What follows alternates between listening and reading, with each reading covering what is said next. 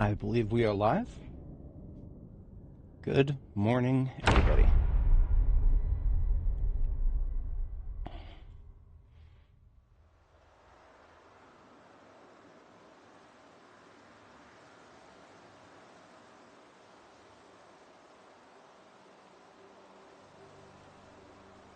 All right, last time we left off a little bit past midday here. We're going to need some food to start things off. Any perishables on me already? No.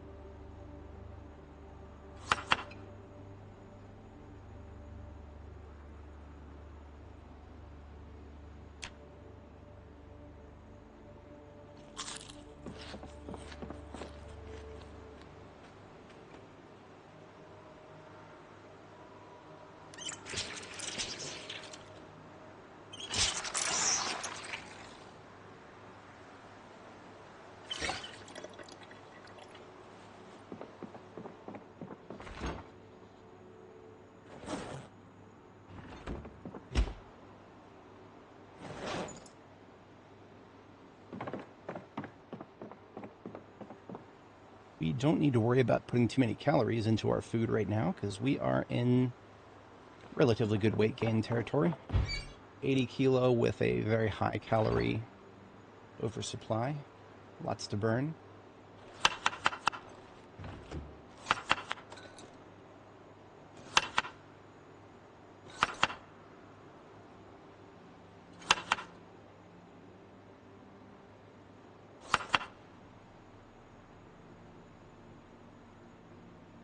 Oops.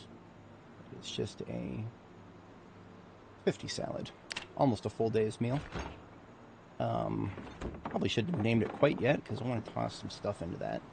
How's about some mustard? And balsamic vinegar.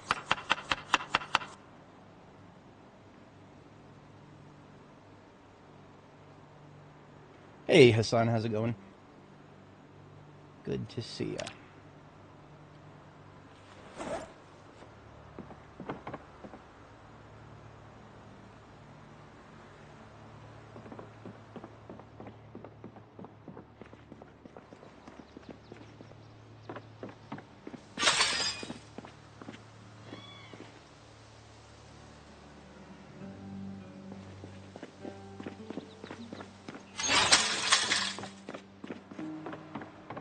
Get a little bit of warm up out of the way. Take a peek at the generator up the roof. See how we're doing. Yeah, let's top this thing up.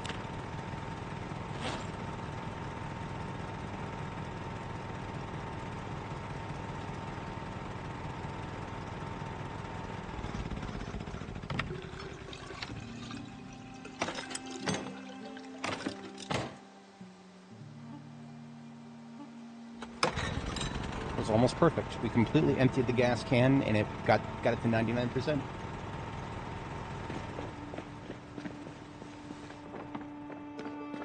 It's a great start to the day. Can't wait for something to go horrifically wrong now.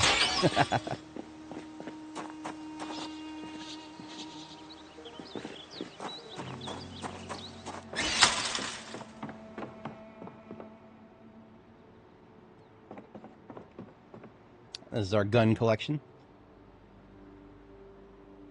I used these in the thumbnail of the previous part.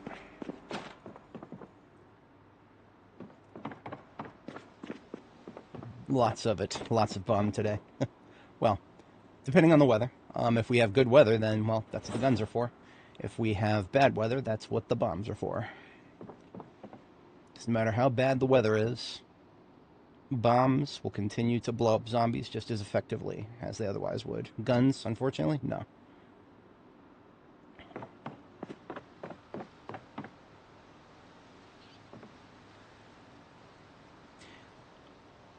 Let's just open up with a bit of a patrol here. Let's do a little patrol around the area, see what things look like. I don't want to dive straight into hardcore combat. feeling very well awakened today, but I'm still not going to overextend myself too quickly. Just going to take a look around the neighborhood here.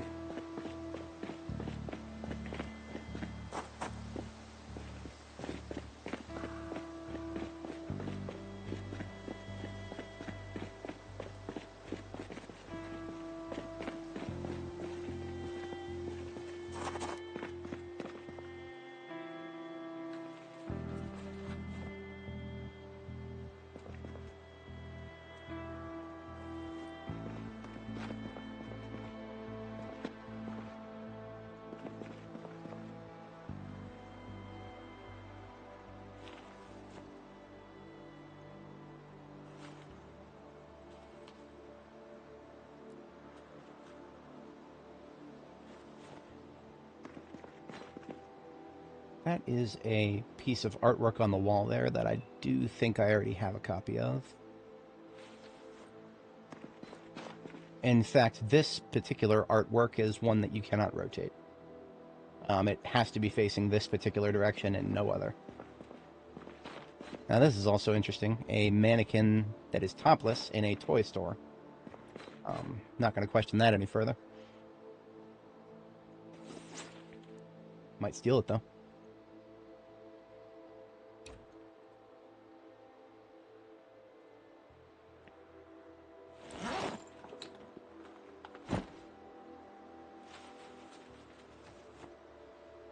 I need a crowbar to pick up the platform. That's okay. We can come back for that.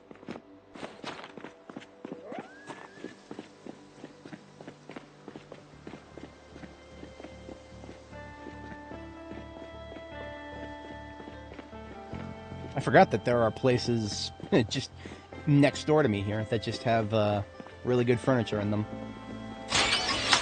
Tempting me to make the base even prettier up here.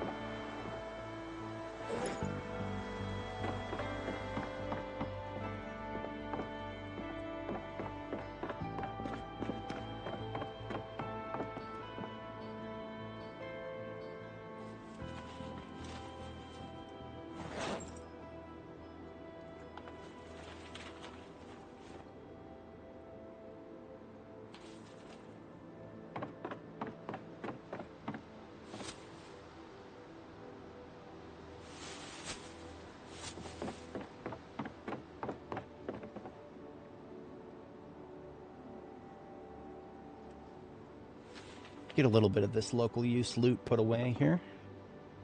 Got some reading material. I may be one of the only people on the planet who stores cigarettes right next to the books, but I mean, what are they but stress reduction material?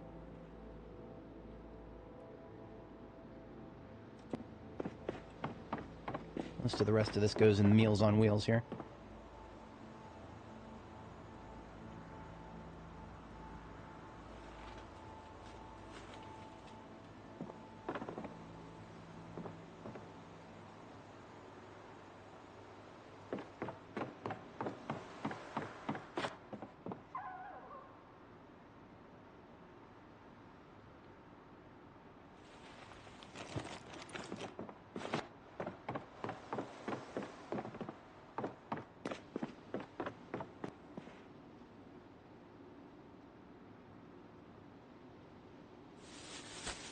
All right.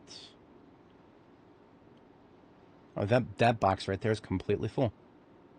Here's something I probably should have done a while ago. Let's box up some of these light bulbs.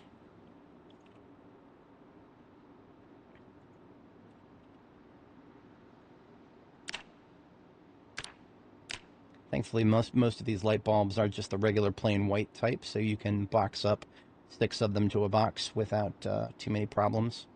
Unfortunately, there is a very selective weirdness when it comes to light bulbs that are not the pure white ones. As you can see, that one in there got skipped over because it is a reddish one instead of a white one. We'll store bulk on the right side here. And then we can do 3 boxes of batteries. Which reminds me, I need to stick some more batteries into my Alice kit when my flashlight battery inevitably runs out again.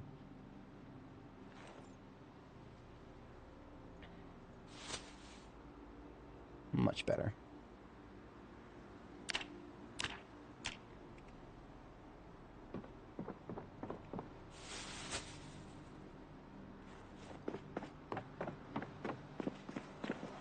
Different bullet caliber. Yeah, that is part of our strategy here. If we look into the vans here, these two vans, I've mentioned this before. These two vans basically have the most of the ammo stockpile that I've pulled off of the whole map. In this van, we've got 38 special, 556, 12 gauge, 223, 44 mag, 556. In this one, we've got 308, 9 mil, 308. 44 mag, and 45 auto. So we've got many different calibers to work with. Some much more than others, which is why you will, whenever y'all see me fight, you'll see me switch between guns constantly. I want to make sure that I'm not burning any one caliber too much. Because ammo is very finite in this game. You can't reload, make your own ammo. It is unfortunate, but that is the situation we're in. So I recently made a new sledgehammer. PSA, if you didn't know that, yeah, level 9 blacksmithing, you can now make your own sledgehammers in this game. And the reason I did that, though, is, of course, the one that you can make in this game, this sledgehammer, is not as pretty looking as the one that you can loot in this game. This one right here, the red one. As we all know, the red ones go faster. And I don't want to waste all of the durability on my red one here on building up this field outpost. So we're going to put the red one back into the ambulance, where it belongs.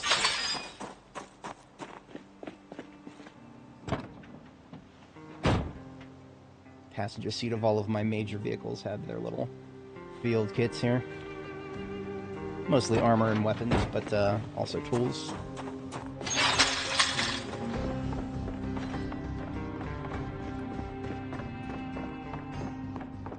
Now this, of course, the second floor of this place I've been shaping into a living area of sorts.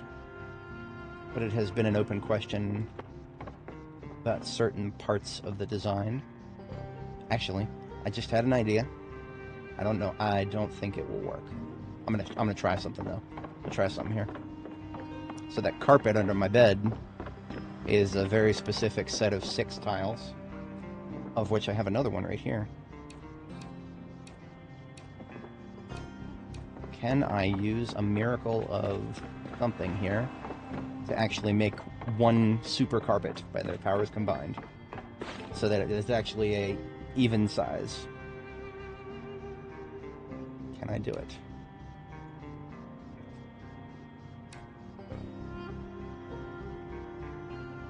It might look weird. Yeah, it does look a little weird. You can see the seam.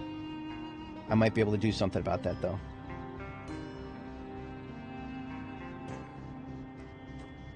Yeah. Okay. Okay. By your powers combined, I am Captain Carpet. Yeah, that's what I'm talking about.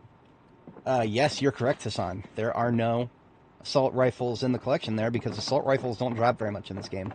There are 2 types of assault rifles, the M14 and the M16. And we have about a dozen total M14s. Most of them are stored back at Jericho, because we haven't been finding them up here. We found them elsewhere and brought them with us. And we have found, in all 600 hours or whatever that we've spent on Anime here, we have found a grand total of 1 M16.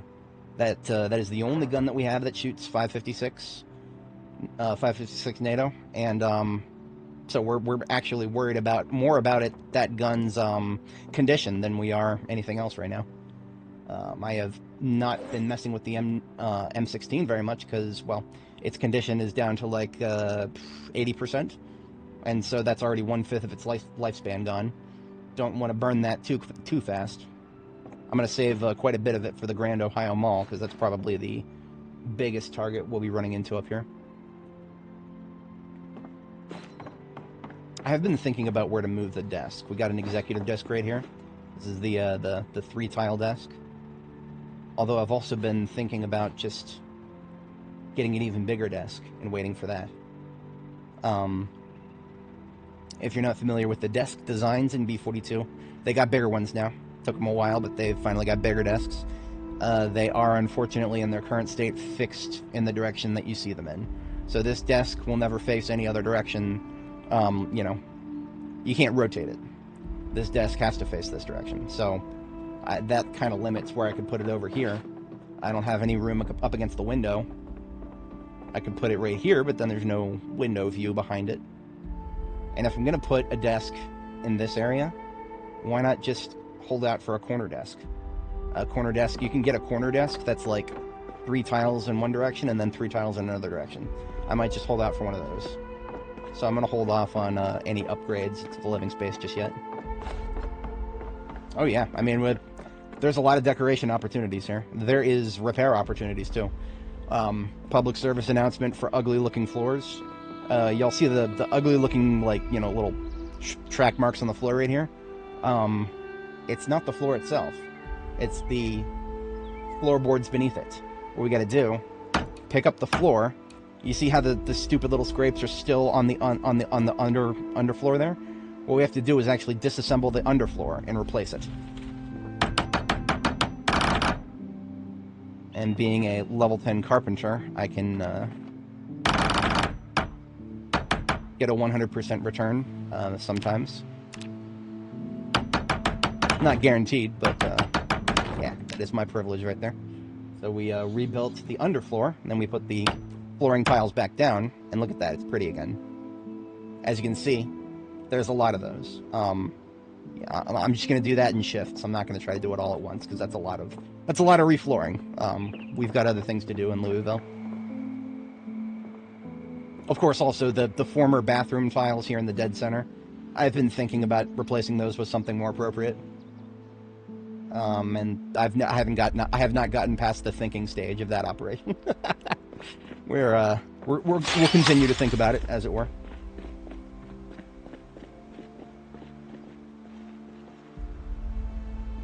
Let's have a bite to eat while we continue thinking.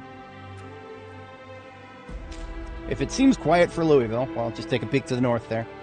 The bodies in this particular part of the street have gone away, but just to the north of us. The screenshot comes from a little further north here. Actually, the screenshot, the thumbnail for this video currently.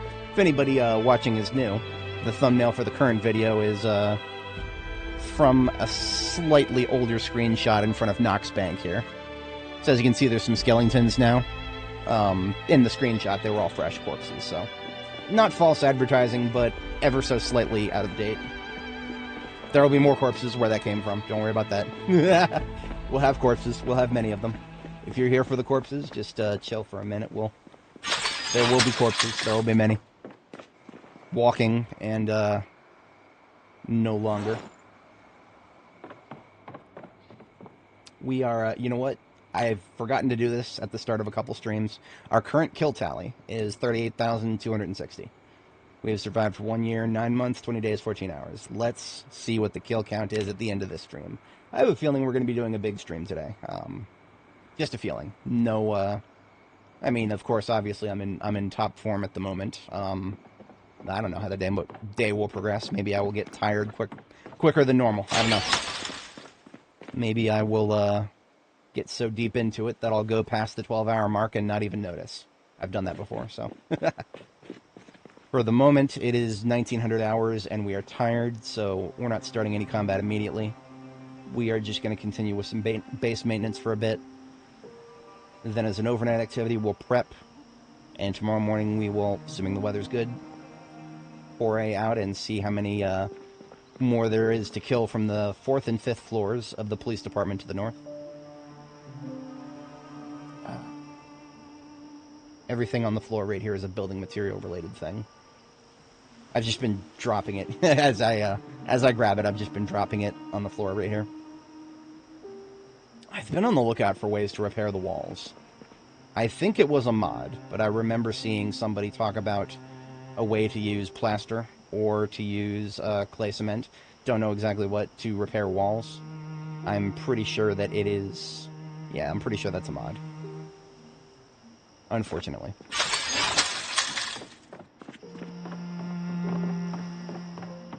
As beautiful as the brickwork is on this building, there's no way to replace it myself. So even if I wanted to, like, you know, break down the wall and then replace it with one of my own, I can only do very generic red brick with masonry. I cannot do anything that would replace the beautiful lower trimming there with the darker bricks and then the lighter bricks on the other side.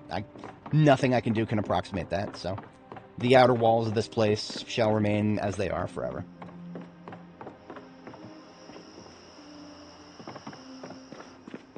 This particular floor tile has been begging to be replaced for a while now.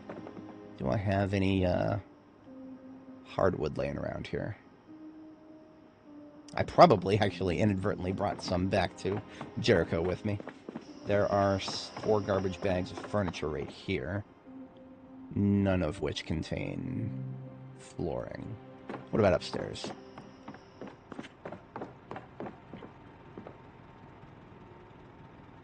More furniture, but no flooring.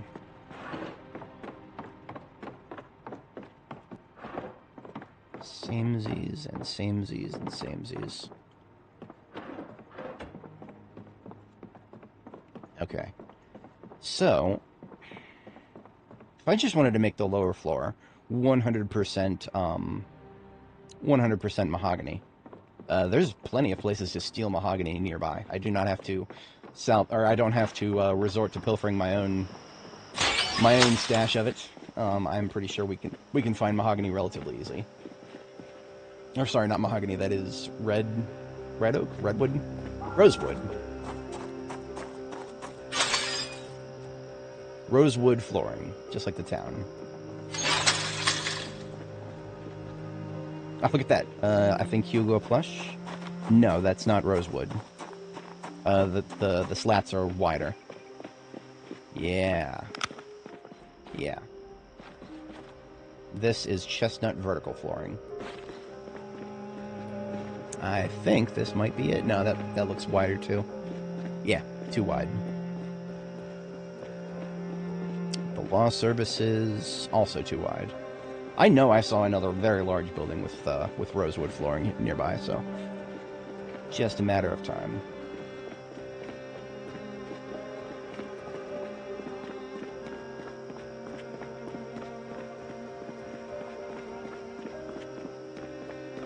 This theater alone has enough carpeting. If I wanted to replace an entire floor in my current building, I could easily. The red tiling in this little cafe here, actually something that I used in my Riverside base because I enjoy the appearance. If I ever go nuts with improving my kitchen here at Reed Base in Louisville, then yeah, absolutely, I'll steal that. We got black tile here, or carbon gray, I guess.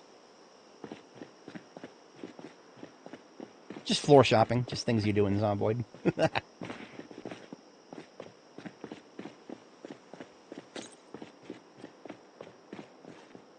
Going down memory lane here on 1st Street, we're currently at defense position Yankee, I believe. Yeah. So yeah, we're at Yankee. That's 1st and William. We started out our journey down 1st Street with fighting position Zulu here, which is basically just at the end of 1st Street. In Louisville, if you're not familiar with the urban planning, it's really weird. 1st Street, quote unquote, 1st Street, is split between South and North, and there's this weird gap between it. Here's South 1st Street. Here's North 1st Street.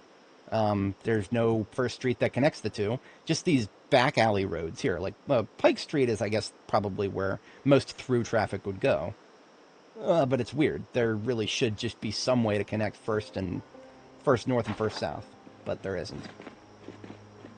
I don't know if that's realistic for Louisville, like IRL. The devs of this game have taken some creative liberties, while other things they've just ported straight from what it looks like in real life.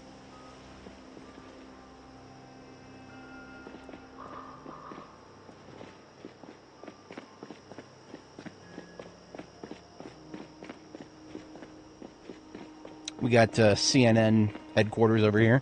A couple of these vans. We're just using the vans as window blocking right now.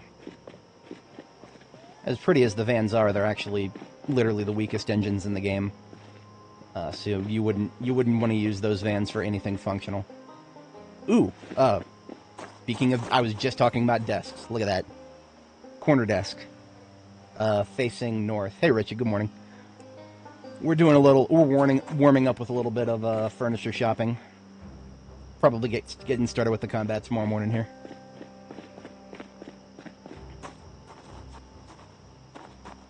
Now, flowing south here, we are going to start running into Z country. Can't stop here. This is Z country. CNN HQ isn't going to have much in it in terms of Z, but this apartment complex right here is still spilling forth the hordes of hell, even from the lower floor.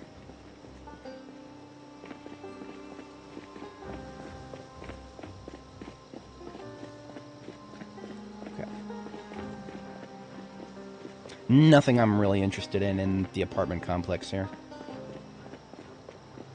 Other than, you know, of course, keeping it clear of zombies. Now, I recently noticed the lowest floor of this, like, super ritzy apartment building here. The lowest floor on the other side of the wall right in front of us. That's a big-ass parking garage is what that is. Trying to keep that in mind for later. Maybe I'll sledgehammer out some of these walls and just make my own little entrance to it from this side. Because the only other entrance that I'm aware of is on the other side, which is a lot less convenient for me in my current basing options. Now, we are probably also re-entering Z territory here. I vividly recall losing track of some Zs using these very trees.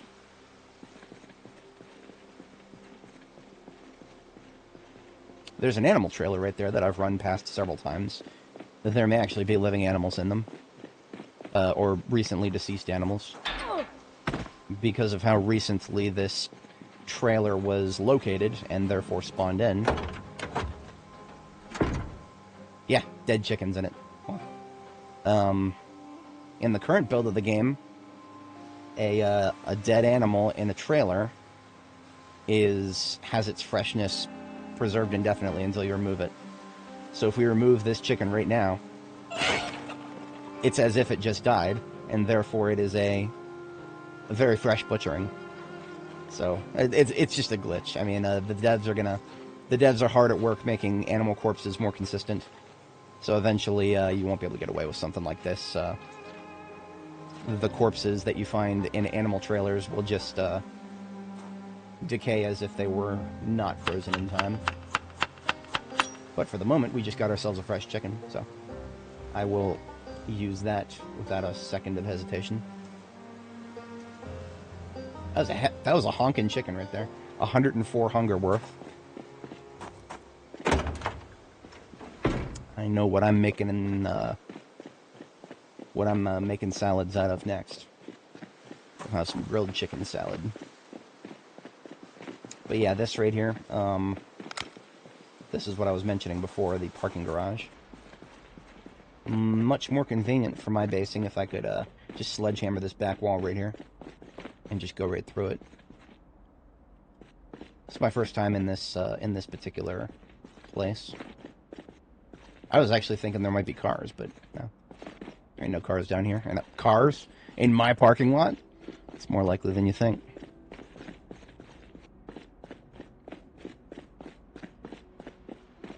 There may actually, in terms of objectively good basing opportunities, this is not a bad spot.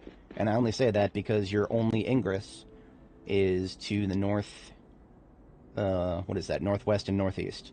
The southwest and southeast here are completely walled off with unbreakable walls. So any Zeds approaching from the south have to go all the way around and start thwapping your garage door right here, or one of the smaller doors up north here. Strategic things to keep in mind if you are considering basing in Louisville. Now, this building is a multi-story apartment building that I have not awoken the upper floors of. So the staircase right here If I were to run up, like, all flights of these stairs and shoot a gun at the upper floor, we would spawn in instantly like 500 zombies.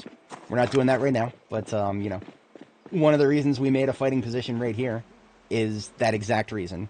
Y'all see how the windows are broken on the first, second, and third floors. That's because the fourth, fifth, and sixth floors are not awake yet. Louisville does not spawn in upper floors until the player goes up there on foot. I'm pretty sure the game would crash if it tried to. This is the first time we're seeing our new green lights at night here. I feel like I need more of them for it to look nice. Wouldn't be too awful hard. We just have to go get some more of those pretty-looking outdoor lights. We got 1 billion green light bulbs. For some reason, we are getting, like, green and white light bulbs are coming at us at a 1-to-1 ratio at the moment. That may be an artifact of me being higher level in electrical, so that I'm getting more disassembly stuff reliably. But I'm not 100% sure on that. Oh, before I go to sleep, we are putting the chicken we just harvested into the fridge.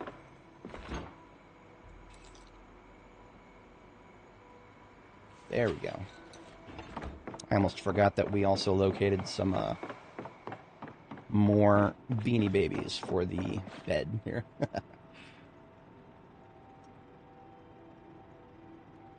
We got ourselves a classic, what is that? Cabbage Patch, I think? Cabbage Patch doll and a spider for the menagerie here. The super big bear. We will put that over here. And I think that's all. Yeah, that's all the decorations. We could add a chicken skull to the mix if we wanted to. I'm not gonna do the macabre hybrid thing with this base design too much. How about we put the chicken skull somewhere else? All right, have a bite to eat, then we'll take a sleep here.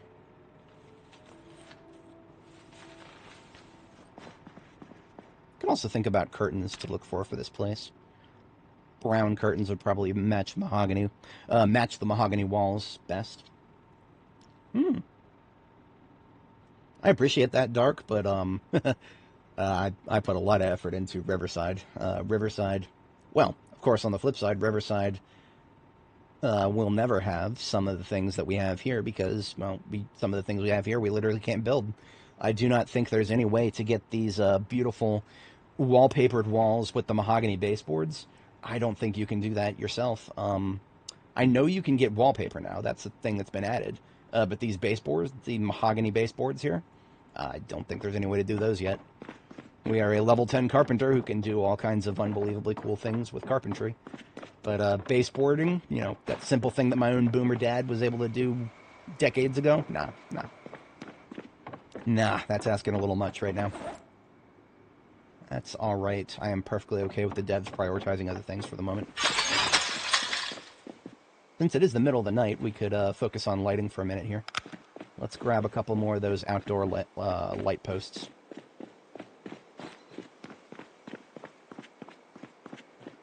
Outdoor lighting doesn't light up a lot of real estate. Oh, hello there.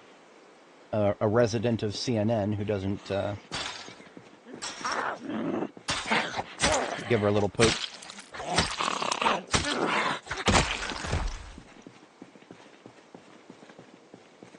So our two options for outdoor lighting here are the ovular and the cylindrical. None of the... Where's the... there's got to be some of the prettier ones here. One of these buildings will have it.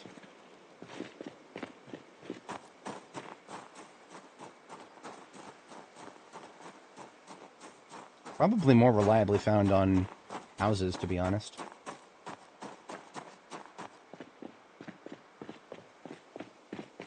I've tried before.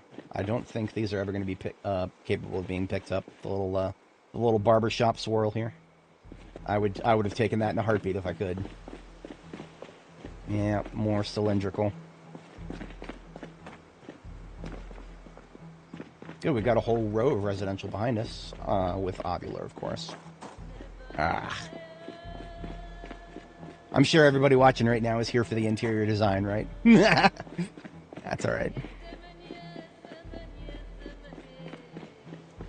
That's alright. We don't spend too awful much time on this. Just whenever it's relevant. Or when I go nuts. I don't expect to be going nuts with it. I've been itching to do a lot of zombie killing lately. I should have done some yesterday. For anybody watching right now, if you wanted to watch me yesterday, I apologize. I blame AI for that. Skill issue on my part. I should control myself better, but I was having a lot of fun with AI yesterday, and it just it ate my time. I was just starting up a few batch jobs in the morning before I started my stream, or when I would have started a stream yesterday, and I was like, okay, I'm just gonna do this, this, and this, and then I looked at the WAN 2.2. WAN 2.2, that's the latest video model I've been screwing around with. I looked at it and I realized, oh, wait a minute. I've never tried first frame, last frame image to vid. Next thing you know, 10 hours of my life just evaporated afterwards. I learned things. I probed its capabilities. They weren't overly impressive. I was not... Here we are. Found the lights we're looking for. These are pretty ones here. We are at the Romero Center for the Performing Arts, which is just south of the police department in Louisville. And there are plenty of these beautiful little lights. Antique wall lamp, as it's called.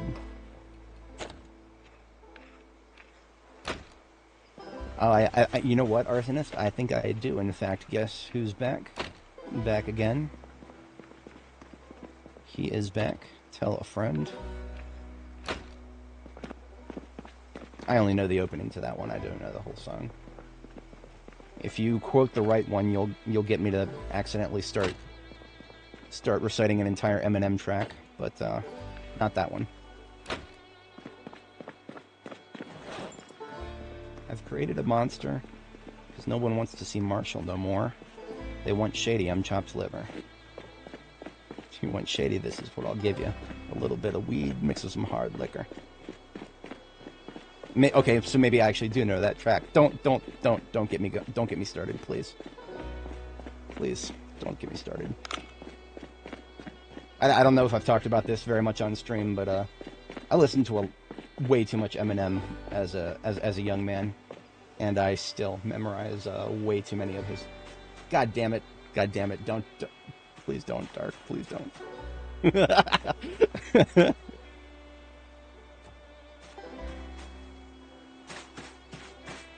Well, I mean, if I'm the one singing it, that won't trip nothing. I've never once heard of somebody getting a copyright strike over lyrics. I'm not going to put anything past YouTube, but I've not heard of it yet. Not going to put anything past YouTube at this point. Alright, so, if we want to put down some of those lights, we actually gotta... You may notice that the lights right here are in front of the flag, but the layer ordering is odd. You have to put the light down first, then you can put the flag over the light, or even though the flag appears behind it. So we actually got to pick these flags up, and then we can put some lights over it.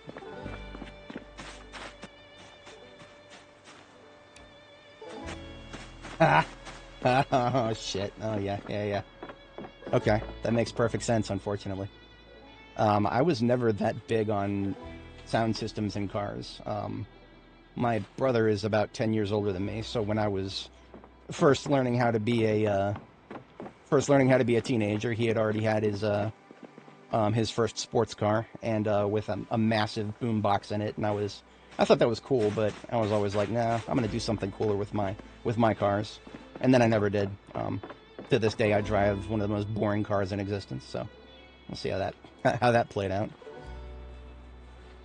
When I'm on road trips these days, what I actually do is I put my windows down so that I can still hear everything outside, and then I put my Bluetooth earphones in, and that is louder than most sound. That is louder than most car boom boxes these days, with the bonus of being 100% less obnoxious.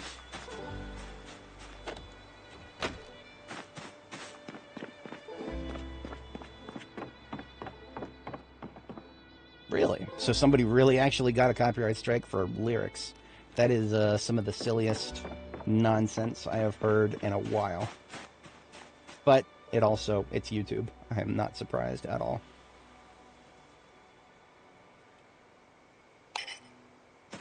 See, with YouTube, I mean, honestly, unless you're like posting full songs, a lot of music copyright strikes are actually kind of bullshit. Kind of. I mean, like, okay, so the track that I posted on my main channel that acquired me 80,000 subs for no other reason than the fact that I posted it, that, of course, yeah, that would be copyright infringement if I tried to monetize it. And I mean, it would be copyright infringement if YouTube didn't allow it, but they allow it. They've got a license with whoever, probably Universal, who owns the track, the rights to the track. There's a surprising number of, quote-unquote copyrighted songs that are quote-unquote allowed on YouTube, meaning you put it on your, you put it in a YouTube video, the copyright system will detect it, but nothing will happen.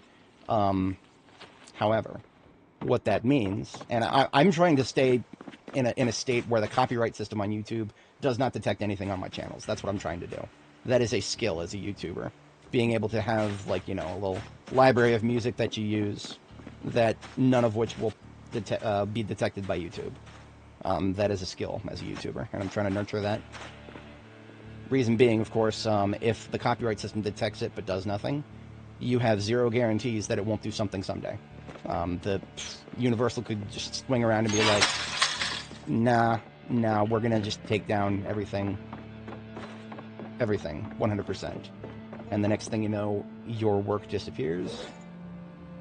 And if you try to repost it, you get a strike. I don't think I've noticed any retroactive strikes screwing people over. At least nothing comes to mind immediately. Oh, yeah. So, what I do is I made my stream frames for this game. You're actually looking at FFmpeg on screen. I use FFplay, which is a subset of FFmpeg, to just broadcast my webcams as a window on my screen. I cut the borders out. I make it click through, and then I also do that for the little bars above my webcams. So every once in a while I'll change up what I say for myself, but from the very beginning it's just always said the YouTube homies for the chat there. My cringe takes many forms, but I don't have very much cringe in my chat right now, which is great. Of course, if Arsonist starts going nuts with music again, then yeah, we will have cringe in the chat. That is not necessary. Not the worst thing, but not necessary. I don't have a spot for a chessboard yet, but when I do, yeah. Oops. Rest of that goes in there, and so we've got fog today. Thick fog. Kind of in the back of my mind suspected that this was going to be a thing, because we had great weather yesterday. And I was planning on potentially having great weather again. Which means, of course, we're not going to get it. If you plan for it, it won't happen. If you want it not to happen, it'll happen. However, we're not going to let that stop us. We are going to scope out groups of Zeds and just probe for any opportunities for pipe bombs. Because it doesn't matter how bad the weather is, pipe bombs will always blow up a very hardy large group of zombies. I actually learned how to do YMCA in sign language, like ASL. Not just the, YMCA. No. I actually learned how to do YMCA. The whole rest of it.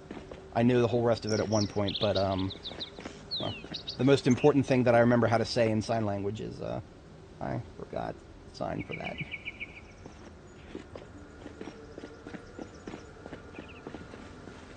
Okay, so we are now re-entering police station territory here, as we can tell from the lag spike. This is a civilian building attached to the PD here. Yeah, just Chuck standing around in there. We don't hate Chuck. He's all right. He can continue to chill there. So the fun fact about these buildings here that are connected to the police department by this sky bridge, because they are connected by that sky bridge, if you wake up one floor of one of these buildings, you wake up all of them. So what would have been a crowd of maybe 500 to 800 zombies from the main building of the PD probably quickly turned into about 1,200 or so last stream.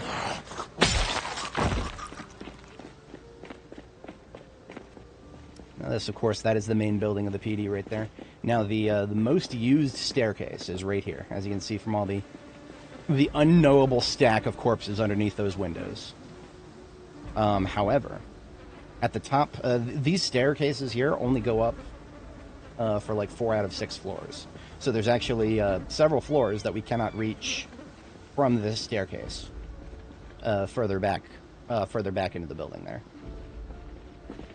So that is something I have been trying to keep in mind when it comes to planning further fights in the PD. I have also been meaning to bring the sledgehammer up here so that we can break through a few of these untouchable prison walls. One may suspect that they are useful for pathing the zombies, seeing as they don't actually attack these ones yet. I'm pretty sure they will someday. And most importantly, right now, is I want to control where they come out. So what I would probably want to do... Oops. That scared me. Jump scare myself. Break through the fence and the wall right here to the prison courtyard, so that Zeds who come further out of the prison don't have to go down this hallway that's hard for me to look down. See, I would normally like this hallway. Normally I would like it. We whip out the shotgun, and if we could aim down this hallway reliably, that'd be great. That'd be great, because it's a really tight hallway. However, because of how tight it is, you'll notice that the wall isn't disappearing when we try to look inside. And that's actually a very massive security risk for me. I cannot see. Annie's right there. She can see inside. I can't, though. Because the wall doesn't call right now. I cannot... Yes. Yeah, arsonist 100%. Connected buildings are traps. If you are not... if you're doing the stealthy thing, connected buildings can... I mean, well... Every building in Louisville is a trap if you're doing stealth. I'm pretty sure the sheer density of Zeds that you're going to find in buildings in Louisville, even if the devs fixed stuff stealth so that it was, like, you know, in its ideal form, that would still be very difficult. Just default population settings. You would still have so many Zeds that trying to sneak by one, you're probably going to trip over one. Like, I'm not even worried that they're going to detect you.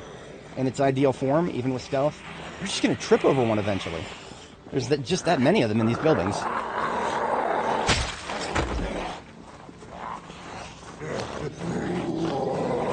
A small group of 4 here. Nothing particularly... Okay, maybe a little bit more than 4. Thanks to the fog, we're not 100% on that. I don't suspect a massive group, though. Split these guys up.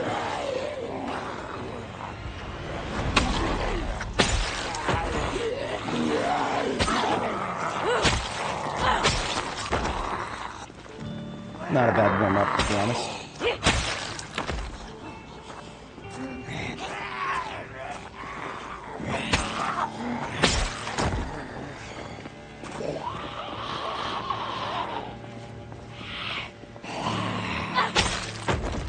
Okay. Now, what those Zeds were is leftovers from the pull I did yesterday. The pull I did yesterday when I woke up the 4th and 5th floors here. I kind of went this way at first, and then I realized, okay, no, that's not going to happen, and I doubled back fast. So we led a number of them in this direction, but that number is going to be limited. Because as far as I know, we have not woken up any other multi-story buildings in this direction. So almost 100% of anything we are killing now is going to be something that was once on the upper floor of the PD. Now, of course, we're not discharging firearms because of the fog. Take a look at how wide the crosshair is when I do this. See how wide that crosshair is with the 45 auto here? That's fucking pathetic. Remember, your chance to miss. Your chance to miss is represented by how wide the crosshair is. Look at that shit at this range. Look at that. That should be a perfectly collapsed crosshair. But no, thanks to the fog, I can't hit a target that is 6 meters in front of me, despite being aiming level 10. I'm not the biggest fan of the way fog works right now. I'm also not the big. I bitched about this. Well, in a post that I haven't published yet. So never mind. I've bitched about this in the past. Fog is, you see it happen way too often in this game. Especially in 35 degrees Fahrenheit. That's not conducive to fog. Fog is something that you experience generally on warmer-ish days. Cold fog is extremely rare, as far as I know. Because what is fog? What is fog? Fog is a low-hanging cloud, generally. And low-hanging clouds, there's other, meteorological dynamics to it, but low-hanging clouds, right? You're not going to get a lot of low-hanging clouds when there is a lot of cold in the air. And we're also not in the mountains, so you don't have the mountain excuse, right? I spend a lot of time on at a ski resort called Snowshoe Mountain, and sometimes you will see fog even when it's like, so cold that your breath freezes. But that is unique because it's a fucking mountain. We're not in a mountain here in Kentucky, and this game doesn't even have mountains in it. This game has no excuse. It just likes to do the Silent Hill thing. Yeah. You would probably get maybe 10 days out of a year with this kind of fog IRL in Kentucky. Instead, in this game, you get about 10 days out of a month with this level of fog. So, make of that what you will. Clearly, the devs have always enjoyed Silent Hill and have wanted to make sure that as many players as possible enjoy that. And in my opinion, that comes to the active detriment of those of us who go long. But I digress. I'm not particularly mad about it, except when it happens when I'm trying to do something like combat, like today, like right now. I'm a little mad about it. Sharpen the sword while I have a drink of water.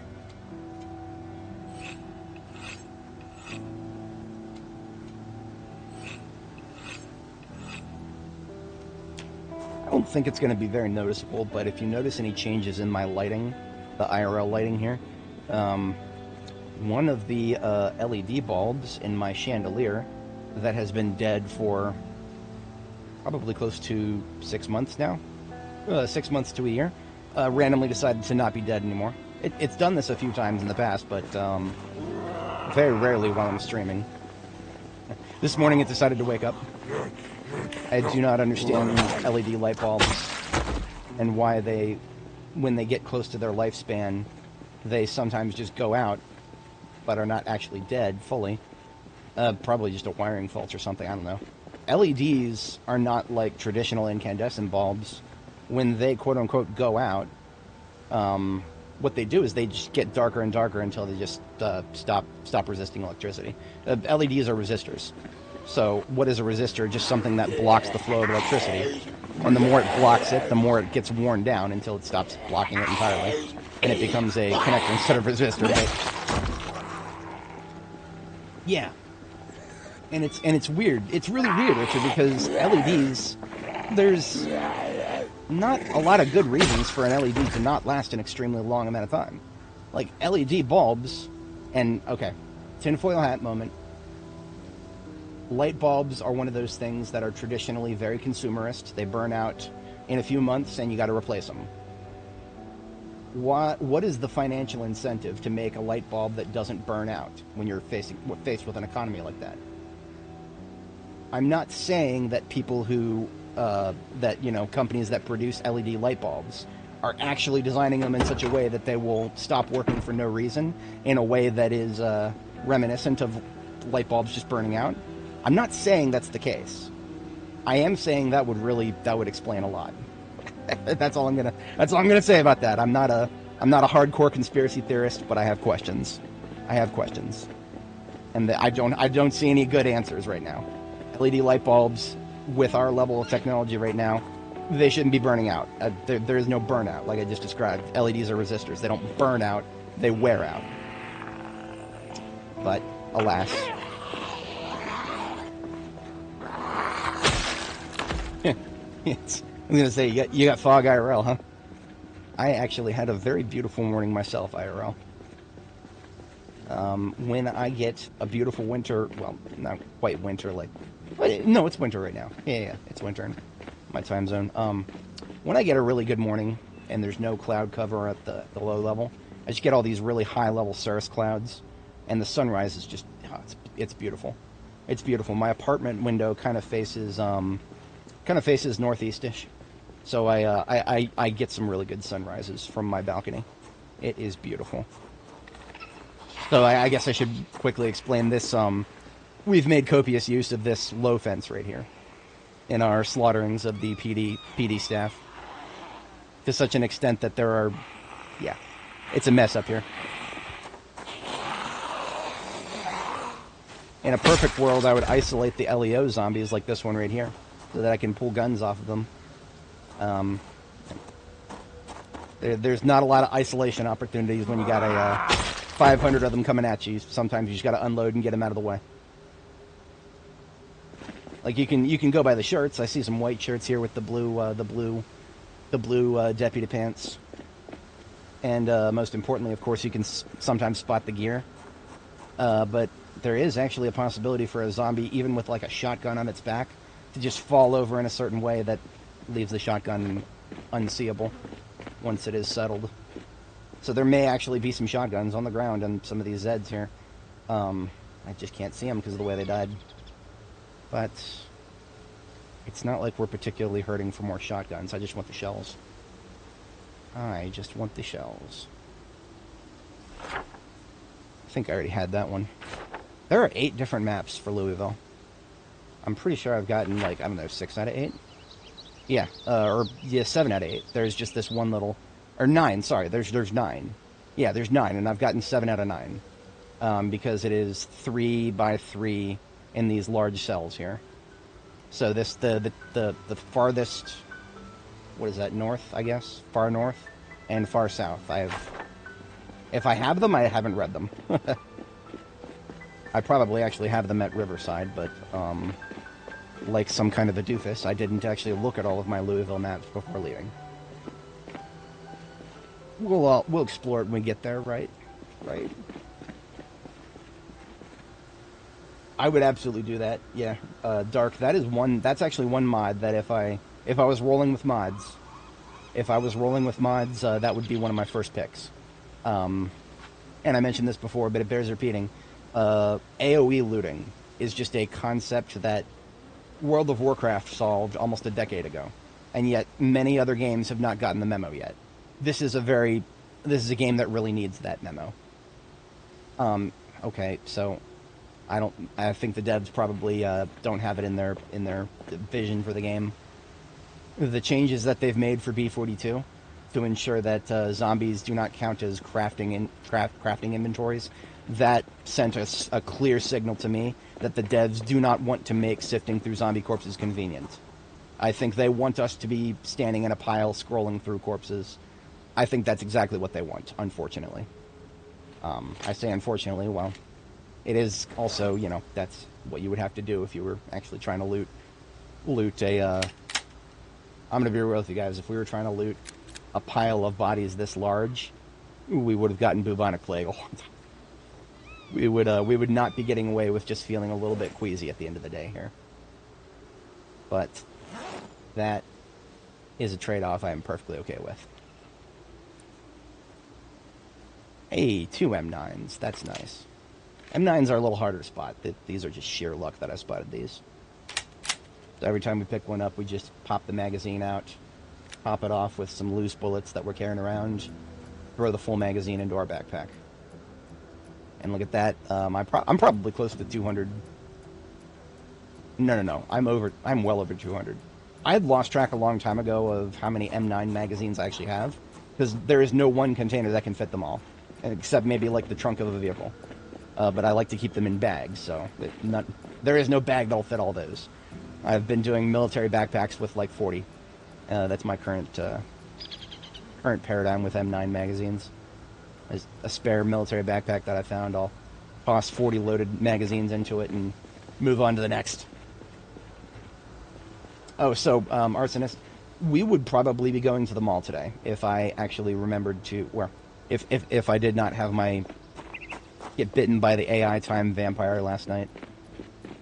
I was literally like all prepped to stream around 7 a.m. yesterday, and that was when it hit me that I hadn't touched first last frame with Win 22, and that was all she wrote. That was all she wrote. By the next time I looked at the clock, it was already like 11, and I was like, okay, if I start a stream at 11 a.m. local time here, my viewership is like 5% of what it would be if I start a stream in the morning. It's actually kind of insane. YouTube just refuses to recommend me for some reason if I don't start really, really early in the morning, local time for me. And I haven't figured that out yet. I really don't understand exactly why that happens, but that is a very consistent thing with my channel. And it is specifically recommendations, because, you know, I have subscribers from many different time zones. One of the homies who, if you scroll up in chat, Hassan, he's like literally on an opposite time schedule from me. Other side of the planet, literally. So I have people, you know, who subscribe to me who will just drop by if I'm live whenever is good for them. But YouTube only recommends me for some reason if I start in the morning local time. It's like I gotta clock in at 7 a.m. and that's when I get my best results for the whole day. And I guess the truly wacky thing about that is, if I had started streaming yesterday at 7 a.m., by 11 a.m., I would probably have, I don't know, 40, 50 concurrents, which is great for my channel at this current stage. But if I just start at 11, I would never get anywhere close to 40 concurrents. YouTube browsing features would recommend... I would be lucky to break out of the double digits if I were to start a stream at 11 a.m. I can't remember the last time I did break out of the double digits with a afternoon start. Just as a point of reference, for this character right here, Annie Mae, when we started her character, I was doing evening streams for my time zone. So we were almost on a completely opposite daily schedule at that point. And I like started at 6 p.m. and then just streamed all night when I started this character for the first time. I never got anywhere close to double digits. There were several hours at a time with Annie here on her first stream where I had nobody watching. It's so, like, a lot of that time that I spent just yapping to myself in her first part here, that was literally just me yapping to myself. I did not have live viewers at the moment. And it blew my mind when I figured out that time of day was really the biggest factor. You know, I did the YouTuber things, I tried thumbnails, I tried titles, adding some more caps lock, a little bit more exclamation points. This is this video's thumbnail right here for this live stream is one of the first times that I've employed the red arrow with the red circle. That YouTuber classic that a lot of people do. I only do it if I can make it feel relevant. And, would you have been able to pick Annie out of that crowd of sideways lying corpses if I had not pointed her out? It might have taken a minute. I'm sure the keen-eyed viewers would probably be able to do so, but a regular folk? Probably not. Probably not. It just looks like a bunch of pixels representing bodies just laying around on the street. Okay, so that was a good little patrol there. Let's drop off what we picked up, and I think I am going to do a little bit more interior design, seeing as the fog has not let up and it's already past noon.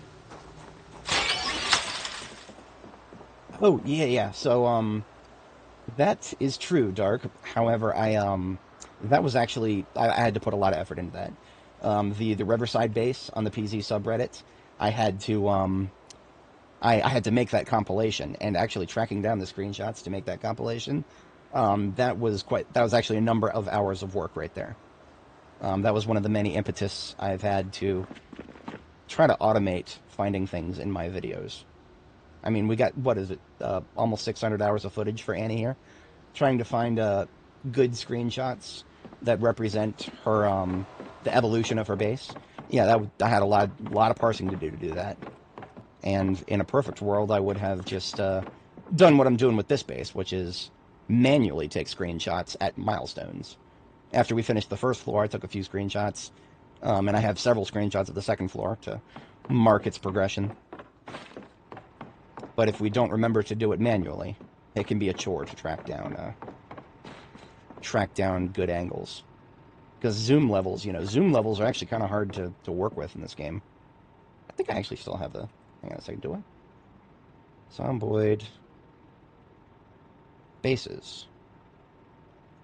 These are just the video screenshots. Yeah. Yeah, that's actually an old one. I was gonna... Okay, this is something I haven't even posted yet. This is just a... And this is a fun thing to show. This is just a compilation of screenshots of the various bases that I built before I started live streaming. Build 42 bases, right? So these are since December of last year. Starting with, what are we doing? We're doing, clockwise. No, counterclockwise. So Riverside Redoubt right here. This is the first time I got a character to 1 year on Build 42. That is also the character that survived that long. That was Barb the Builder. She never died in this version. In this version, this was 42.2.0. I started this save. Barbara Butters never died in 42.2. She built a very lovely base on the Spiffos in Riverside. And this was when I learned that respawns will show up inside of territory that you have literally walled off yourself. So all these beautiful walls that I built, this big, beautiful wall that I built and made the zombies pay for, the zombies just fucking spawn inside of it. I'm not going to go as far as to call it a waste of time, but it was a learning experience, to say the least. And then, of course, going counterclockwise, you can see that my bases drop down in size drastically afterwards, like the gas station bases I made for the 42.5 and 6, I think. This was an addendum to the gas station base right here, where I just built a little farm next to the river. And it was after I started building farms by the river that I discovered the joys of just building in the fucking river. That avoids respawns entirely right there is what that does. Many trees were harmed in the making of all of my bases, 100%. I cannot tell you how many times I have dismantled the forest directly north of the police department in Riverside. I've done it many times before. I will do it many times again, because that is a very lovely place to build a base, in my opinion. It's got a gas station. It's got a police station. It's got a somewhat low population area between the gas station and a permanent water source. I like it. I like it a lot. Right next to Brandenburg, where you can get military gear without going through Louisville. And it is well placed enough to get to Muldraugh and West Point without too much of a hike. Very annoying to get to Ekron or Irvington or Louisville from Riverside, but, you know, can't win all of them, right? Band for band with my shotguns. I am actually not familiar with the meaning of that. You'll have to be more specific. Fire up a quick salad here. I think that's all the kale. There's 4 kale left, but each of these kales only reduces 0 hunger. Welcome to cooking level 10, where we have to throw shit out because it clutters up the inventory. The chicken that we butchered yesterday, let's cut that bad boy into legs, wings, and fillet.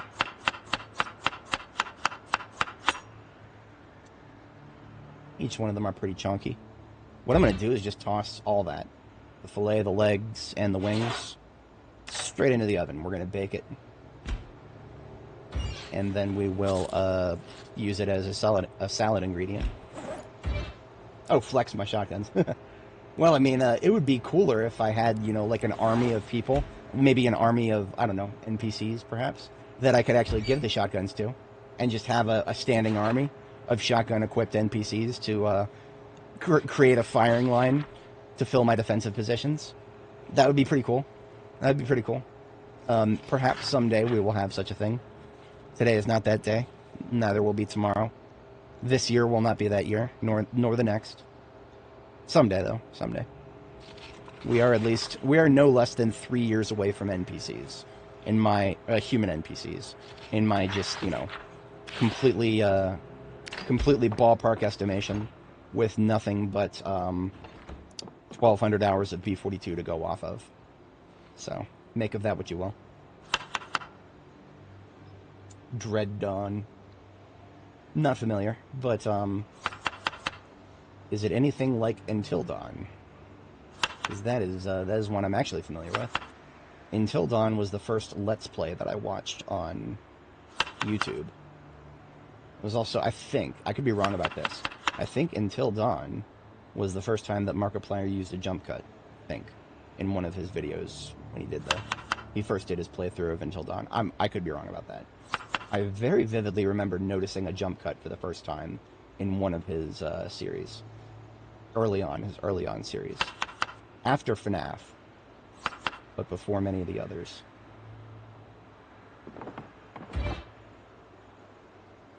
These salads are going to come out to 60. Hell yeah, that was a good choice. We have got ourselves some 60 salads with chicken parts and rabbit meat. Let's top it up with some mustard. Now this is a salad that I should be able to put barbecue sauce in, but you can't add barbecue sauce to salads in this game. Whatever. Barbecue sauce would be amazing on a salad like this, where it's just literally just 100% meat. Yeah, a full-on meat salad deserves meat dressings. But alas, as beautiful as this game's cooking system is, when you compare it to other games, it's still got big old gaping holes in it. All right, we hold on to one of these salads. Ginfidel community server. If we're talking about Project Zomboid multiplayer, probably. I don't know 100%. So I've waffled about this before, but it bears repeating that multiplayer survival crafting games, if you are playing on a publicly available server, I'm speaking as somebody who has spent, actually, rather specifically, I've spent a lot of time on a YouTuber's server, a YouTuber much more popular than me, Sargon Avocad, Carl Benjamin. I played Ark with him for a very long time back in the day. Probably about half of my Ark hours were on Mesopotamia. And there was a very interesting phenomenon that unfolded there. Because what happened was you got a great community. Like, you know, those who worked with him and those who worked against him. He changed the name of his own tribe several times. When I was with it, we were the, what was it? Oh, I already forgot what it was. Because he changes it every time, so I forgot. But anyway, it was us versus Shitlord Shore. That was the opposition. But of course, the opposition factions got a little bit dirtier and dirtier as time went on. And when you're playing PvP in a survival crafting game, and you've got people coming in there to fuck with you using dirty tactics, you're not playing a video game anymore. You got a full-time job with security shifts that you got to rotate. And that doesn't sound very appealing to me. Having gone through it myself, I know a few things that I could do to really take the edge off to make it still a relatively enjoyable experience.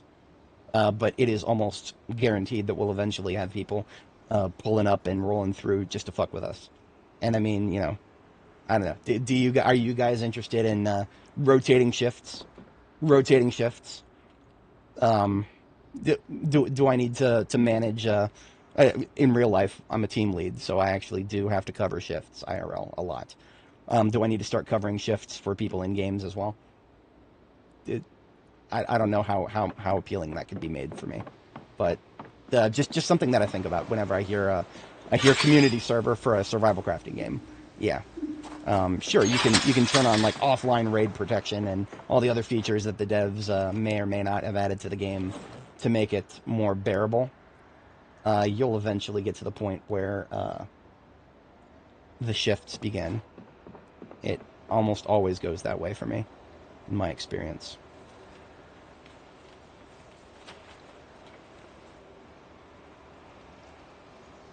Discontinued. Ark Survival Evolved. I might even have some screenshots of it. Oh, I only have my publicly accessible Ark screenshots here. I have a massive library of ones I haven't published. Those are all on my older computer. No, I don't have any screenshots of the shifts.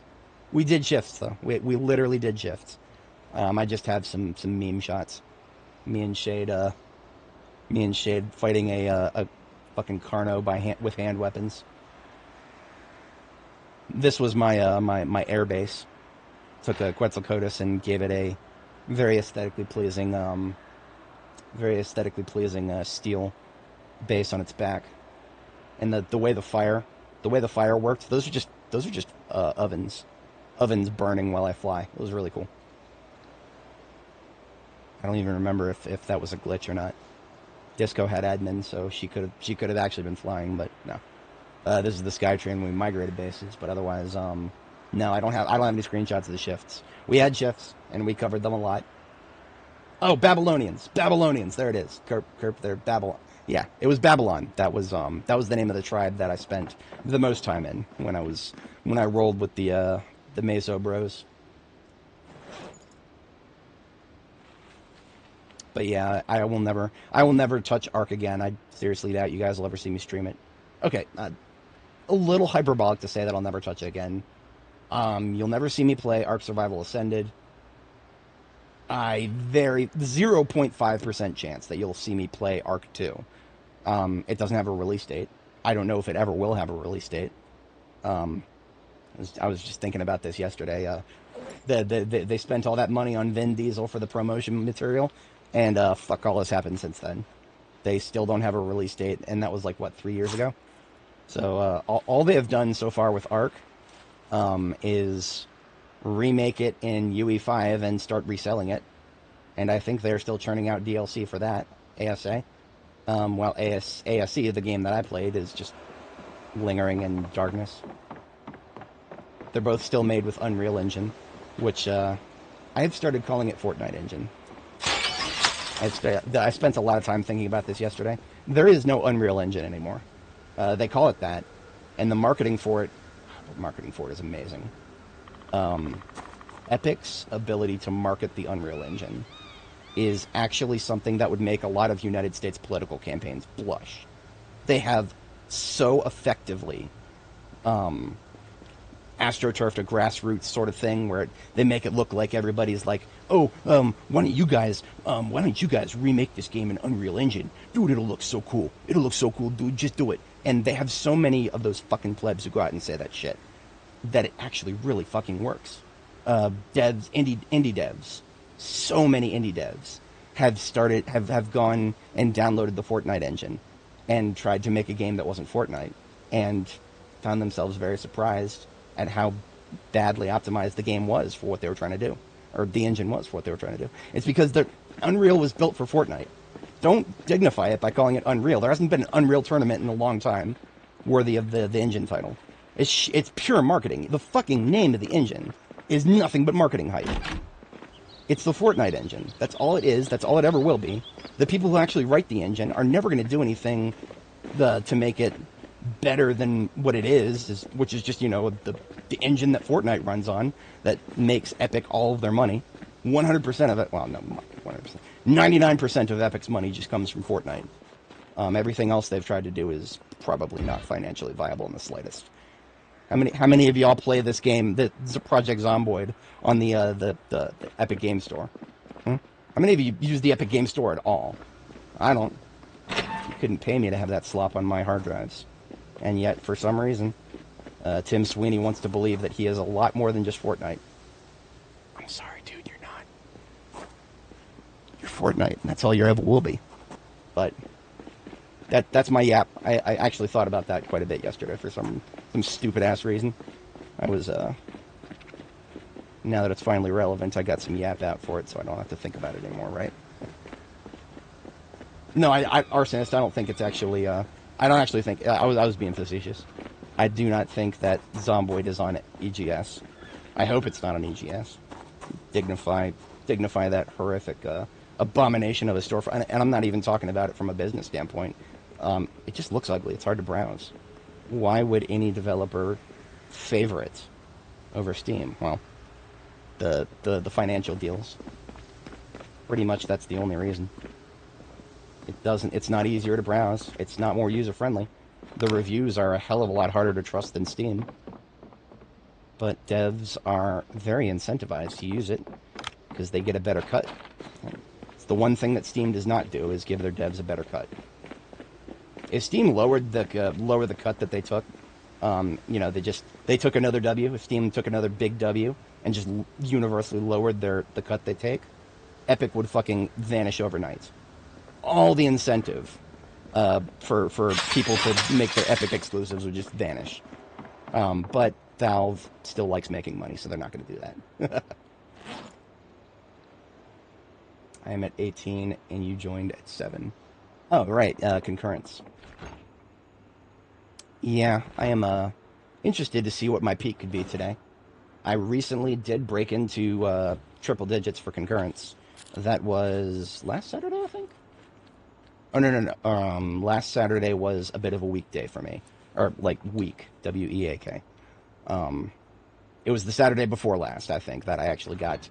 I think I actually had triple digits. Growth is nice, of course, but, I mean, you know, Saturdays are really big on YouTube. Everybody likes to just fire up some YouTube on Saturdays. I was no different myself before I started going nuts with streaming. So I'm trying to get rid of... I need another RTB bag. I got rid of them all. So let's turn a couple of these duffels into RTBs. If anybody watching is not familiar with my logistics, I like to set aside bags called RTBs, which is return to base. What you're looking at right here, this is not a base, this is an outpost. A base is a place that actually has better crafting infrastructure than what we're going to have here. I could turn this place into a base. If I built a forge and a furnace here, it would be a base. But I don't quite have a lot of room for that. I'd have to remove one of the parking spots you're looking at here. Not the worst thing in the world, but, you know, I've only got 6 parking spots inside. Do I really need more than 6, though? Questions for later. Anyway, right now Jericho is my actual base.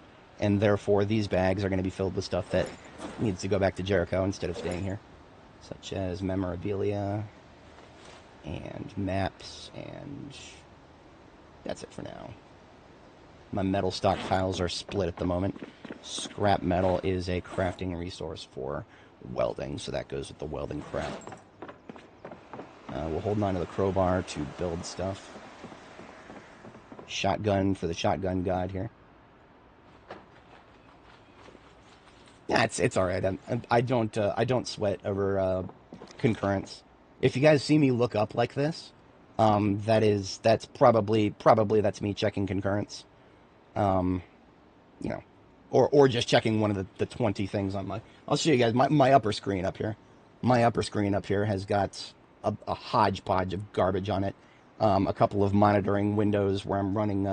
I'm just watching my stream as a regular viewer so that I can keep track of what it looks like outside of the dashboard. And then the actual dashboard, and then OBS, and then Discord with my homie's server, and then some Steam stuff, and then the notepad, and... yeah. I have considered getting another monitor for my main PC, but I added one of my wings to it at one point, and I actually got really, really fucking annoyed with my mouse disappearing off to the right side of the screen. I'm not used to it anymore. I've been spoiled by having one large monitor for a very long time now. I used to be the kind of guy who would have like 20 monitors, and still wanted more. But ever since I got this PG43 UQ right here, this beautiful little Asus 44-inch 4K 144 hertz. Ever since I got this thing, I don't have room for any more monitors other than the wings that I don't primarily use here. Anyway, most of our inventory has been dealt with. Let's get rid of this radio and these spare watches. And look at that, we got another green light bulb. I think my theory is correct. We are basically just getting a green light bulb for every one of those radios we take apart. So we've taken apart something like 40 radios so far. That's neat. The fog is finally lifting, but of course now it's 1900 and I'm tired. So even though the fog is going away, Unless I go drink coffee, my aim is going to suck for a different reason now. Looking up at Jesus, yeah. I'm sure, well, when you're omniscient, you can watch whatever you want to watch. I think omniscience is probably a very interesting thing. You're born the son of God, so you were technically just a regular old human once, right? Or were you something else before that? I have a lot of questions about Jesus in the deep lore that I don't think the Bible actually answers. Like, one of the things that I have asked my Bible-thumping friends many times, and never gotten a solid answer out of them, why do angels have wings as though they were separate limbs? Biologically speaking, every time you see wings on anything remotely mammalian in the animal kingdom, wings are just replacements for arms. Everything mammalian is a four-limbed creature of some kind. And if you see something with birds, it's because instead of arms, they have wings. Like, you can even look in the shapes. You can see how there are, like, digit bones in the wings that almost look like fingers. That's just what evolution did for our planet. And so when you have angels that have, arms, every single representation I've ever seen gives them arms. But then, for some reason, they also have wings. So are angels canonically four-limbed beings? Six-limbed beings? Are they hexalimbed instead of quadrilimbed? I don't know. Or hexapeds, rather, not quadrupeds. I don't know. Deep lore questions. Never got any really good answers out of the Bible thumpers on those. But that's okay. We can just call it art. The Bible does not have to be taken as, how should I say, perfect canon. It was one of the first theological discussions I had with myself is, the Bible is the Word of God, but it's being written in the languages of man, and man is inherently imperfect. How can we trust our languages to accurately represent the Word of God? So that always, from the very beginning, I was just like, okay, it's a best guess at best. And then, of course, I had an atheist phase for a little while. Now I'm just a weak agnost now. Right now, I'm one of the people who goes out there and says, I don't know for certain. Tell me more.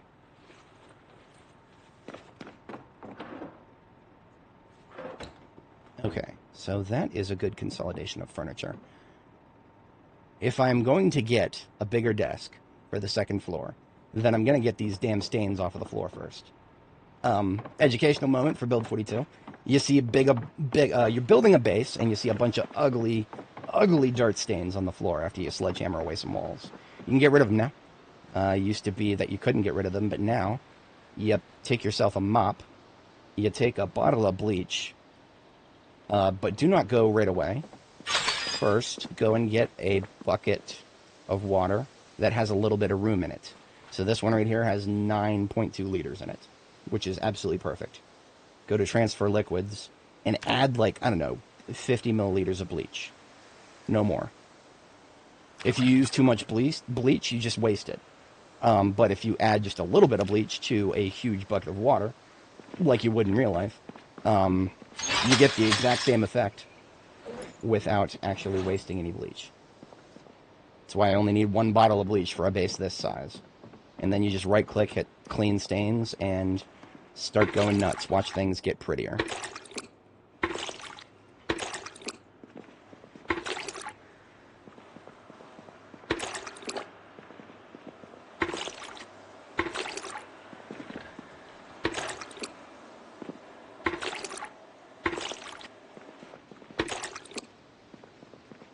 Okay. That's the lower floor, of course. The upper floor was what piqued my interest in that regard. Let's get these ugly former wall stains out of the way.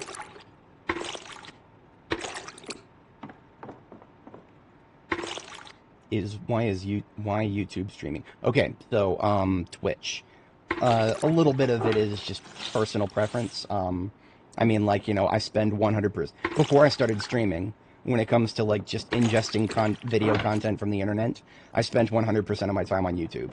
I never have and probably never will be a Twitch viewer. However, I am a very avid YouTube viewer.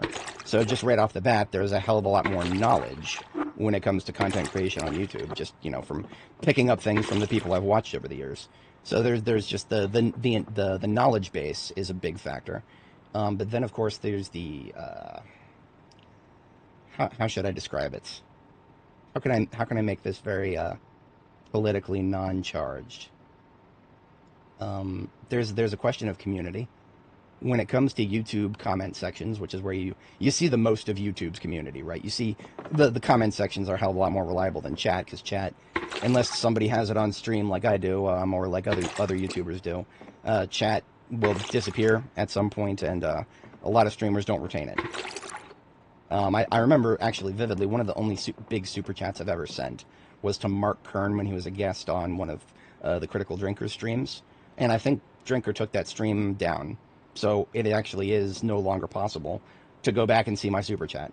Of course, I'm not the kind of guy who does super chats. I've probably 2 or 3 total in my entire lifetime. And most of them were just to get Senpai to notice me when I had something that I felt particularly relevant. Mark Kern, if nobody is familiar, he's a big Twitter guy.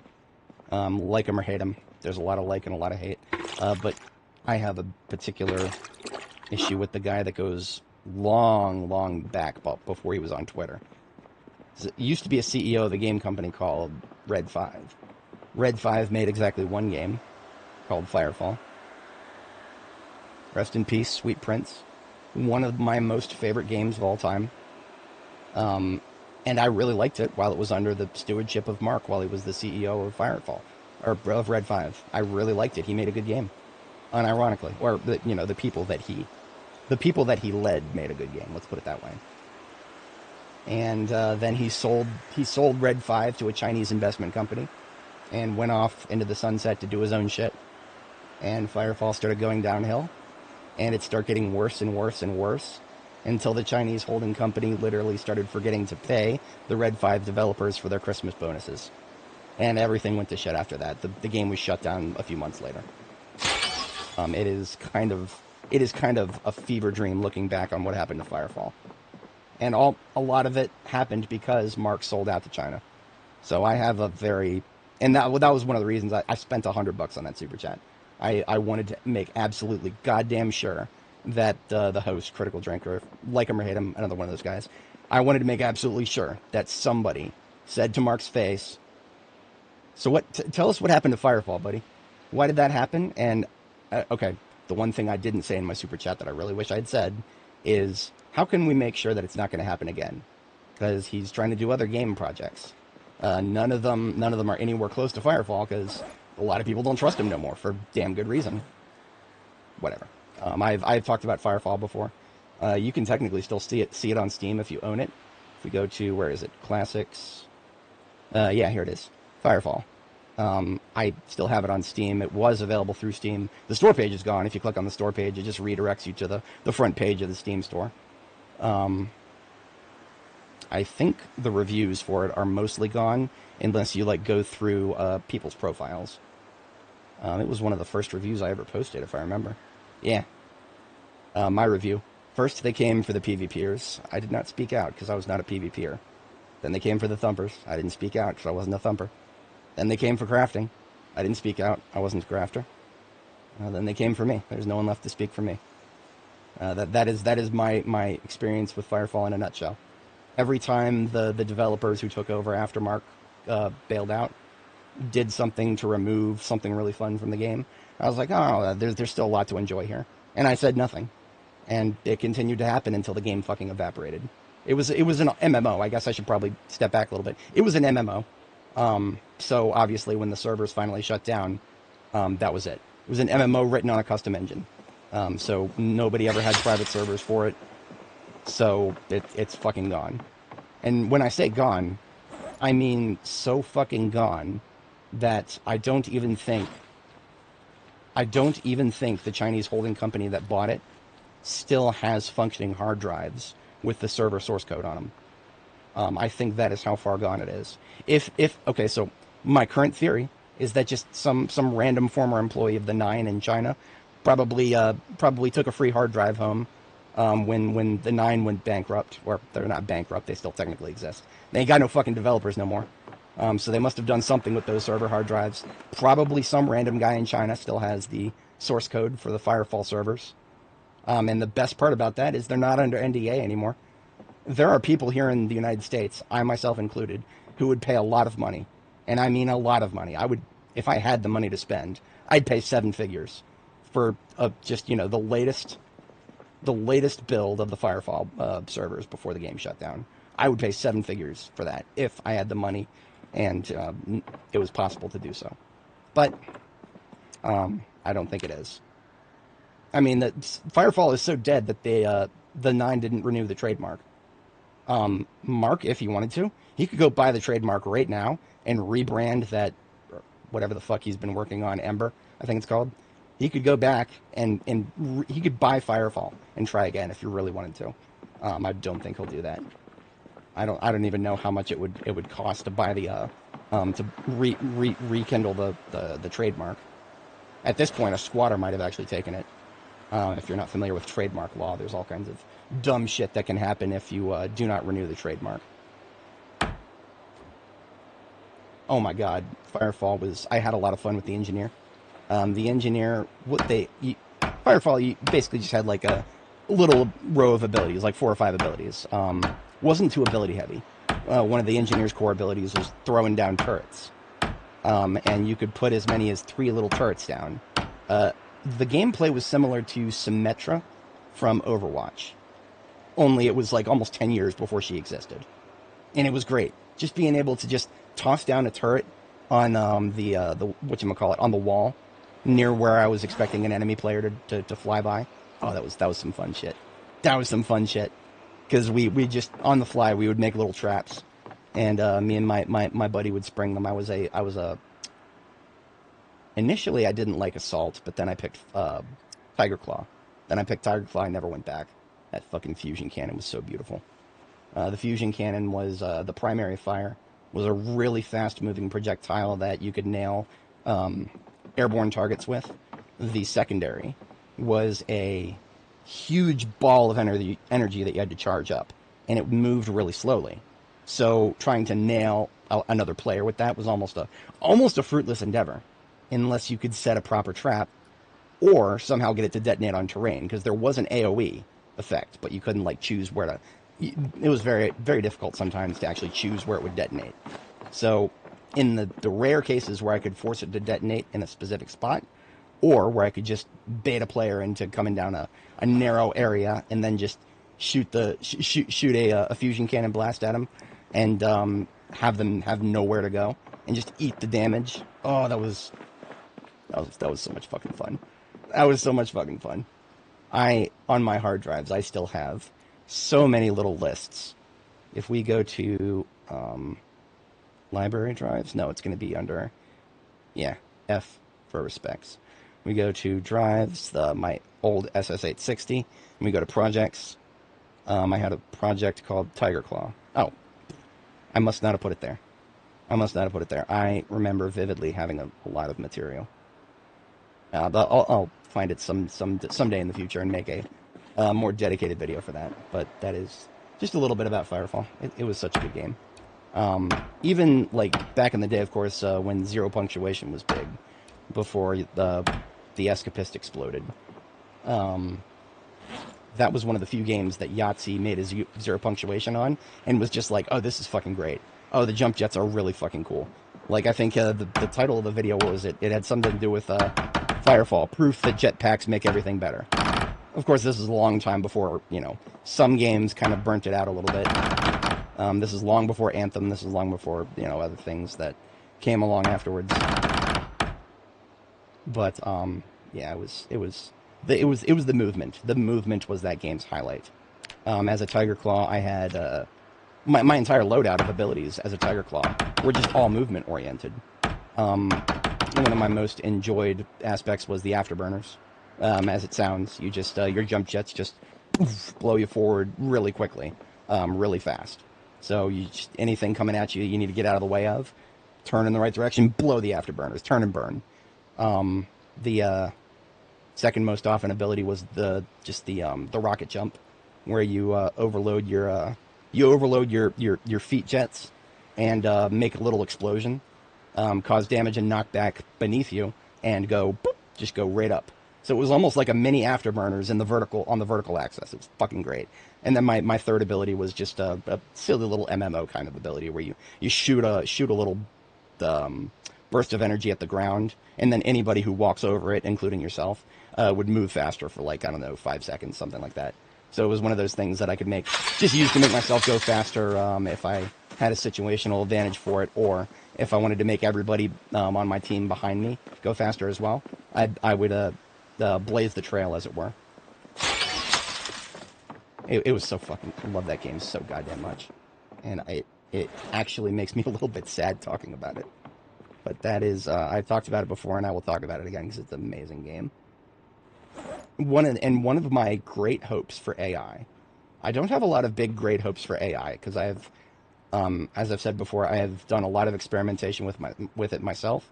I know its limits, and I am seeing many limits with it. The people who are saying an AI bubble is coming and it's going to burst, they are 100% correct. It's a question of when, not if. That being said, there are still some things that AI can and hopefully will someday do. And code analysis and reconstruction is actually probably something that that might be something that could save Firefall. AI may someday be good enough to analyze... there's some people who had like almost a petabyte of network traffic captures from Firefall back in the day, just with those network traffic captures in Splunk or something, whatever the fuck they were using. Just those network traffic captures could give some stupid fucking language model with a lot of training on network traffic a lot of information to help reconstruct it. So yeah, the AI is... I will call it out when it's a meme, and it very often is a meme. But there are some amazing things that it's going to do someday that I very much look forward to. We're just going to put those floor tiles right back. I am going to stick with rosewood on the main floor here. I've been kind of thinking about flooring while I yap. Just haven't said much aloud about it because I got talking about Firefall again. What I may actually do, this is both the laziest and probably the best option, is probably just redo the kitchen flooring so that I can get rid of all the rosewood flooring in the kitchen, move it to replace the tiles beneath me right here, make it all nice and consistent, and then just do a red kitchen like I always do. I love red kitchens. I don't know what it is. Maybe they cook faster. I don't know. And of course, I can't talk about Firefall without mentioning this. Just briefly, I'm going to link one of the videos, one of the earliest videos I posted on this channel. If you sort it by oldest and you go all the way back, you'll see this. But otherwise, I'll link it in chat. What do I got to do? I got to go to videos and then sort by date and swap it to the oldest. What is this? This is... Oh, okay. So I made a shit post about Mark Kern talking about Firefall. That was funny. But then, of course, I actually had some footage of my Tiger Claw. Hey, I heard about you. Some idiota thinking he can fuck with the rest of us. Mucho little thinking my mouth, amigo. You can fuck me at the bar. I just took the audio of that voice line that I was so fucking tired of hearing, and I just made him sound 200% gayer, and it was just so much fun. I'll post a link to that in the chat. It's, you know, we have fun here. We have fun here. But I mean, like, you know, if I pause it and we actually look at my Tiger Claw, there it is, the first ability right there. That's my that's my Trailblaze. The second ability is Afterburner. On this build, I used Overcharge instead of Rocket Jump. That was interesting. Okay, Overcharge basically, as it sounds, you just fire up your overcharge your engine, and you do a little bit more damage. Yeah, that's a very straightforward thing. But yeah, you don't even get to see any of my, you know, my beautiful movement mechanics. I started recording this video where I'm just landing. That's all it was. I came to a landing. It's sad. It's sad. Oh my god, I love that game so much. I need to stop talking about it. I need to. I'm sorry, guys. I know most people are here for Zomboid. Some of y'all are here for the app, but I know most people are here for Zomboid, and I apologize to y'all. That is a game that is so much goddamn fun that I would probably have a good 2,600 hours in it or something like that if it had never gone offline. And I would absolutely... I actually streamed Firefall to Twitch at one point. I almost forgot about this. My Twitch channel, I do have a Twitch channel, Twitch TV/Sunderbraze, same as my main YouTube channel. There's no content on it because the stuff that I did stream, I don't know, I don't remember much about Twitch streaming at all. If VODs are automatically recorded or if you had to like make it so that I know they come VOD afterward, after a stream is done. They call it a VOD or video on demand. I don't remember if you had to like go out of your way to make it a VOD that would get preserved. None of it got preserved. My fucking Twitch channel is empty. You would think that I had never touched it before. But I did stream a fair amount of Firefall to it way, way, way back in the day. Like, way back in the day. It was not so long ago that it was still called Justin.tv. But it was long before Just Chatting became a thing, I'll tell you that much. Anyway, it is actually 4 a.m. already, so we are getting our second sleep. And then we are going to see how the weather is tomorrow. Because that will determine whether we do another day of patrol and furniture improvement, or actually get some good combat in. I've been itching for the combat, so.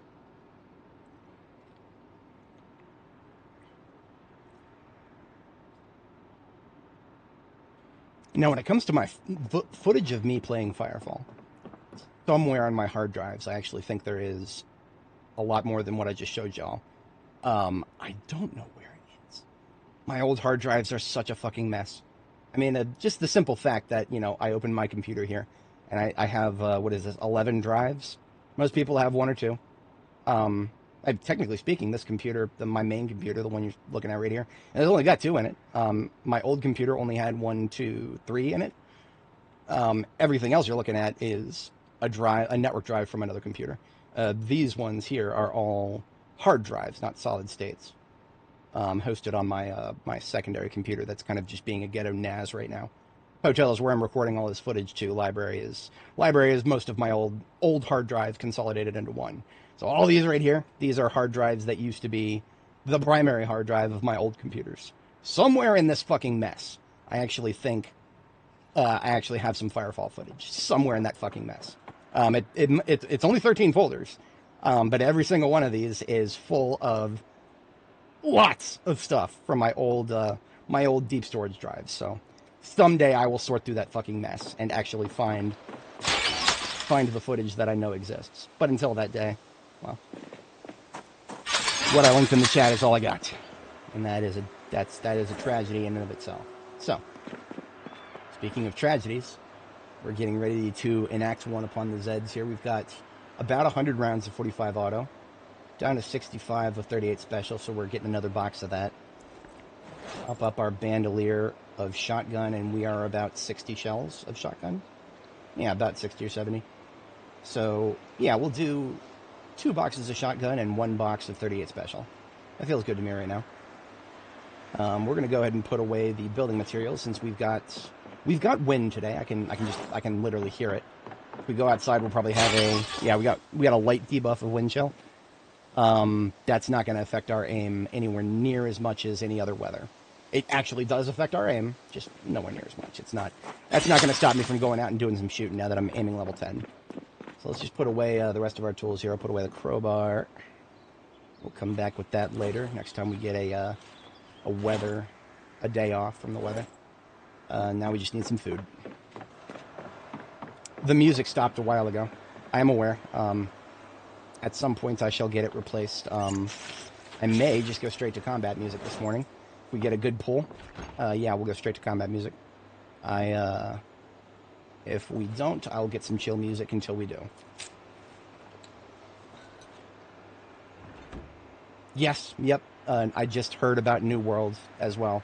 It was really... so I occasionally watch Asmongold as background noise, so the person who streams watches other streamers once in a while, but Asmongold did a big old piece where he just reminisced about New World, and that was... I had a lot of feels watching that, because every time he's said something about, oh man, that was cool, this was cool, that was cool, I was like, yep, I understand completely, my man. I do, I really do, because it sucks, it really does. Now, that being said, New World is not going to be anywhere near as bad off as Firefall necessarily, if for no other reason than the fact that there's more than a year now for somebody to, I don't know, maybe go work for Amazon and accidentally copy the source code of the server. You have a whole year. You have a whole fucking year. If I'm not gonna lie, if I had a year, one whole year of notice that Firefall was going to shut down, I'm not going to say that I wouldn't have done that. I'm not going to say I wouldn't have done that. I might have tried to get some kind of a fucking job at Red 5. Anything to get me in the same room as the servers. And I might have done something that I'm not allowed to encourage you guys to do. I'm just saying that I might have done it if I had the opportunity. But yeah, I mean, that's just, that's MMOs in the current year. That being said, I think there's I could be wrong. I think there's actually already private servers for New World, but if there aren't, we can most certainly hope that there will be someday soon. At least the homies who like that game, y'all still have a chance. That's all I can say about that. You have a chance. There's still an entire year, allegedly, that's going to continue. The servers will continue limping along. Make good on your time. Maybe that just means go play the game and enjoy it. Maybe that means I'm not going to finish that sentence. Got to be careful what you say on live streams. Even more careful than videos, believe it or not. Did you know that you're not actually allowed to shoot guns on a live stream in YouTube? I found that to be very interesting. There's an entire corner of YouTube, GunTubers. Subscribe to a few myself.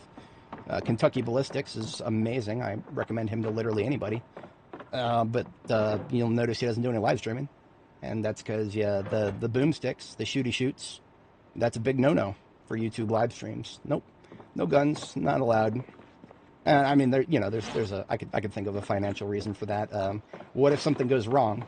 The guy I just shouted out, Kentucky Ballistics, he literally did have a 50 cal sniper rifle explode on him and leave his neck leaking a little bit. And I think he actually has the video footage of that, but it wasn't live streamed, and so his YouTube channel didn't get banned or anything. Imagine if that had gotten live streamed and he had gotten banned, and homie would have had to recover from a friggin' thumb-sized hole in his neck and losing his YouTube channel. Because YouTube would fucking do that. Those cynical bastards. They would absolutely ban a man over a complete fucking accident. 100%. So even if it wasn't an instantaneous no-no, I'm pretty sure a lot of gun tubers would never risk it.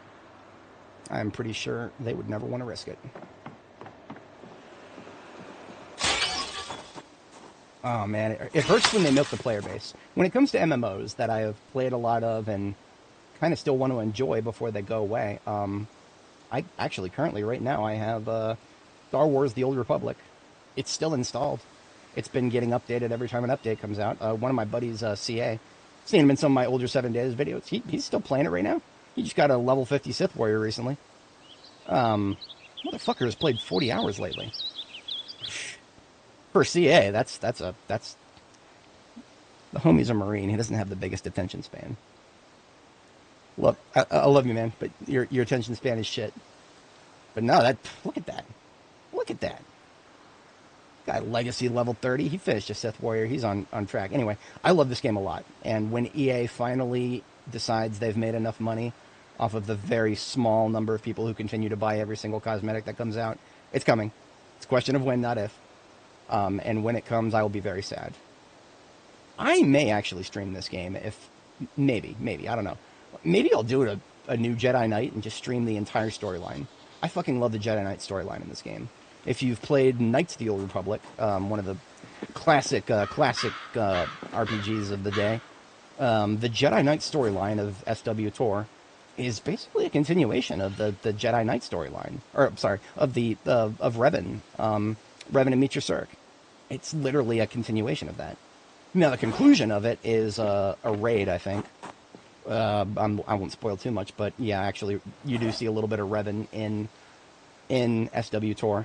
But that is not exclusive to the Jedi Knight. That's not even faction exclusive.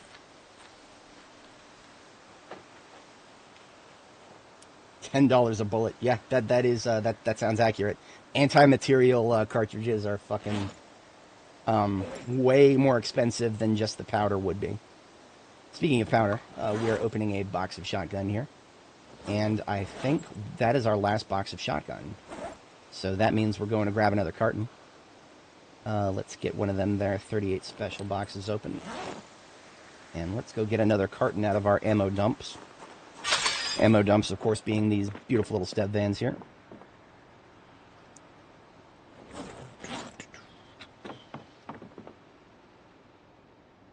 At the time. Yeah, at the time. If that was pre-COVID, I'm gonna go ahead and say that's probably twice as much now. I don't know. I don't know if the big heavy calibers were quite as affected. I remember one of my buddy who really just kind of sticks with 9. He had some choice words for what happened to 9mm during and after COVID. I don't think it ever stabilized. Not even if you adjust for inflation, which in and of itself is a sad commentary. But yeah, I don't think 9 ever went back down. I mean, what the fuck is the reason for anything to ever go back down in price in this economy? If people were able to get away with raising the price, and people kept buying it, why the fuck would you ever lower it again? There's no reason to. Literally no reason to. And that is modern economics in a nutshell. You can raise the price once. You never gotta lower it. But I'm probably just preaching to the choir on that. Y'all are feeling it. Every single one of us feel it when we go to the grocery store these days. But we are not here to speak of depressing things. We are here to make some chicken. Yeah, we're gonna make some chicken. Some chunky chicken.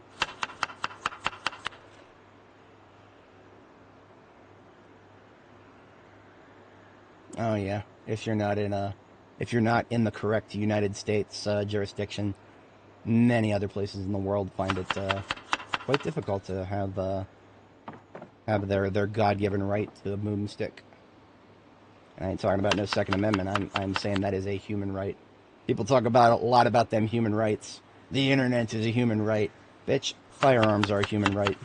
Every man on this planet deserves to own a 9mm, in my humble opinion. I say that as somebody who doesn't really own that much of one himself, but, you know, it's the principle of the thing. My boomsticks are not particularly expansive right now. I live in a fucking apartment complex, so if I had to exercise castle doctrine, as it were, I would have so much, what's the term for it, backdrop? I would have so much backdrop to clear. No, if I have to defend my castle, I'm 90% more likely to use melee than ranged. Oh, wait a minute, this is an 80 stir-fry. That is a chunky stir-fry right there. Okay, we got ourselves food for a day and a half right there.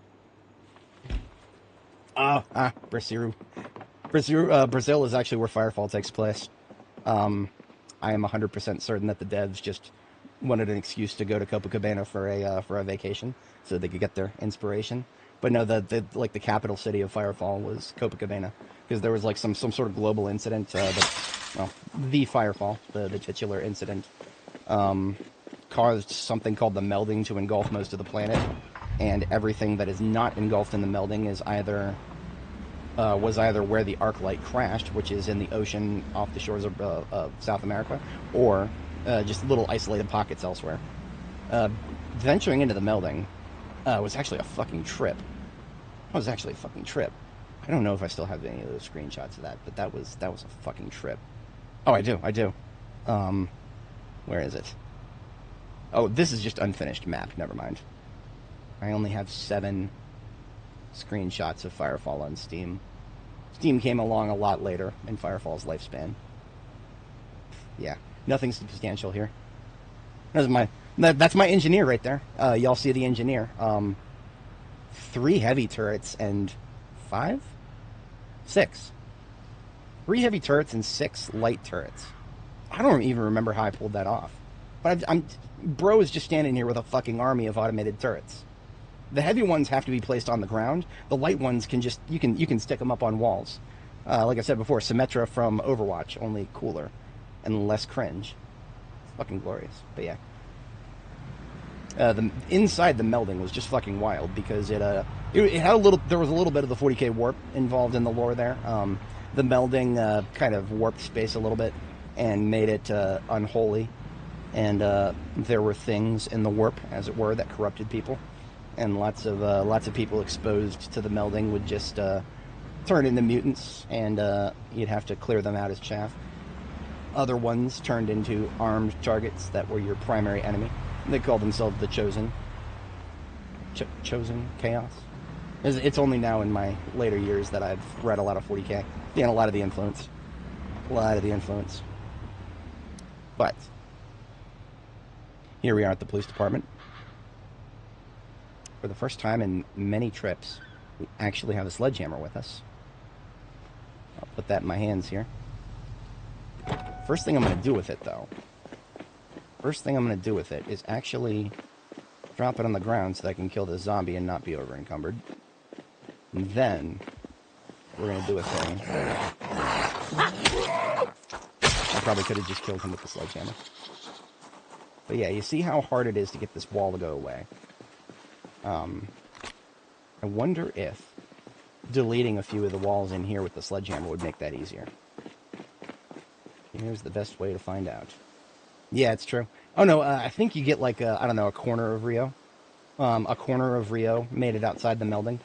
But yeah, the vast majority of Brazil and the rest of the planet really is engulfed by the melding. The lore of Firefall is pretty dark. Most of Earth is dead, or turned into fucking mutants. But what else is new? Video games with dark lore, am I right? All I can say is it's not a humanity fuck yeah story. Now that, I think, had the exact effect I wanted. All we did was delete the walls that were causing problems. And now, let's just double check this. Okay, not perfect. Not perfect. But the wall seems a little bit more reliable to remove. If we come up to the parking lines here. Come up to the parking lines, aim inside, we got a good shot. And we don't have a lot of room to get flanked from any other direction other than, you know, coming out of the prison right here, or coming out of the police department from this corner. So basically, we've got, now we're also boxed in, so things to keep aware of course.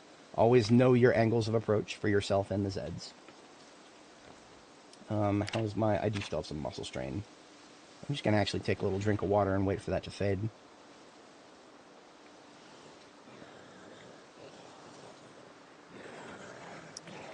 We got, whatchamacallit, Chamberlain Steve over here. You know what? Normally I would never do this.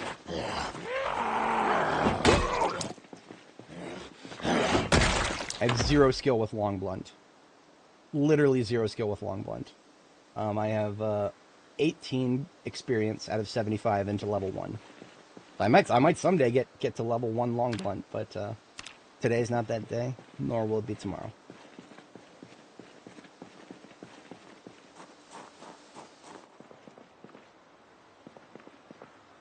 There's probably a lot more than just him, but I think what he was is a traveler who was going around the... He was going like around the whole fence and wall apparatus out here to group up with some Zeds. I don't know where the fuck they are. I can't see the other side of this wall. Just because it's explored. No, I can't see nothing there. Everything is blocked. Oh yeah, no, so muscle strain with this, if we do 2 sledgehammerings of walls, we get to yellow muscle strain, and sometimes 3 sledgings is actually enough to get us red muscle strain. So, generally speaking, if I'm in unfamiliar territory, I never do more than 2 wall sledgehammerings at once. Just as a general rule of thumb. Even if I get some skill in long blunt, I don't think I will ever do more than 2 or 3. People complain about muscle strain a lot. Really, it's a lower level problem. And, well, of course, with this game, there are a great many folks who never make it out of the lower levels in a weapon skill. So, muscle strain was already very noticeable from the start, but it was even more noticeable before the devs nerfed it a bit. Okay. I think we are going to go ahead and cut the engine here and start assembling a pool, if we can find one. I don't know where the next pool is going to be. I'm going to sledgehammer another 2 walls, and then I may explore a little further into the prison and see if I can't ID where the next massive pocket is going to be. I'm willing to bet that there's a basement to the prison, if not both the prison and the PD. And of course, I've not gone down to the basement of any of these buildings yet. Don't know what the spawning rules for those are. All I know is if we have to go anywhere near the staircases, then we have not done so yet. Okay, just learned another thing. We have to be at a moderate zoom level like this for the walls to call. We zoom in too far, and they come back, and then we go up here, but we're zoomed in, like this. Look at that, the walls don't call, and I can't fucking see what's in that hallway. We have got to keep track of that. I mean, if we blind fire, but we still have a tight crosshair, we'll probably still hit things. It's a shotgun, and it's a tight corridor. But that doesn't mean that aiming at heads is any less effective. Okay, here, we're going to drop it again really quick. Just peek right. That was my own footsteps. I heard foliage, even though I'm indoors, but welcome to Zomboid. Okay, the hallways are clear. So even if a Zed comes from around one of those corners there, we'll start to hear them.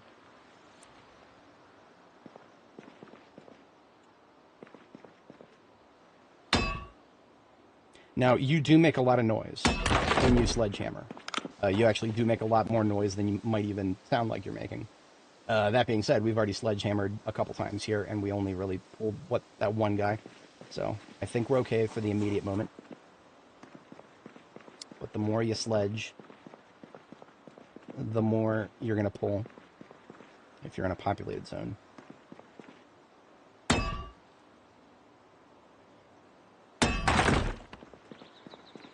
Okay. We'll go ahead and leave the sledgehammer here for now, so if we want to make more holes in the walls, there's our tool for doing so. We now have a nice, clean corridor here for them to file into. Now this far doorway back here, just going to leave as is, because it will narrow them even further if I'm moseying in.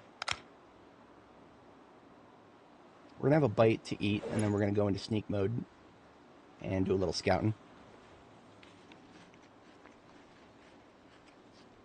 It's one of the reasons I didn't actually turn on any chill music just yet. I would have turned the volume down right now because I got to be able to hear anything I can hear.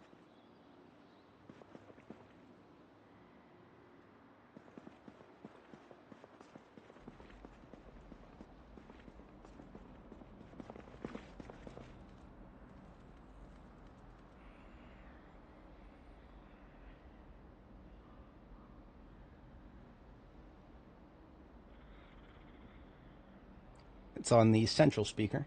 It is about negative 50 or so decibels. I'm hearing at least one. Yeah, that's not a bad idea. The old generator makes the most noise. That's a lot of noise the old generator makes. I've only found one, though. Only one generator so far on this character. That was the one we found in Muldraw, which actually I think is a guaranteed spawn. I know where there's a chance for another one. I hear footsteps, so the one we are hearing may already be on us.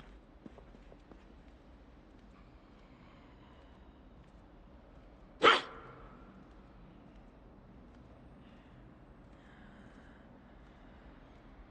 think it's on us. Sounds like it's getting closer, but I mean, it doesn't sound like there's a lot, so yeah, Rosewood, really, okay. I'll keep that in mind. I have not done very many targeted generator searches anywhere but Muldraw, really. Muldraw I've identified as Generator City. I always come away from Muldraw with more generators than I can take in one shipment, to say the least. I think all three of the yellow generators we have with us here in Louisville right now, all those came from Muldraw. Because Muldraw is generated. Okay, so we're just going to... That's all we're going to do for now. I just want to see how many are within earshot of where I just discharged. Now what I'm hearing is I'm hearing doors getting hit to my right. That's the PD, not the whatchamacallit, not the prison. So there's still plenty in the PD that we have not finished off yet.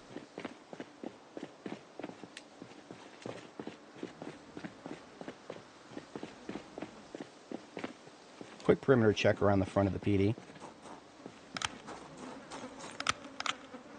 Looking okay, looking okay.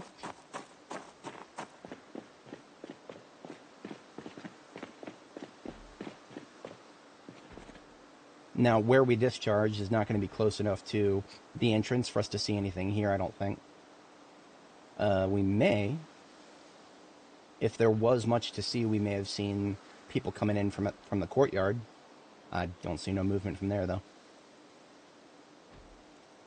Anytime you see me discharge a firearm indoors in this game, it's usually because I'm right about to run outside. It's not a very good strategy to box yourself in and then make an absolute shit ton of noise, like ever. Even if you think your angles of approach are clear, you're making so much noise that you'll never be at a higher risk of your angles of approach not being clear. So it doesn't make any sense to me, ever, fighting a prolonged engagement indoors, melee or ranged. I don't do it. Just bring them outside. You got the advantage outside. Don't go inside where they have the advantage and stay there for too long. Why would you do that? Why would you do that? I don't understand it. I don't understand it. It makes no sense.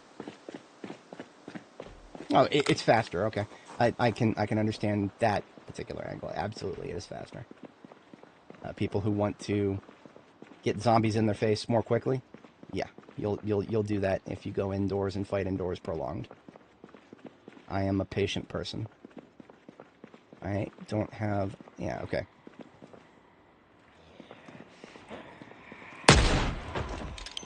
Alright, now we're getting them closer to the hallway where we want them.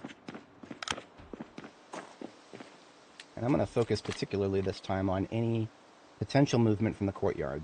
I feel like there's got to be...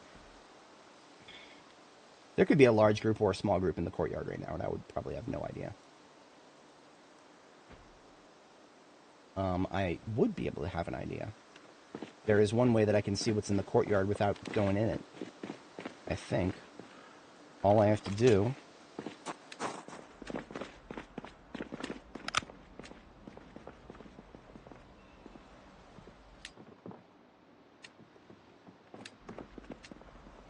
is get a vantage point of the courtyard from the second floor of the building. No? I don't know if that's sufficient. I'm pretty sure that from an upper floor, you can see over walls, if there's, no roof.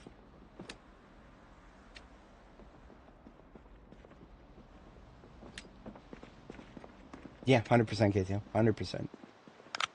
A lot of deaths in this game could be avoided by just catch me outside. How about that? That's the meme would go. So right now I'm on the, what is this, the third floor?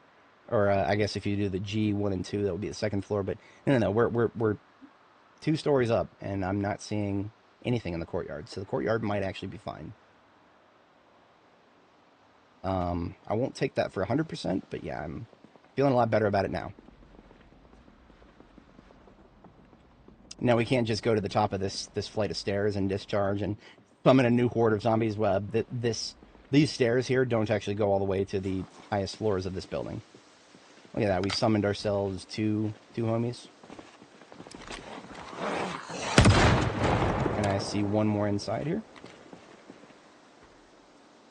Such a low attention span, she didn't even retain interest after the first shot.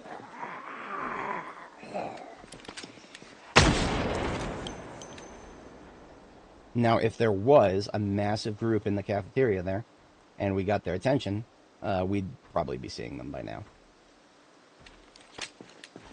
Oh, okay. Hey. I called it. So, I don't think the group was in... Oh, hello. Okay. Very good to know. Very good to know we've got windows on the upper floor up there that I don't think I had a chance to see without, like, fully clearing the PD.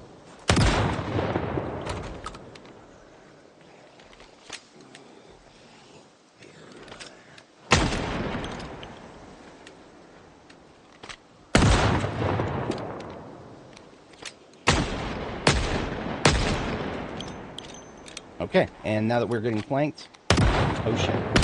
Now that we're getting flanked, I am quickly falling back.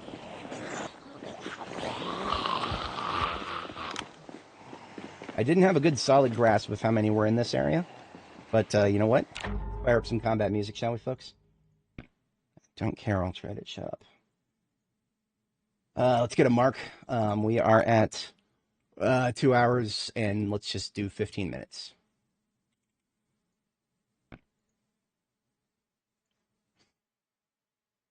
Music. PZ top 6. Yeah.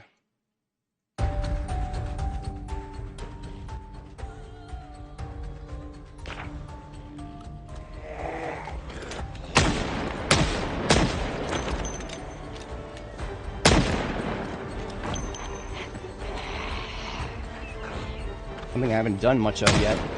Try to use the corner of this fence to my advantage if I can swing it. Not going to be able to do it too much with how many are potentially to the north. Looks like the largest groups are going to be from the south. Coming out of the main building of the PD yet.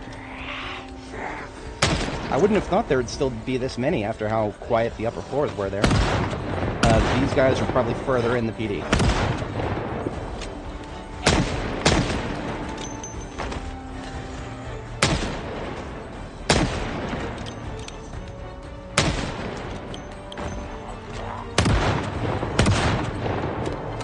I still like this fence. I don't have the corner yet, but I still like it.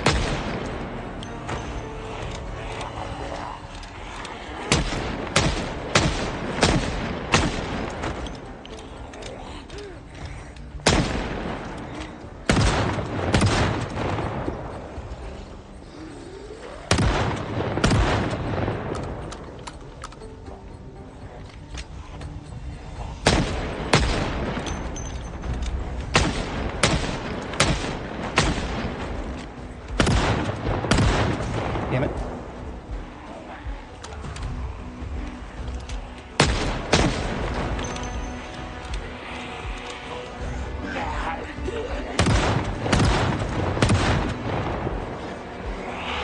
Alright, we're gonna skirmish a couple here, and then we're falling back with the van specifically. It's not that this is untenable, but I do not want to have to lose the van.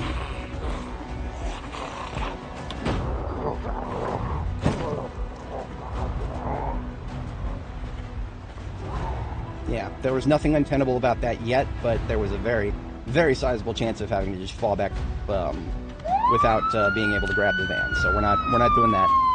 We like this siren here. It's a lovely, lovely, useful siren. This is not really the direction I want them to be going, though. We kind of fired the siren a bit early. Let's move north. We're gonna go north and just do a circle around the PD complex. I don't know if I've taken this road much at all. Yeah, we're still exploring territory here. Oh, hello. Hi, friendos. That's a lot of Zeds. How to deal with these guys? Let's try to group them on the sidewalk.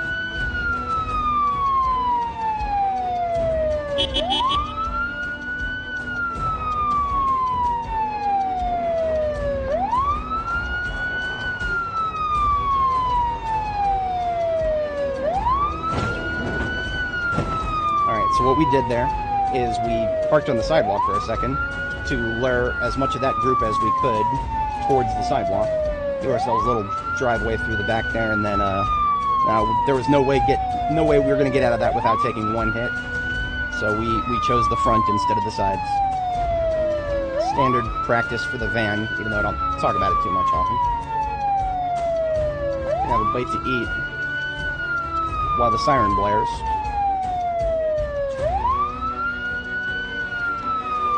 Now, we're actually about to get tired. It's a little early for that. We don't have coffee in our backpack.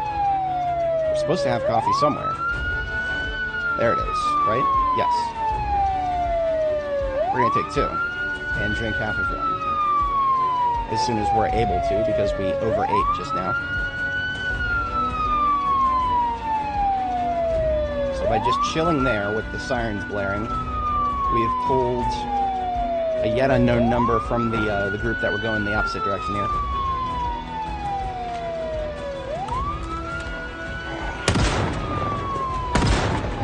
I say yet unknown because, as you can see, plenty have filtered into the buildings at this point, so...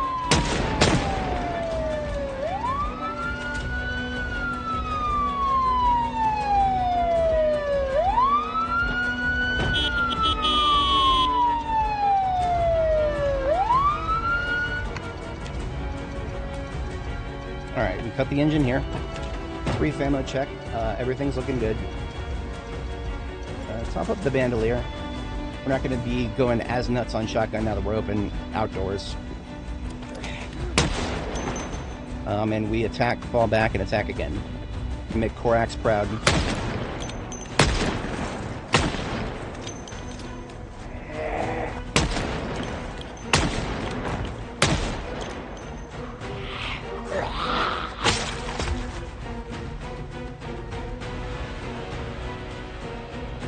predicting a lot coming through the diner. That's the path of least resistance for many of them. Which means more shots coming out of the window, but also alleyways and shit like this.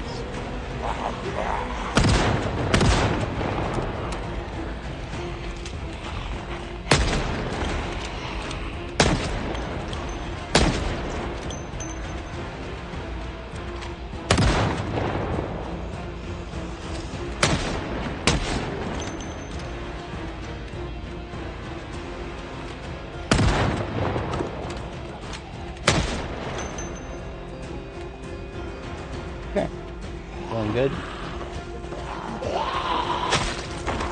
Hello, more from the alleyway. I need to put a low fence there. That would eliminate that alleyway as a benefit to the zombies. Let's, we're gonna take a quick drink of coffee, because we couldn't before.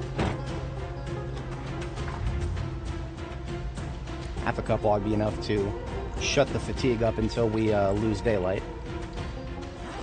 Standard procedure with Restless Sleeper.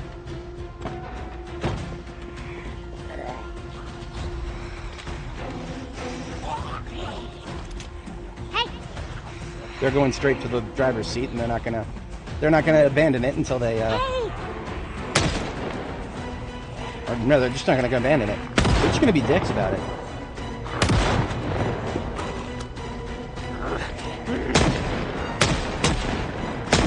I actually hate it when the zombie code that makes them go to the driver's side door persists long after the player is out of the car. Everywhere else in the game, zombies are relatively quick to keep track of the player. But for some reason, when it comes to a player getting out of the driver's seat... Alright. Fence time, boys. Let us take some offense. 2016 up in this bitch.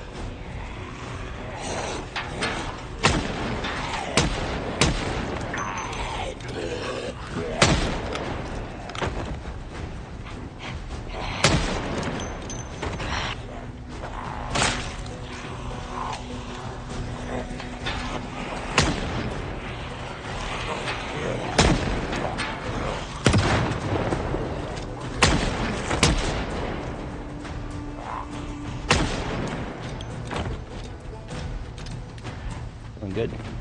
I had a feeling. I had a feeling.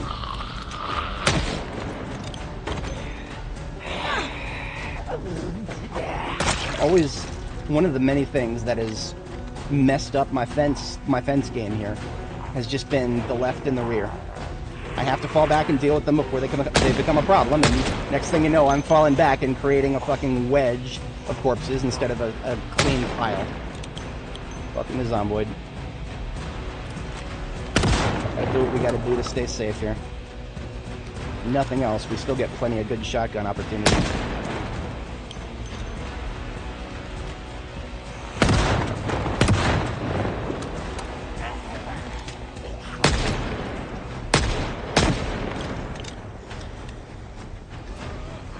A lot of slow ones now.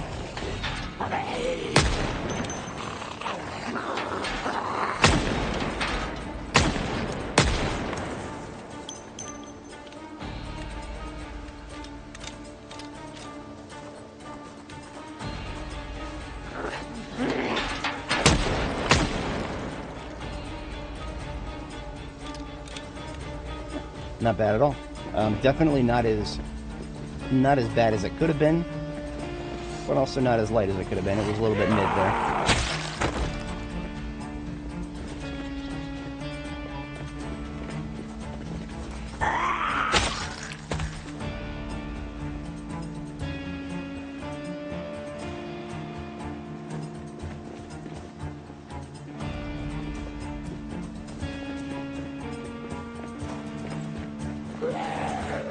Last I read, the devs are mostly reworking the way interior drawing works. I remember reading a patch note about them like taking it back to the drawing board or some shit. So if it feels like we're not seeing the interior of a building when we should, I think that's something they're actively working on right now. Like that. For a second there, it was all like right now, completely black. I should be able to see something coming up to the window though, shouldn't I? Devs are working on it, I guess. I'm not in a rush. I would just like to establish patterns. As predicted, still quite a few stragglers up here that were too far away to catch our siren from the other side.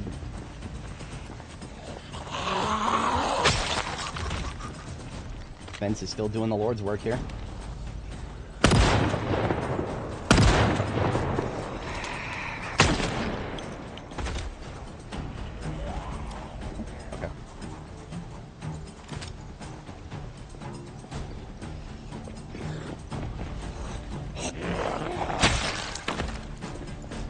Need a sharpen check.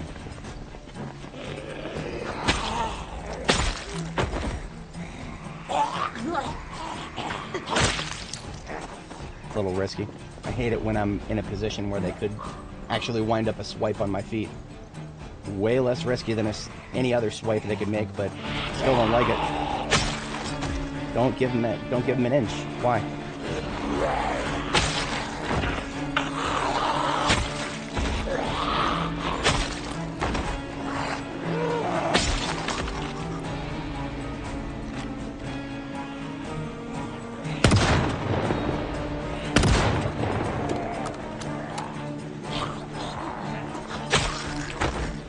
As expected, now getting pincered, falling back.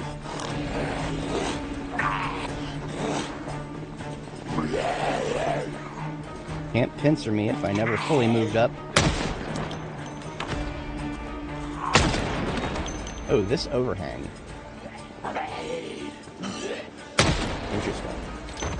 A little hard to explain right now, but the little sky bridge here, when the Zeds become shadowed by the shadow of the sky bridge, my aim suddenly is much better, because for a brief moment, they count as being indoors. Welcome to aiming in the current year.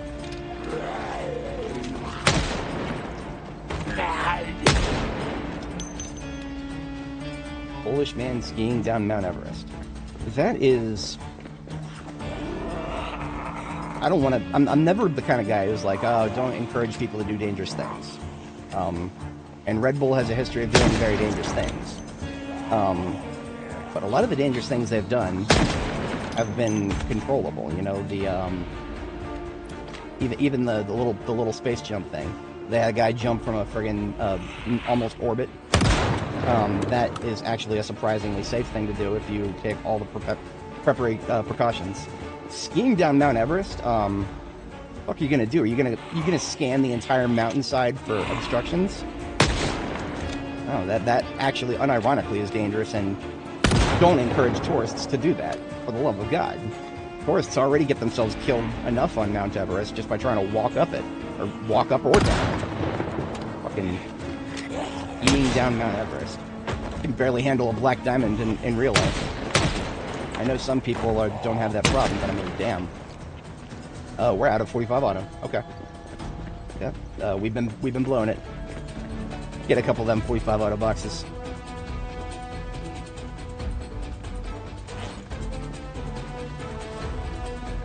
Maybe open them too.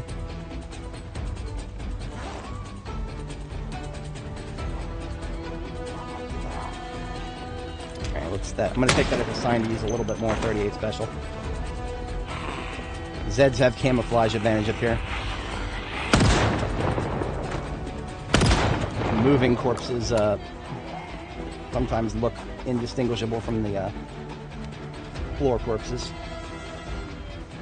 Just in coloration.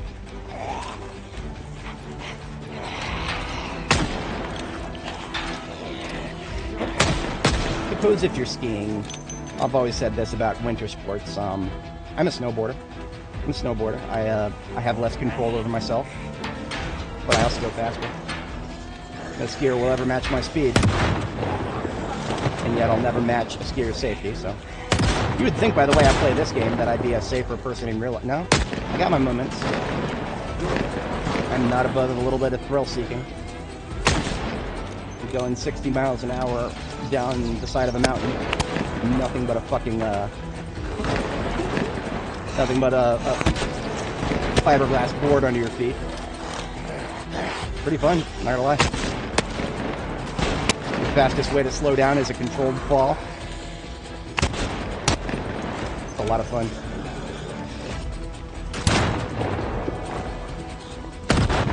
I had a phase in my 20s where I was like, oh, people who intentionally take risks are the stupidest people in the world. I said as I literally snowboarded later that year. Everybody does dumb shit in their 20s, but that was one of my moments. Assuming that I was risk averse, while preferring to snowboard instead of ski. He always had things to learn.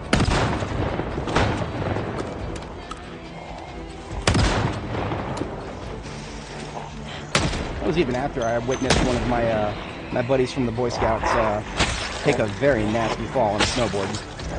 Worse than I've ever had.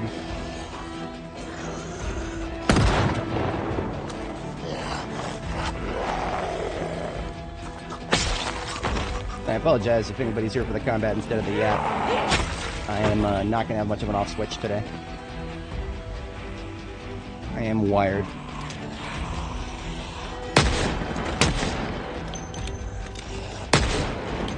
One left, fast.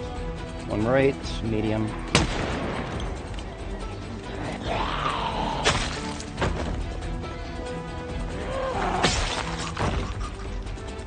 Longboard, what is that? Is that like... Okay, I've heard the term many times. In different contexts, though.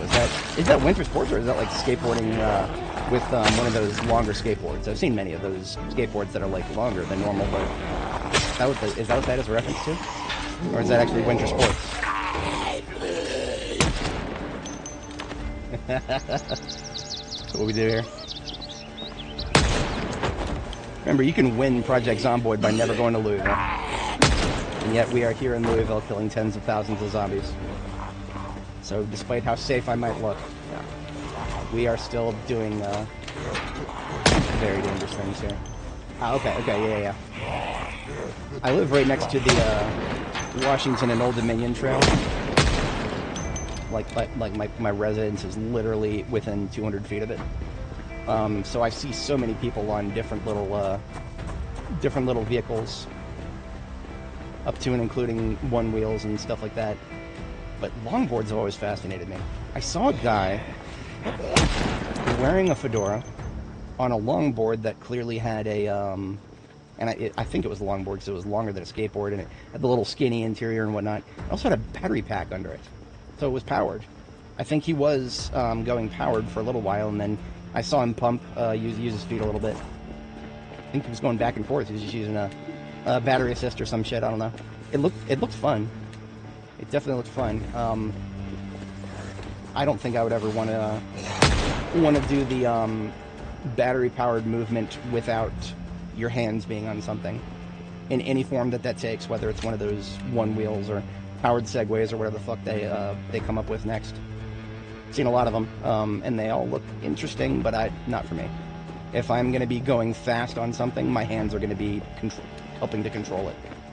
God gave us two really powerful hands with opposable thumbs, and that's one of the only reasons we're apex predators. One of the only. There's like, I don't know, 10 or 20 reasons we're apex predators. Opposable thumbs are one of them. We should actually use them, even more than we already do. Just a hot take of mine. I think we're mostly clear, to be honest. So I'm a big fan of scooters. I grew up with a Razor scooter. Anybody, only kids from the 90s will know what that is. No. Razor scooters are still a thing. Not as popular as they used to be. I had one back when everyone had one. Reverse hipster argument. But I loved that fucking thing so much as a kid that it's only natural as an adult. I picked up one of those e-scooters that came from China and has a dual-phase engine and has zero of the built-in speed limitations of almost all the ones that are on the market right now. And so sometimes, if you drive around my town, you may or may not see some absolutely insane motherfucker going anywhere between 45 and 60 miles an hour on a fucking e-scooter, passing you on the left in traffic. I've done it once or twice. Once or twice. I plead the fifth regarding anything more specific than that. My day job has actually had me taking calls from people who literally are within my jurisdiction. I don't think any of them were traffic cops, but I found that very funny when it happened. Hey there, I'm so and so from the Leesburg Police Department. I'm like, oh, hey there, I'm only 10 miles south of you or some shit. Most of the calls I take are from people who are 1 or more states away. But yeah, we are actually past the combat phase here. Y'all are here for the combat. We're winding down because the whatchamacallit, darkness is closing in, and we do not have any incentive to night fight up here. Not when there's so many corners they could be crawling out of. Oh, okay. Is a longboard easier to manipulate than a skateboard? That's almost creates my interests. I mean, as a scooter enjoyer, what is a skateboard but something with a couple extra wheels and no handlebars? I never quite got into it. I actually own a skateboard somewhere. I bought one back in the day. I never learned to do it very well though. And whenever the opportunity came to go riding, I did pull out my razor scooter instead. Okay, that's good to know. That is very good to know. I feel like classic skateboards are probably a little bit more trick focused than distance focused. I don't see a lot of people going for long trips on a skateboard. But then again, I've seen a lot more longboards than skateboards on the trail, so that tracks. Yeah, I think we are good to go for this evening. I'll do a couple more toots of the horn. See if we can get any more stragglers from the north, and or anybody who may have missed the party inside there. Otherwise, that's a wrap on this session. That was a good kill session. Probably about maybe 100 or so we erased just now. It may have seemed like more, but I only really... My brain's telling me 100, 150. The brain meets, as it were.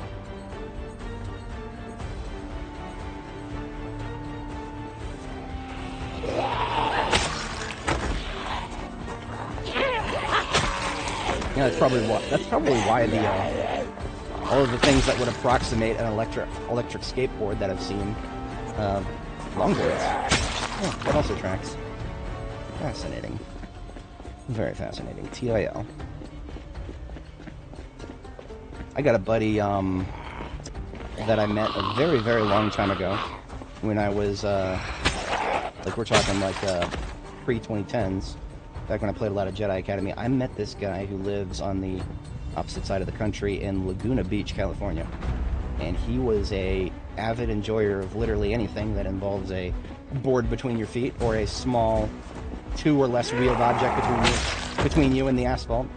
The guy got himself one of them Hayabusa motorcycles. Goes hundreds of miles an hour on the fucking those roads in California on the Rockies where everything is like a single fucking road, like almost just one lane, and it's a cliff next to it and shit like that. This guy will take hard turns like that. Fucking wild man, absolutely wild man. He used a double-bladed lightsaber. He used a double-bladed lightsaber when almost all the rest of us were singles. I mean, obviously, singles were the best in that game, but some people were determined to make the other ones work, and the wild motherfuckers were the ones who went for staff sabers. Ah, blind zone camper. Fuck you. Fucking blind zone camper. I was in the driver's side, but I'm still mad about it. But yeah, no, that guy, he, I don't think he would ever watch my streams. He doesn't seem like the kind of guy who'd spend a lot of time watching anything, really. He seems like the kind of guy he could be spending any time. He'd be spending it outside, probably. Just from what I've gathered from him, lately.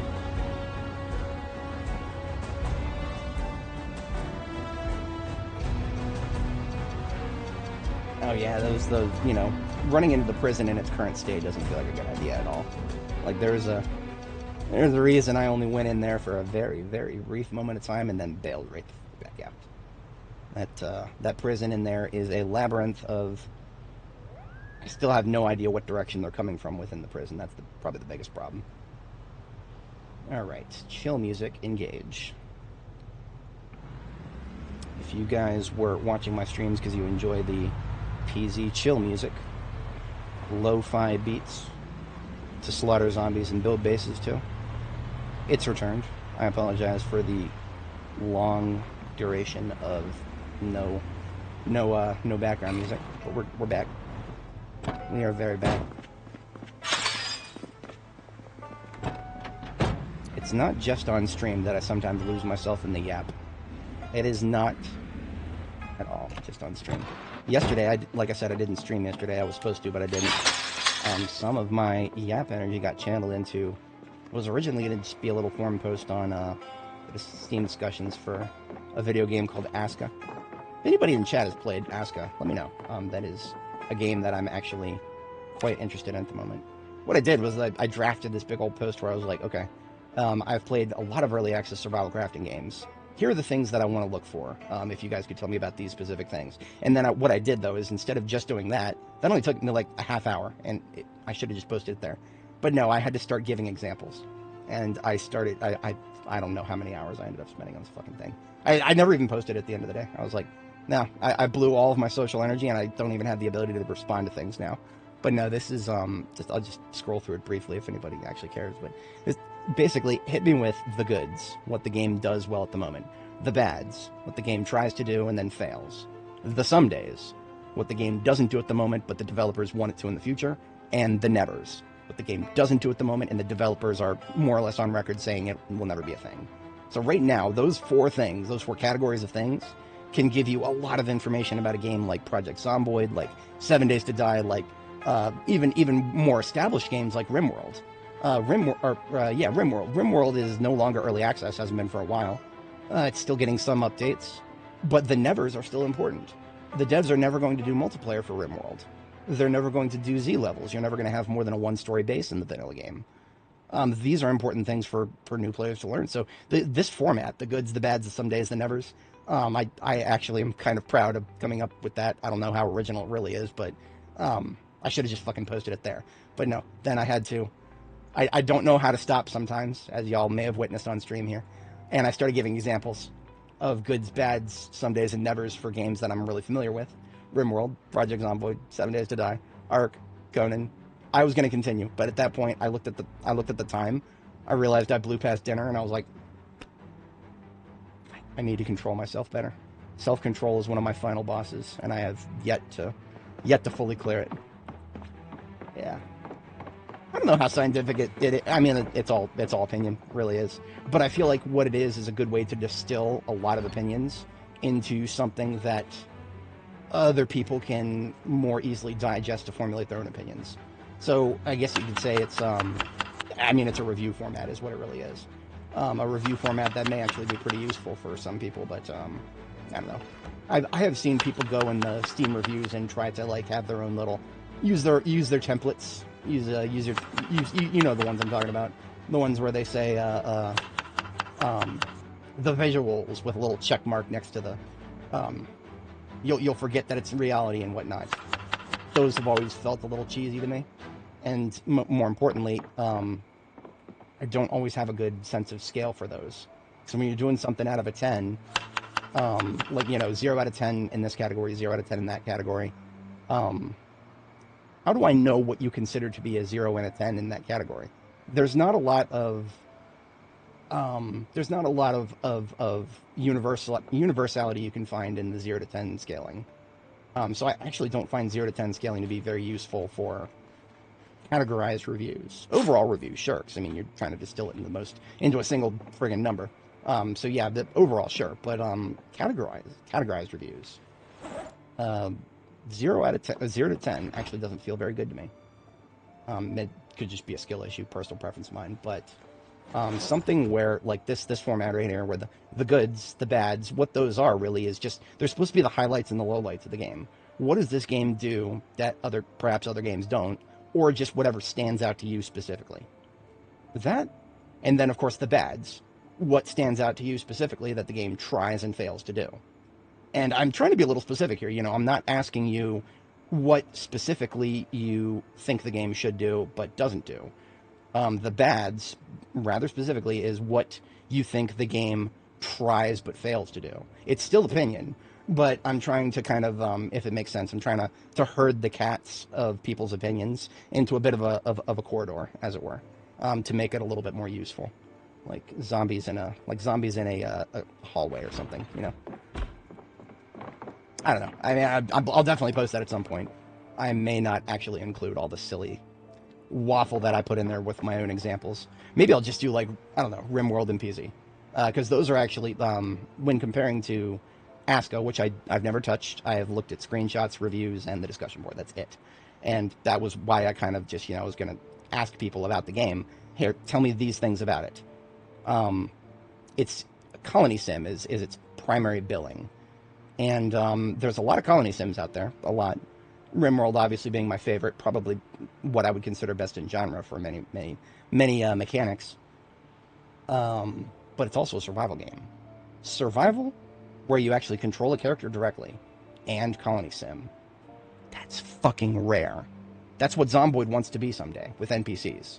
The devs are balancing Build 42, right? This game, right here. I'm not waffling about another game. This is Zomboid. The devs want this game to be a Colony Sim, with, obviously a survival crafting on your protagonist and whatnot. But they want NPCs in multiplayer to fill the gaps in your skill sheet. They don't want people to spend 600 hours on the default settings, like we have done here, to max out all the skills themselves. In fact, they don't like this. The devs do not like this. That's one of the reasons it's such a godforsaken fucking grind on the default settings. As you can see, we're on the default settings here. There are some skills we have never touched and probably never will touch. I mean, light-footed and sneaking, yeah, there's some gamey shit you can do, but if we do it, we face it as the devs intend, we're never going to get to level 10, light-footed and sneaking. We would blow another 2,000 hours on this character and we would never get there. Fitness, no better example than fitness. Fitness is, oh my god, fitness. Where is it here? Fitness is right here. Like I said, 600 plus hours on this character. We are at 40,000 experience out of 150,000. Less than a third of the way there after almost 600 hours on this character. Now, that being said, I don't do sit-ups every day. I don't do burpees every day. Sit-ups and burpees are the only things you can do right now that improve fitness. You got like 20 options for strength. You got 2 options for fitness. I don't do burpees because burpees actually eliminate your combat effectiveness for anywhere between 8 and like 4 hours later in the day. Fuck would I want to do that? Why would I want to do something in the game that makes me unable to play it for that long of a time? I would have to fast forward through. No. Everything about fitness in this game, fuck that. What I start with when it comes to fitness, what I start with is all I ever care about. I take athletic, and I stop caring. That's what I do. That's my policy. I got a lot of tolerance for bullshit. Fitness in this game is not one of them. But just one of many examples where the devs have really, really, really, really, really toned up the grind. And the reason behind that is because they want this game to be a Colony Sim. Yeah, really. I mean, there needs to be more passive things to... You guys have seen, I run everywhere. You almost never see me just walk somewhere unless I have a very specific reason to do so. I am always running. And because I am always running, our running skill is level 8 and like 5/6. We are very close to running level 9. And that's just because we've spent 600 hours of game time running everywhere. That actually feels good. We started at running level 0, by the way, and just blew through this. Very slowly, very gradually. That feels natural. But fitness? No. No, the only way I have gotten fitness experience is because every time you are running, there is a random chance over time while you're in the state of running to get a experience point in either running or fitness. So actually, because running is a standard skill instead of one of those stupid fucking grind skills like strength and fitness, running is a sensibly balanced one. Level 9 is 7,500, and level 10 is going to be, level 10 is going to be 9,000 experience. So we will get to level 10 running twice over before we get anywhere near level 10 fitness, which blows my mind, to be honest, but that's... Welcome to Project Zomboid, folks. You got the sandbox settings are right over there. Sane people absolutely should use them. Please take a look at my streams if you would like to see how absolutely fucking miserable certain things are if you don't touch the sandbox settings. That's one of the things I kind of like to be here. If you guys see something here that seems like it's really fucking boring, you would never want to do, it's probably a sandbox setting for that. So feel free to use me as a reference for what is good to change and what isn't, because, man, by default, NPCs aren't going to fix some of the problems with this game. NPCs aren't going to fix the fitness problem. I don't know if that'll ever get fixed. I think the devs stopped caring about fitness a long time ago and just, no, they're dead. You guys may have noticed, every once in a while, you'll just see +1 strength pop up over my head. That's because strength and fitness experience actually decays. It's usually just a couple of experience points at a time. So I literally immediately get it back. And, of course, it goes from level 9 briefly all the way back to level 10. And thankfully the game doesn't play the music. So, otherwise we would be hearing level up music all the goddamn time. In any case, strength is actually not bad. I'm not going to lie, strength, I was pleasantly surprised at how quickly we finished burpees for a month. Burpees for a month. So what you're really saying there is half of your days for a month is you're not going to be combat effective. So you're basically saying reduce your combat for a month by more than a half, because obviously you want to cushion things out. Fucking unbelievable, to be honest. But that sounds about right. I mean, burpees are great. They'll get you fitness and strength. If you're trying to build both, awesome. Very awesome. In fact, when I was building strength, I did burpees. The fitness that I got from it was just a little bonus. We've got snow today. And because we've got snow, our firearm shooting is going to be a little bit lower. What I'm going to do, actually, is I need to step away briefly, IRL. We are going to read a book. We've got Reloading 5 to be read. I reload very well already, but, yeah.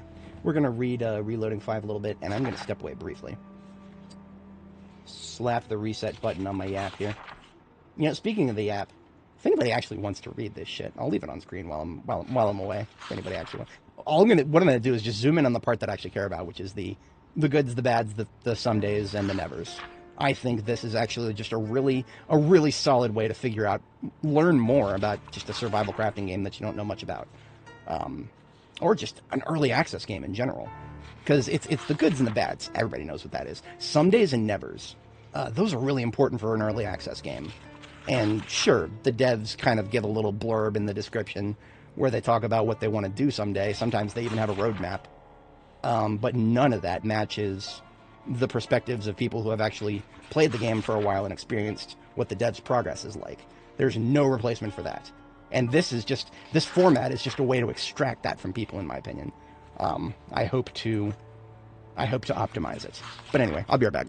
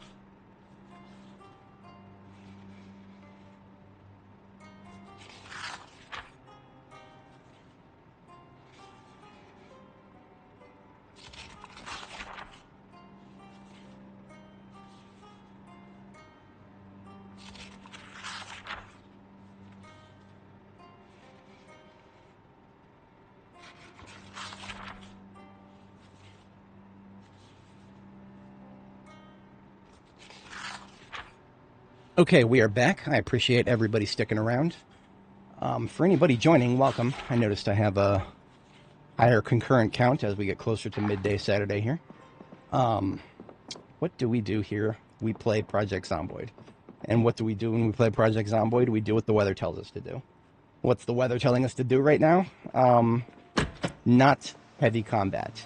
That's what this light snow right here. This light snow is telling me don't get into really big fights because your shooting is going to be a little bit less effective. That's what snow is in this game. It's actually not as bad as rain, but it still impacts your the chance for your bullets to actually damage zombies.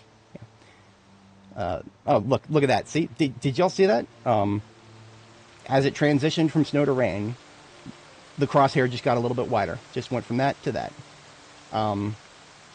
Like I said, snow is a little bit less impactful than rain. But generally speaking, we do what the weather tells us to do here. And right now, the weather's not telling me don't get into big fights. So we're gonna do a little bit of base design for the moment. Maybe it'll clear up, and we will go back and take another swing at the police department. I don't know exactly where in the police department the equipment lockers are. I'm pretty sure it's going to be on like maybe the second or third floor of the main building in the center here. I might actually be able to loot it sometime soon. At that point, do I really need to clear the upper floors? Maybe not. I'm not that hard of a completionist. If we are here to kill zombies, which is what we do in Louisville, there's plenty more to kill while actually progressing towards something else that we want to see. I'm not particularly enthused by the top floors of a police department if there's not going to be any loot up there. We're hitting the police department because we want the guns. There's going to be more shotguns and 9mm in there. So, in terms of our medium to long-term plans, we are going to swipe a little harder at the police department until we start getting to the equipment lockers. Empty all those out. Add, your firearms will make a nice addition to my collection. Yeah. We've got a lot. Remember, it's not the guns we're looking for at this point. It's the ammo. Right now, most of the ammo on the map in bulk has been consolidated into these two vans right here. And in these two vans, this one here has the shotgun. Yeah, we've got 3 cartons of shotgun left. Each carton is 600 shots. That's 1,800 shots left in this van. And then in our backpack, backpack bandolier, we have 37. So we have 1,837 shots left in our shotgun. And then we're completely out. The only thing we'll have after that is whatever we scavenge off of zombies, which is exactly what we've been doing when we collect all of these. All of these shotguns right here, most of them had a few shells in them. So we pick it up, and then put the shotgun on the ground. Move on to the next. We've been doing that a lot lately. It has staved off our shotgun stockpile consumption. So, yeah. In this game where you cannot make your own ammo, these are things you got to think about if you're going long. And that's what we do here. We go long. We're about 600 hours in. Actually about, what are we, day 650 something? In normal human terms, that's 1 year, 9 months, 23 days. So pretty close to that 22-month marker. On the home stretch for 2-year anniversary. Prior to this character, my record was 16 months, so we blew past that a long time ago. I never went to Louisville before on any of my B42 characters. In B41 I may have fucked around with a little bit in debug mode. But any of the characters that I put a lot of effort into in B41 and 2, no, never. Louisville in my mind was always a group destination. You'd come here with the homies, and you'd hope that none of the homies pull anything that you're not ready for, and you'd clear this place block by block together. That was kind of what I always had in my mind for Louisville. The only reason we're doing it solo here is, well, what choice do we have, really? There ain't no multiplayer, there ain't no NPCs. There won't be for a year or two yet, so... maybe another year or so for multiplayer, and then another 2.5, maybe 3 years for NPCs. Human NPCs, specifically. Because we'll have build 43, probably less than a year. No, probably about a year. A year or more. Because what I think might happen is, I think what they're going to do a thing... They've been talking about doing rolling releases more. I think what they might do is, by the time build 42 stable goes out, I think they might actually have 43 unstable, like, right away. I think that is what they've said they're going to do. I don't know. I don't remember. I may have pulled that out of my ass. Fact check me on that, but I think that might be what they're going to do going forward, because they got people working on Build 43 already, right now, as we speak. Despite Build 42 being the active version that's going out public, they have stated that they got people working on 43, and probably even further into the future. They posted a tech demo of their NPCs driving car mechanics, which are being worked on. They showed a little video of the player doing a Grand Theft Auto on other NPCs in this game. The NPCs didn't do much outside of the cars, but inside the cars they got driving mechanics working on. So we have some evidence that they're actually working in parallel now. Let's see how that plays out, shall we? I don't think it means anything for us right now. We're still another year or so from multiplayer in my humble guesstimation. Anyway, let's ammo check. We're looking okay-ish. 9mm is actually our most prevalent cartridge at the moment here. Yeah. No, we're not going to be going out doing big fighting. We are going to be going out probably to go get some furniture, to be honest. If the weather tells us not to go fight, then we'll just go acquire some furniture and do a little bit of interior decorating. So I'm always a big fan of that. This base right here needs a lot of work, and I say base, it's just an outpost. Actual bases of mine usually have forges in them. I have not made a final decision on a forge here. I thought about it earlier this stream, and I still didn't come to a conclusion. This is a very well-positioned place. The question that I have that I don't have an answer to yet is how useful is this position going to be once I'm done with the police department?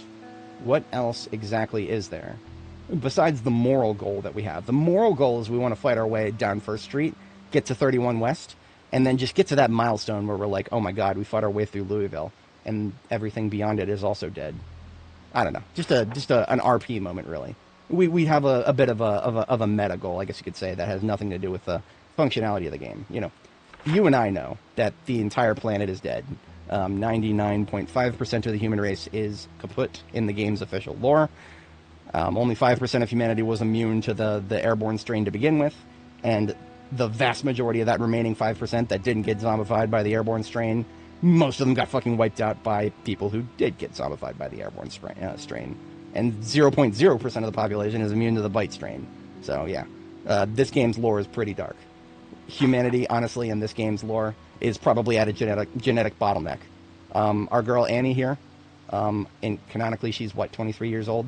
Possibly one of the most valuable things on the planet right now. A healthy young female, still in existence. If anybody's interested in hard science fiction, with really dark scenarios like that, there's this book called Seven Eves.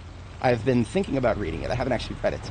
But the premise, Seven Eves they call it, is that humanity suffered a white sky event because somebody blew up the moon.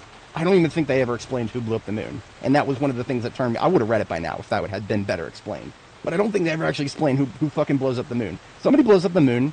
A white sky event means that there's just such a massive meteorite shower that it annihilates the planet's climate.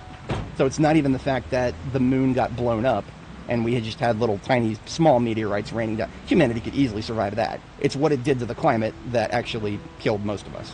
And when I say most of us, I mean at a certain inflection point in the book, there were only seven human females left. And that created a massive genetic bottleneck. And this story is, of course, this is hard science fiction, or at least alleges to be. So the ways that humanity got itself out of that genetic bottleneck are very interesting, and, well, things you would have to think about if you're considering the lore in Project Zomboid. That being said, of course, if 0.5% of humanity is still alive, what is that? That's a couple 100,000 people. I think that is way, way, way, way, way better than what they had in 70s. So we're not quite that bad off. Not to say that we won't eventually be that way. I mean, how many of the people who actually survived, that 0.5%, that survived the first fucking month of the Nox event?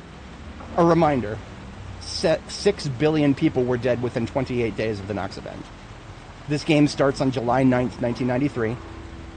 By August, something, August, I guess, let's just say August 9th, 1 month in.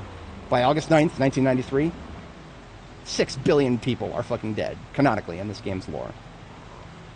Unfathomable number. And it's not just the number, of course, many people die, but it's the speed with which all those people died. That's some 40k shit right there. That's some 40k, we wanted to get rid of a planet without blowing an exterminatus weapon. 40k right there. That's what that is. So yeah, it's, I'm just gonna clear this street corner with melee.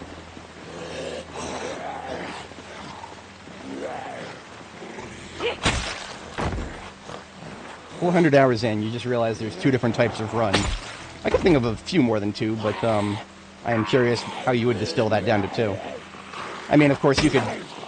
If I was forced to make it a binary, I'd be like, okay, characters that you want to come up with an ending for, and characters that you don't want to have an ending for. That's probably the binary I'd give it, but I am curious to hear what yours would be.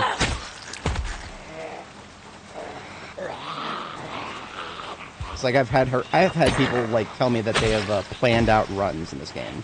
I'm kind of like, okay, that's interesting. What exactly do you mean by planned? Does that mean that you have an ending in mind in a game where your characters don't die of old age and only die when they make a fatal mistake? I mean, it's perfectly fine if you're doing RP in this game. Absolutely, come up with a goal and be like, okay, yeah, this is when our characters sailed off into the sunset. And then just move on to the next one, or play a different game, or whatever the hell. I mean, it's, I ain't your dad, I ain't gonna tell you what to do. Neither do the devs. They give you a billion sandbox options. I don't think there's any... Maybe there's probably some mods that you can actually, like, use to create in-game scenarios.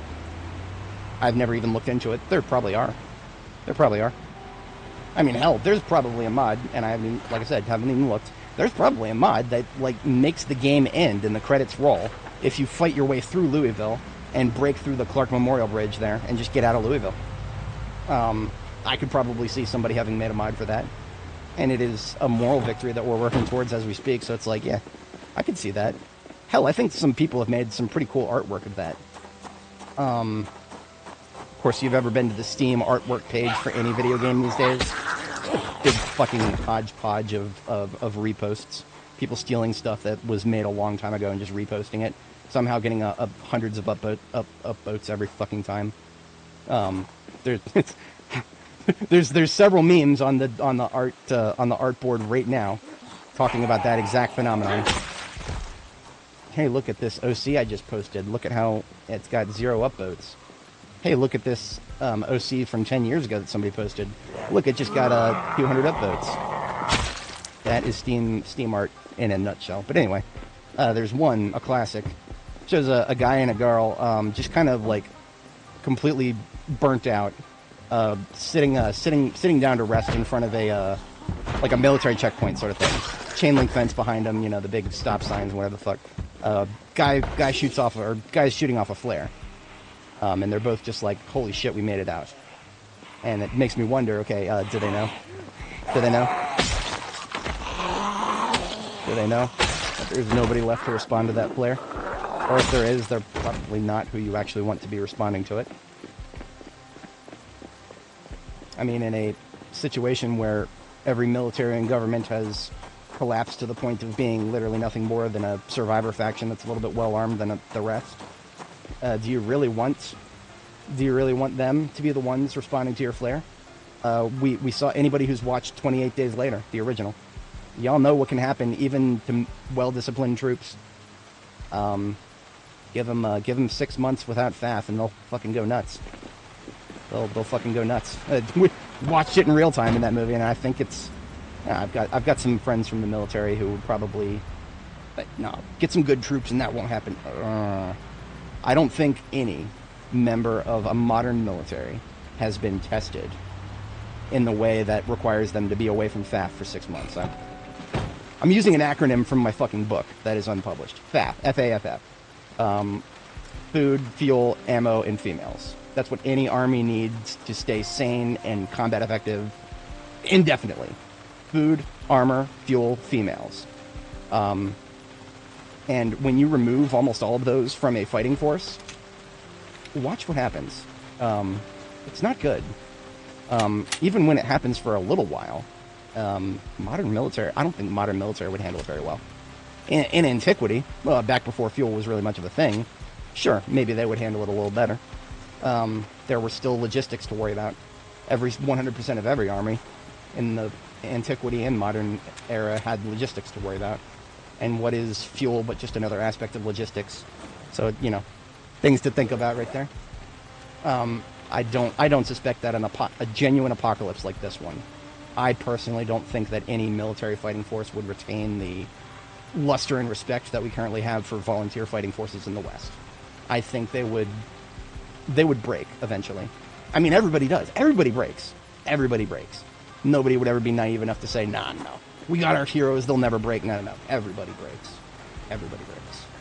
It's a question of when and how, not if.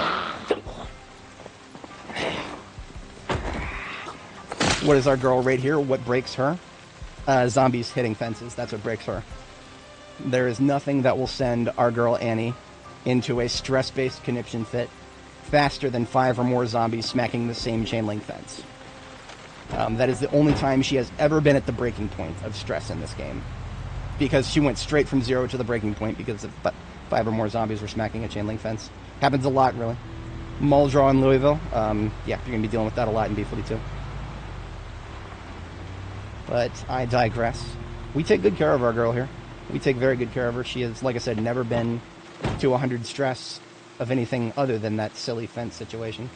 And also never, she's never been past stage 2 depression. So she has been a little sad many times. She has been depressed a few times.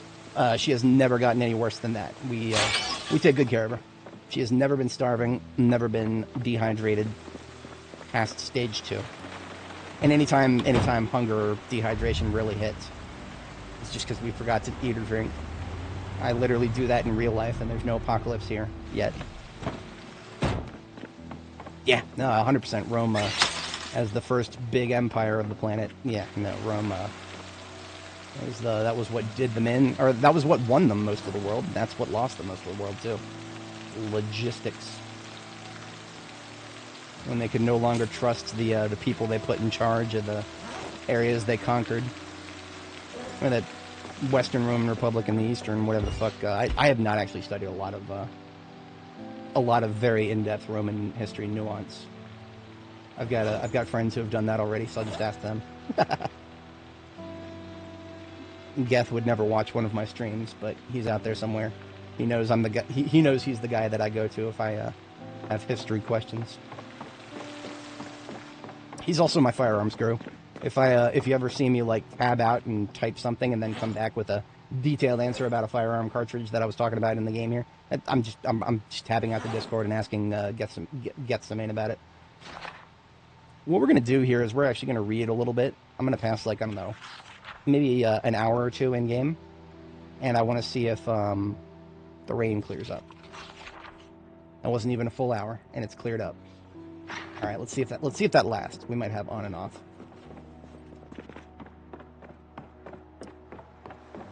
Another thing that Geth has hit me with that has felt very true is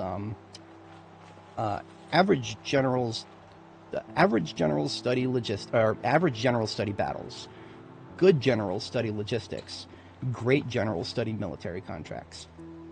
And when, of course, I didn't meet Geth until I myself was a federal contractor. So that tickled my ears a lot to hear that, because I was like, holy shit. Bro just explained half of the world government enforcement structures to me in that one quote.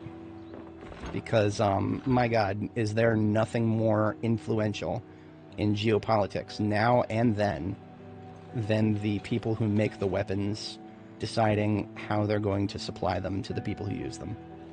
And of course, weapons are just one dimension.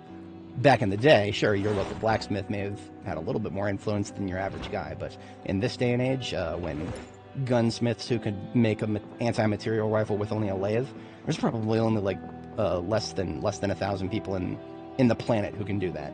You just put them in front of a lathe and say, hey, make me an anti-material rifle. Less than 1,000 people on this fucking planet could do that.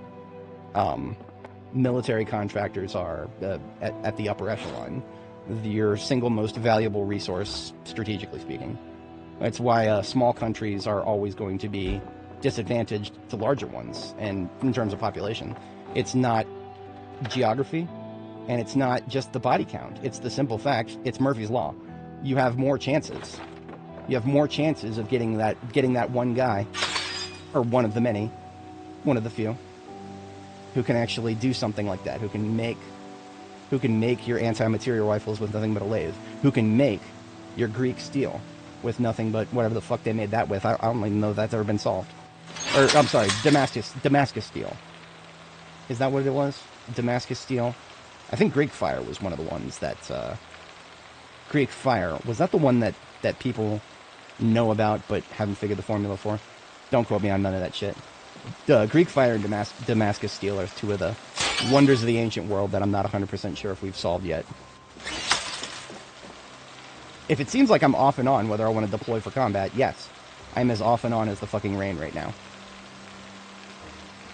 It's not just me getting distracted by the yap, it's also me looking at the weather and being like, okay, hey, it cleared up, let's go fight. No, it's off and on now. Whatever. Nickel anybody who has to work outside has ever had that problem. Anyway, for anybody new, welcome.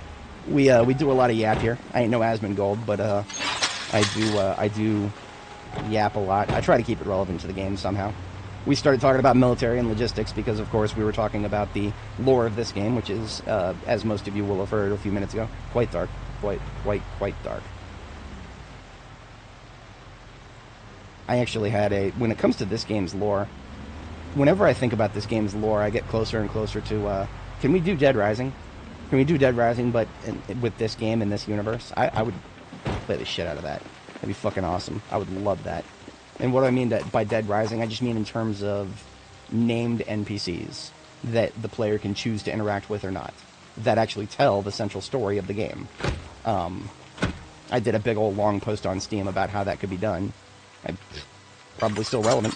Probably still really good. Let's see, we can actually find it quickly. If I go to my post history and search, do a search for the word NPC. It'll probably be like, I don't know, 5 or 6 posts for that. Assuming Steam loads it. Yeah, okay. Project Zomboid General Discussions, March 25th, 2024. Let's talk about NPCs and how they might drive a central narrative. This is a post. I will link it in chat if you're interested. I wrote a story for Project Zomboid. It looks like and not just your standard fan fiction, but like something that has a very high level of interactivity that the players could interact with and actually get involved with the storytelling. Instead of right now, the storytelling is just a bunch of stories on the radio in this game. But what I tried to do was explain how, if you get NPCs, you make them work right, do Dead Rising. Make it so that you can save story NPCs and progress the story if you move fast enough. And if you don't, well, just regular PZ for you. Random generated NPCs and whatever future you make for yourself. But it would feel really cool. And it would give the game more replayability, in my opinion, if you had a central narrative that you could choose to try to pursue, but was actually really difficult to maximize. That'd be fucking amazing. I would love to have that in this game. And I don't... there's a lot of people who would be very correct in saying, no, I don't want to play Dead Rising, I want to play Project Zomboid. And that's... You're correct, you're 100% correct. But also, I'm not talking about changing the game from what it already is. I'm just talking about adding something to the game that wouldn't be too awful hard to add. If you get functional NPCs, you put them in the game. What I describe in that big old long Steam thread that I just linked, that wouldn't be all that hard as long as you got a foundation, a solid foundation of NPCs to work with. Wouldn't be all that hard, but well, the game doesn't have that, so TBA as to whether that would ever be a thing. And of course, I guess I'd back up a little bit. If anybody's not familiar with Dead Rising, it's a bit of a goofy Capcom game where you play as Frank West, photojournalist. He's covered wars, and he what he does is in the first game at least, and then the second game in its other form, where you played as Frank instead of the other dude, you had a time limit. It was almost like a Groundhog Day thing. You had 3 days to try to solve part of the plot, and if you could, the plot would progress a little bit. Otherwise, you would have to end those 3 days and get the hell out of there. and start over. And when you start over, you would bring your character with you. So that none of that is what I want to see in PZ. What I want to see in PZ is you've got a few days to save NPCs and progress the story. And if you don't, well, the story just fucking grinds to a halt, and you get the non-canonical ending, which 90% of players probably wouldn't care about. But for the 10, well, okay, I don't have a solid percentage of that. I'm making these numbers up. But for whoever is really deeply interested in the game's lore, myself among them, I'm sure there's plenty others, that would be a fucking feast for us. Because we would have very targetable, tangible goals. And in that post, I just give an example. Jackie J. Jackie J is a reporter. She is the reporter who first breaks the news of the zombie apocalypse in its truthful form to the whole country. Right, so most of the Knox event is kind of the fucking government cuts the telecommunications to Knox County, what is it, like 3 weeks before the game? No, I'm sorry, more than a month before the game begins. Like June 1998, or 1993 rather. All communications have been disrupted. And communications disruption can mean only one thing, right? But no, they didn't. I don't know if episode 1 was even out in 1993. I don't think it was it? No, episode 1 was early 2000s, wasn't it? Anyway, no, people didn't understand that when you cut communications with an entire area of the country, something bad's going on. Something fucking bad. But yeah, Jackie J is the one who broke the news of that, and that drew a lot of ire from the ruling class, as it were. And that actually progressed a lot of the rest of the story as it plays out on television and radio in the first couple weeks of the game, as the game draws towards its natural conclusion of 100% of everything going dark. Oh, I think we're ready for yep, we're ready for a sword replacement. So one of our swords has broken. We leave that on the floor here next to the RTB bin. Here's a sword I made earlier. We just, with many other swords from the forge at Jericho. Slap that on my belt, I got a fresh sword now. Okay, that's all the cabinets we gathered. I haven't really been talking about this, but I've been gathering furniture since the rain is, actually kind of looks like it's getting heavier. So what do I do with the furniture I'm gathering? For the moment, I put it in storage. And something I just realized is that the dark red checkered tile kitchen furniture, cosmetic only. There's no storage in it, so I might not actually use those. If I do, they're not going to be in the kitchen itself. I need actual storage in the kitchen. So we'll do floors next. For that, I just need a crowbar. We're going to slap that on my back, and since the shotgun was on my back, we'll put away the shotgun for now. I don't expect to be running into large groups of zombies at the moment, so we're really edging storage space in the trunk as it is. We can fit the shotgun in a little bit more, and then that's it. He's eating up all that. It's the MSR 788. It's the rifles and yeah. We've got a military backpack with 40 loaded M9 magazines in it. That's a little bit much for the ambulance. Like the ambulance, if it's not sufficiently obvious with when I explain these vehicles just have nothing but ammo in them. So these vehicles, there's not much of a point bringing them out into the field. They go to one of my outposts and stay there so that I can come back, grab my ammo when I need it. This ambulance comes with me everywhere I go. How did I make my UI so small? So for me, my UI is not small. For me, I'm playing the game at 4K on a 44-inch monitor. I would like to rant about how the vast majority of 4K monitors are too small. And Windows has tricked very many people into believing that that's not the case, because Windows just does automatic display scaling. Right, so if you get one of those 22-inch monitors that calls itself 4K, I'm sorry to say, in my personal humble opinion, you've been fucking scammed. I personally don't think that 4K, and I'm someone who did this to himself, I don't think 4K is worth it if you're not going to go for 30 inches or greater. Because what happens if you do 4K in 22 inches, or sorry, less than 30 inches, so like even a 28 inch. The operating system that you're using, whether it's Linux, Mac, whatever the fuck, Linux, Windows, Mac, they all do this automatically. Because so many people complained about, oh, I got this 4K monitor, but everything is so small. Of course, they're just describing what they're seeing. they're not necessarily accurately identifying that their fucking monitor designer. It's a weird consumerist issue where people want to slap the 4K label on the products they're selling, but they don't want to make them so big that they're not going to sell well. That's the only reason these 4K monitors that require display scaling. It's the only reason they exist is because of that stupid marketing phenomenon. But because of that, a lot of people don't understand that your operating system, Windows, Linux, Mac, is automatically making everything bigger for you. Because it's detecting, hey, this guy's got a 4K monitor that's nowhere near big enough to show 4K detail in a way that people can actually fucking see, even if they're like this close to the monitor. The operating system is just detecting that, being like, all right, let's just double the size of this shit. Double the size. Set it to 200%. Most people don't know that's happening. And, well, what can I say? I can't, I've got 500 subs here. I can't change that. I can only tell a few folks about it and maybe make their corner of the world 0.01% better for it. I don't know. It's just a very, very annoying thing that once you're aware of, your tech life can improve a little bit. But yeah. 44 inches, 4K, feels really good to me. I can read everything on screen. That being said, of course, Project Zomboid is its own custom engine and does not read operating system settings in the vast majority of cases. So what I just described, that phenomenon where Windows, the most common OS we use these days, when it doubles the size of things on your screen because your monitor manufacturer screwed you over, Project Zomboid doesn't, because it doesn't. Project Zomboid doesn't read what your monitor is. It just reads, okay, this guy's 4K, let's give him 4K. The Zomboid devs have got bigger things to worry about than that. But it leads to a lot of problems where people are like, wow, why is Zomboid so small? Why doesn't it automatically make things perfectly fine for me? Well, it's a little bit of a skill issue on part of the Project Zomboid devs, but also the reason it's a skill issue is all that convoluted nonsense that I just yapped about. So, relevant to PZ, I promise. It is. It's relevant to PZ, I promise. I'm not just going on a tangent.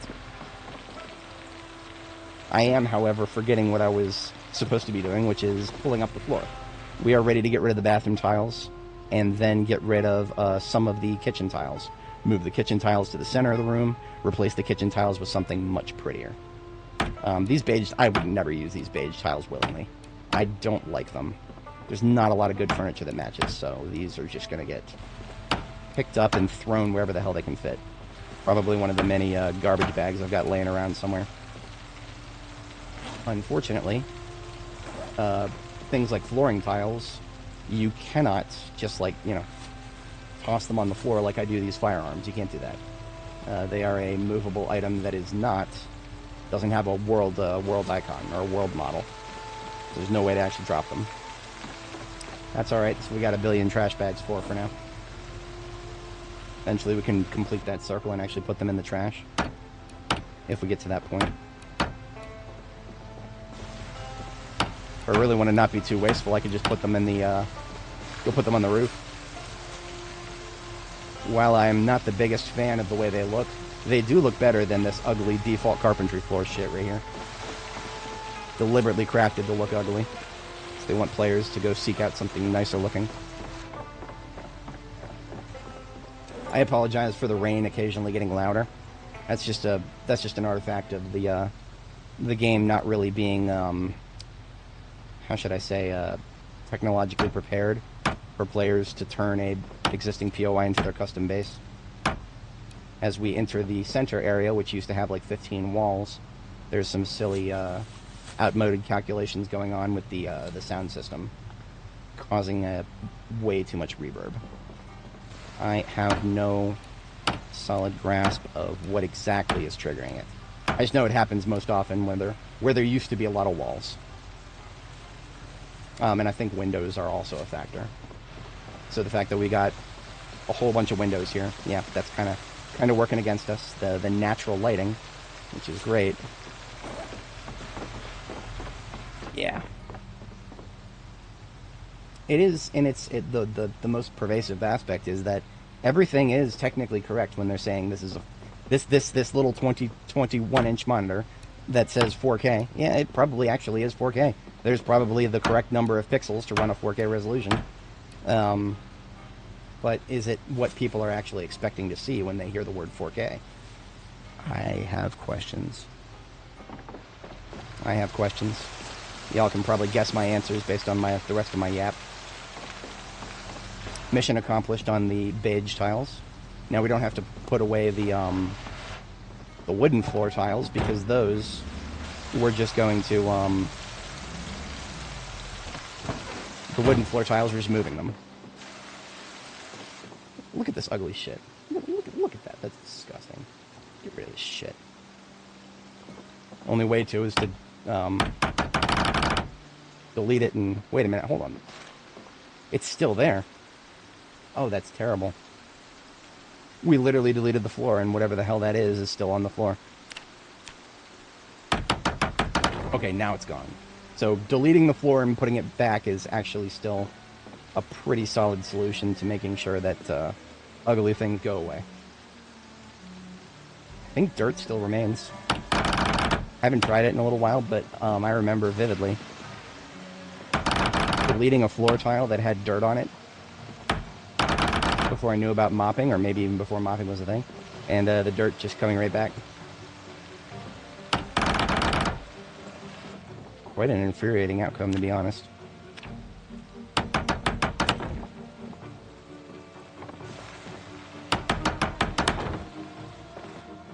So we lost one of those planks.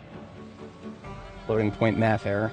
We have a 100% chance to disassemble something, but there is an asterisk next to that 100%. That asterisk is floating point math. If you've ever noticed that for some reason you try to drink liquids in this game, and or not drink liquids, but like transfer liquids so that something should be empty afterwards, but it's not for some reason. They'll be like, oh, there's still water in here. It says there's 0.001 something milliliters. The game won't... No. That's what that is. That's a floating point math error. As much as I enjoy the precision of floating point, especially 32-bit, when you try to do math with numbers that precise, modern computers tend to shit the bed a little bit under the hood. And what people do, what every developer does, just error correct. Just a bunch of pathological error correction. Oh, so, yeah, Seabass, 100% on what KTO said. It recently just changed. But yes, KTO has got the best up-to-date info on that. The recipe he's talking about is, go to the crafting menu, search for small, or just steel. Search for steel sheet. There is... Actually, no. Type sheet. Yes, okay. Type the word sheet in the crafting menu. There's two recipes. Cut for small metal sheets or make metal sheet. These are just recipes where you are using your blowtorch to cut a metal sheet into four small ones and then putting it back together. And each time you do that, you get a fair amount of experience. Minimum requirement is level 4, and there's a fucking recipe for it. Not as big of a problem for us. In the early game, we pick up 100% of every magazine we find. We fill up 200 boxes full of nothing but magazines. We get most recipes. For us, recipes are not necessarily a problem. But if you want to rely on welding early game, I'm sorry for your loss. I'm really sorry for you want to jump right into the welding? Maybe take the welder profession? You're still going to start without some recipes. You'll start with like +3 to welding if you take the profession. You won't have all the recipes though. Still got to go out and find some fucking magazines. That's what we're here to do, right? We're here to go find some fucking... Got to do it in Project Zomboid. Got to do it in 7 Days to Die. I can't wait for another survival crafting game that didn't have magazines to just fucking switch something and add mag. We're gonna have magazines in Conan Exiles. Yeah. They'll call them tomes or something. Scrolls. We'll have scrolls. Yeah, we'll have scrolls in Conan Exiles someday. Maybe not.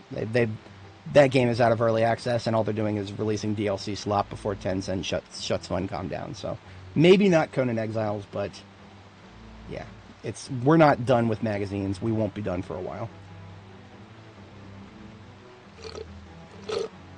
Now, Seabass, what I gotta tell you is, even once you level it up, you're gonna run into really, really, really stupid roadblocks even in the latest build, and that's because the devs currently of this game, the devs I'm not going to say they don't care about welding. That's a bit of a reach. They have not cared enough to put a lot of effort into improving it on the public build for a very long time.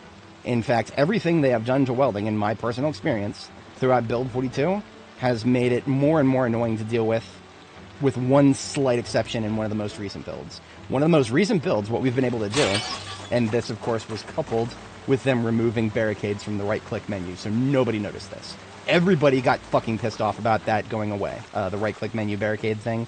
Most players know what I'm talking about there. If you don't, barricades have been moved to the crafting menu. Or, I'm sorry, the building menu. You go to the building menu, and you go to barricades, and you got 3 options. Metal bars, metal sheets, planks. What has changed specific to welding is metal sheets, which used to be a no-level requirement recipe, is now a level 3 recipe. And it now does not just use a steel sheet, it uses a welding torch, and that welding torch does not get recovered when you remove it afterwards. So the devs, they saw us, we were doing it a lot, we were having fun, the devs saw that, we are not allowed to have fun here, they made sure to put a stop to that by making sure that if you want to level welding, you've got to waste some materials. The steel sheet thing is, that KTO described, okay, there's not a lot of waste going on there yet. Rest assured there will be waste eventually. Right now, the point of concern is welding rods. There's no way to make these. You can only loot them or forge for them. Good luck forging for welding rods, by the way. Fucking, you loot them or you don't get them reliably. That's the best way to describe welding rods. I've got a billion of them, but when it comes to distributing them all to the correct places so that I have enough, and fucking nightmare. Anyway, you use up a little bit of welding rods every time you do anything with welding now. Pretty much anything. Kind of realistic, yes, if you're welding in real life. My cousin's husband is a welder by trade.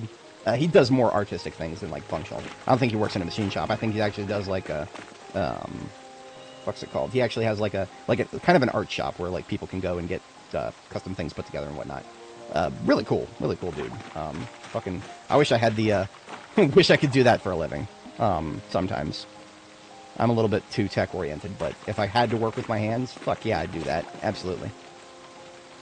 But yeah, so I was going to say a silver lining. Silver lining, the devs added to the craft, or the building menu, alternative things you can use when you're building stuff with welding.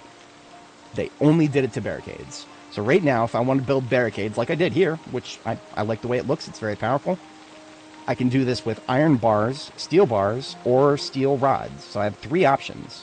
And thank God for that, because some of those things can be made with metalworking, blacksmithing. Other things that you got to use welding for do not come out of blacksmithing. I cannot use blacksmithing to make any welding rods. Rather, even more baffling, right now in the game's current state, I can't use blacksmithing to make an iron pipe.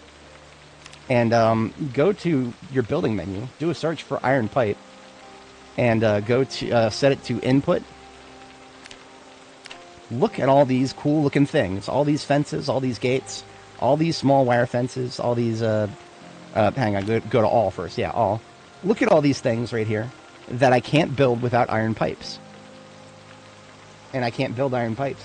I can build iron bars. I can build steel bars, I can build steel rods, I can build steel sheets, I can build hinges, I can build knobs. But not pipes.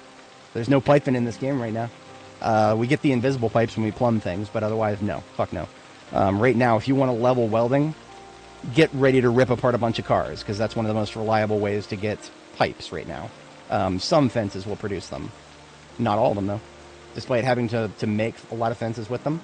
We ain't going to get no iron pipes if we disassemble this little black low fence up here. It's a pretty looking thing up here. Ain't going to get no fucking pipes from that. They didn't use no pipes when they were building that fence, apparently. But we gotta use pipes when we're building fences.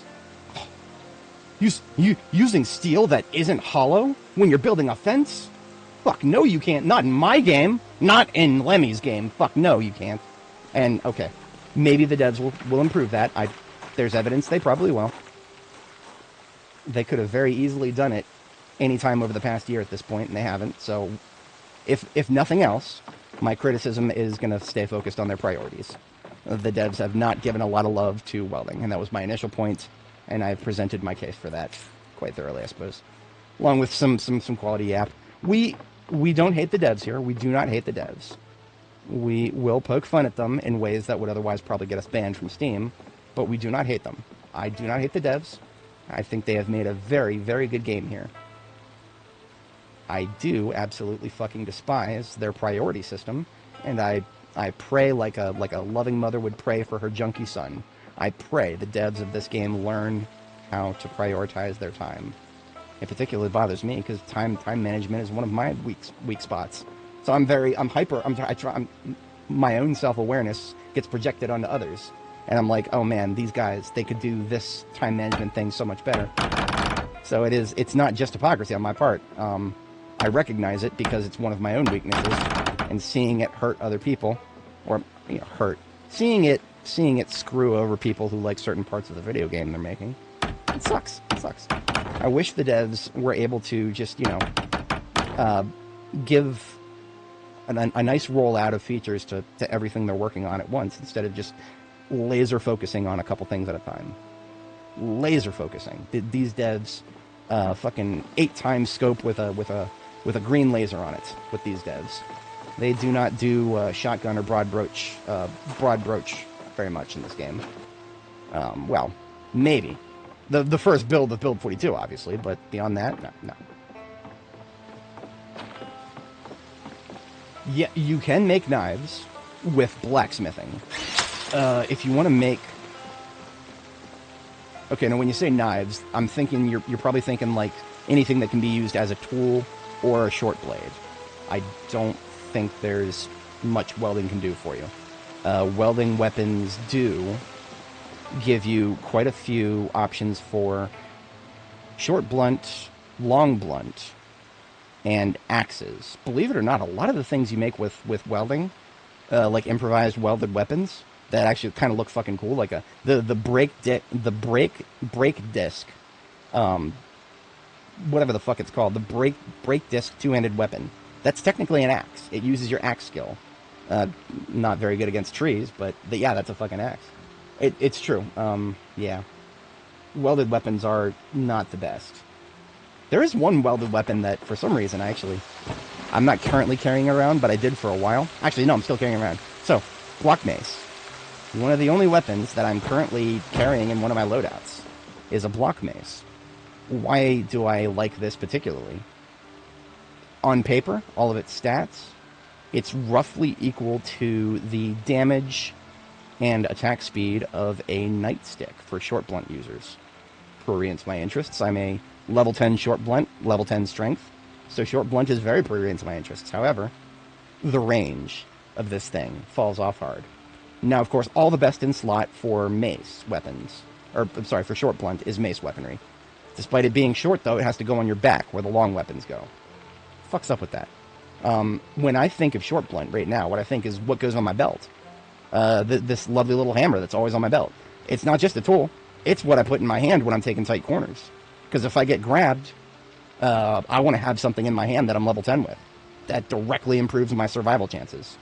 Like, if you get grabbed from the front by a zombie in this game, a whole bunch of random numbers get crunched into a generator as to whether you will just push the zombie back or it fucking bites you, right? That's how this game works under the hood. And the weapon that is in your hand, if you are facing the zombies, actually has a very strong impact on your survival chances. So if you see me going into a building, and for some reason I pull out my hammer and I don't even say anything, it's just muscle memory. I pull out short blunt because it's what I'm level 10 at. And I want to make sure that I'm taking all the tight corners where fucker might be right in front of me. If I get grabbed from the front, there's my best chances for an auto pushback instead of a fucking bite. So, just one of those silly little things about Zomboid that I burned into my muscle memory and really haven't talked about all that much. Might be useful for some folks to learn. That hat is not a mod.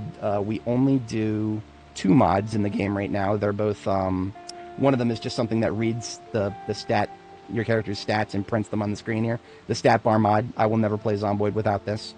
The other mod that I'm currently rocking is just a retexture. The backpack that we are wearing is the one, normally it would be that really ugly puke-looking olive drab that you'll see Survivor packs and Alice packs on the military zombies. That's all this is. It's just a recolor that makes it black so that the rest of our outfit matches. The witch hat, no, that's That's just a thing from Build 42 that we found, along with many other hats such as the Spiffo head. If we wanted to wear this, yeah, we could run around as Spiffo if we wanted to. We have a lot of interesting headwear here. Now, unfortunately, Spiffo in this planet, people who wear fursuits are not allowed to wear glasses under them, despite the fact that a great many fursuits are actually built so the fucking nerd underneath it can wear their glasses. Yeah, no, I'm not a furry myself, but I know a few. Yeah.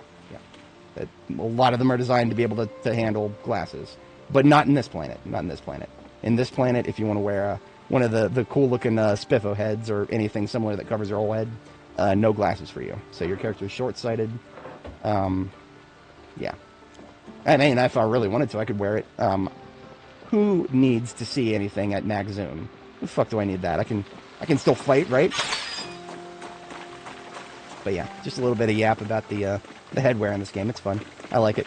Right now, we're in an obsession with the witch. We spent a lot of time with just baseball bats of the correct color, or baseball caps rather. If we're going into combat, what we do is we do a bicycle helmet specifically. The game calls it a riding helmet. Now, why do I pick that one? Most headgear in this game that actually gives you protection comes with some sort of a cost. Those costs currently take the form of discomfort, vision impairment, or hearing impairment. Now, you just heard me yap about not wanting to go without wearing glasses. As somebody, I wear glasses IRL. I know it. Yes, trust me, it's not a meme. If people with perfect vision, count your blessings, because those of us who don't have perfect vision or never got it corrected with LASIK or whatever the fuck, if we don't have our spectacles, we are seeing nothing but a highly anti-aliased blur. It's kind of funny how accurate this game does it. It does it very well. We take Annie's glasses off. Where are they? Right now she's wearing aviators, but that's okay. That's okay. I'm perfectly okay with that being... See how short her vision actually is? We can no longer read what it says on the Reed office building right there. It's just a big old blur of... We can see letters, that's it. I know it says Reed office building, but not, even if you all got your 44-inch 4K monitors, ain't nobody gonna fucking read that. And yeah, perfectly realistic, unfortunately. But all we gotta do is make sure that we keep wearing our glasses and we don't wear headgear that makes it so we can't wear glasses. So that immediately rules out certain headgear like the blacksmithing one that gives you almost perfect head protection. No wearing glasses underneath it, though. And also, much more pertinently, the glasses. If I did not take a short-sighted character, I still wouldn't do it. Vision impairment is a stat that is on these helmets, and that is irrespective of short-sighted or not.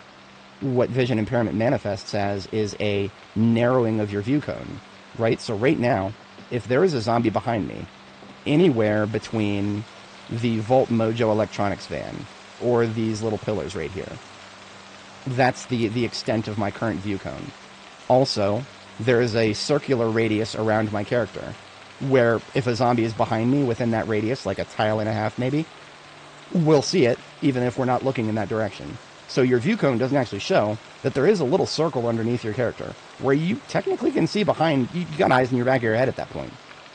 That radius, the radius of that circle, as well as the arc radius of this view cone, are things that get reduced when you wear any headgear that has vision impairment as a stat on it. I don't have any examples on me right now because I don't fuck with that stuff. But if I did, it would just manifest as like you mouse over the helmet and it says vision impairment and it has a little red bar under it. Our choice of headgear that actually provides actual protection is this riding helmet. It provides only 60% scratch and 40% bite. But that is a hell of a lot better than nothing. I mean, look at our numbers. Our cumulative head is now 50% bite and 85% scratch.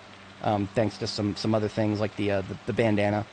The bandana has a level 10 leather strip on it. So the bandana and the helmet is actually pretty solid head protection at 0 vision and hearing trade-off. So with no vision and hearing trade-off, yeah. Now, of course, why don't we wear the helmet all the time? Well, discomfort. Discomfort makes your unhappies go up. If your unhappies keep going up, your character gets depressed. And depression is not just a window dressing in this game. It's not just RP. If your character is depressed, they start doing things slower with their hands. And what do I mean by that? I mean switching weapons and reloading weapons and moving things between inventories. You know, those things that I specifically took the trait Nimble to increase the speed of, all of that gets cut almost in half if your character starts getting depressed. So while it might seem like, oh, I don't notice too much when I'm depressed, I'll just let my character get miserable all the time. It might hit you in a way you're not expecting. Try to switch from your shotgun to your sword, and you're not keeping track of your depression. It might be like 1/3 as fast as what you remember, and that might be fast enough for a zombie to get the upper edge on you. If you're in a really tight situation, yes, that could have hit me a few times. The very few number of times we have gotten depressed on Annie here, the very few number of times she's gotten fully depressed, I have noticed it. I have noticed the reduction in weapon switch speed. It is significant, and I don't like it. In fact, I actually think it's slower right now because we're hungry. Hang on a second. Okay, I'm gonna go eat. I'm gonna go eat really quick, and I'm gonna look at that again, because we're really, really hungry. I don't think that's supposed to bother it. Okay, we cleared up the hunger. Okay, it might just be a phantasm. For some reason, that feels fast. It could just be the power suggestion. I would have to get out Adobe Premiere and do a frame-by-frame analysis to actually prove anything I just theorized about. And yes, I have done that shit before. I am that guy. I am that guy who will fire up Adobe Premiere and do some fucking frame-by-frame analyses to identify subtle, pervasive changes to this game. As a quick aside, I have a video that I did demonstrating exactly something like that. Where was this? Test 5, I don't think that was it. Chicken Apocalypse. It's before that. All we had to do was follow the damn train rejects. So this may be a video that I didn't actually back up. It's on my channel, though. I'll toss a link in the description. This is just a frame-by-frame analysis I did on the pushdown animation. Not the most important thing in the world. It's not going to be a life-or-death thing for the player, necessarily in most circumstances. I could think of a few situations where it would be important, but I'd have to really stretch to make it an issue that everybody should care about. Where did I put it? Was it one of my older ones? Sorry, this is important to me, because I did this once already. Now, everything before that point on my channel is Darktide, because I was a absolute no-lifer for Darktide before I switched to B42.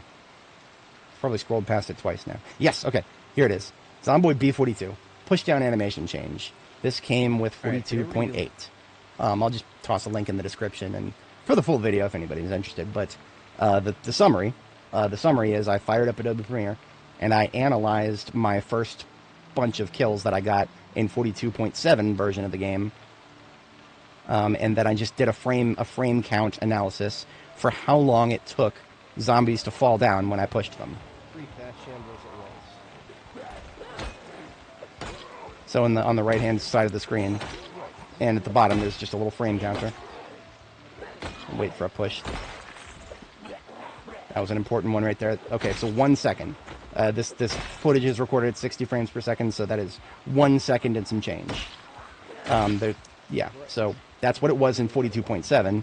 We fast forward to 42.8. This is my early anime in 42.8. She had no weapons in her start. Started in a house with 0 short blind. So, it takes almost twice as long, 110 frames, for the new pushdown animation. And when I say new, some people told me that this is like a really old animation. That the one where they kind of stumble now. And that's been that way since 42.8. Now, of course, like I said, you'd have to find a really niche scenario where this is really important. This is one such scenario where you literally have no fucking weapons. I'm killing zombies with my bare hands right now because I started in a house with no short blunt in it. Yep. I got it. And so the pushdown speed is actually kind of important to me in those particular unique circumstances. But just an example about how sometimes I can go absolutely nuts when counting the frames here. Y'all thought fighting games were where the sweaty nerds did that. No, we do that here in Zomboid too. Maybe it's not quite as popular as the fighting games, but yeah, there's no iframes in Zomboid. We ain't got no iframes, but we do have our we have animation locks. Yeah, we got animation locks. If you want to use spears, you got a lot of animation locks to worry about. Sometimes you're stuck standing still for an entire second if you're using spears. If you're using spears in this game, poke a zombie with it, you have just like a random percentage chance to get an insta-kill. Which, okay, that sounds cool on paper. What does the insta-kill, quote-unquote, entail? What it entails is your character being stuck standing still for 1 full second while you poke the spear through their eye and into the brain. Being stuck standing still in this game for 1 full second, that can be a death sentence in certain situations. Like, obviously you've budgeted your time so that you can kill the zombie directly in front of you. Sure, you probably got more than a second for that. The melee combat is on a 1 second cadence, generally speaking. The stun duration, if you smack a zombie with a weapon, the stun duration exactly 1 second. So if I smack a zombie with my hammer, and that zombie cannot do anything for 1 second. Just a very simple fundamental thing about this game's melee combat that a lot of people don't think about a lot. A lot of people don't think about that is a very fucking important thing. The fact that we can just stun lock multiple zombies by going back and forth between targets, a very important principle for multi-targeting zombies in the default settings where there is no multi-hit. A lot of people will just be like, turn on multi-hit in the sandbox settings, and you don't have to think about it as much. It's true, you don't. A lot of sandbox settings are there so you don't have to think as much in general. And sometimes I'm okay with that, but other times I don't know. Y'all can tell from the sheer yap that I like thinking a lot sometimes. That's my thing. Having more than one Zed near the range. Now it's interesting you say that because I've seen at least a couple times, I think a couple times probably on this stream where we've pushed a zombie into another zombie. Now, of course, the zombies do not knock each other over. I said this on Reddit a long time ago, or like a few months ago. It would be really cool if you pushed one zombie and then a couple zombies behind it tripped and fell over it. That would be fucking... I would accept any kind of change to the animation system if that was an outcome. But that's not currently something you can do. The closest approximation that I've noticed is that you can, you get a... Zombies will get nudged out of the way, like they're just their model will just nudge to the side if they are going around a zombie that is being pushed down in front of them. I have noticed that on multiple occasions. We have loose nails on the floor. They're upstairs. That's where they are. Forgot that I moved a lot of my plank stuff upstairs.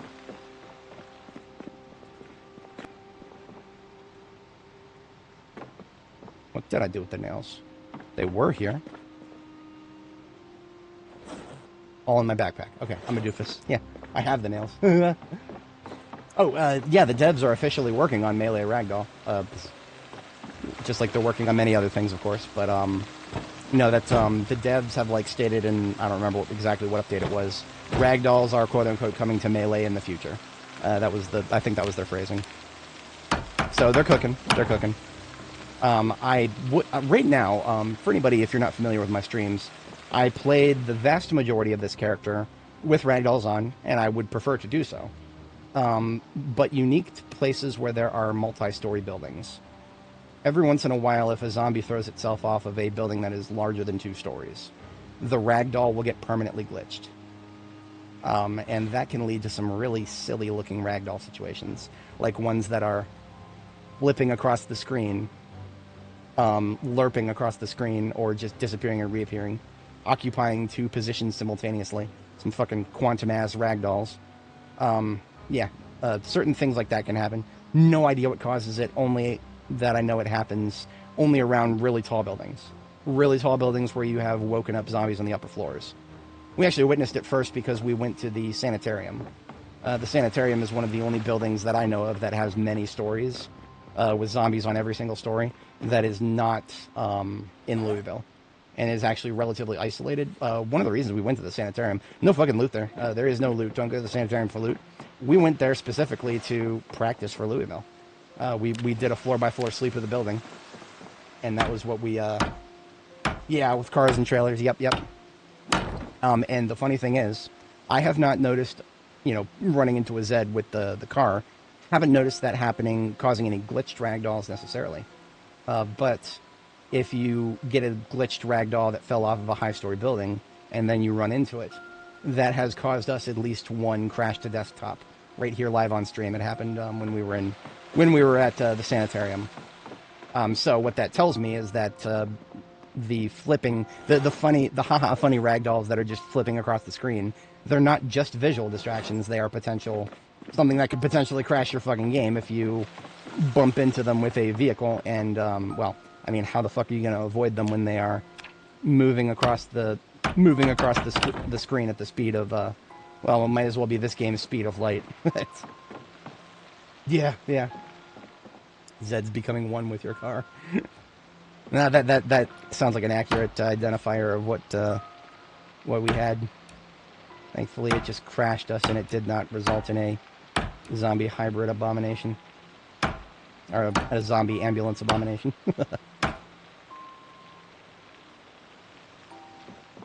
So what we're doing now, we're just going to move the flooring out of the way in the kitchen, toss it out into the middle of the room so that everything matches.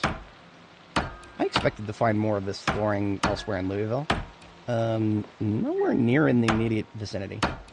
So we're just taking our own flooring here.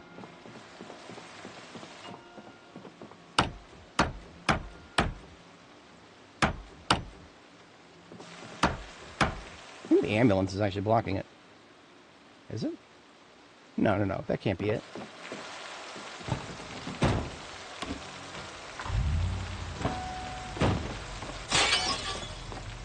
It was never supposed to be a permanent parking spot in the middle of the base. It's literally just whatever vehicle I'm currently using can stay there until I take it back out.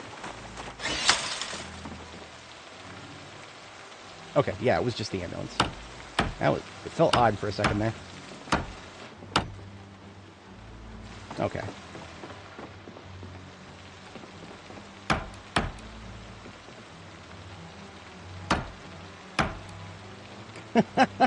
Car became a plane. Oh, that, yeah. Unscheduled flight test. Unscheduled flight test. I know I've posted several videos in chat, but, well, I'm kind of incentivized to do that while I have a lot of concurrence. For anybody new, of course, welcome. We do a lot of Yap here. We do a lot of Zomboid. We do a lot of killing. Today's not a killing day, thanks to the rain. But where the fuck was it? I had another video for the interested. It was I found a perfect Corvette in Project Zomboid, and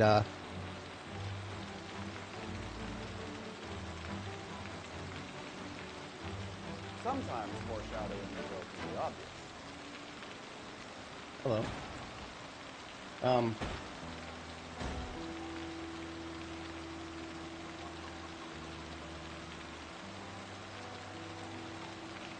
I have several questions. I didn't hit anything, by the way. All I did was hit the brakes. I think what actually happened there, and I've been theorizing about this in the back of my mind for a while, so what actually fucking happened with the Corvette here? Hello. So this is a common problem with the game. Sometimes you're moving too fast for the map to continue loading properly. Sometimes that happens. So I think what actually happened here is our brakes were so much better than what the trailers are programmed to be able to handle, that we actually just came to a complete stop on a dime with the Corvette, and then the trailer, its momentum didn't get canceled, and the trailer actually, because we came to such a quick stop, the trailer fucking flew up and slapped the back of our Corvette. Big old clap to the cheeks on the Corvette, and the Corvette, because it took such a hard clapping, just took flight. Fucking unscheduled flight test here. Hello. Yeah. I think now that I'm looking back at it a little bit more with a little bit better understanding of vehicle mechanics, yeah, I think that's exactly what the fuck we just saw there. Yeah, that actually, yeah, KTO once again. I think you got the nail on the head there. That is whatchamacallit. That is most likely what contributed to that. But usually trailer brakes just contribute to you just your trailer's going to flip if you take a hard turn. In this case, it contributed to something much more interesting than a flipped trailer. I mean, basically a TLDR of TLD dub of what happened is the Corvette was unrecoverable immediately because it had flipped all the way over. The Corvette flipped all the way over, and we were in the middle of fucking nowhere. And because the Corvette was so fast, we were like, "Oh, we'll be back at base before we need to go get more supplies, right?" So I'm stuck in the middle of nowhere, low on food and water, with a vehicle that just became non-functional unless I do some shenanigans to get it recovered. So it's just a silly little glitch that resulted in some interesting spontaneous storytelling there. In the back of our minds, we could just say that that was an actual, genuine collision of some kind that we took, and we had to go survive day to day for a minute. We became one of those wanderers. We were the wanderer, yeah, the wanderer, whatever. But yeah, that was fun. That was a lot of fun. It's probably one of my best demonstrations of why everywhere I go, I'm carrying an Alice belt with all the survival basics in it. All the survival basics. And of course I used to do food in the Alice belt, so there used to be chips. Chips were a little bit ephemeral. Chips are ephemeral. Firearm magazines are eternal. I mean, it's literally designed to carry firearm magazines, so there is direct incentive to use it. Like, for example, right now, you can't see it, but there's a saw in my offhand. I don't even think about this anymore. The saw is a permanent part of my Alice kit. Like, I just have a saw in my Alice kit all the time, everywhere I go. I never go anywhere without it because, well, level 10 carpentry. I can cut my way through small walls or fences very easily with that. It's one of those things that I just do without even thinking about it anymore.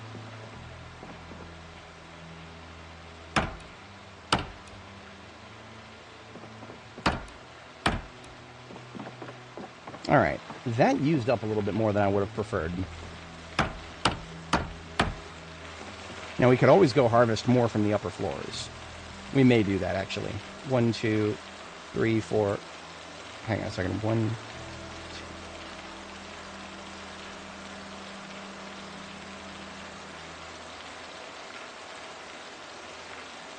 16. We're going to go get 16 from the upper floors. And we're going to take them from a place that I'm not too concerned about.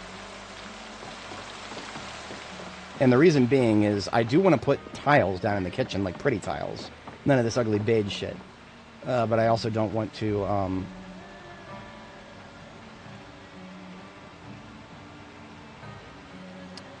breaking up the uniformity actually kills me here. That actually kind of kills me a little bit. Kibosh on that. I'm not stealing from my own upper floor just to make the lower floor look better for a minute. No. No. We have one direction here, and that's up. We are going to go do what we should have done a while ago. Some actual proper floor tiles. While we walk, we have a bite of stir fry we should have eaten a little while ago.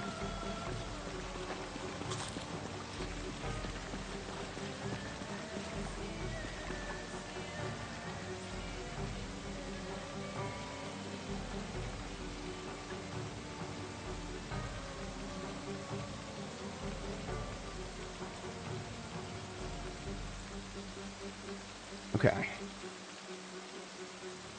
You know, I'm starting to reconsider doing a red kitchen, and the reason being is if I wanted to do it right, I'd have to replace the fridge and the stove too. What if I just did a white kitchen? Because I mean, look at that. We got white counters and white floors right here. Boys, I think we're doing a white kitchen instead.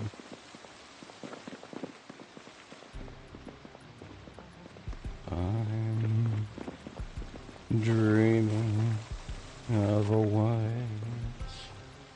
kitchen, just like the ones I used to know. Sorry, I've never even tested my voice. I don't know what key I am. I know I'm not a bass. I've tried to sing bass before. It never ends well. Also never been vocal coach, though, so. Music theory is one of those things I'm going to learn about someday. Today is not that day, nor tomorrow, etc. Is going to, I did a little stint of theater in my high school years, and I picked up a little bit of jargon from there, and then filled out afterwards. My suspicion is that I could do bass, but I might not be suited for it. But I would have to be vocally coached to know for sure. That's my current understanding of the situation. Something I did learn that I'm very happy to hear generally. A lot of people can sing better than they think they can, and I think I'm one of them.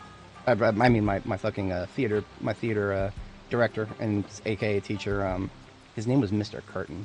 The theater teacher was named Mr. Curtin. That's just shout out. He would never watch my streams, but shout out anyway. He's a great guy. Fucking yeah, Mr. Curtin was your theater teacher. Anyway, he told me that a lot of people can sing better than they think they can. They just need to know exactly what tone and tenor of voice to go for. And that's what voice coaches are for. Not free, of course. A lot of the best ones charge a fair bit of money. But if anybody ever wanted to sing and can't, well, that's consider talking to a vocal coach.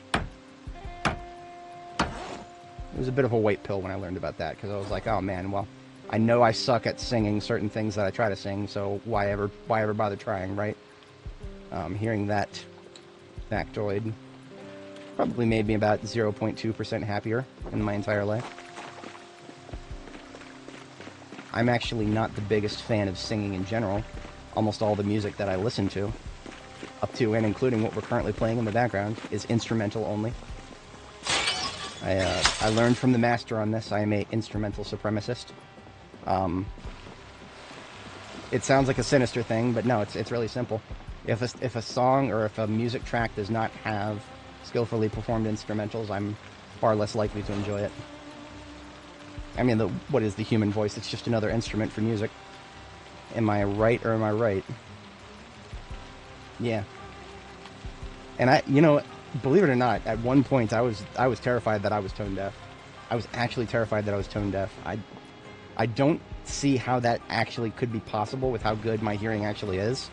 I mean, I'm not ruling it out, but it was a very white pill moment for me to discover, or I guess I could say become aware of, how good my hearing actually is. It's actually one of my strongest individual traits. It's just the ability to pick out specific noises in a crowd of massive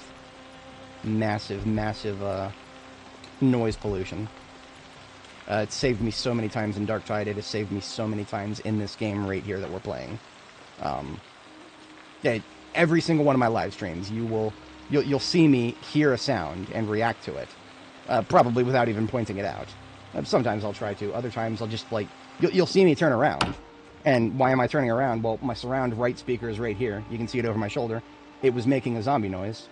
So I'm turning around in the surround right direction and killing the threat before it gets anywhere near my inner cone of vision. So it's a little bit more than just my hearing, of course. Surround sound. Yeah, if you haven't tried it, please try it. It's amazing for video games. Some video games will be more amazing than you've ever had them be before if you try them again in surround sound. Certain video games don't support it for the dumbest reasons imaginable to man. 7 Days to Die. That's a game I would really love to have surround sound in. Never figured out a way to get it out of 2 audio channels. The game is perpetually locked to stereo. That kind of baffled me when I learned that.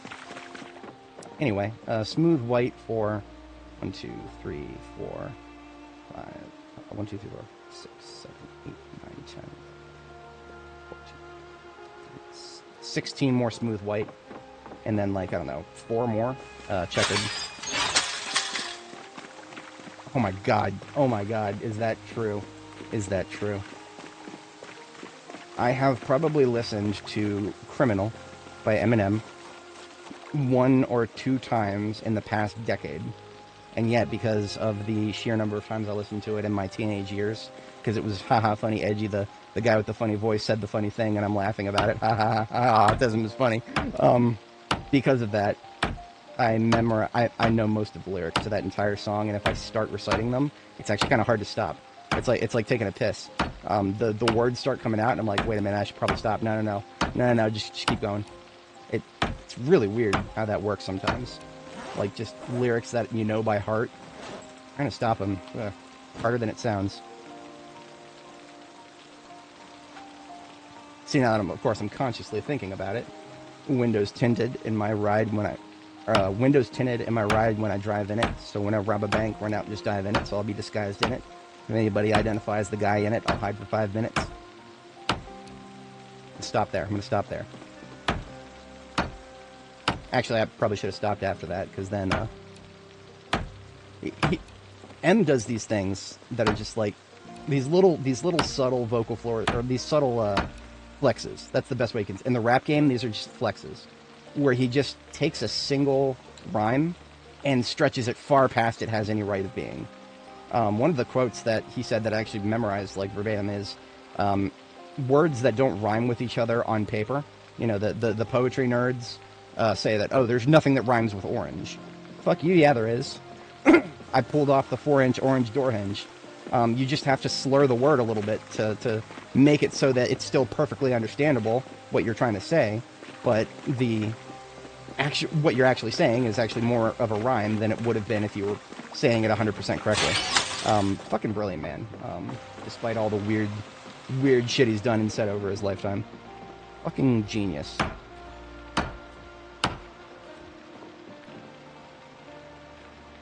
We should have enough of those, right? Yeah. We are really, really, really thirsty because I'm a doofus. And I forgot to get a refill of water. Problem solved.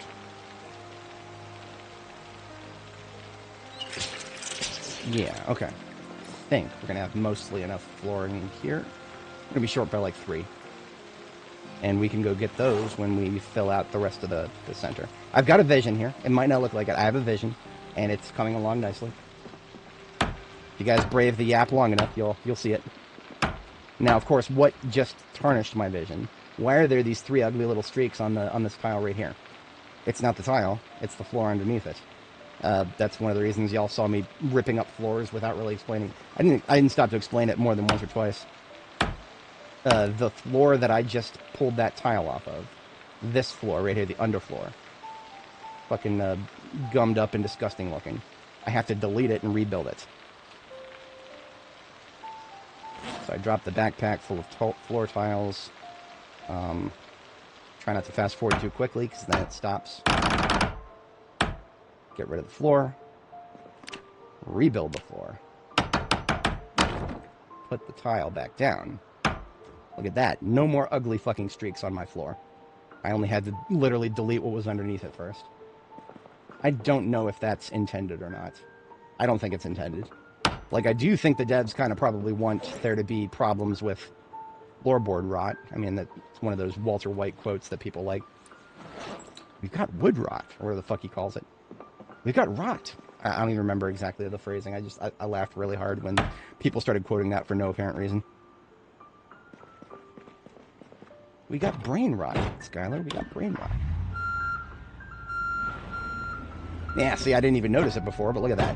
Meals on Wheels was in the way. And that made it so I couldn't see that we actually have another rosewood right here. Missed a spot, as it were. Now, dump the rest of these. Still some ugly dirt on the floor there. So picking up the entire floor tile and putting down a new one, that didn't get rid of the dirt. Not in Project Zomboid, no sir. You want to get rid of the dirt, you got to mop it, or it is there permanently forever on any tile that you may place henceforth. It shall always be tainted until you swipe it with the sacred mop and bucket, of which we are actually out of water. See, I see that big blue bar, and I'm thinking like, oh, it's got to be full. No, it ain't. Almost nothing in it. And that's because all it's showing me is the ratio. Oh, that's right. There's water on the ground too. That is a slightly useful thing after a bunch of rain falls. And literally just fill containers up from the ground. Yeah, we just got 5 liters of water from puddles. Okay. 300 mods. Bro, that is, that's quite a lot of mods. That is quite a lot of mods. For anybody in chat, if you're interested, homie who just posted he's got a Build 42 multiplayer server running. I have not partaken myself. I am not, a particular fan of unstable beta multiplayer, but, if you are interested in giving that a shot, you're gonna have to describe again how to find it. Because I asked him, like, is there a Steam thread, or is there, he can't post the IP. It's out there somewhere, I'm sure. Maybe, can you find it in the server browser?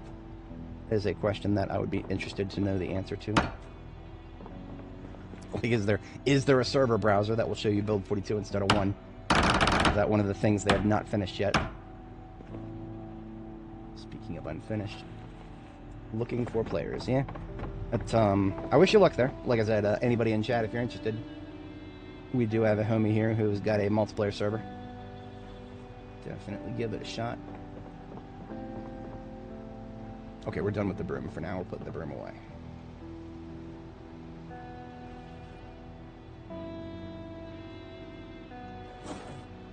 What did I do with the water? Oh, I just left it on the ground. Doofus. Oh, Discord. Got a link in your channel description, I guess. That's my guess. If not, you should probably put one. Seeing as... Well, actually... That's annoying. I learned that you actually can't... If you're a normal YouTube person, you can't open people's channels by clicking on them in chat. All chat lets you do is report or block, which is kind of silly. But it stops people from doing too much self-promotion. I will link homie's channel, I suppose. As the channel owner, I can do that. Well, no, like, can't see it in, whatchamacallit. Can't see it just in the chat window.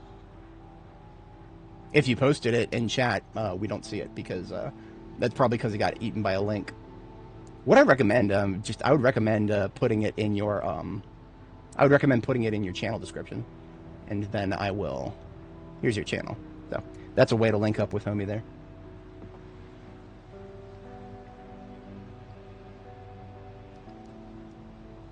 Rant incoming, brief rant.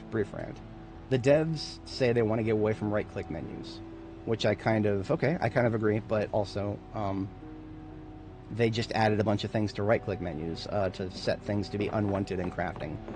And, like, every time I misclick on it, which I never intentionally click on, every time I misclick on it, I'm like, was that a part of the game design?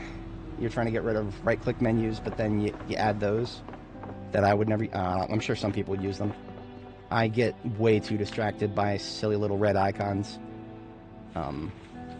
Any potential benefit to my crafting experience would be vastly outweighed by that. D&D Tabletop. I played 5th edition a while ago. Tabletop games. I've played several. Never finished one. I got a homie who is currently running a Pathfinder. The Pathfinder camp, there's still hope. We have not played since May of this year. But I still remember enough about it that if he were to fire up a session tomorrow, we'd still have fun. That being said, I don't know if he's going to do that. And that's a shame, because that was a lot of fun. I had a lot of fun in that campaign. We were doing Abomination Vaults. I don't know how much of it he customized to have his own story. But I think the template he's using was Abomination Vaults, which is a thing for... I think it's a pre-package that you can build on for Pathfinder 2nd edition? PF2E? Yeah, PF2E. So that I have experience with PF2E and D&D 5e. My experience with D&D 5e is probably old enough at this point that I don't remember enough of it to be useful or even probably competent. I would have to relearn way too much. I had fun though. I mean, like while the sessions were going on, it was being run by one of my mutuals who was ended up being an Air Force doctor, and I think his shifts would sometimes go up to 16 hours after a little while there. So I don't know if he's still doing that, but if he is, yeah, tabletops take planning and effort, and that is the downfall of many campaigns. Okay. one more smooth white tiling. One more smooth white tiling, and then 4 more checkered. And of course, we're short by 1 rosewood, because of course we are. That's okay. I'm not worried about the 1 rosewood. I'll cover that up with like a frickin'... I'll cover that up with something else, but otherwise we've got a solid tally.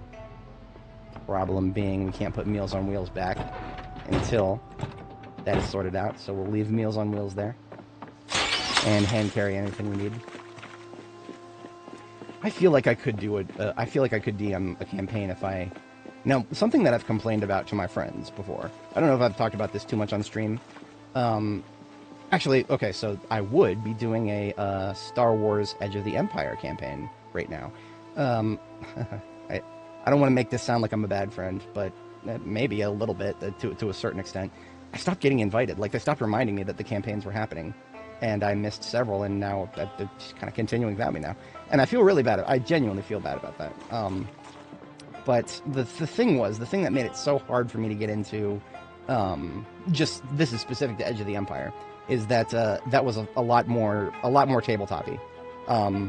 When I played, when I'm currently playing Pathfinder or D&D 5e, those all those campaign sessions that I did were done like through either virtual tabletop, tabletop simulator, or Foundry VTT, which is a specific type of like standalone, like a server basically. You use server you run that does a web browser interface for a streamlined sort of.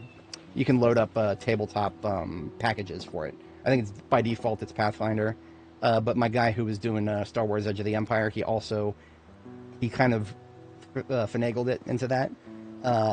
It was a lot different, though, because it was clearly not designed from the ground up for Edge of the Empire.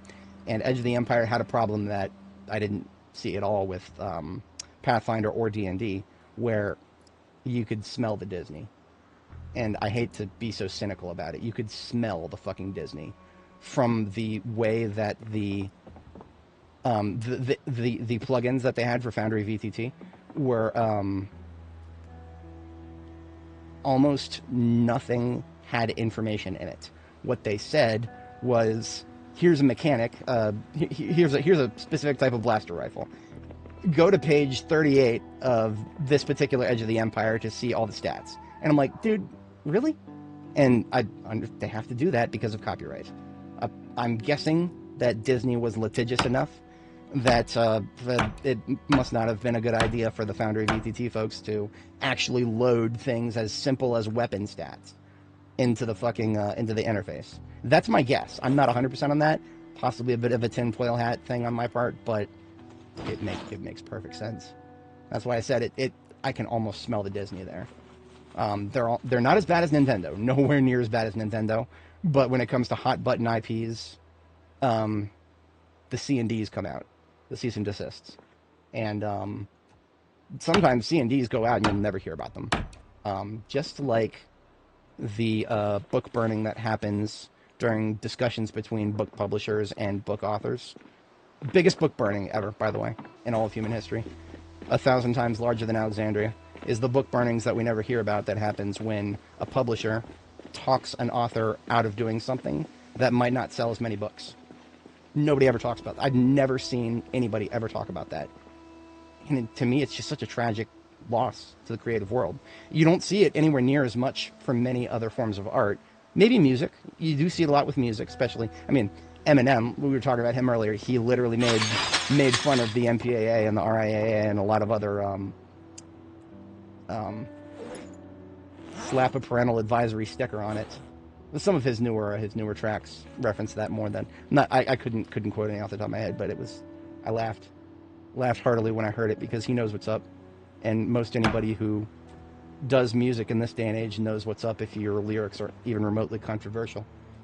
You'll start seeing little roadblocks popping up to what you can put out there and where you can put it. Most importantly, certain radio stations will be edit out the word God, not damn, but edit out the word God. You can say, you try to say goddamn, they'll censor God, but not damn.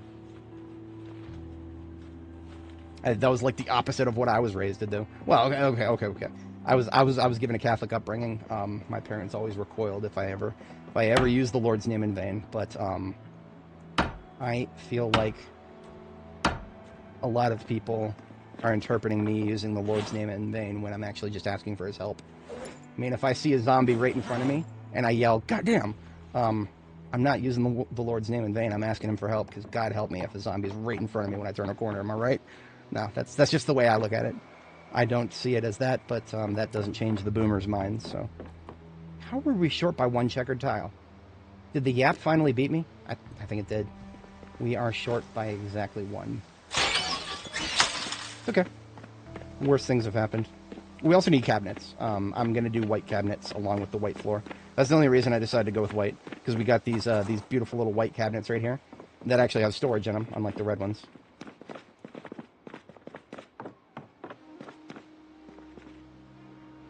Oh, I got it backwards. That was the problem. I got it backwards. I did extra smooth white instead of white checkered. The weird problems you run into when you're doing furniture in this game. The names are not always unique enough.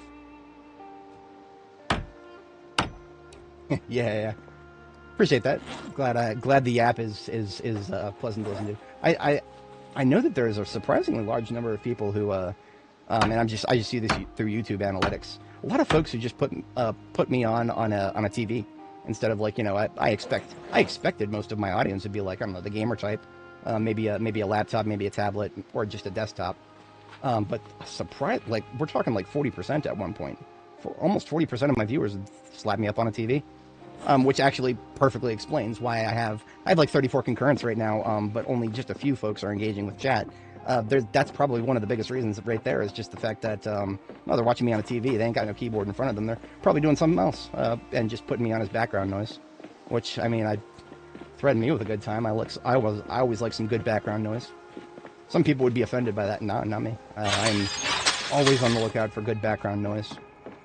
But currently, my favorite would be Mauler and the EFAP crowd. They wouldn't forget to get a checkered tile twice in a row. I did. Yeah, that's okay. That's okay. I'm just going to leave the backpack here. And we're going to go grab another one.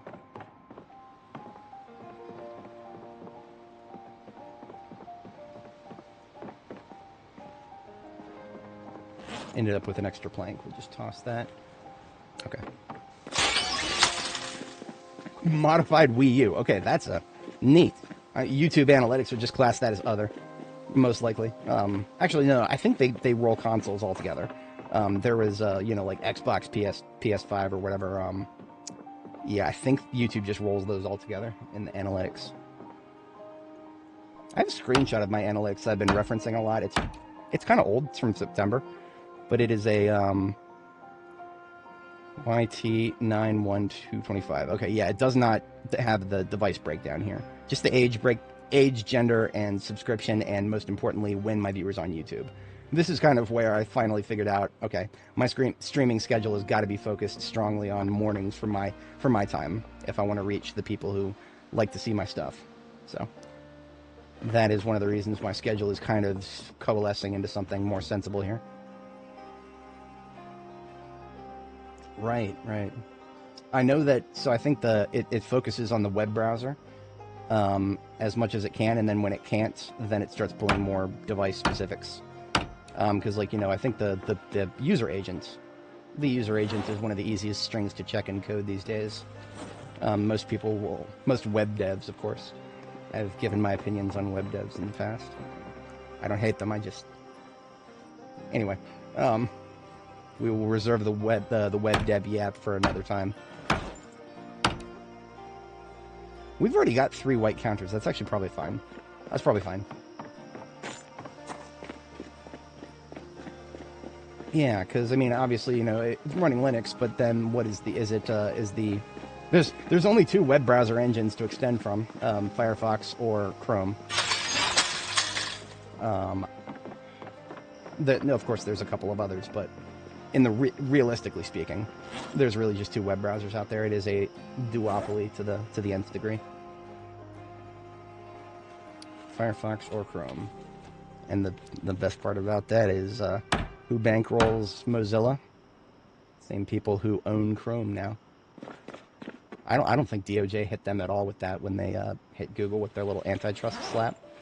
I don't think they cared whatsoever about the.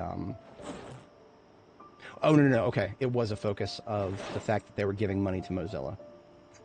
So the DOJ, I think, if my memory is serving, they actually told them, okay, stop giving Mozilla money. Like, it wasn't just, okay, you can give them money, but you have to like officially say no strings attached. No, just stop giving them money. And I think that was the worst outcome they could have given. Classic DOJ fashion. Doesn't fucking matter what political party controls them. They always fuck things up. They always fuck things up. Fascinating. Wii U tablet. Okay. When you said Wii initially, I was like, oh, so is it an actual Wii? Like just a classic Wii? I have 2 of those because my first one broke. I'm always on the lookout for a way to fix that someday if I can. Maybe even do something other than play Wii games with it if I can actually fix it. Error 56, if memory serves. And also, if memory serves, that was a checkmate. Unless you knew how to solder PCBs. Or, actually, not solder PCBs, but reball. I think reballing was involved. You had to go get a working chip and reball it. My eyes glaze over already with very, very, very simple soldering jobs. My eyes glaze over already. I successfully soldered a wire once. I repaired my e-scooter. That was a lot of fun. Haven't done much else since then. I have unsuccessfully soldered a mouse switch once. I've talked about this many times. This is a Logitech G600 right here. I love this thing more than any other mouse I've ever used. The ring finger button is a godsend. I love it so much in Darktide. These are a finite quantity, though. Logitech does not make them anymore. And I have already completely destroyed one by trying to repair it. Probably should have practiced with something else, less important. But for some reason, I got overconfident. I'm supposed to be putting these computers upstairs. I don't actually have a good place to put them. Oh, I can do the shelves in here, that's fine. Okay, yeah, this will be good. I think I'm just going to keep this little room here exactly as is. An inner sanctum, as you will. So, in this save, we are rolling all default sandbox settings as it was when we started on 42.10. So what that means is the game's interpretations of certain sandbox settings has actually changed subtly as the major updates rolled out. 42.12 was changed something to do with generators, so we actually had to go into our save and edit the generator settings to bring it to parity with what the new default is. But otherwise, generally speaking, we always roll defaults here. That being said, when we started this save, the new default, as of the start of this save, was a 90-minute day length. And that actually had some rather far-reaching impacts on my experience as just a Project Zomboid player in general. I have always felt as though the early game was a race to see what you can accomplish in the first couple of weeks, in certain respects. I mean, obviously, you know, the first couple of weeks are not going to matter in the long term for certain things. Well, it'll matter a lot in other fields. It's kind of hard to articulate exactly on a dime. But yeah, there's sort of a bit of a ticking clock over your head in the early game. I mean, power and water cutoff are a very easy example. You don't necessarily know how long you'll have, but it could be as long as a month. So basically, every time that ticks, every second that goes by while the power's still on, is a second that you could be doing something slightly easier than it will be to do that afterwards, after the power goes off. So no official ticking clocks, but unofficial ones all over the place. And I think about that a lot because, of course, 60-minute days is what it was for the first 1,200 hours that I played this game. I didn't hate it. I had some very, very specific targeted complaints that earned me my first post-deletion on Steam before. Never had a post... I've never gotten banned on Steam from a community or a game or anything. But I did recently get my first community... They just deleted my post. They didn't even give me like a strike or anything. I was just like, nah, please be respectful. And I think I hurt Sully's feelings. I hurt Sully's feelings a little bit because I started talking some shit about how the Jannies do it for free. It was relevant. It was relevant, but I think I didn't need to do that. I didn't need to do that, so it was okay to delete. No, I bring that up. Because that post was actually directly related to the day length. and why the day length in real minutes is actually one of the reasons that so many people have a problem with the nutrition in this game. That might seem like a bit of a reach. Trust me, it actually makes a lot of sense if you think about it in terms of how the game is trying to do a calorie simulation, right? If we look at our stat bar here, what are our calories? We're at the floor. We're at negative 2,200 because we are not trying really hard to put on weight right now. So whenever we eat at the moment, we're just eating to shut the hunger up. That's all we're doing. Like, we're really, really hungry right now. We probably should have been eating more. We don't have any prepared food. We're just going to go ahead and eat some beef jerky out of the Meals on Wheels here. But why does the nutrition system feel so weird? Because the reason I say it feels weird is because people will experience it, and then they'll dig deeper into why it feels that way, and they'll be like, wait a minute, okay, so you're telling me that the calorie simulation is almost how it is in real life. If Annie walks across the room like this, she's burning almost as much calories as a real human being, almost, not perfect, but almost as much calories as a real human being would do by walking that distance. So why does it feel so wrong? And the answer, nobody ever talks about this in the Steam discussion forums. The answer is the time scaling. It takes Annie a lot longer to walk across a room than anybody in real life would, because we are operating in currently it is a 1 to 16 time simulation, because the day length is now 90 minutes by default. And remember, the devs are balancing everything around the default. So if you want to discuss the game balance, you really should stay on the default everything so that you can give good slightly better chance of giving acceptable feedback, I guess. But I mean, that's a fundamental problem, right? If we are burning calories at a 1-to-1 ratio and a 1 to 16 time ratio, there is always going to be something that feels fundamentally off about that. Now, of course, a lot of seasoned veterans of Project Zomboid have found a nuke it from orbit approach to just dealing with nutrition. Eat a fucking stick of butter, dude. Just eat a stick of butter. You'll go straight to calorie cap. You'll get enough fats to go into rapid weight gain. Eat a stick of butter every couple of months. Maybe wash it down with a couple other sticks of butter, and you'll go right back up to being fat, and then you can go back into a weight loss cycle. I do that with Annie a lot. That's exactly how I've been operating with her for all 600 plus whatever hours we've played her. But why do I have to do that? Why do I feel compelled to do that? Multiple reasons, of course.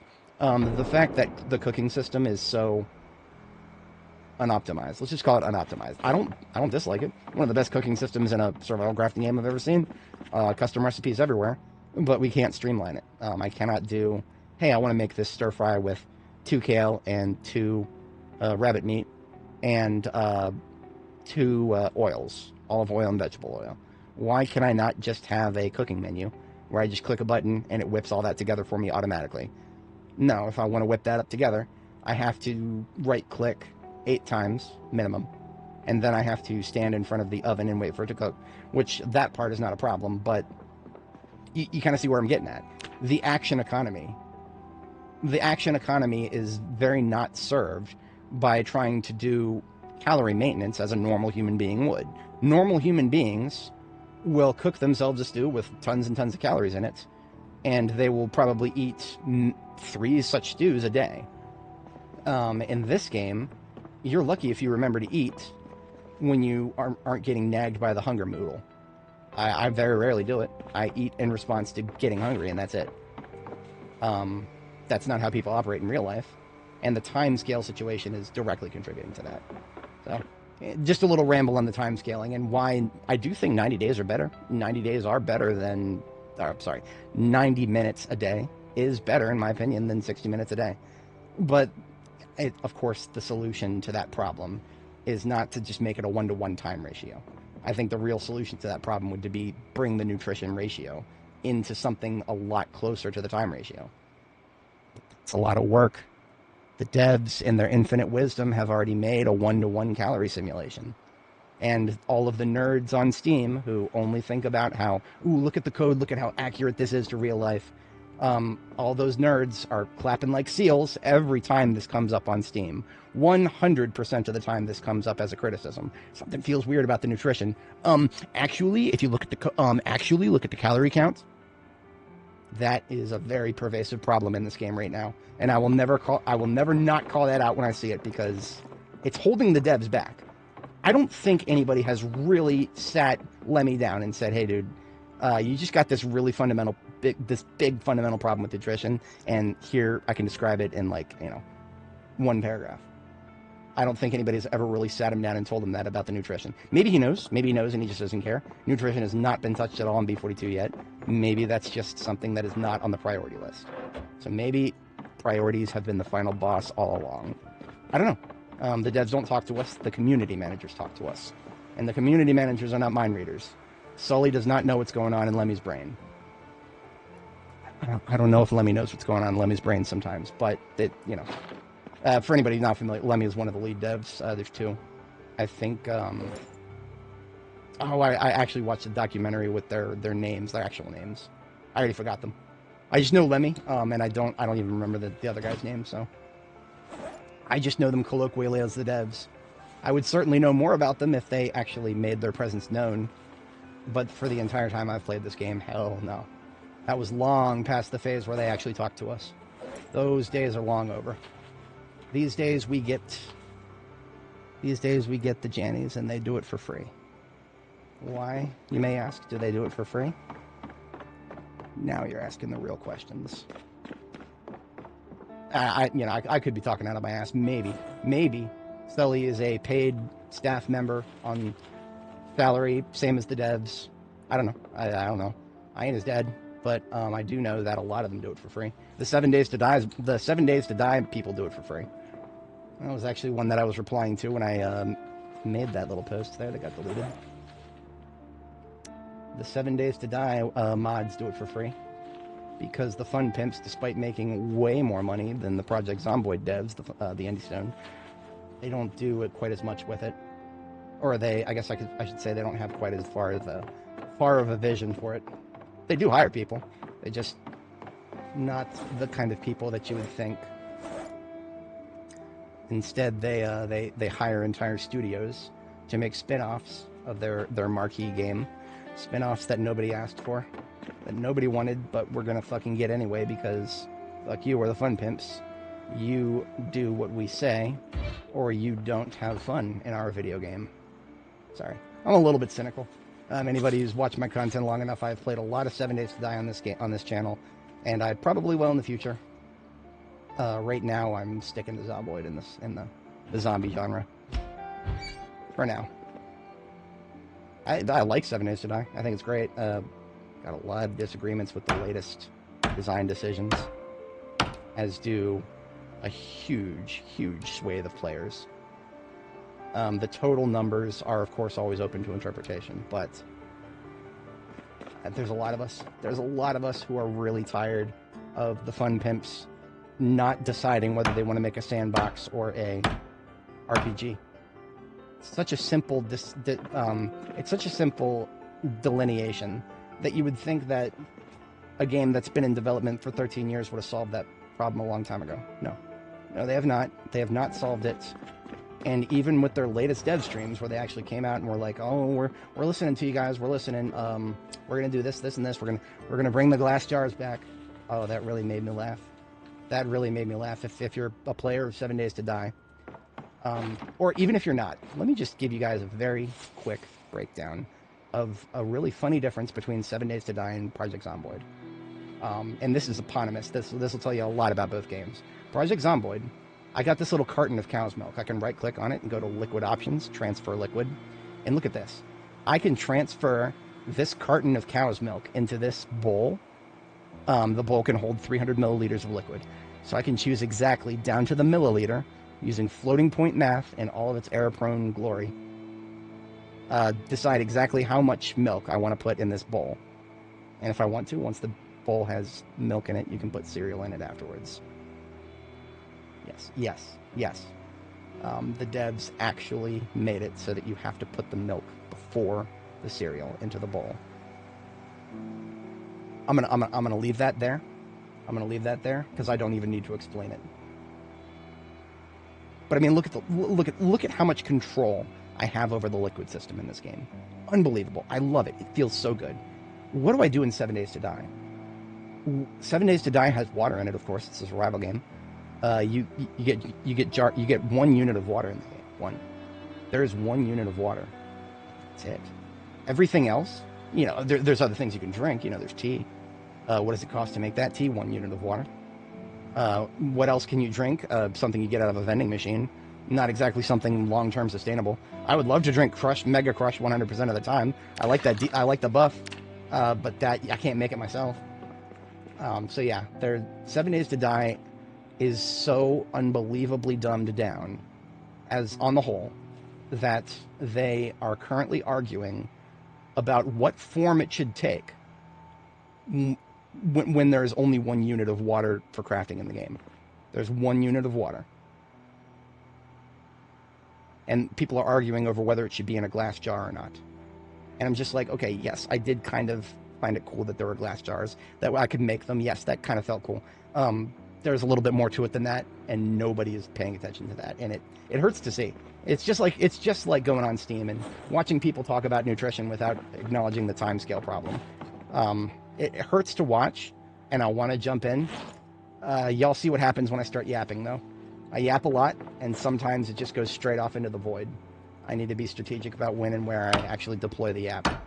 It is it's like a strategic resource for me, a strategic weapon, fucking weapon of mass autism that I only deploy in dire circumstances, or appropriate circumstances, as it were.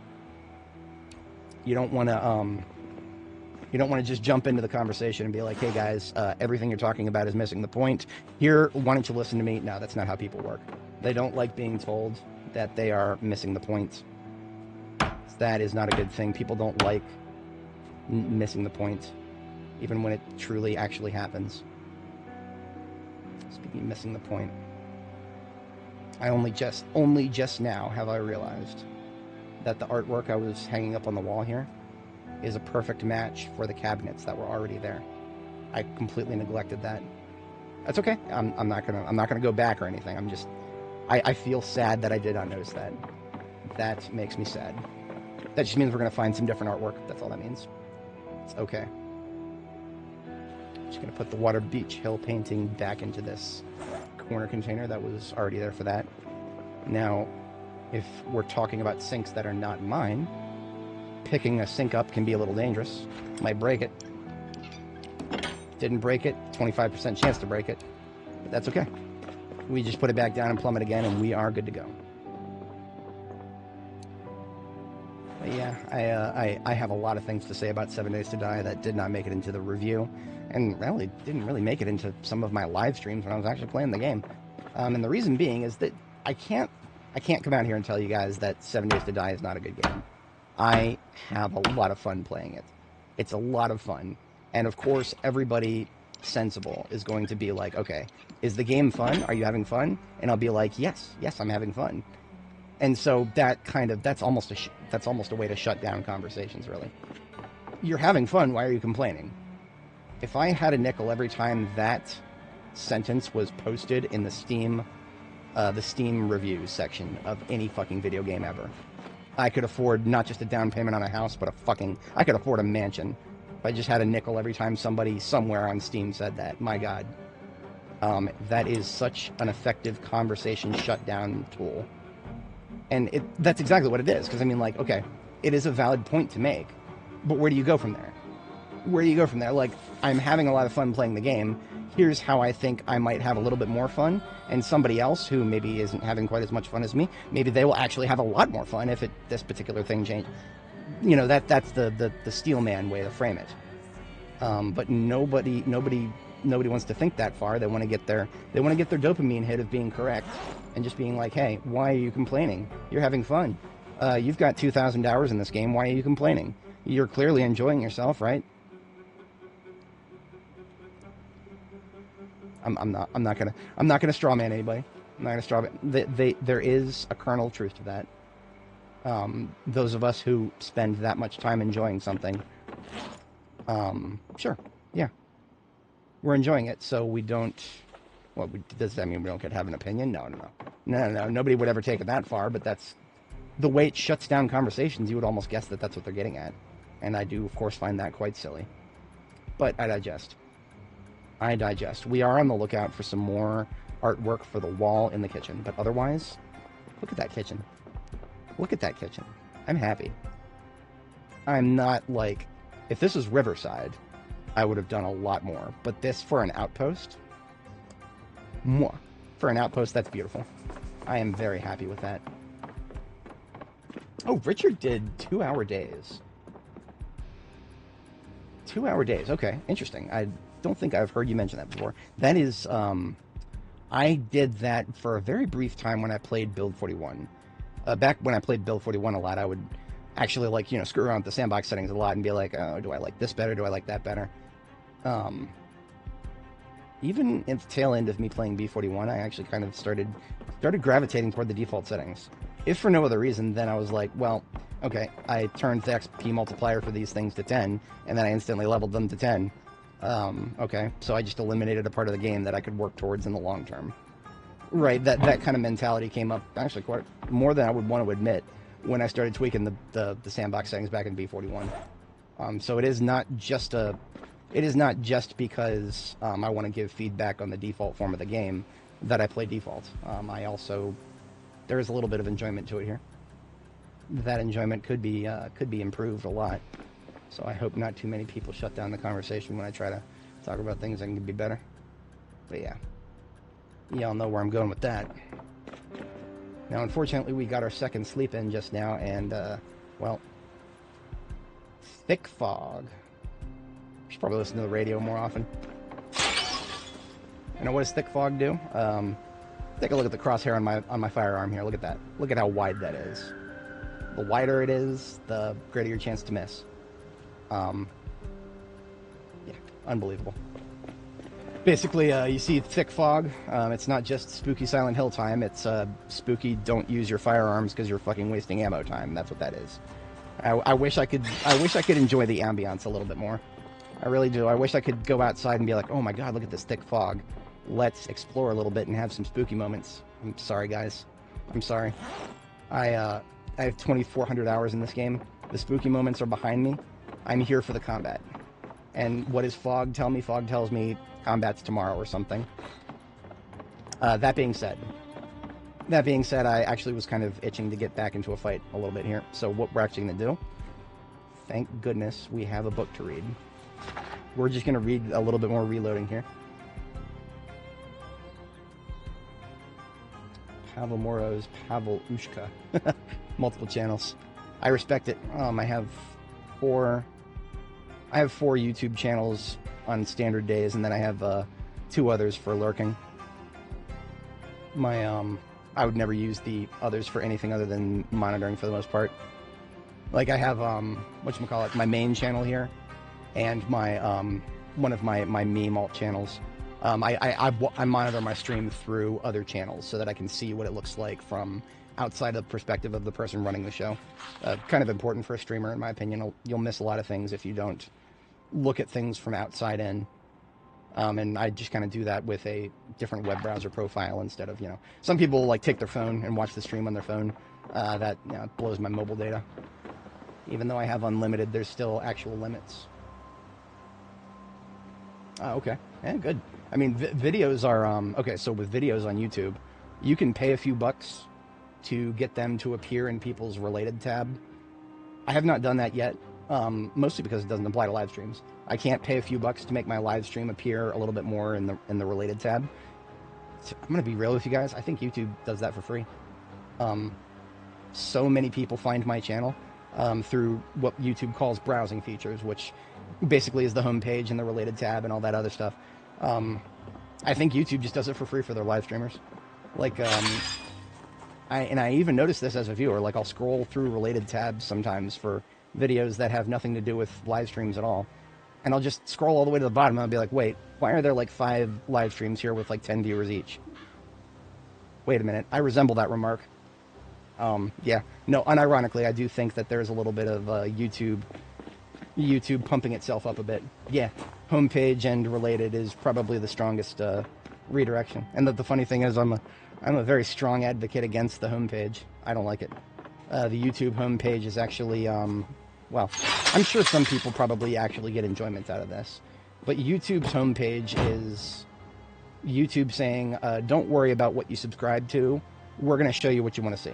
That's what the homepage actually is for YouTube. When you go to just youtube.com and it puts you on the homepage, that's what YouTube is showing you there. That's what home means. It doesn't mean subscriptions. You know, you subscribe to somebody. Maybe you just want to see, you know, the stuff that you subscribe to. Like a lot of people probably are kind of under the impression that that's what YouTube does. No. Your YouTube homepage. If we go to my YouTube homepage, let's take a look at this. Let's take a look at the difference. Most people understand this, but just in case you don't, go to my homepage. What do we see? We see, we see people I'm sub to. We see Akkad Daily. We see Angry Cops. Look at all of this other stuff. These playables. The fuck are YouTube playables? I have seen a little bit of these before. I've heard the name. I don't know what it is. Posts. Fucking boomer news channels. Why is Reuters, USA Today, and We Are Iowa Local 5 News, and WTHR, what the fuck is that doing on my homepage? Now, these down here, this row, it kind of makes sense. CS188, Disparu, I'm sub to them. These guys right here, I actually can just tell at a glance, these are probably people I would see in the related feed for videos that I'm actually sub to. Oh, look, AI. They added AI to the homepage. Ask for videos any way you would like, beta. Sorry. I'm going to tell YouTube exactly what... I'm not actually going to do that, but I mean, you know, sometimes I want to. I'm the guy who will actually be like, if a web page tells me, hey, give me some feedback on this. Oh, well, I'll give them some feedback. I'll give them some... But basically what I'm trying to illustrate is my homepage is chock, and many others are chock full of things that are a mix of subscriptions and not subscriptions, and I do not ever watch boomer news on YouTube.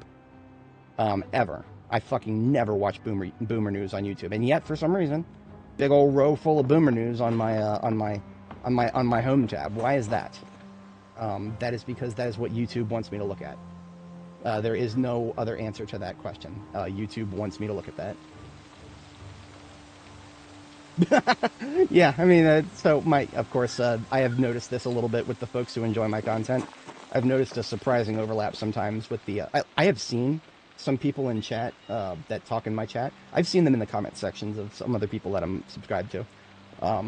Sometimes I feel like I should say hi. Other times I'm just like... So, you don't even need to say hi. I'll just drop a like and be like, yeah, that's right.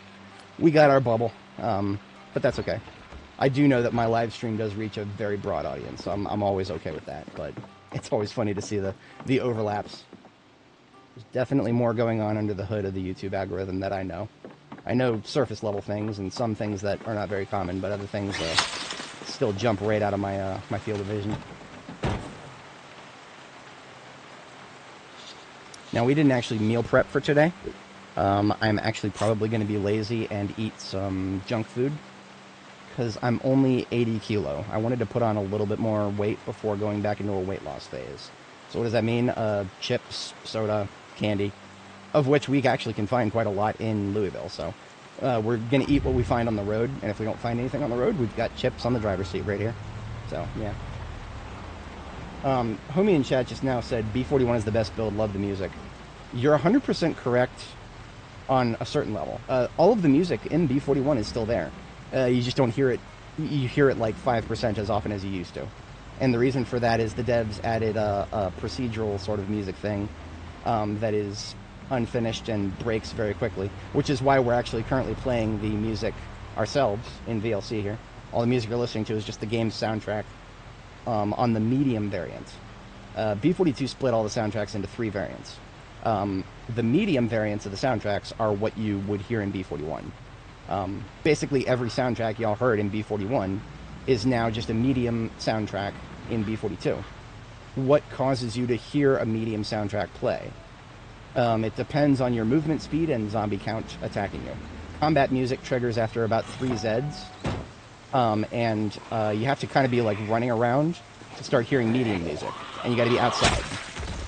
The low and high variants of the non-combat music are triggered by whether you're indoors and how fast you're moving. If you're outdoors and you're not moving too fast, you'll hear medium music, largely speaking. And it's kind of my favorite, too. There's a reason we picked medium for the entire playlist here. It's the good shit.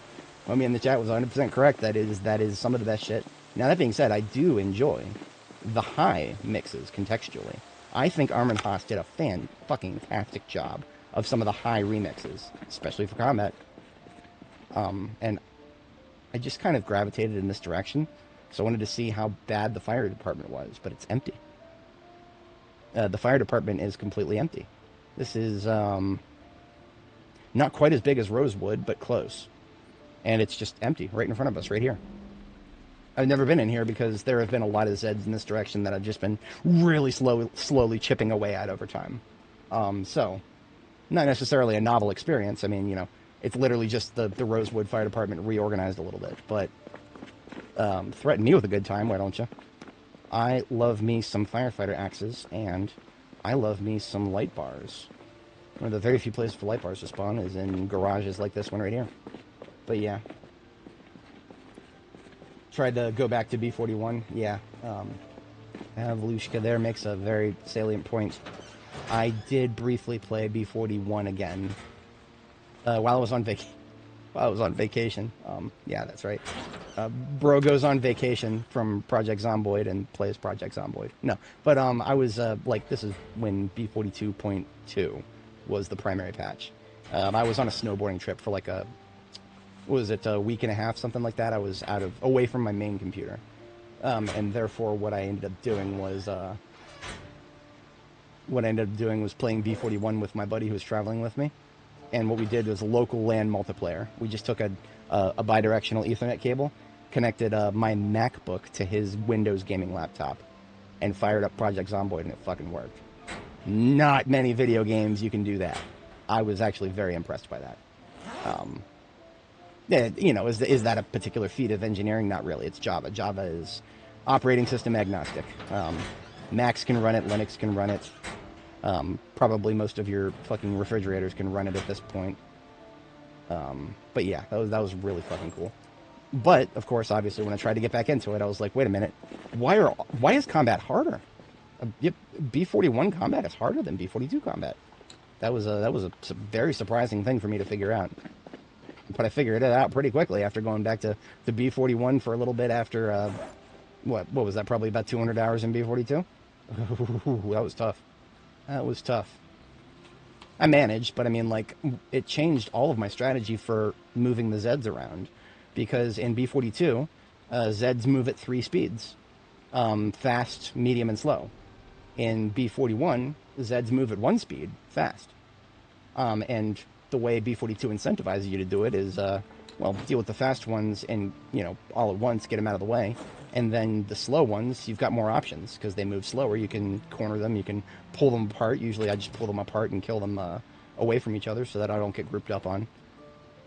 None of that in B41. None of that. Everybody moves at the same speed in B41, so actually you might be able to change that in the sandbox settings, but of course talking about defaults, nope, all the same in B41. Not the worst thing in the world, but a much more significant thing than I understood it to be until I actually saw it changed right in front of me. A subtle factor, I suppose. So what are we actually collecting here in the fire department? I'm looking for light bars. I dropped all of the stuff on the lockers just on the ground. I may, in fact I probably will, rip apart the firefighter jackets for airman thread. You know what? I may actually keep one full firefighter set here in Louisville. Maybe. I mean, if I can do it, I will. And the reason for that is, of course, firefighter gear is really good if you don't, if you like protection, but you don't care about longevity and you don't care about movement speed or combat speed, or how hot or miserable you get. That firefighter gear is great in those circumstances. And to be entirely honest, that's a lot of new players right there. A lot of new players don't give a fuck about the long-term stuff. They want to figure out the short-term stuff first. It's like putting before learning how to drive in golf. So it makes perfect sense. So a lot of people don't. That's why there's a little meme on the Steam where it's like the evolution of a Project Zomboid character. Your first one is just oh no, I'm in civvy clothes and I'm trying to fight zombies, and I'm getting holes in them when they bite me. And why am I turning into a zombie? Because they bit me. Yeah. But then stage 2 is oh okay, so clothing has protection. So they just laser focus on what has the highest protection, firefighter gear. And the picture shows them sweating their face off and moving around really slowly. I found that really, really, really funny. I don't know if I could find it very easily, but if I could, I would. Because boy, howdy, is that if that is not the experience. Okay, we have cleared through all of the supply closets of the fire department. Kinda slightly underwhelming, but we came away with a fair few axes. Now, what do I do with firefighter axes? I leave them on the floor in front of a crafting station, and I'm going to rip the axe heads off of the axes. Makes them easier to move around, because as a level 10 carver, I can make new handles very easily on a whim. Turn a plank into a handle just like that. Yeah, 100%. If you survive 6 months into this game and you're not doing the, well, you're not just like, hiding in a corner and avoiding combat 100% of the time. If you just survive, 6 months in this game and you're just playing it as a normal person would, doing a nice balance of looting and crafting and everything, you're probably good. You're probably good. At that point, I've had a lot of people talk to me about this. Like, even, like, sometimes one of the only comments on my channel will be like, dude, how do you keep having fun with this game? I figure out the combat, and then I'm like talking from the perspective of a commenter. They figure out the combat, they get a bunch of supplies, stacked, as one of them put it, and then what? And some people never figure that out. Some people, like even the YouTubers, the big YouTubers who play this game, McSpoons did a really good skit on this, that sometimes even the big YouTubers who play this game go down the rabbit hole of being like, okay, I'm not good at setting my own goals. I need the game to spoon feed me the goals. So let's use the sandbox settings to establish some really super hard Louisville 64 times population with every zombie is a sprinter. Let's see if we can just make it out and not fucking die. There's literally multiple YouTube videos like that. I'm not going to diss the enjoyment there. I'm sure there's some enjoyment. There's got to be a lot of enjoyment, maybe. But I've talked about this before, and I will always mention it. This game does not have the movement mechanics to support sprinters. If you're playing Zomboid with sprinters, well, enjoy your eventual death at the hands of something that you should have been able to avoid but couldn't. And, of course, not having to do with a skill issue, but a game mechanic issue. Because there is no dodge button. Why is there no dodge button in this game? Well, because the devs are not building it for sprinters, that's why. If the devs were building this game for sprinters, I am pretty confident that they would have figured out by now that you need a dodge button in a game with sprinters. And I can say that with a little bit of authority. I am I never like to hype myself up. I'm an above average player of Darktide. Just above average, that's all I'm going to say. I'm an above average player of Darktide. And Darktide has a lot of enemies that sprint at you faster than any zombie in this game. And yet I don't have too many problems actually not letting them screw me over, because Darktide has a very lovely fluid mechanic system where, I mean, of course the player has their own movement, but then we've got a dodge button. We got a dodge button. We've got a comprehension of audio cues to work with from the enemies. We know when they are about. I know when a hound is about to pounce, just from audio cues. And in Darktide, I do not need to even look at a hound to know that it is less than a second away from the pounce animation. The pounce animation in Darktide, of course, dog pounces on you, they lock you down until a player saves you. So, of course, that could be a death sentence if you're soloing, trying to do a clutch or something. But yeah, the Fat Shark, for all their problems, they have gotten a very beautiful system of audio cues and movement mechanics that actually makes sprinting enemies coming at you in massive groups. It feels fucking amazing. It feels fucking amazing, and there is a flow to master there. Zomboid does not have any of that. Zomboid is not built from the ground up to support sprinters. So when the people do their super awesome mega challenges, 64 times Louisville population with sprinters, they're going to hit a brick wall eventually. And it's going to be because the game doesn't have something that it should probably have. So that's just my little spiel on that. Like, I don't think Zomboid would be unfun with sprinters. There needs to be more in it. Zomboid right now is kind of actually more balanced for everybody to be moving at the same speed, really. Zombies all used to move at the same speed. We were just talking about that. And players all generally move at the same speed with very, very, very few differences. Things will make you move slower. Very, very few things will make you move faster.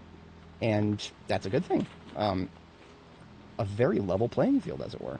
You know, nobody plays baseball where one of the bases is on a fucking hill. No, the playing field is nice, even, and standardized. It's not to say that there's no such thing as interesting baseball with actual terrain difficulties. You could make that interesting, but that's not baseball at that point. You're trying to make it something that, baseball has a multi-hundred-year tradition of being very flat. Play it on a very flat surface, and I'm pretty sure that the distances between the bases and everything have been a solved equation for more than a century. But that, trying to play Zomboid with sprinters kind of feels like trying to play baseball with terrain difficulties. It's not that it's a unthinkable phenomenon. It's just you're trying to do something with a game that it wasn't built for. Not the worst thing in the world, but you're going to need to do a little bit more than just throw sprinters into the mix, right? You can't just put terrain obstacles in baseball and expect it to still be an interesting game to watch. You're just going to see the runners trip over shit and be like, "Ha, he tripped," and then change the channel probably.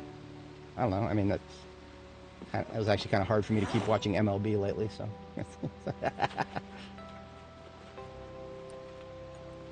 That's good. No, that's a good thing. Dodge, even if just through mods. Yep, thank you. Because another thing is, of course, let's just say that we're playing Zomboid of the future. Let's use our imaginations for a minute. And I am not, in fact, a limo. I am not the last man on Earth.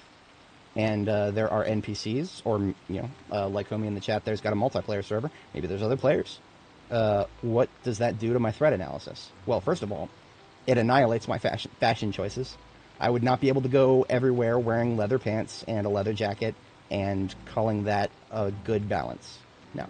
If I was playing this game with other players or NPCs that could snipe me from a third story window, perhaps, everywhere I go, I would be wearing forearm and shin and thigh and upper arm armor and bulletproof vests on every single slot. See, the game right now only shows your bite and scratch protection. It doesn't even bother showing your bullet protection because it's not relevant right now. In the future, I predict the protection menu here, when you press P to open and close the protection menu, I predict in the future it will show bite, scratch, and bullet. Because right now, I mean, what's it relevant to except PvP in B41?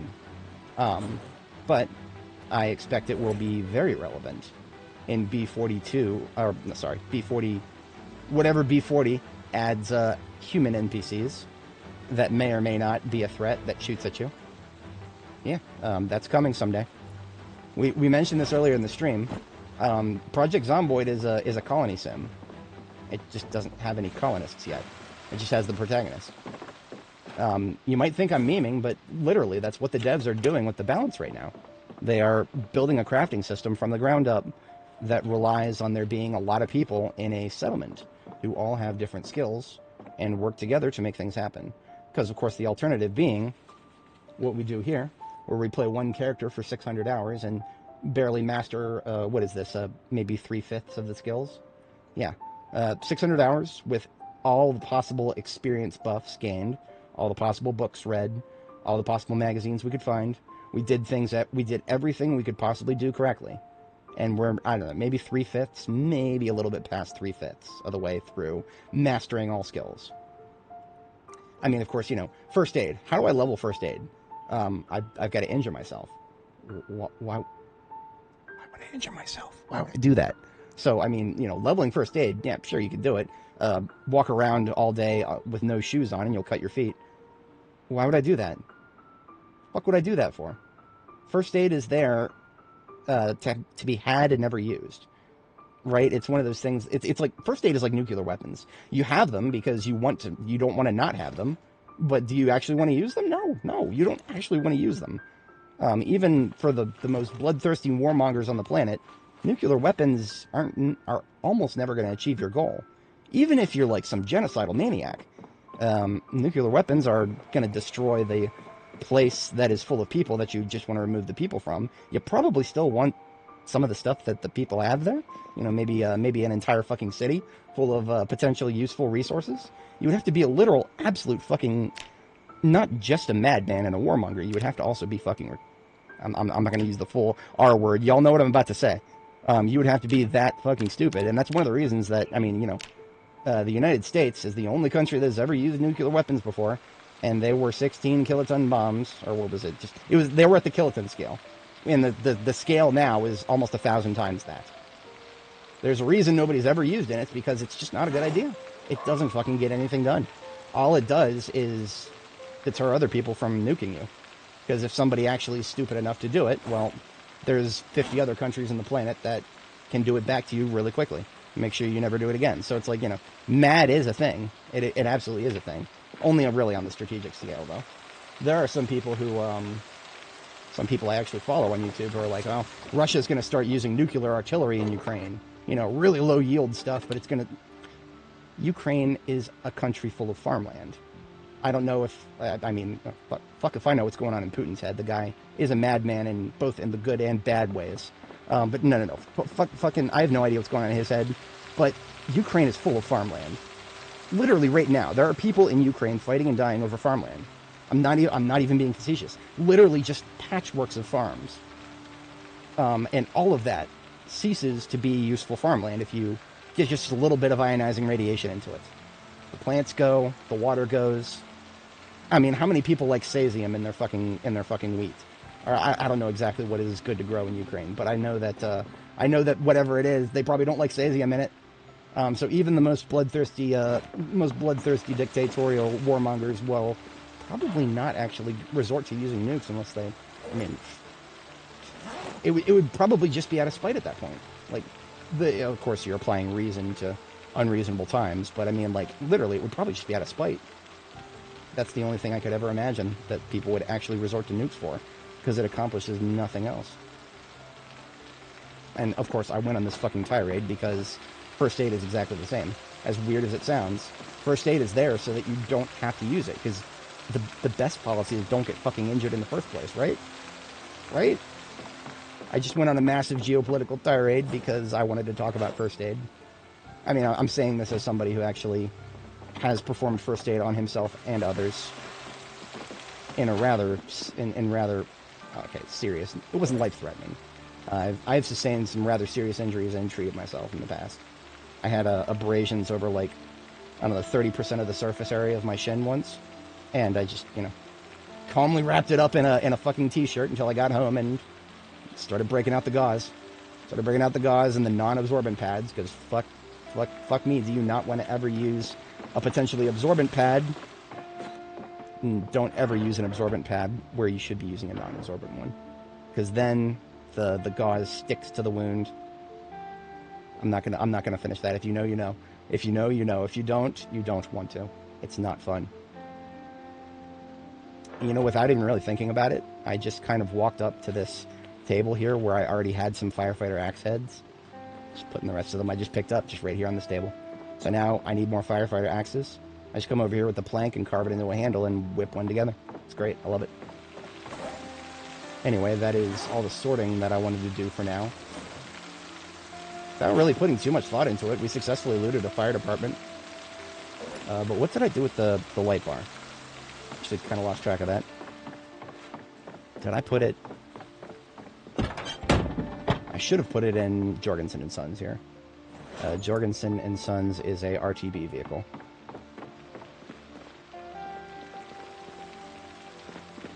No, really, where did I put the light bar? Am I an actual literal moron?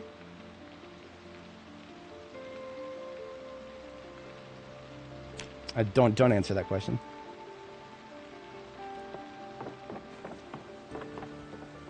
See, every once in a while the app does defeat me. In this case...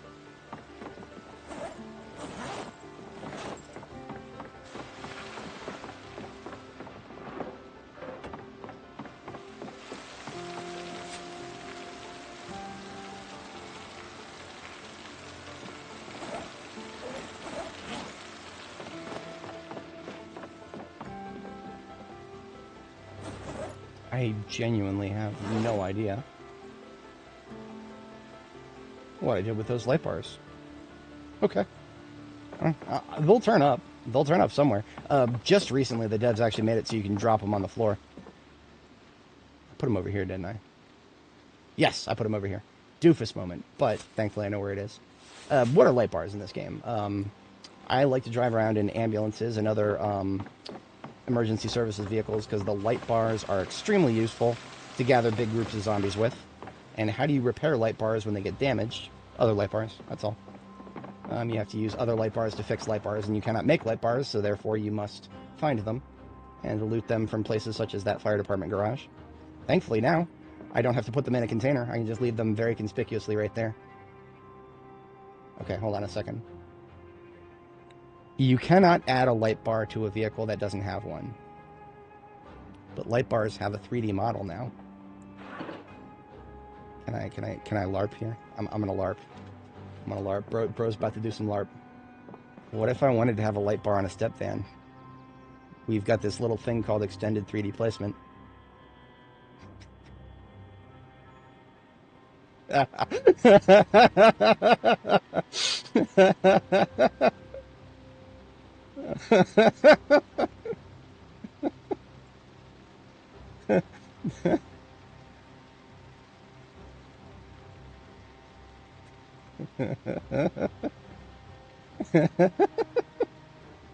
Okay, 0.4590. And it's got to be at least 8 on the z-axis or close thereof. It's not like there's actually a light bar there. This is literally just, we're just LARPing here. I'm getting a lot of, I'm sorry, I'm way too easily amused. I am way too easily amused. No, 78 on the z-axis is actually the perfect height. Okay, 78, and then 0.4590 on the rotations. I am going to put a second one on the same vehicle.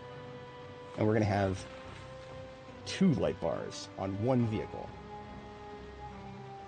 This is the hard-hitting Project Zomboid gameplay that you guys are going to be here for. If not, well, that other guy's probably over there. He might be doing something more interesting, but for now, we're going to do a double light bar, boys. This one we actually put on the wrong tile. So we got to go over here to the tile behind it that we couldn't access. Put it there, right click, 3D placement. Start at 0x. Y-axis was 1. It was all the way at the end. Z-axis 0.78. 0.4590. Did we put it on that same tile? That's a big tile. Look at that. Look at... I'm way too easily amused. I will be the first person to admit that. I have been so easily amused for my entire life since I was a child. So fucking look at that. I am 0.002% happier as a human being now that I have accomplished this. In vanilla Project Zomboid, no mods whatsoever under the hood, I have added a light bar to a vehicle that didn't have one. Yep. It's okay. We have fun here. That's what we do. Found some of my missing cookware. I just put it in this garbage bag because I needed to get the... Yeah, I need to get the counter empty. Once again, slightly defeated by the app. I would have known that if I had kept a slightly better track of my kitchen modifications. What can I say? I am not my parents.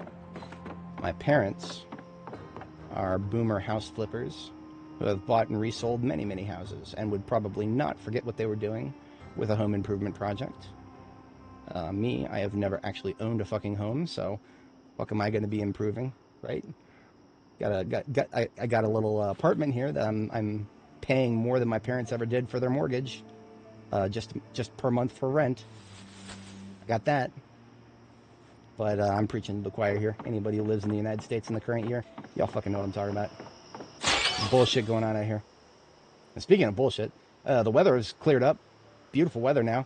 It's also 21:20 hours. Our bedtime is 1 hour.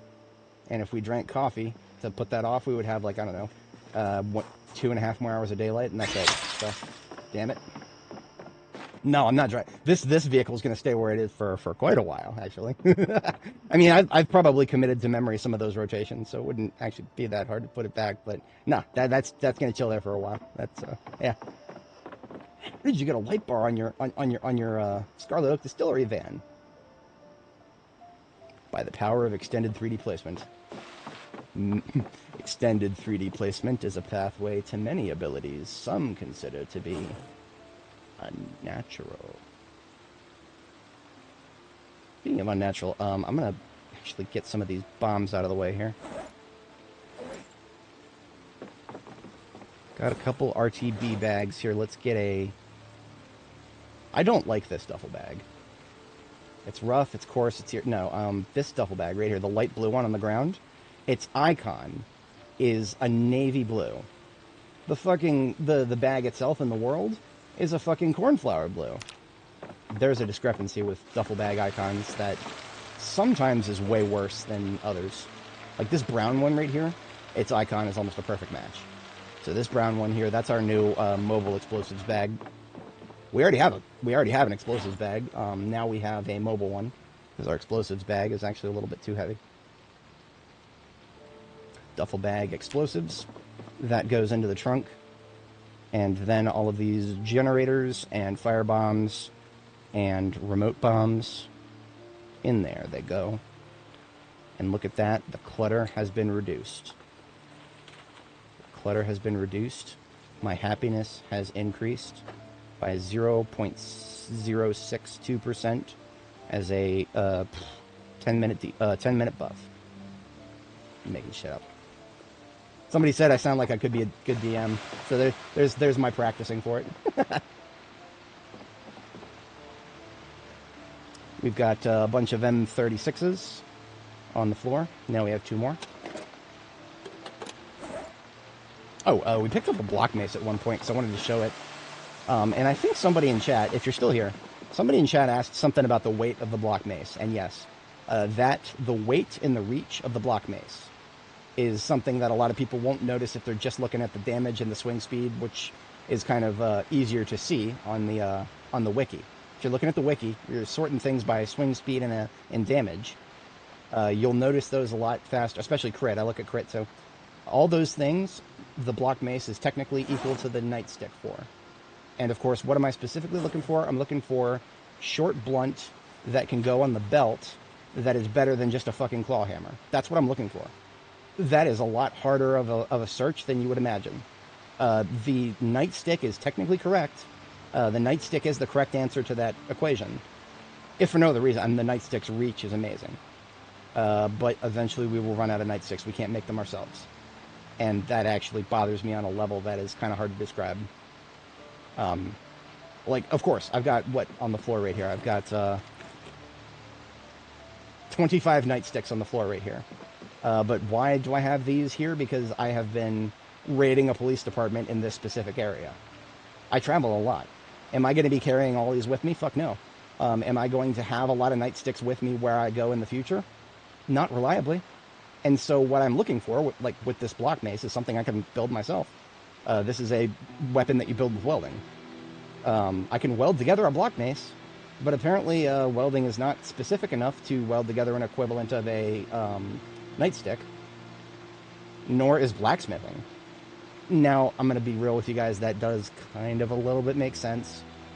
Nightsticks, I believe, in real life are fiberglass. I could be wrong on that, but if that is the case, which I believe it is the case. Fiberglass, of course, there are wooden ones.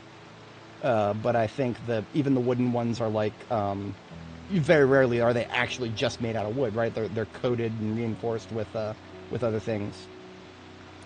I actually have a couple of, I know I have a couple of cops and former cops that watch my content. If anybody's there, shout out, let me know. Are nightsticks these days, are they fiberglass? Am I going nuts? My day job, my client is actually law enforcement, but they're not duty cops. They don't walk around, they don't patrol on foot with duty kits in the same way that our state and local boys do. So I don't actually hear or see as much about that. But yeah, now of course I may have actually neglected to mention best in slot for the belt is what I'm looking for with this the block mace here. Best in slot for the belt, because the nightstick goes in the belt, block mace goes on the belt. All of the other, there are many better weapons for short blunt. They all go on the back. And no, the back needs to be reserved for more important things like the shotgun. Right now the shotgun is just so freaking amazing that I don't know if I'm ever going to go anywhere without carrying it as long as there are zombies there. It's just the multi-hit is just so good now. You whip it out for a second and you get like a triple kill and then switch back to what you were doing before. It's so good. It's so good. I don't know if I can go back to anything else being on my back.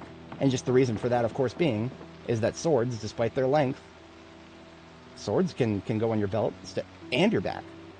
Fucking amazing. I love them. But there's a lot of things you would think can go on your belt, but no.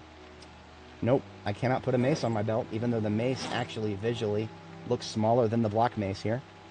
Nope, can't do that. You know what? Since we're not doing too awful much overnight. Okay, look at this. Look at this. My primary hand here has the block mace. My secondary hand here has the actual mace. The actual mace with the little spikes in it, that is best in slot for short blunt. By far, hands down, no competition. The only debuff to it is it has to go on your back. So if you want to roll around with one of these beautiful, beautiful Morningstar style maces or whatever these are right here with the little spiky bits, you want to roll around with that, you're sacrificing the slot that would normally be reserved for something like the shotgun. So now that I've experienced shotgun with multi-hit, that's not even a question. That's not even a question. That's why you guys don't see me using the mace much anymore. I used to have a mace-themed thumbnail for our live streams, but not anymore. Unfortunately, maces have fallen off. Harder Than Bro falls off when he only gets 30 views in 30 days on YouTube. No, that's my non-live stream content right now. But anyway, I do still carry around the mace for cleanup situations. If I'm getting a lot of Zeds in very small groups, and I'm not thinking about needing the shotgun, yeah, I'll swap it out for the mace. We'll do cleanup with short blunt. Particularly when I find myself wanting to go back and forth, carrying stuff in my offhand in Zed territory. That's what the mace shines really well for me for. Maces... No. Okay, so if I got to long blade level 10 and I used a machete, that would be better than the mace in every way. I mean, the machete is already actually kind of better than the mace in every way as level 8 long blade. I'm going to be real with you guys. I should probably be making more machetes. My loadout probably should be a sword on 3, which is my go-to for standard combat. 2 is my go-to for a one-handed weapon that I'm very good at corners with. At this point, I could do a machete.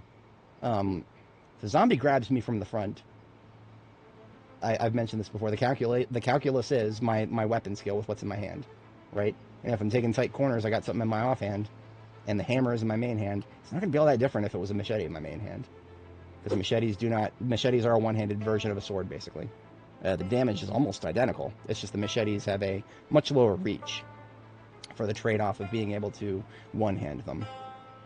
But yeah, just a little bit of random shit that I think about when I'm playing this game.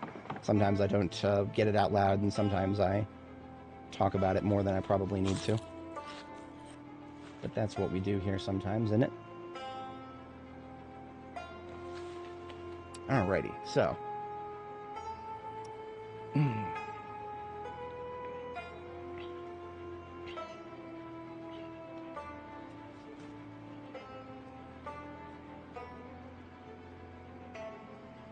Thinking a little bit meta about the stream here. I was considering doing a big one today, because I did not go yesterday. When I say big one, I usually mean longer than 8 hours. I don't know if I'll do that. But yeah, I'm definitely considering multiple more days in game. We're not anywhere near the end yet, but we're coming up. Of course, it's coming up on 6 hours, which is, even if I go for the absolute maximum, then we're at the halfway point now. So whenever I get to this kind of timestamp, I start thinking about the not too distant future. Because if I forget what time it is, I will blow right past the 12-hour limit. And that limit is actually kind of insidious on YouTube, because it'll let you keep streaming. But then the replay won't save anything after the 11 hours and 56 minutes and 50-something seconds. It's kind of silly. You don't get any no pop-ups, no warnings, no notifications. All I would really like is just maybe the studio dashboard, just, hey, a little yellow pop-up, be like, hey guy, You've gone for 11 hours. Unfortunately, the VOD will not retain anything after 11 hours, 56 minutes, and whatever the fuck. Just a little pop-up, that'd be nice. It's probably a browser add-on that'll do that for you. There's browser add-ons that do a lot of things that YouTube doesn't do. Welding rods and car battery chargers do not belong up here. Okay. We have 1 more hour to burn before we are sleeping again. Car battery chargers go back here. And welding rods go into the area around the trailer here. An entire garbage bag for welding rods. Or at least I did at one point. Not here, though. That goes in there. And the full welding torch can go in here. And I forgot that I'm carrying around an extra axe head.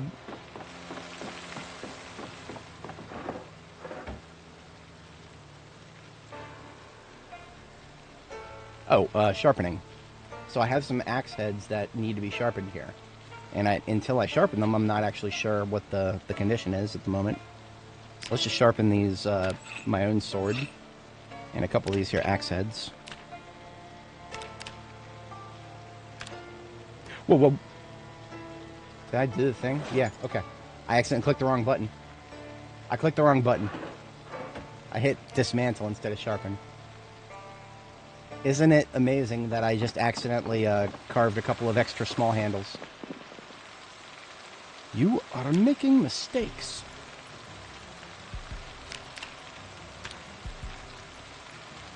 If any of my viewers is from Czechoslovakia and you have a speak English with a Czech accent, you should record a video of yourself saying, "You are making mistakes," in a very strong voice. Because I would probably use that as a soundbite on my channel. It's a bit of a personal meme for me.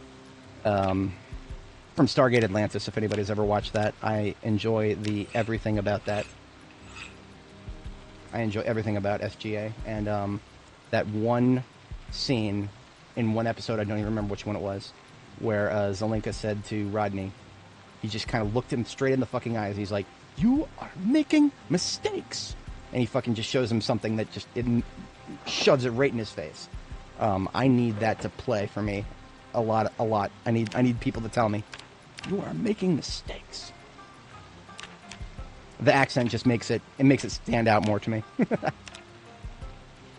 Okay, so one of these firefighter axe heads isn't not sharpened. It's just fucking it's almost broken.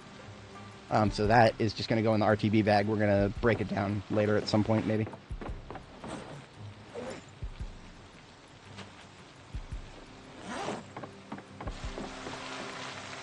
And, of course, 2 other firefighter axe heads on the floor over here where I've been just dropping random stuff. I think I found these axe heads in axes that were buried in zombies. Yep, that's why it ended up on the floor right there next to the other stuff that I found on the zombies. Okay. 4 a.m. we are hitting the sack. Tomorrow morning I am carving a new handle for this axe I just isolated from the rest. The weather is nice. I'd love to do some more fighting, but I mean, what, fog and then rain for 2 days straight? At least our rain barrels are filling up real nice. I'm going to go outside and build another rain barrel right now. And the rain's going to be gone. The rain's already gone. Never mind. I said it out loud. I should build a rain barrel while this rain is going nuts. Now the rain has stopped. And it's replaced by fog. Or both. No, sorry, both. Both. We got light rain and fog. Thanks, Lemmy. Thanks, Lemmy. My ability to shoot has never been so... Actually, that doesn't look like fog. No, we are not getting a fog debuff from shooting. Oh, look at it. Look at it. It's getting bigger. This is hilarious to me. It's probably not the most interesting thing for people to watch, but we can see the fog is rolling in. It's a little slow. The fog is rolling in, and as the fog rolls in, my crosshair for my aiming here is getting wider.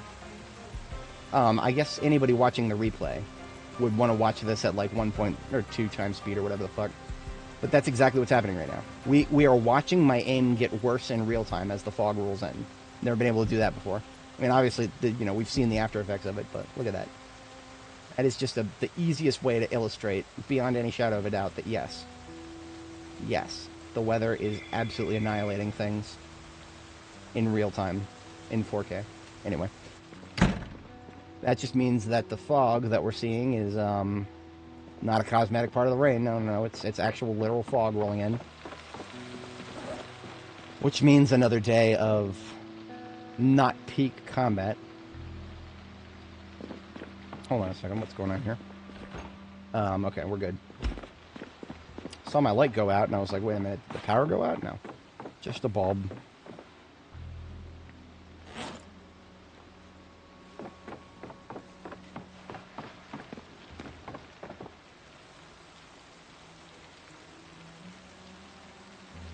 Okay. Now, I mentioned this a few times in the past, but I didn't follow up on it. If we get bad weather for a little while in a row, we don't have to necessarily deal with that. We could just fight zombies in big groups using explosives instead of guns. Explosives do not give a fuck about the rain, and I think that is exactly what we're going to do today. I need to go grab a plank, carve it into a large handle, slap that onto this axe, and then I am going to actually put that axe on my back, because we're not going to use shotgun while this rain is in effect. Our shotgun is actually, I would say, optimized for distant shots, not close-up shots. And of course, the farther away the target is, the more the weather affects the aim. So, no shotgun in rain for me. At least I'm never going to plan to do that. I may do it spur of the moment, but never by plan. Alright, so we got ourselves a relatively new firefighter axe. The head is less than perfect, but the handle is now perfect. And all we're going to do, take the van out, eat some chonky food here.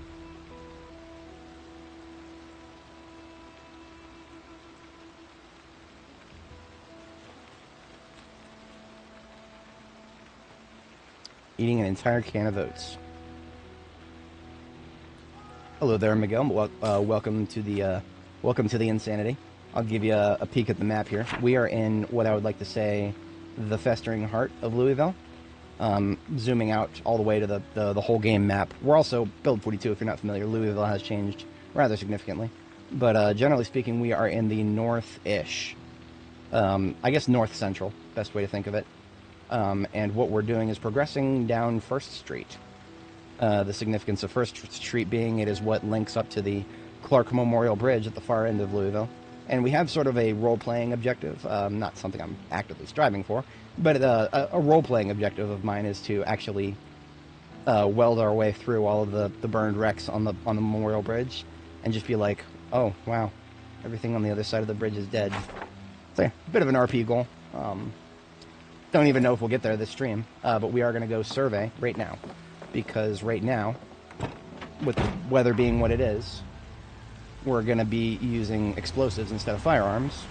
And explosives, we want to have a big old group of zombies already in one area. So that is the easiest thing to do. So also, probably, I'd back up anybody watching, if you're not familiar, my explosives for a very, very, very, very, very long time in Project Zomboid. First 13 years of the game's lifespan. Explosives were a PvP weapon only. You could kill people with explosives very, very effectively. Zeds would take almost no damage. So, I mean, who would go out of their way to use explosives against Zeds in most previous builds without mods or anything? But as of one of the most recent builds of B42, coincidentally alongside the ragdoll system, zombies now take quite a lot of damage from explosives. More or less an instant kill if you get him within a good radius. Now there is a nice group up here. I'm not interested in this group necessarily. No, because you see we got like, I don't know, 3 or 4 groups here. possibly more. Okay, I am slightly reevaluating. I was gonna just get out and skirmish, but since we are gonna be assaulted with horrific fog, that also prevents us from seeing things long distance. So, explosives in Project Zomboid. Right now, the optimal thing I like to do is get a noisemaker and a pipe bomb. The recipe for the pipe bomb was the single hardest recipe for this character to find. We went well over 400 hours of playing this character here. Well over 400 hours IRL. Well over a year in-game. And we went that entire time without figuring out how to make a pipe bomb. And we still haven't found the magazine for it. But what we did do, thankfully, is we actually found a survivor truck that happened to have a pipe bomb in it. We right-clicked on it, researched the recipe. So, after all that time, we finally actually found a pipe bomb to research from, but we still haven't found the magazine that teaches it. I am convinced there is something broken with the drop chance on that, personally. That is my current theory, and I'm sticking to it. I mean, you know, we have more than double-digit copies of every other magazine at this point, so. Anyway, what do you do with explosives? The noise generator pulls them into a group. The pipe bomb blows the group up. Pipe bombs are probably the most reliably sourced material explosive you can build right now. The cost is an iron pipe, nearest car welded apart for those, and 20 bullets worth of gunpowder. So what does that tell me? I need to be killing more than 20 zombies at once for a bomb, otherwise I'm kind of just wasting bullets. So because I spent 20 bullets to make this pipe bomb right here, I want to make sure I'm killing at least 20 zombies with it. That is my calculus for bombs. I don't think it's going to be too hard to get 20 zombies in a nice big group here. So what I'm going to do is go into sneaky sneak mode here. We will probably get one or two spot us. That's okay. Arm and set remote noise generator. Arm and set remote pipe bomb. Sneaky sneak away. Now, we've got remote controllers, the long range version of it. Coincidentally, that is our highest level electrical recipe, is the long range controllers. And it's not very long, to be honest. It's actually right around the distance you would have to be from a TV to use a remote for it. The 3-car garage. Yeah, I have heard other folks mention that one.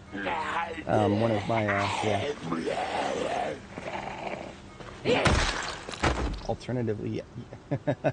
I mean, okay. That is, how shall I say, that is the hard power version of the, I was describing soft power things before.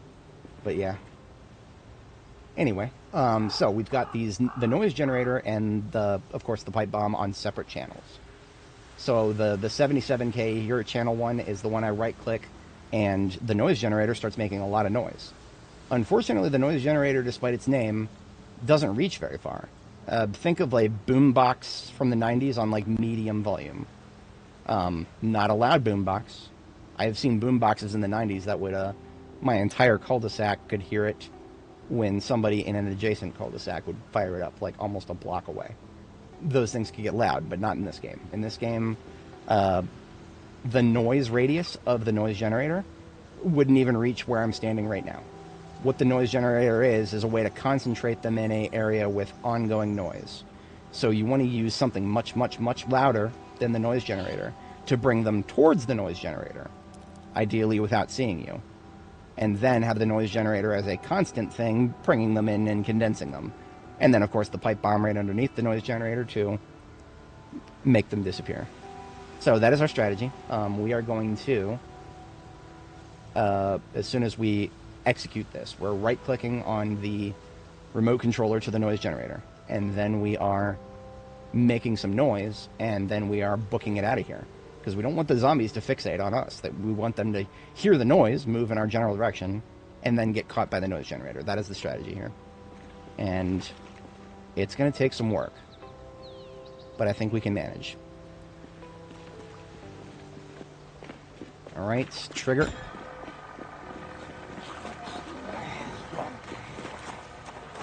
Now I'm moving up because I saw multiple groups up here. And I want to grab these guys too.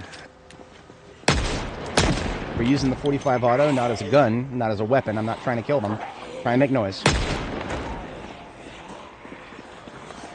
Just trying to get noise together. Now, what have I just accomplished? All the zombies who just saw me line of sight is now blocking them. So many of them are going to lose track of us. Now they're not, because they just heard a loud gunshot through all that line of sight blockage. So what are they going to be doing now? They're going to be moseying on over towards that noise generator.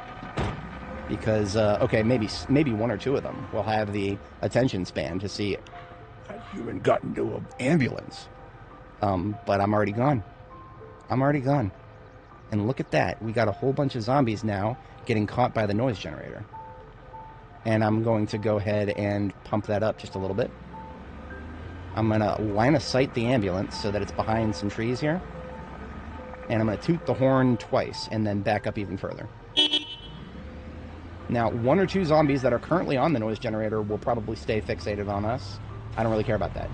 Especially with the fog. I don't know 100% sure if the fog affects the zombies' attention spans. Like, does the player disappear into the fog and the zombies harder to keep track of? I don't know. I genuinely don't know. But if that is the case, then, well, that's just yet another reason to be using explosives during bad weather, isn't it? We're actually getting really thirsty. I'm going to take a quick look around the local area for water. I think we're actually already outside of render radius of those zombies, so the game might have actually already stopped simulating them. But that's okay. We'll be back momentarily. We just need some water.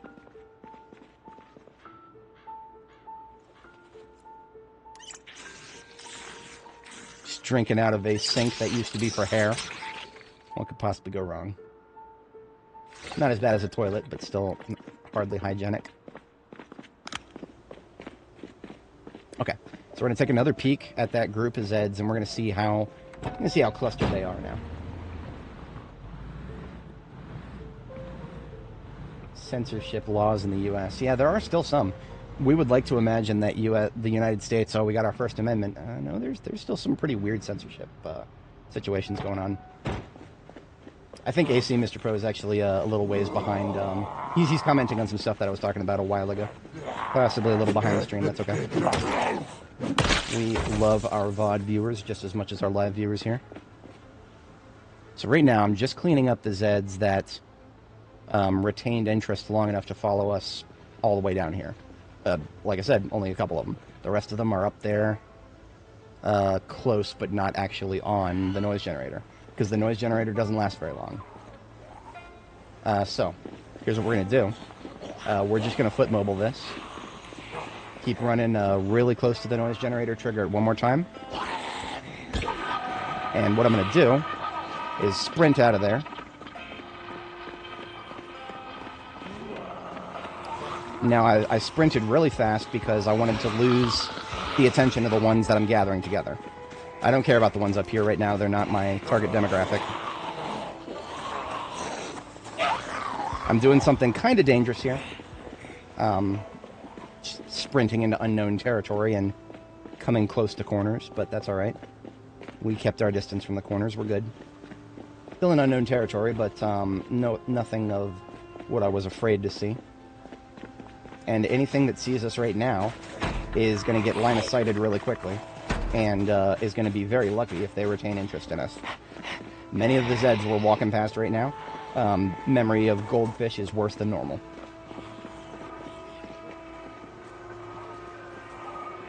Okay, so some of the Zeds... Ooh, look at that, okay.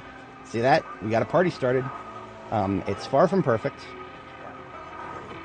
It's far from perfect, but it's getting better. We may already be up to 20. Now y'all just heard the noise generator cut off again. It is not very long-lived.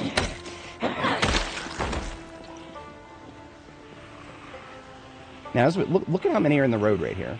That's a lot. So I'm going to do another pass there. I'm going to do one more pass. Famous line from the movie Empire Strikes Back. One more pass. All right, it's triggered one more time. Now, all these Zeds, I want them to stay here, so I'm going to do something a little risky. A little risky. I'm going to not go very far and just keep maintaining line of sight. We're not really disappearing into the trees, but we are losing their view, which gives them a nice elevated chance to just turn around and start moving towards the noise generator instead of keeping on us. Surprisingly high. Once they lose line of sight, they are far more susceptible to noises. And that's why I keep trying to go for line of sight. So all we did is barely a walk around the block. But I'm pretty sure we lost track of almost every Zed that was on us. Look at this. You know, this lady right here, she's still going in the wrong direction. So some of them may actually come out behind us a little bit, but everybody else, look at all this.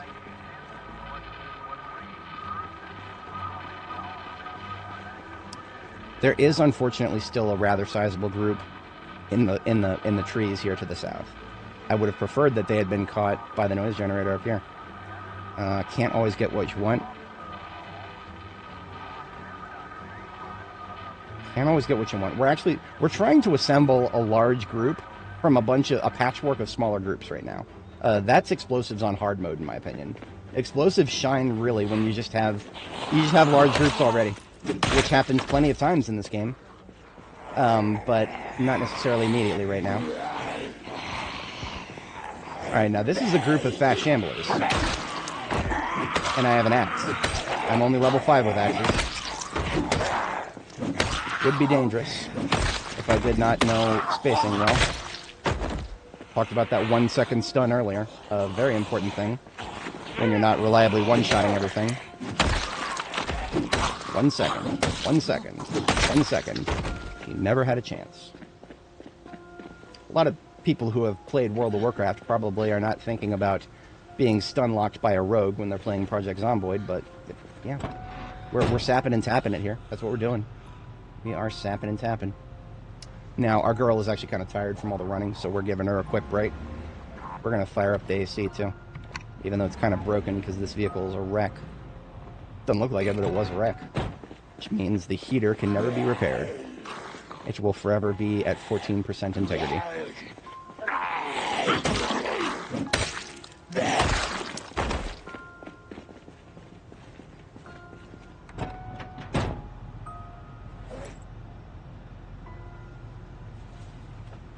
Alright, bite to eat, then we're going to move up one more time, and it's still feeling a little hard to justify that noise generator. There's a couple parts of me that kind of want to do something a little bit more bold than what I've been doing. There are things, obviously we got a siren on this ambulance. We could employ that to devastating effect when it comes to gathering a group for explosives. It's also more risky, because what it does is it leaves a lot more zombies scattered around in the road, kind of like these guys are. Except, imagine that, but a lot more. That's what we do if we fire up the sirens right now. I mean, we have no choice if we want to... What we're going to do now is we're going to do a drive-by of the noise generator. Thankfully, we can trigger the controllers while we're in the van. So, trigger the 77K. Noise generator is active. And I have now brought a lot of Zeds moving in this direction. Now what I want to try to see if I can do is keep them moving in this direction for a little while.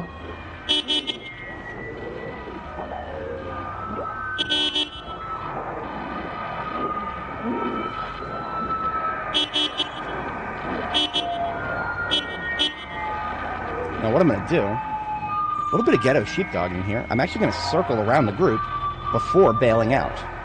So by circling around, I'm having them collapse in on themselves, and then I'm losing them. I'm also losing my frame rate, but that's this 26-story building right here, so yeah. Can't do anything about that. But founding fathers think of an actual criminal and worse being elected. Yeah, that is a thing. I don't think any president of the past 20 years would have been a choice of the founding fathers personally. They probably would have spent a long time in Continental Congress discussing why the fuck the St. Louis Fed is a thing and how to prevent that from happening. Something happened in the 70s and 80s that we're not allowed to talk about very much, and well, things have kind of been going downhill a little bit since then. Not entirely, but just a bit. And of course, the final boss of cultural change is always going to be economics. It's the economy, stupid. It's the only thing left that can potentially unify Americans politically. I think Rossman still does it good. And he's not even going to he's kind of bypassing economics a little bit. Louis Rossman, if anybody's familiar, great guy. He talks about things like right to repair and consumer advocacy. I have a problem with the word consumer to begin with. Fuck is a consumer? What does that actually mean? Consumer is just some economic slop come up by a probably a fucking whatchamacallit, Davos shill, or a how the fuck are the other groups? Sorry, my tinfoil hatting for economics is not very strong right now. Somebody came up with that term to dichotomize people between producers and consumers. Except there is no such thing as a person who's not a consumer. Would literally violate the fucking laws of thermodynamics if there were. 100% of every human being on this planet is a consumer. It is just a question of how many things you consume versus how many things you produce. And when it comes to the word produce, well, boy howdy, is that not a very subjective thing. Right now, from certain people's perspectives, I am producing entertainment. But of course, there are plenty of people out there who'd be like, that doesn't count as something you're actually producing. Your entertainment doesn't count as product. Yeah, tell that to the Hollywood industry. Tell that to Hollywood. And there are many, many billions of dollars they've been rolling around in for many decades now. Also, our strategy didn't work. We may have bolted a little fast. That's okay. Actually, I think we bolted perfectly fine, but then we may have stepped away and then not come back fast enough for the noise generator to still be running when we actually came back here. So that's okay.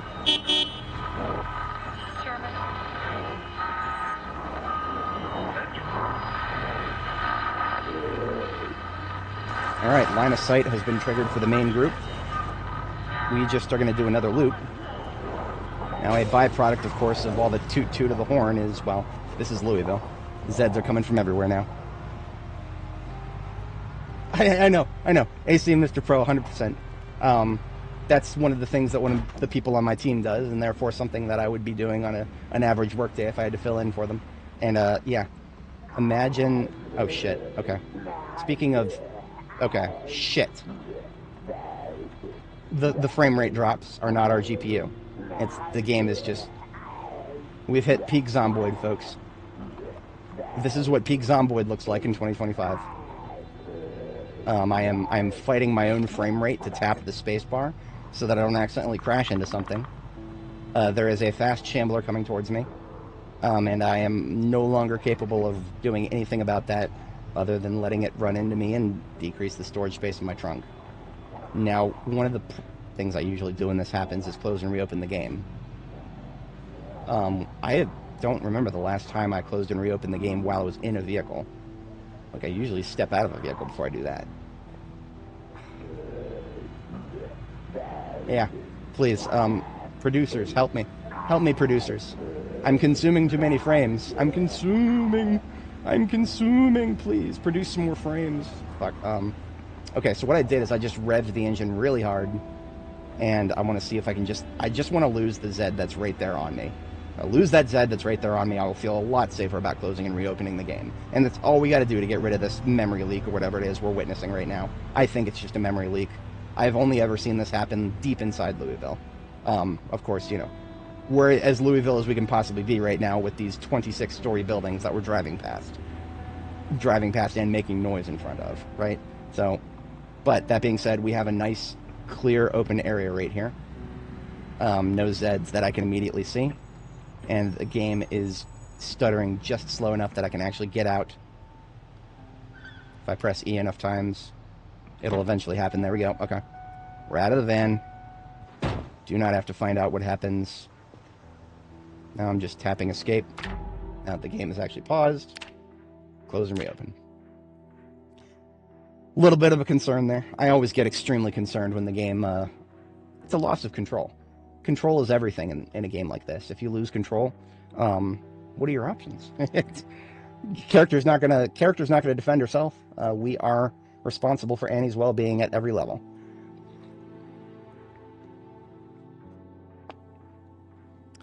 But that's okay. So we hit the quit to desktop button, but of course now this is happening. I'm curious. Let's take a peek at the game under the hood. What is happening right now? Project Zomboid 64.exe.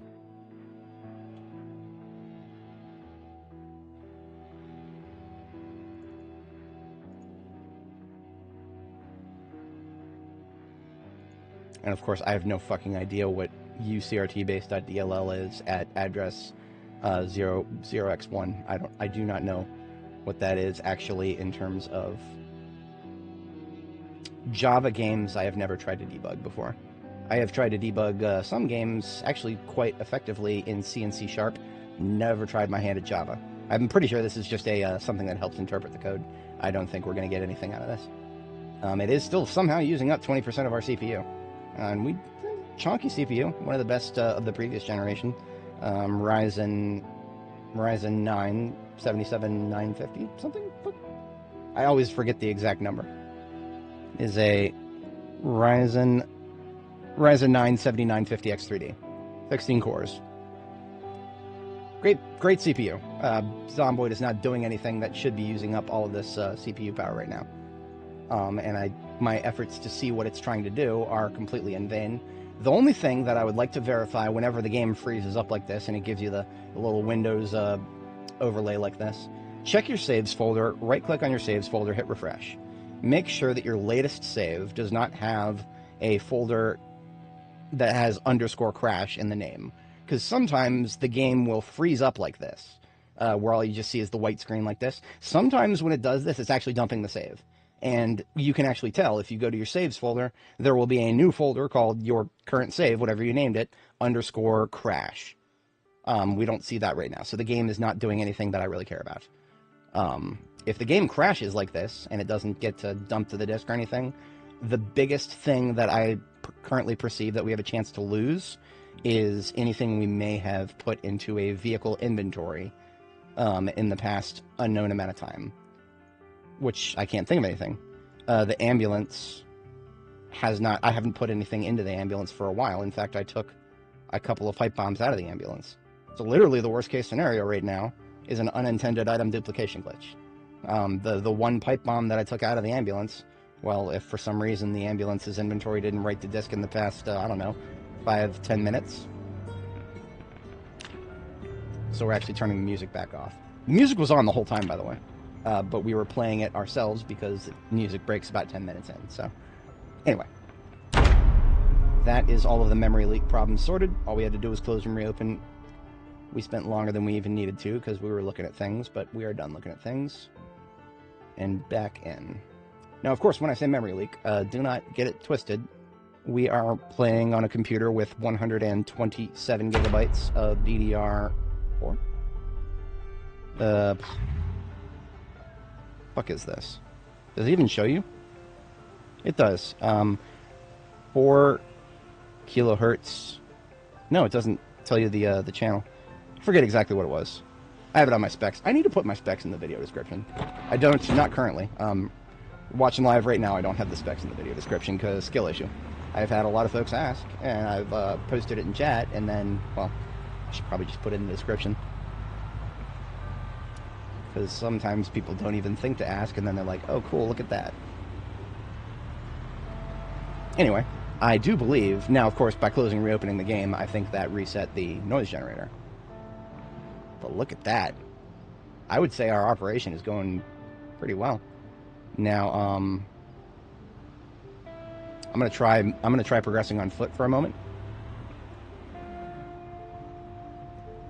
Okay, I'm just going to check something really quick on one of my monitoring frames here. Go like 7 minutes back in time here. 7 minutes back in time. Okay. Actually, time specifically relevant. I'm trying to make sure that the save files, sometimes if you close the game unexpectedly, time used to mess up. The devs kind of sorted all that out in 42 point something as we got closer to 8. I don't remember the exact build. But it got a lot better. I don't think time gets messed up anymore, and I think most inventories don't get messed up anymore. Except for vehicle inventories, like I mentioned before. So as you can see, we got groups. They just, for some reason, they don't seem to like this spot once the noise generator shuts off. So we're going to trigger the noise generator one more time. But we're not going to make any more noise ourselves. So right now, the noise generator is the only big noise they're hearing. And look at that. Some of them That already lost line of sight of me. Just did an about face. Woo! Look at that. Okay. Got to be careful going in that direction. We have gone in that direction with the vehicle one too many times at this point.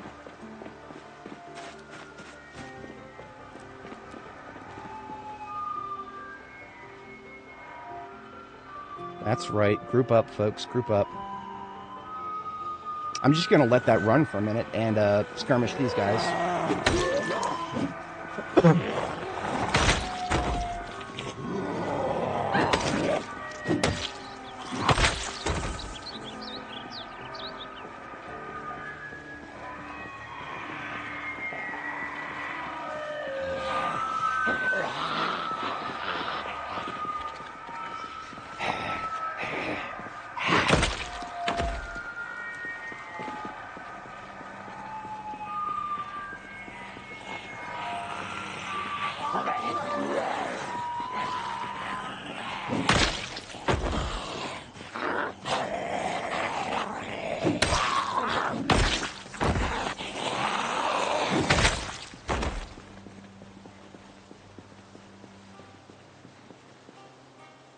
It sounds like it stopped.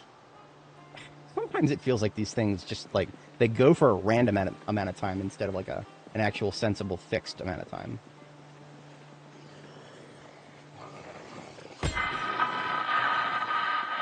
And one of the reasons I keep triggering it is because it seems like the moment it turns off, they spread out farther beyond the pipe bomb range. But I think they're good now. So we had to trigger that one multiple times. Partially because the system that is responsible for the Zeds grouping up, it just, we lucked out, or we didn't get any good luck on that. Sometimes they will naturally group up right on top of my bomb, even after the noise is done. But I think it's about magic time here. I'm going to kill the fast one here, and we're going to blow up the bomb. AD 1998, war was beginning. Somebody set us up the bomb.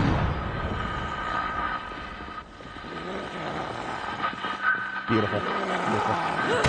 I did not get a full head count, but yeah, at least 20, if not more. Speaking thereof, that actually just brought a big group of zombies to they all heard that boom.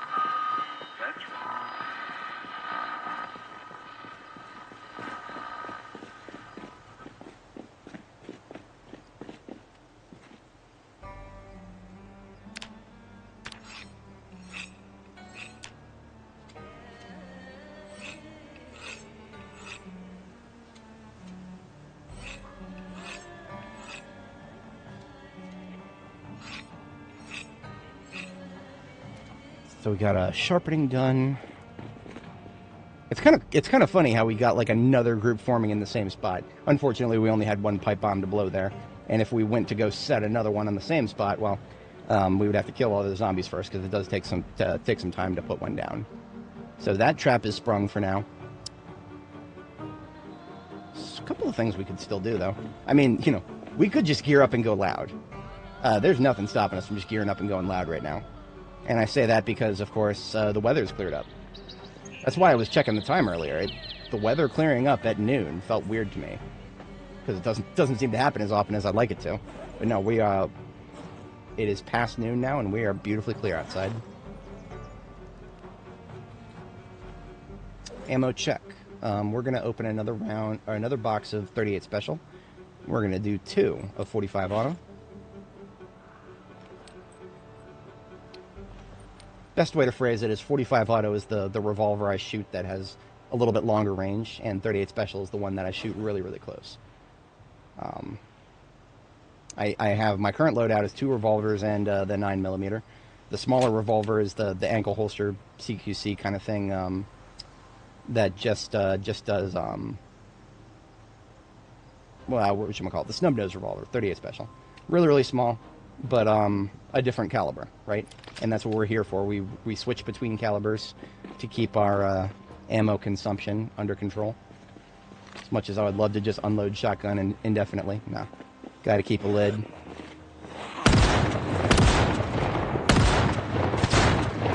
That was all the double kills I could get reliably here, so we switch back to something.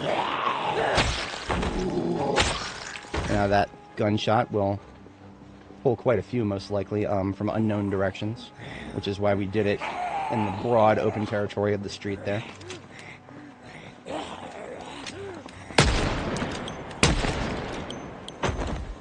I'm uncomfortable by that tree behind me.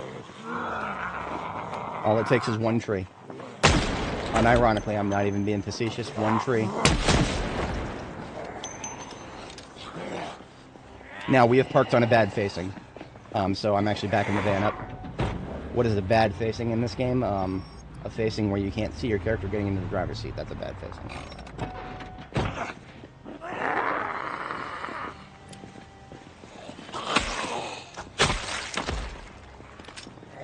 Now, we're not doing hype combat music yet. I don't think we're going to get a mega group. I think we're in skirmish, definitively in skirmish territory right now. Very easily switch if the situation calls for it.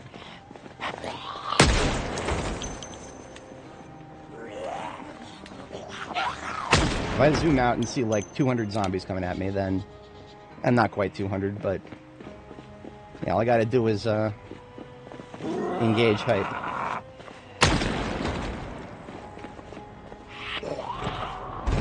How about don't hit my ambulance, please? Okay. We're still not quite in hype territory. It looks like a lot. It's actually not that much for Louisville. We're not looking at that big of a Louisville group right now. More than your average group. Nothing on a real Louisville group. They seem more dangerous than they otherwise would be because a lot of them are fast. Right? The fast ones are the ones that have kept up with us as we've fallen back every time.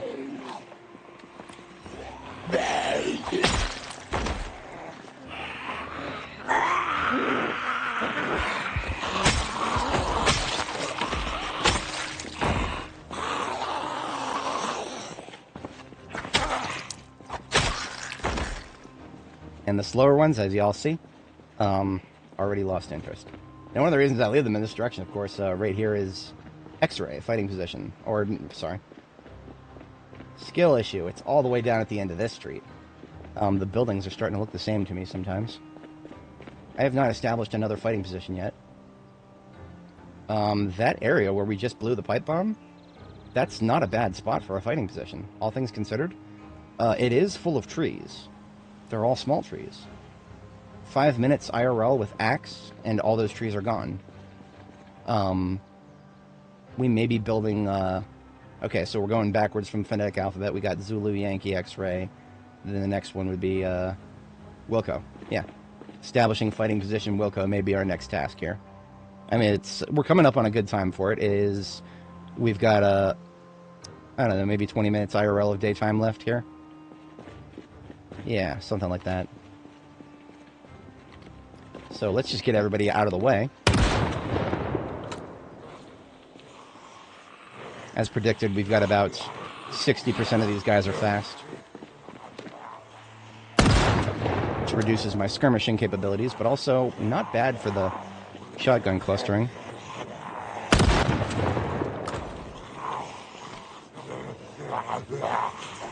And the buildings here are, I would say, 80% clear. I gotta keep checking them, but I'm not gonna be... None of them are gonna spill at me right now. That's the most important thing. It's Louisville, so we got eyes in the back of our head no matter what, but in terms of just, big numbers, I can reliably say that the buildings behind me are not going to be spilling mega hordes right now.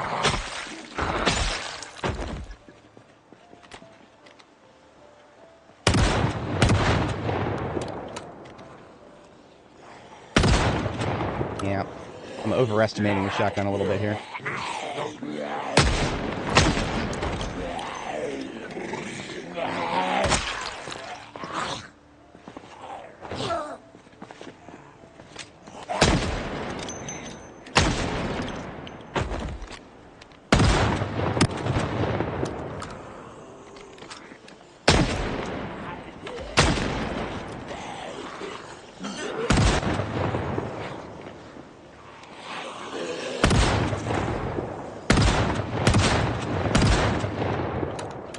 I'm trying to clear the whole sidewalk with 3 shells, but sure. That's the beauty of the shotgun. It's There's a lot of luck instead of skill going on here. But if you aim correctly, you can maximize your chances of good kills. And that's all I ever want out of this. Great.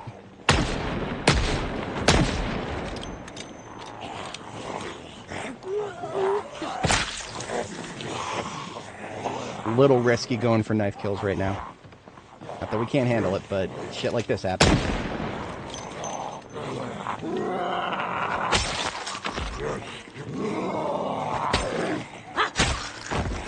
Alright, yeah, look at that. More from Seahorse. These ones coming out of Seahorse are actually probably from the police department.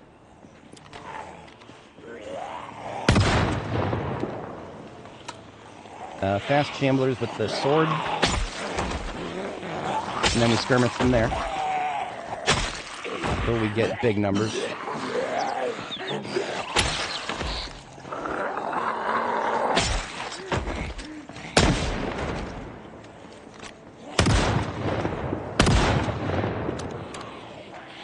Now, if we are just thinking about things in terms of skill building, I'm not getting any more skill by firing the gun. We're aiming level 10. The only way to go with guns right now is, well, leveling and reloading, which is going to happen no matter what we do. We're going to have to be shooting guns to do that. So it is actually more beneficial to me to be meleeing where I can. Melee is far more sustainable. Also more dangerous. Never hear me say it ain't. Guns are great. You know how to use them right.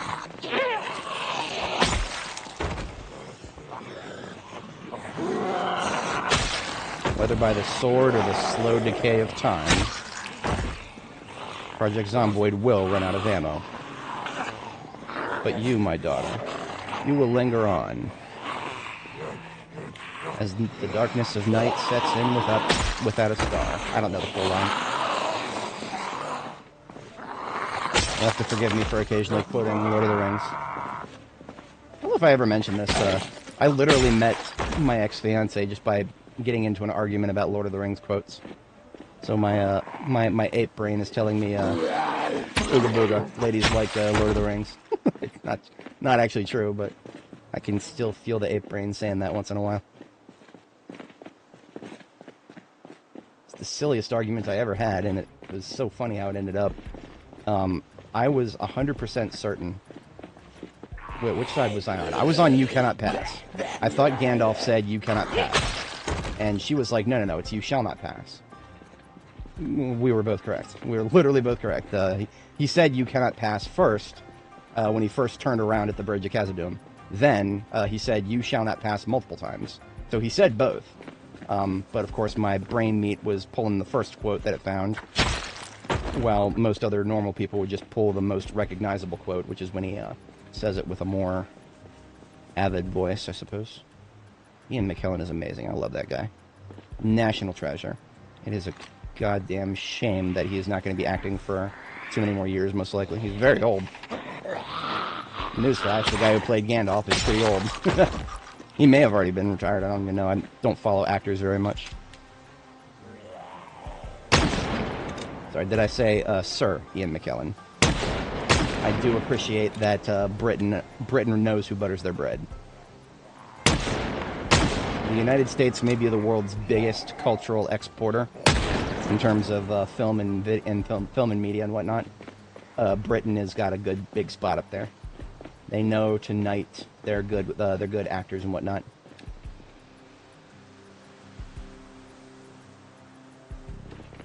It's kind of a damn shame that other Western places don't have traditions like that. We cannot give a lordship to a particularly cool... I would give a lordship to Matthew McConaughey. I think he is a great actor and not too insufferable as most actors generally tend to be. I mean, of course, he still has his moments, but you can't not have your moments when you live in Hollyweird, aka the worst part of Los Angeles. Oh my god, I would love to do that. Yes, 100%. That was when he slammed the bridge and broke the bridge. That was, you know, everybody's going to remember that scene. And that was when he said, shall not. So that is, you could say my ex-fiancé was more correct than I was because everybody's going to remember the more memorable moment. But I was also technically correct, and that is the best kind of correct sometimes. As long as you're not being too pedantic about it. I wasn't being too pedantic about it. Because I was very happy to admit that we were both correct about that. Led to a very happy year for me. I do wish I had the wisdom to recognize that that was not going to work out, but, well, I don't even think I have that kind of wisdom these days either. Most people don't. Most people don't have the wisdom to see, oh, this relationship is not actually the best of a match. Remember, through rose-tinted goggles, all the red flags just look like flags. And, boy, howdy, are rose-tinted goggles at play sometimes. That with video games, not just relationships.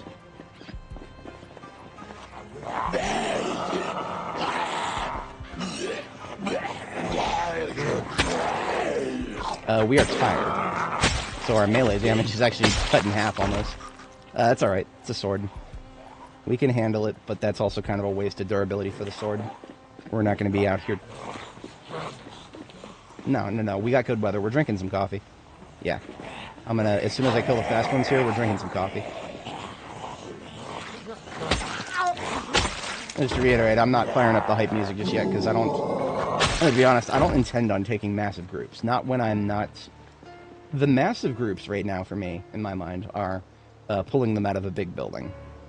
Everything we've fought up here has either been something that spilled out of a building a long time ago, or just something that appeared in the street, and has always been in the street, and never even came out of a building.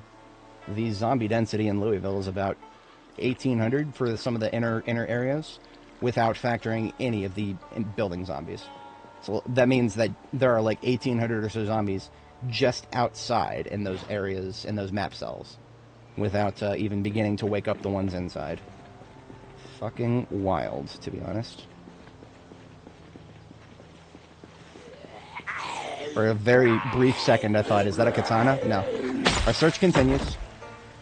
600 and whatever hours in, and we are... No katanas. It's okay. I think you can actually fix them, too. You cannot make them. I think you can fix them now. I could be wrong about that. But I think you can actually fix them now at the forge. If... I don't know. I mean, I would have to find one to know for sure. I feel like I looked at the forge at one point and was like, no, I don't see a katana blade as a, valid ingredient. I think I did that once, but, well, sometimes the ingredient system is very deceptive, so I don't know.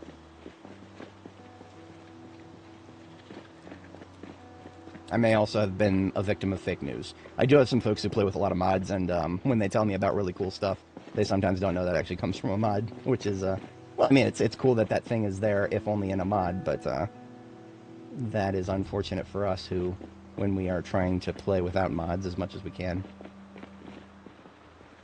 Art Gallery of Louisville. Is this my first time in this area? It's my first time going further beyond just the road. We have driven down this road before. That's it. We have nothing beyond just driving down the road. So we cleared the main big groups that were in the street area. So we don't have too big of an angle of approach behind us that's going to be polluted. But if we start making noise, we will. That's just guaranteed. These buildings here with intact windows. What is an intact window on a first floor building in Louisville, tell me?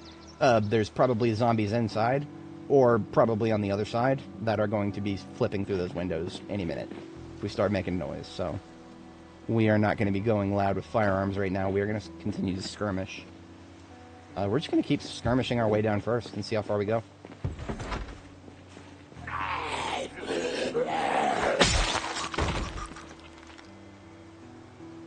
That was a police individual. Trooper. State trooper. Vest left on the floor for harvesting later. So the Art Gallery of Louisville has Zeds inside of it and a lot of intact windows. So we know what to expect already from that. It's a big building. Now, the size of the building doesn't always guarantee that there's going to be a lot of Zeds in it. The Town Hall of Louisville, you would expect Town Hall to have a number of people in it in an apocalypse scenario. There's going to be some people going to Town Hall and trying to make their voice heard, even as society breaks down. Yet for some reason in this universe, Town Hall is basically empty. Maybe they just locked it down, and or everybody who was of any importance left Town Hall before things got too bad. That's always, I mean, now, if you guys, I've shouted out Louis Rossmann a billion times, but if you follow his work closely, he's been visiting town halls lately in his crusade against flock AI surveillance cameras, and fucking hats off to him for that. It's not what I had on my bingo card, but I'll accept everything he does for it. But anyway, he's been visiting some town halls, and they've been suspiciously empty, even though there's no apocalypses that I'm aware of right now. It seems for some reason the people that are being elected to represent localities, it seems a little hard to contact them sometimes when they're, especially when we're trying to contact them about something that we don't want them to do. It's funny how that works. Isn't it funny how that works?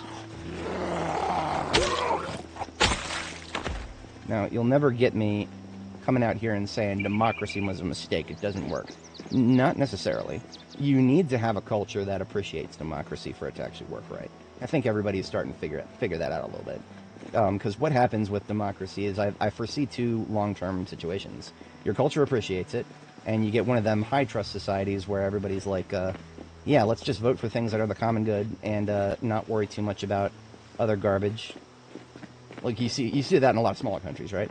Bigger countries that can't force everybody to come together, well, they got multiple ways of dealing with that. The United States currently is doing a one party is doing one thing and one party is doing another thing, and they're both very fucking cynical. I'm just gonna say that. I don't think anybody's ever gonna be able to disagree with that take. They're both really fucking cynical. You'll get a lot of people being like, "Oh, this one party's worse than the other." Dude, don't get into that mentality here. No, we don't do that. South Park got it right many years ago.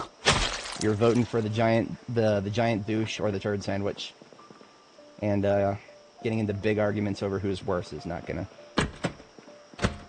be extremely productive.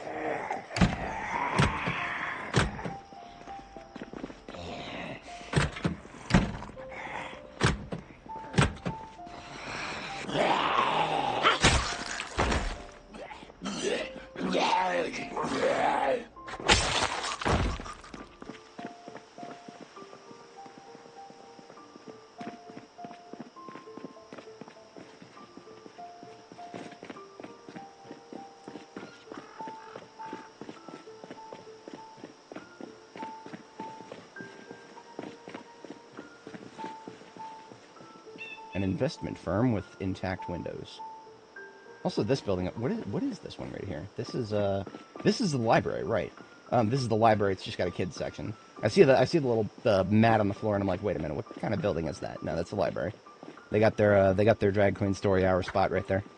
Didn't have much of that in the '90s, but plenty of space for the kids to hang out at a library. I think I did that actually as a kid. Not quite as much, but my mom took me many places where I don't know if these days I would want to take my kids, but you know. Now here's Town Hall. I was talking shit about it before. This zombie was not in there before. She broke in, and now she's breaking a window to get out.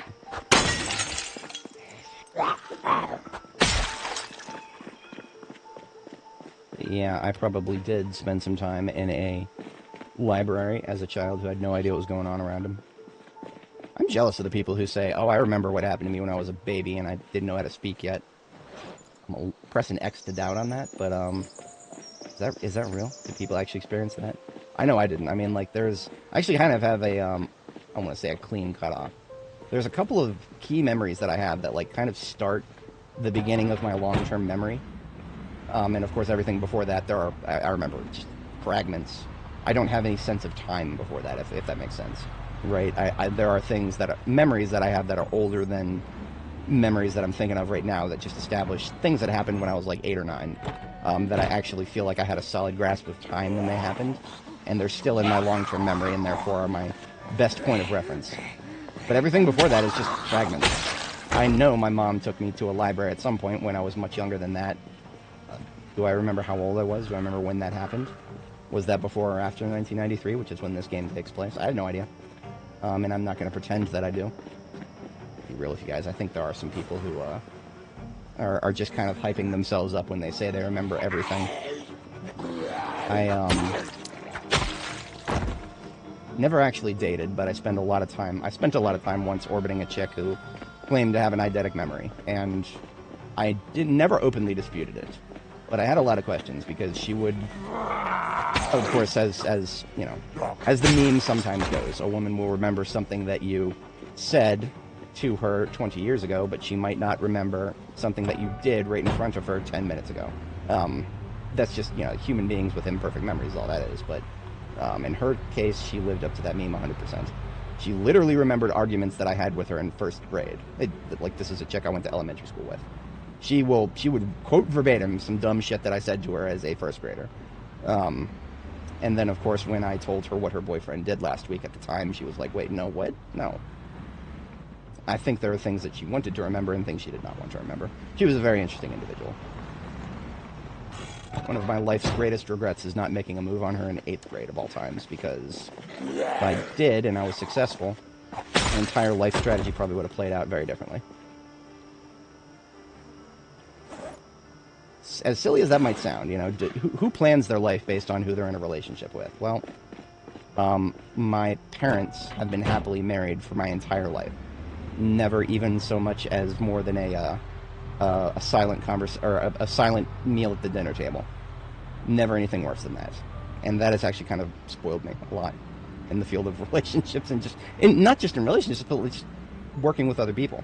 Because I could always, to this very day, trust my parents to have a general, how should I say, my best interests mostly at heart, where they can do their best. You know, they're not perfect. I've talked many times about how they participated in destroying the economy for me and the rest of my generation. But if they could make things right for me specifically, they would not hesitate to do so. Though that, you know, and that I never understood growing up that I was really fucking spoiled to have that. There's so many people who, you know, even if their parents are happily married, there's still more problems that I ever had to deal with. And because of that, there's a lot of things in life I wasn't prepared to deal with. There's a lot of things in life. But the first 9 months of the relationship that I had with my ex-fiance, we never fought a single time. And I never really understood that that's because we're both extremely conflict avoidant. And so when we actually had a real fight for the first time, that was the end of our relationship. It seems like such a simple concept in hindsight. And yet, not a lot of people think in terms of learn how to fight with your loved ones. Learn how to fight, you know, not physically, but, you know, learn how to joust with them, so that you have a conflict resolution framework. Because if you don't, what happened? You're going to fight eventually. And if you have absolutely no fucking idea how to deal with it. I agree. I actually agree. AC Mr. Pro, that is possibly the single greatest privilege I could ever have. And what I hate most about it is that's not even a privilege I can share with anybody. Like, I can't go back in time and make my parents adopt somebody to give them a better life too. You know, that's all in the past now. The most I could ever do to try to pay it forward is to be that kind of a parent for my own kids someday. God willing, right? I mean, in this frickin' economy, people do not want to have families, and I understand completely why. I was gonna have more non-cooked food, more high-calorie stuff. I don't have any with me right now. We'll eat some chips, but what we're gonna do is shift a little bit to, I think there's actually a Zippy Mart right up here. See, a lot of people will be like, economic privileges are really important, and I would actually agree that that's actually very true. I think a lot of social privileges and cultural privileges are so easy to take for granted that most people don't even recognize they exist. I mean, you know, the adage that I've heard from the left's perspective in modern times, that actually kind of sometimes they conveniently forget about, is privilege is blind to those who have it. or especially to those who grew up with it and never really encountered people who didn't have it. And that was a very big example just now. I mean, the fact that I simply had a really good family, I didn't understand how bad things can get for families that are not that good. I mean, of course, I knew, okay, yeah, I had a friend whose mom divorced and remarried. I didn't know what was going on at their dinner table every night. Didn't know that it was actually kind of fucking normal for them to just have arguments really loudly and go to bed angry at each other. They divorced them, though. It wasn't hardly any surprise. The divorce rate in the country as it is right now. People can't get along.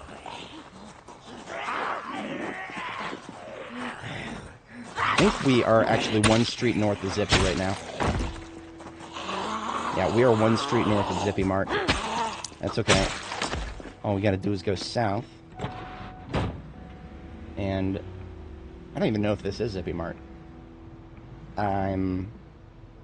Zippy Mart has a red aesthetic. This place is generic. Just a grocery store, I guess. Zed's in it now. It was clear before. Yeah, that actually is a very, very important point. That is actually a point I would argue personally. Now, again, I mentioned this before. I'm not I'm an enjoyer of history, but I am not a scholar of history. I cannot point to you in the lineages of ruling elite where everything went wrong with their lineage.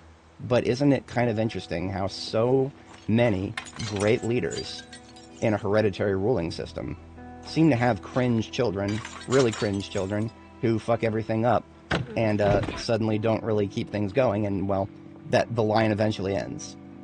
That's happened a lot in human history. Why does that happen so often? I think there is a very simple answer to it. And I think AC Mr. Pro right there explained it in very succinct terminology, if I do say so myself.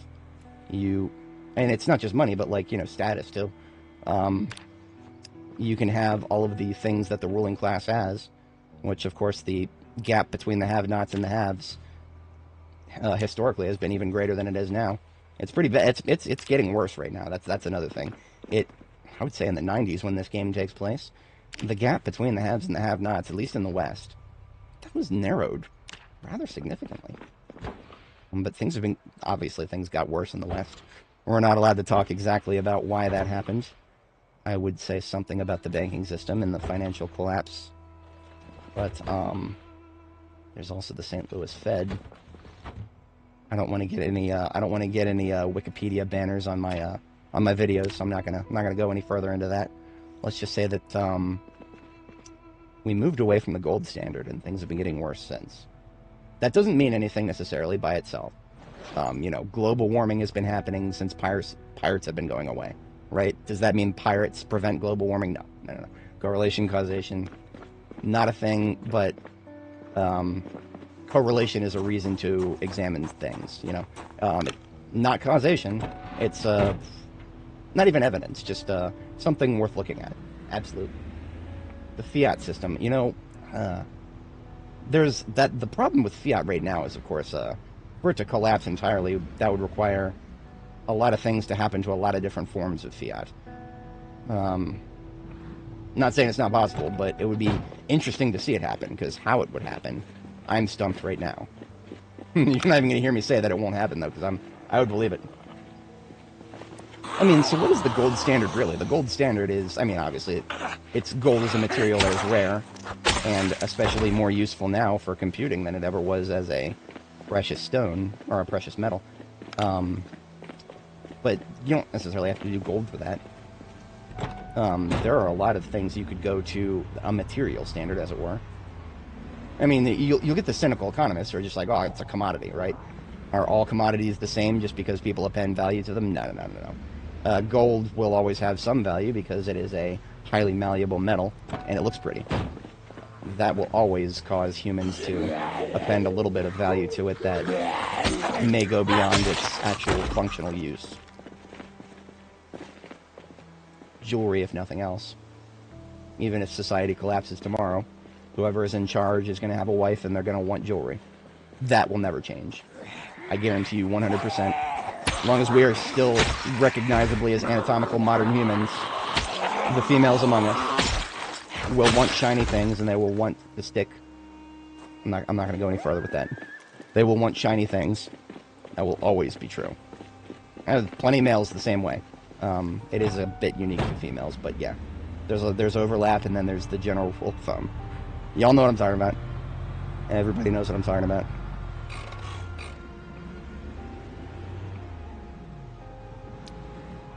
So we did take some stuff from the Zippy Mart. We actually already hit it once of its very easy to eat stuff. The chips we're eating off of the driver's seat right now, actually, I think they're from the Zippy Mart there, so. We're going back to base, it's fine. Going back to base. We will grab a bite to eat. We will do some cooking overnight, and we will deploy tomorrow in hopes of good weather all day. That would be amazing. Knock on wood, I suppose. Could be. Yeah, gold, gold is, you can do a lot of things with gold. The number of things you can do with gold has only been going up as time goes by. I mean, okay, you want to think about one of the most valuable commodities on the planet right now, or at least one of them, fucking GPUs. The thing that is currently rendering what you guys are looking at, it's an NVIDIA GPU. It's an RTX 4090. I paid $2,000 for the second one, and like, I don't know, 1700 for the first one, 2,000 for the second. If I were to go buy another one right now, despite it being a generation behind, it'd probably be more than 2,000. Used, you could get it a lot cheaper. There are other certain aspects that you could probably find one cheaper as well. That being said, it's kind of baffling that GPUs are going up in value, despite there being better GPUs coming out. People are literally just making better ones. The AI bubble needs to burst yesterday, man. It really does. A lot of things will start to correct when the AI bubble finally bursts. But until it does, and it might not even burst too. That's another thing. When people think of bubbles, they think, oh, it's going to be a big pop and it's going to be big dramatic. It might just collapse like a slow, steady collapse. A lot slower than you would think like an actual collapse to be. And I only say that because the people who have the most money invested in AI and GPUs and everything right now, they're the people who determine what happens on the stock market in general. Fucking the hedgies, they're the ones who are paying for most of Nvidia's market cap right now. If they want to make sure that a bubble doesn't happen, and they all work together to make sure it doesn't happen, I'm very curious to see how long we'll actually go before the bubble actually happens. They can, I guess the best way to phrase it is they can coordinated market action, or not even coordinated, what's the word? It's the word. Tim Pool says this all the time. There's a specific word for it. When it's not a conspiracy theory, it's just something that happens because people who know what to do are doing it. It's a fucking word for it. I forgot what it is. One of the only useful things that Beanie has added to my lexicon in terms of vocabulary. Otherwise, he just makes the mouth noises about the media being out of touch, and gives me a lot of dopamine when I hear that, because fuck me if the media is not out of touch. I don't even call it mainstream media anymore. I just call it boomer news. Y'all heard me talking about that earlier. Fucking WNTV or fucking Iowa 5 News that I'm somehow getting YouTube channel recommendations for here on the other side of the fucking country. Yeah, no, all that shit's just fucking boomer news. That's all it is. Only boomers are going to actually sit there and continue watching it. Or people who might as well be boomers. Sometimes that might be me. Sometimes.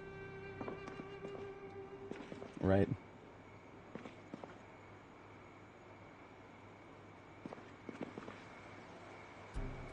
As far as I understand it, the biggest genetic difference between any actual human is less than 5%?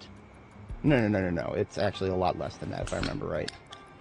I forget the exact number. I think it was 5% in us, between us and like our nearest evolutionary chain. It was just 5%.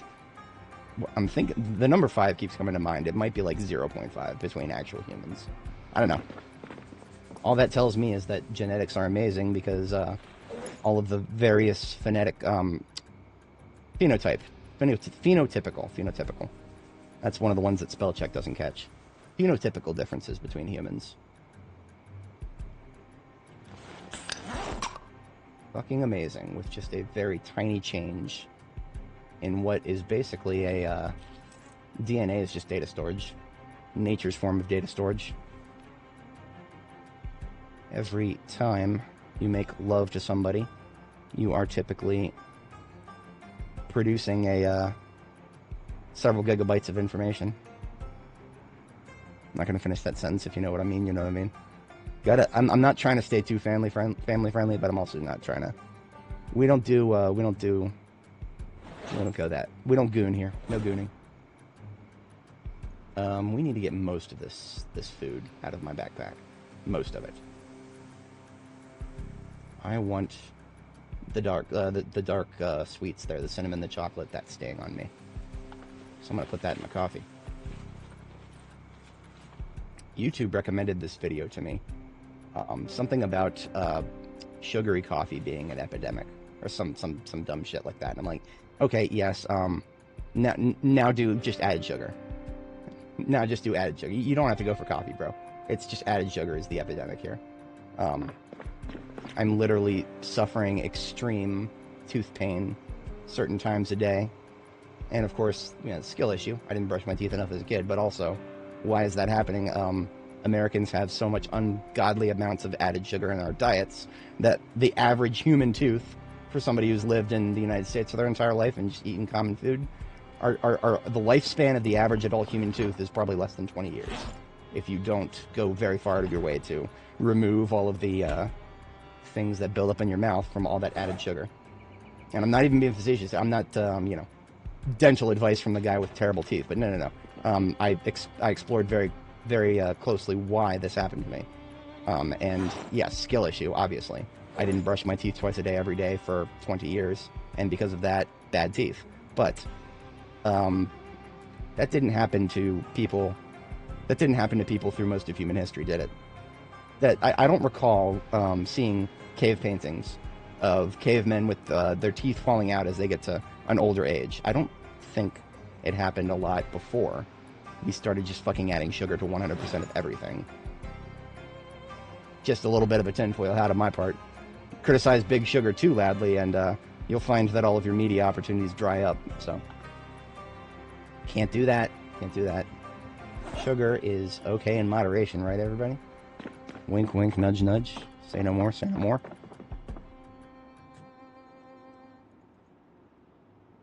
I used to be a very big tinfoil hatter about dentists. I was like, and not entirely without reason, one of the last things that turned me off from dentistry early on in my idiot youth phase was I went in for to get a filling, and it fell out within like 36 hours. And I was like, what the fuck did we all just pay for right there? The fuck just... I mean, of course, yeah. They would probably have put it back in for free. But I was an idiot at the time, and that just turned me off of dentistry so hard that I became a conspiracy theorist for a little while on that. I was like, man, dentists are just... I got really cynical for a while. But we are allowed to be stupid while we're young, aren't we? It's almost everything out of my backpack. Now, there's a part of me that wants to literally eat this entire stick of butter right now. We found one. If I eat it, that'll fix most of my weight gain problems. But that will also mean that I have done nothing to fight against all the issues I was complaining about earlier. What else is new?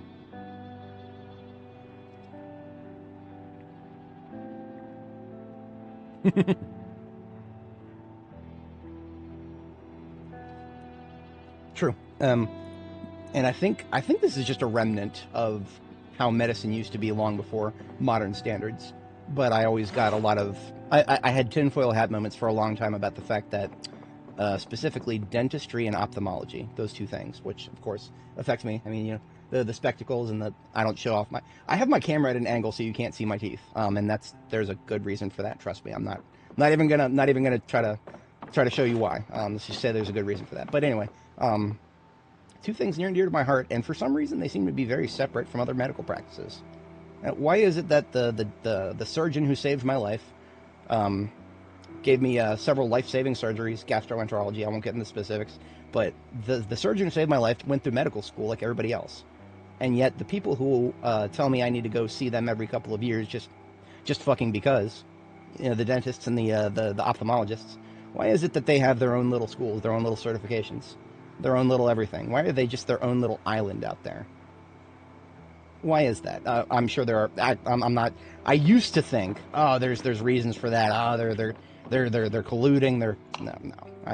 There's reasons for it, and I think most of them are probably just holdovers from the fact that dentistry and ophthalmology were predated a lot of other things that medical school has since, generally speaking, eaten. I guess if that makes sense. Gastroenterology wasn't much of a thing in antiquity, but going back even hundreds, thousands of years, you probably had.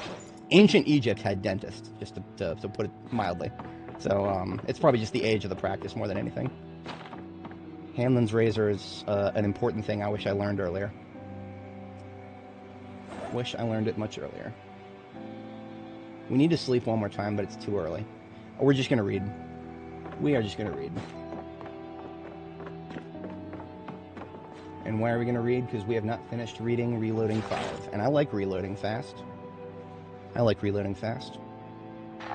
Makes me shoot better.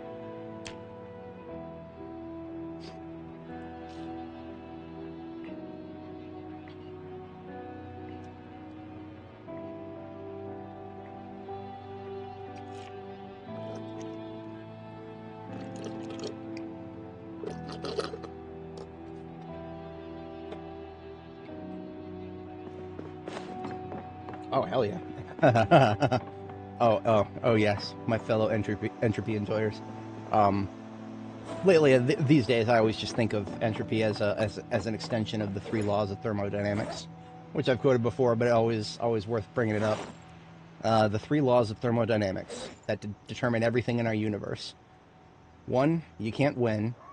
2, you can't break even. 3, don't even try. Those are the 3 laws of thermodynamics. And they contribute to a lot of entropic behavior, as far as I understand it. Vacuum energy and some other wacky stuff that contribute as well. But when you think about the laws of thermodynamics and you put them in such silly little layman terms like that, yeah. Oh man, am I allowed to talk about publications and charging people access for digital just to read a paper? Am I allowed to be cynical about that? There are people who would probably be like, no, publications need to be financially supported so that they remain alive. And really, I'm not even going as far as to be like, no, I don't think academia deserves to have $20 so that I can read an article about a palladium hydride lattice. That was one of the last articles that I paid for personally. And you know, I also recently learned something really interesting. This is from a guy on Reddit, but I tested it and it actually fucking works. If you are really interested in a paper, but it's paywalled, the abstract will have contact information for the people who wrote it. Sometimes the people who wrote it, they're fucking nerds like us, dude. Just email them and be like, hey, I was really interested in this topic because of this. Do you mind sending me a copy of that paper? I've never actually tried it and had it work. I should rephrase that. I never actually tried it and had it work, but that is a very believable thing to me. Because I'm pretty sure the people who write it, they don't have full distribution rights, but they have personal, most likely, distribution rights. And so if they actually are interested in doing something like that, I could probably have saved myself a number of monies if I had decided to email some folks and be like, hey, I'm writing this science fiction story about this planet that happens to be a super Earth below the hydrogen fall-off threshold, and therefore has an atmospheric composition of about 20% hydrogen. And because of the unique composition of the planet, which adds to its mass, there is an overrepresentation of palladium throughout the entire food system for every living being on the planet.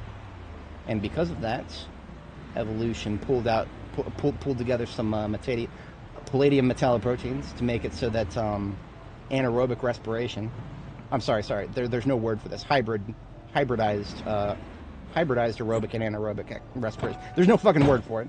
Life as we know it, generally speaking, it either respirates hydrogen and is therefore aerobic, or respirates something else and is therefore anaerobic. And the anaerobics are so rare, you almost never see them outside, like bacteria. And the reason for that is, of course, because I could get really deep into biology and material science, but it actually you can make it much more simple. Iron can be turned by carbon-based life forms into something that carries oxygen, and because of that simple, unique material science fact right there, that little factoid that's one of the most important things about all life on Earth, is the simple fact that most things that are bigger than a fucking germ, more complex than a plant, most things that can respirate hydrogen that respirate oxygen are the things that can actually do things in the world, animals, as it were. And so when I was thinking about that, I was writing my book. I was like, okay, so what if there are gases that are more common than oxygen, that are more volatile, that you can do more with if you could harness it? What would it take to harness hydrogen and respirate it? There are bacteria, I believe, that respirate hydrogen, but they don't have a fucking bloodstream to store it in. As far as I know, there is no way for any animal whatsoever on Earth, as we know it, to store hydrogen for later use. Hydrogen is way too. I used the word volatile before, but really the thing is, the atmosphere of the Earth is not strong enough to retain it. Entirely honest, if it was, Earth might have been just a gas giant to begin with. But that's a discussion for a society that has actually explored a few super Earths to come to. We have not directly explored very many super Earths, so we don't know exactly whether super Earths are less common, because as soon as you pass the hydrogen retention threshold, whatever the fuck I don't know the formal word for it. There is a cutoff point where planets basically end up more like Jupiter, Neptune, Saturn, Uranus, because they retain so much hydrogen and helium that otherwise for terrestrial planets like Earth would have just fucking disappeared. The Earth literally does not have the all of the necessary factors to retain an atmosphere that is heavy in hydrogen or helium or certain other very tough to wrangle gases, if that makes sense. I mean, if you look at hydrogen and helium storage that we have as human beings with technology, that shit's thick. It's thick and it's heavy. And it's because we have to hold it in. Otherwise, it's just going to escape and fucking disappear. It's a really free gas. This is the freest gas imaginable. But of course, all that said, in my series, palladium is overrepresented on the planet there that we've got, and because of that, a palladium metalloprotein in my brain is actually strong enough to hold what's the right word? Molecular hydrogen, H2, molecular hydrogen. The iron metalloprotein that makes our blood red is that's how we're able to carry oxygen through our bloodstream. It's the basis of all aerobics. You feel it every time you go running. You get out of breath because there's not enough oxygen in your bloodstream and your lungs are trying to grab more oxygen out of the air. Very simple principle, but kind of hard to make it simple from a material science and biology perspective. Because not a lot of people kind of like cross over there. It's top 10 anime crossovers right there. Biology and material science is one we don't see enough of, in my opinion. I would like to see a lot more of that. That's what I was saying before. Like, I'm pretty sure that some of the nerds who write these papers that I was paying for, some of them might have given them to me for free. Just been like, hey, dude, that sounds like cool. That sounds like a fun thing to theorize about. Here, I have a copy of my paper. I don't think I ever spent more than like $200 total on academic papers. I'm not allowed to talk about this on YouTube. The auto captions will quite literally transcribe what I'm saying and probably put me at risk of advocating for piracy if I talk about this specifically. There is, fortunately or unfortunately, there is a thing that you can use to get access to most papers these days without paying money. And, of course, support the publications. Don't just pirate everything. You know, you'll never catch me openly, unabashedly, unreservedly advocating for piracy, unless we are talking about something owned by a Chinese company. And I have nothing against the Chinese people. I think they're great people. I actually know a few. The government, though, I have a lot of problems with the Chinese government and what they do specifically, what they actually do with their champions like Tencent. Most people are like, oh, what do you care who owns the developers of that video game you're playing? I care a lot. I mean, I was talking about this the other day in an unrelated post, but Conan Exiles, it's a game I enjoy. I enjoy that game a lot. That is a game owned by Tencent. Well, okay, it's developed by Funcom. Funcom is fully owned by Tencent. And because, well, I say because of that. It's funny how as Tencent gets more and more deeply into the companies that it owns, or partially owns, it's funny how fewer and fewer offline play options become available. And interestingly enough, in the case of Conan Exiles, there is no offline play for that game. Sure, you can play single player. You don't have to connect to you don't have to go to a multiplayer server for the game. But before the game will ever boot up single player, it phones home to Funcom servers. And if it can't get a reply from a Funcom server, the game doesn't fucking launch. It literally does not fucking launch. So what happens when Funcom goes bankrupt or Tencent just decides to shutter them? I mean, it happens to much bigger and better studios right now. What happens then? Conan Exiles is no longer playable after that point. Except for the people who pirated it to begin with. Just saying. It's a very, very, very simple phone home. I can't talk any further to begin with. But I do know that there is no shame whatsoever in saying that pirates, for some reason, in our current system, everywhere throughout society, seem to be getting better experiences than paying customers, and that's pertinent to more than just academic papers and video games. We were talking about GPUs before. I don't even know if I want to talk about this. I literally got really fucking mad, like not more mad than I have ever been on stream at Project Zomboid. When I was watching a video by Steve from Gamers Nexus, love that guy, great guy. He did a documentary on the black market GPUs in China. I mean, I put it on because it seemed interesting. Like, you know, what do I really care about what goes on behind closed doors in China?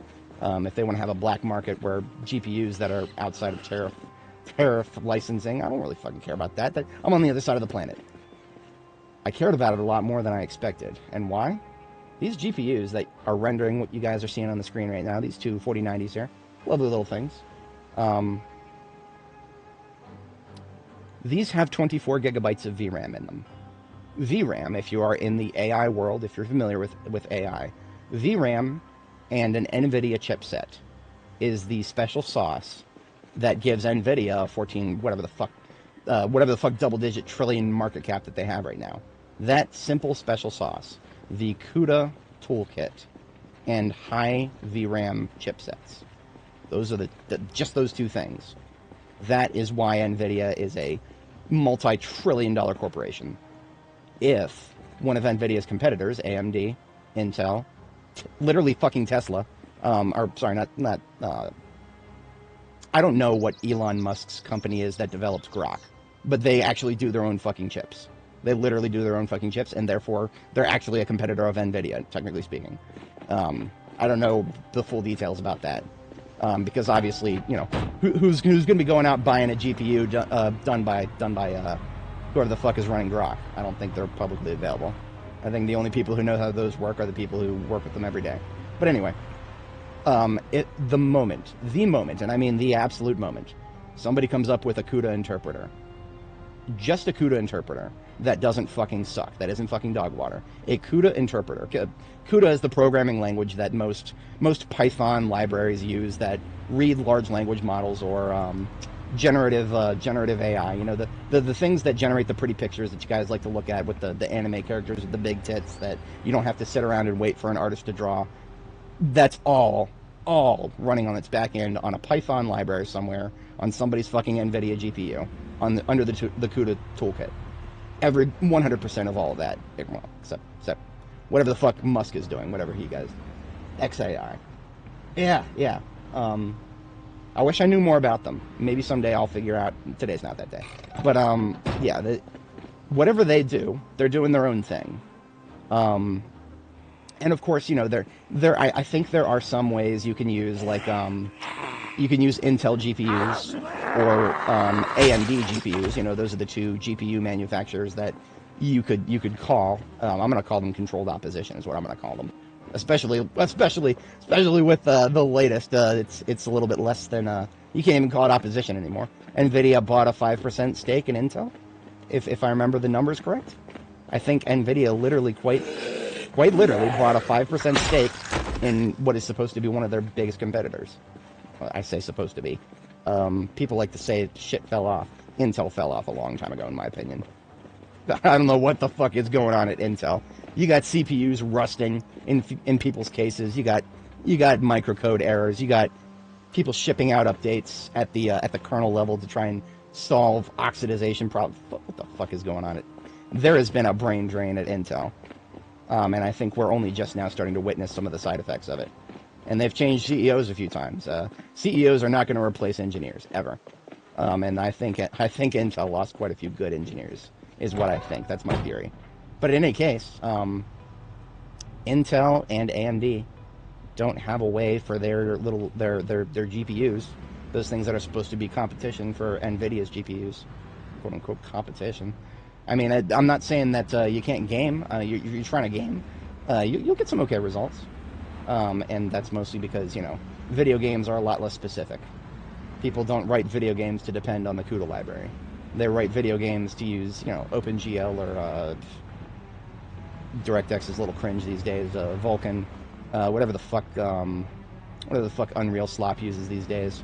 Whatever the most popular Unity libraries are these days. But anyway, yeah. People don't, and of course that's an industry thing, right? People don't write video games to depend very specifically on one type of GPU. I was about to say something about Epic. I'm going to leave it there. Most developers do not make their games very heavily GPU dependent. So you guys who are using your GPUs, they're good, but you're not going to experience the same kind of exclusivity problems that the AI world is facing.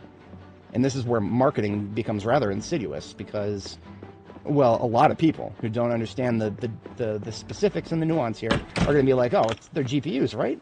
They're GPUs. NVIDIA makes GPUs. Intel makes GPUs. AMD makes GPUs. That sounds like competition to me.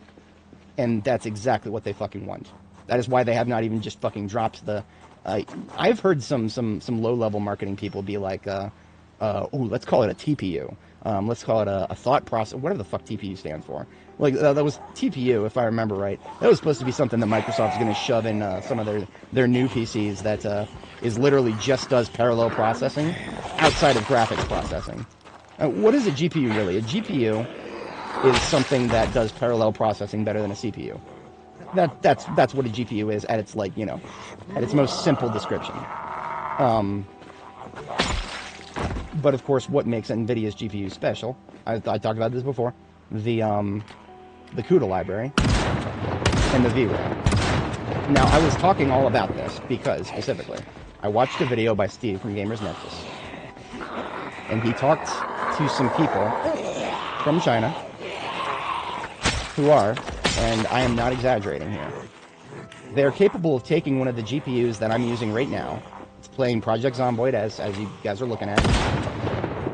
One of these GPUs that I paid $1,700 and then $2,000 of my hard-earned money for. I don't regret a single bit about that, by the way. I've gotten way more than $2,007 or way more than $2,700 worth of anything out of my GPUs. My GPUs have done well for me. I don't regret that for a second. But when I learned that some guy in China in his garage can solder together, can slap together his own custom PCB, and take one of my 4090s, yank the chip off of it, slap it onto his PCB, plug it into a fucking PC, and double the VRAM. I could lose Annie right now. I could let Annie get eaten by zombies. I would be very angry. I would still not be as angry as I was when I first heard that. That is, again, you know, I'm getting so heated that my words are going to fail me when I talk about this because, again, I tried to articulate just now with all that fucking yap I just did. I'm trying to articulate why VRAM on NVIDIA cards is so important. I think I've kind of made my case. You know, big VRAM on an NVIDIA card equals you do AI good, and also you're okay at games too.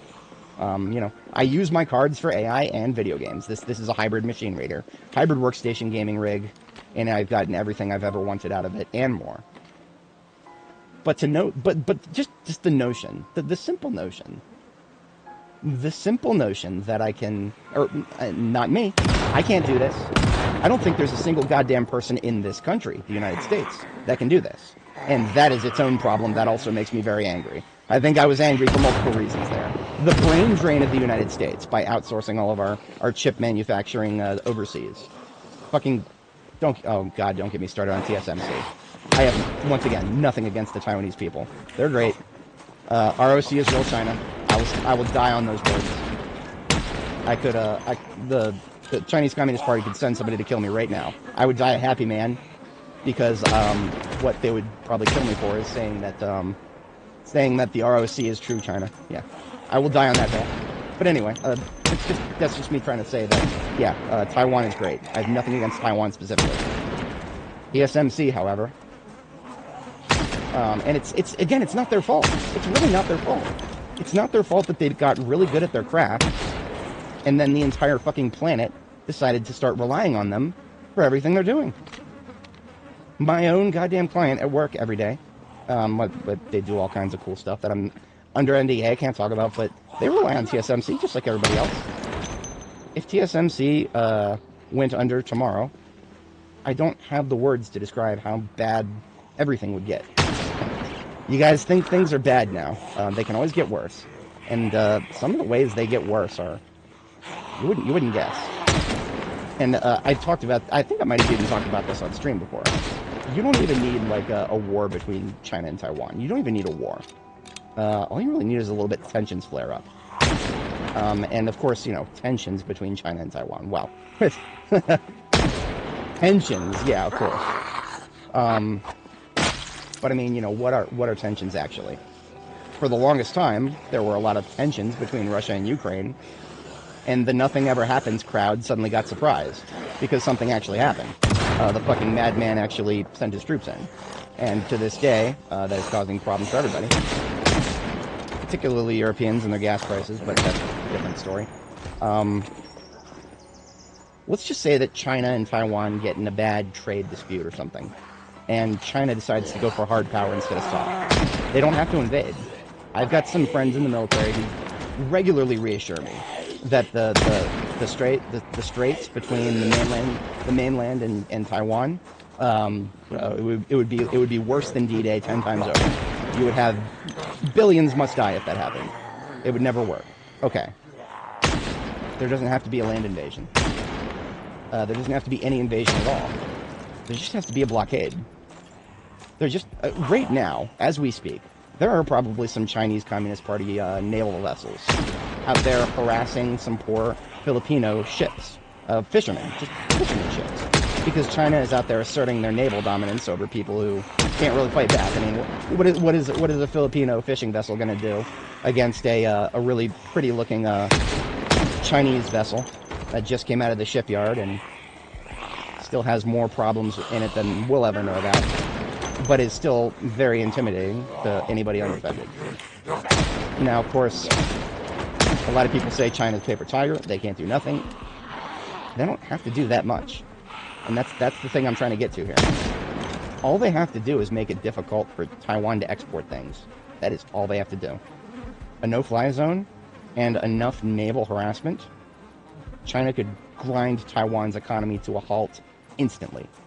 And they would not have to spend a single soldier's life to do it. I don't think there would ever be a hot war. Now that being said, I think even the higher ups in the CCP have probably realized that there is a lot of interdependency. And if there was anything to be gained from it, they probably would have done it by now. That's a bit of a white pill, to be honest. If there was anything to be gained by China eliminating Taiwan's economy, which they could probably do very quickly if they really wanted to, if there was anything to be gained by that, they probably would have done it by now. That's just my kind of a layman's white pill on the situation. But I just bring this up to say that, there doesn't have to be a world war. Two countries that have had a long history of fighting with each other could just start fighting with each other a little more, and next thing you know, TSMC can't export anything, and the next thing you know, who would be the biggest fab after that? Samsung, I think. So we would go from relying on Taiwan to relying on South Korea. Again, absolutely nothing against the people, or even in the case of South Korea, I don't have a problem against the government. South Korea is actually kind of okay. They are doing a little bit of weird things right now with their politicians, but you could say from a certain perspective that they're doing democracy better than we are. When their politicians do something that the public really fucking hates, they get impeached and removed like really quickly. I know that would make a lot of Americans happy if we had that kind of infrastructure. That's just another situation of the people having a little bit more of a unified system.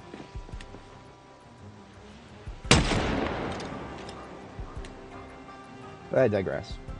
I don't know exactly. I don't know if Samsung's fabs are capable of producing the best NVIDIA chips.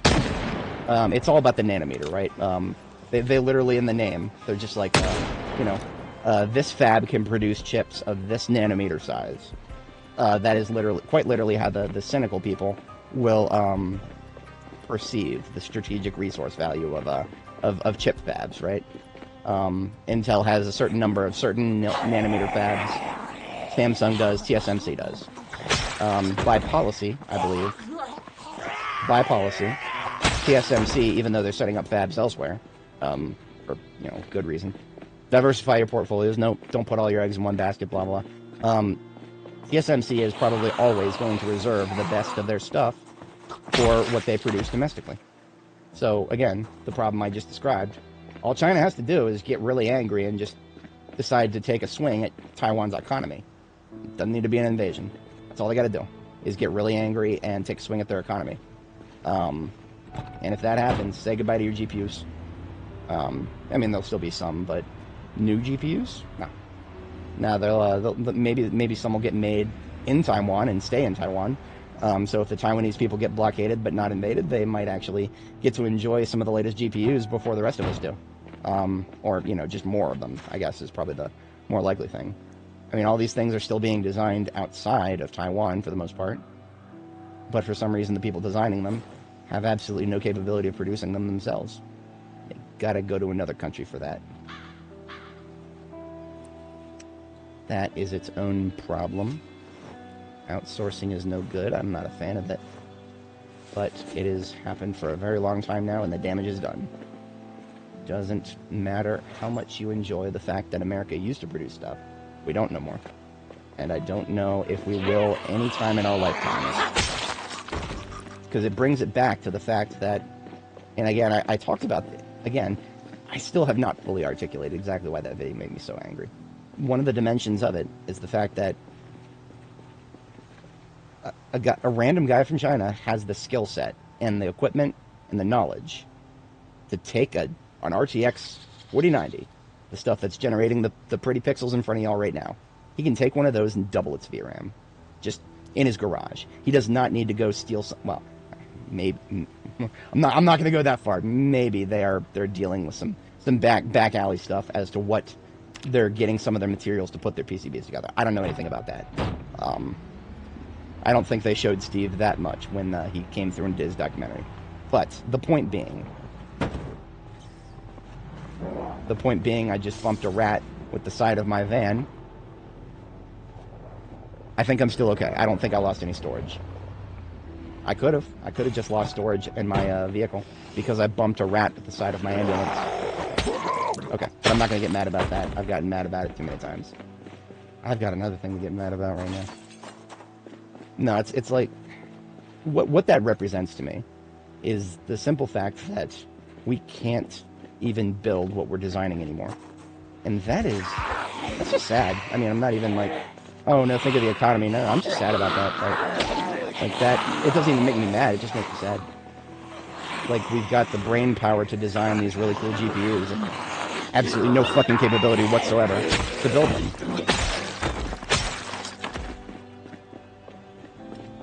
Dark, I understand how, but I do not have a good justification for it. Let me put it that way.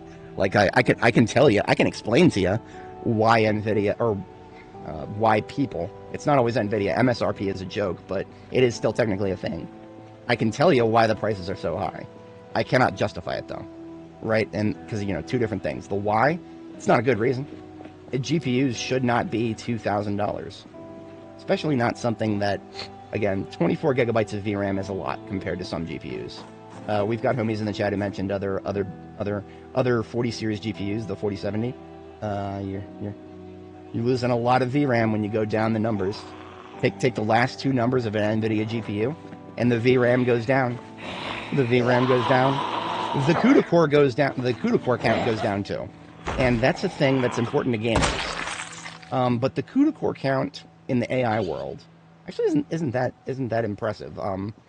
The data center slop GPUs, you know, the things that are powering your chat GPTs and your AI waifus that you talk to over the internet, those things are powered by the letter followed by number, letter followed by 3-digit number series GPUs. The ones that come to mind are A100, H100, A100. Those are ones that I remember. There are probably much newer and cooler ones right now. Those are the GPUs that cost not 2,000. Those cost 5 figures. I'm actually very curious now. I'm going to look at the Wikipedia article for NVIDIA GPUs. Of course, I can't get Wikipedia if I just do a regular search. List of NVIDIA graphics processing units. The lists are done by series, so we scroll past all the stuff that they did long before the latest stuff. NVIDIA's done a lot over the years. Everything we're looking at right now is back when they were still for video games, more than anything. Okay, starting to see Titan. Titan was one of their first things that started to broach out of gaming and into. Okay, here we are. So, GeForce RTX 4090. I didn't know that we had a D series. GeForce RTX 4090D. I didn't know there was a thing. You learn something new every day. Oh, it's Chinese only, of course. Of course, whatever the fucking D series is. The Chinese get the D series. Everybody else gets the one that doesn't have a D in it. Don't read too deeply into that. I'm sure D doesn't mean anything, and they all probably might think it does. And I'm not seeing any substantive differences right now. This column right here is the VRAM. I tell you that, I don't even need to see the name of the column. 24 gigabytes of VRAM is what my RTX 4090 has. So the next list here is the 50 series. That has... What? No, that's giga, what the fuck is this? Giga transfers. I don't fucking care about this one right here. 32 gigabytes of VRAM. What a colossal leap. 24 to 32 for an entire generation. NVIDIA data center GPUs have triple digit VRAM right now, and that's one of the reasons I pulled up this list. I want to see exactly how bad it gets. I want to show you guys exactly how hard NVIDIA is fucking us right now, because man. Okay, here we go. The whole separate section, data center GPUs. And now we're going to have to scroll past all the slop that predates the current stuff. Wait a minute, we're already at the bottom here. Is the Quadro series even a thing anymore? Where's the A100s and H100s at? RTX A1, that's not what I'm looking at. Here we are. Where this is under Tesla. Data center GPUs, section Tesla. So we scrolled past it a little too fast there. Okay, and now what we want to do is, actually, I don't have the GPU. I don't have the VRAM limit to these memorized. We are going to sort this list by some memory and then size. Okay, H200 GPU accelerator. Hopper architecture. Launched in 2024. I thought they had something newer than that in the data center series. But I don't follow data center shit. I don't follow data center stuff too closely. It's too depressing to think about. I need to scroll a little bit. I'm gonna zoom in a little bit more so you guys can see this number. Memory, size, in gigabytes. 141 gigabytes of VRAM on their H200 GPU accelerators. It's a fucking PCI Express card, just like my GPUs, just like my RTX 4090s. Same slot. 141 gigabytes of VRAM. Now, of course, there's trade-offs. There's a few trade-offs. It's going to have a few trade-offs, probably in CUDA core count. I don't even... 16,896. That sounds like the same as my... 16,896. No, my 4090 has more, I think. I think my 4090 actually has more. I want to double check this. Task Manager doesn't show it. Yes, I have 16,384. So I literally do have more CUDA cores than the five-figure data center GPUs. Again, this NVIDIA. Fuck, I already lost it. There's so many GPUs here. H200. What does an H200 cost right now?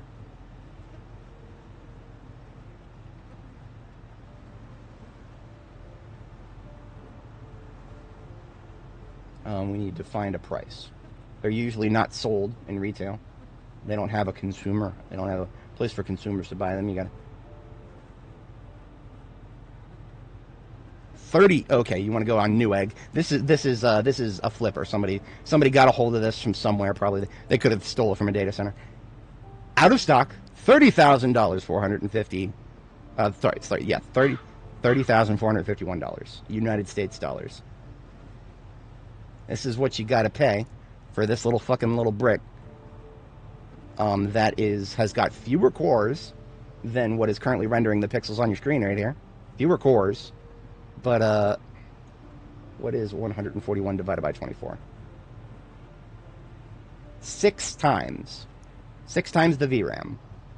6 times the VRAM in what may as well be almost the same fucking chipset. 6 times the VRAM. Way more than 6 times the price, as far as I'm concerned. I mean, at $2,000 is already an inflated price for a 4090. But let's just say 30,000 is okay. Divided by 2,000, 15 times as expensive for 6 times the VRAM on the same chipset. I hope that set off a few light bulbs in people's heads. If you didn't get it before, I hope you get it now, because that is the formula for gold right now for NVIDIA. That is their $14 trillion market cap. I'm sorry, okay. I say 14 trillion, a billion. I don't even know exactly. About 1,000 million billion trillion? I don't know. I got Market Watch bookmarked right here. W, and NVDA. Market cap. Okay, I 4.6 trillion. I just added a 10 there. Again, numbers just get fucking stupid after you get past the millions anyway. Billionaires would never even be able to count their own dollars anyway. Theoretical dollars, by the way. Anyway, I said I was going to solve my food problem, and then I never did. Doofus moment intensifies. I was actually kind of hoping that I would find some out in the field. Didn't happen. We're going to cook. We're going to cook. We're going to cook. Cooking in a video game doesn't quite give me the same chill as cooking in real life, but I want to make something nice. I need something to not feel as bad about after what I just looked at. That made me feel kind of bad. Again, I'm not like, not genuine. I'm not going to lose sleep over it, but let me put it this way. I've already lost sleep over it, and I'm not going to again. I'm good. I'm good on it. It really did shock me to the core to see that. And again, that was just specific. I thought maybe there's just something inherent about the way they built my card, And of course, I was already believing maybe they did it intentionally. They must have built my card so that it can only have this much VRAM. And oh, of course, there's these technical limitations. It can't have that much more VRAM. No. The gaming cards have got to do these, and these things different. And that's why the gaming cards are so much cheaper. 15 times cheaper, despite having 6 times less VRAM. I'm sure NVIDIA marketing executives could make it make sense. I'm not one, and I'm not going to stand for them. I'm not going to try to make them the good guys in this equation. I'm not going to call them the bad guys. At best, they're the cynical guys. Okay, that solved most of our nutrition problems, actually. Yeah, we're good. Well, immediately. We're going to make a stew overnight tonight. That's, we should have done that last night. We forgot to. That's okay.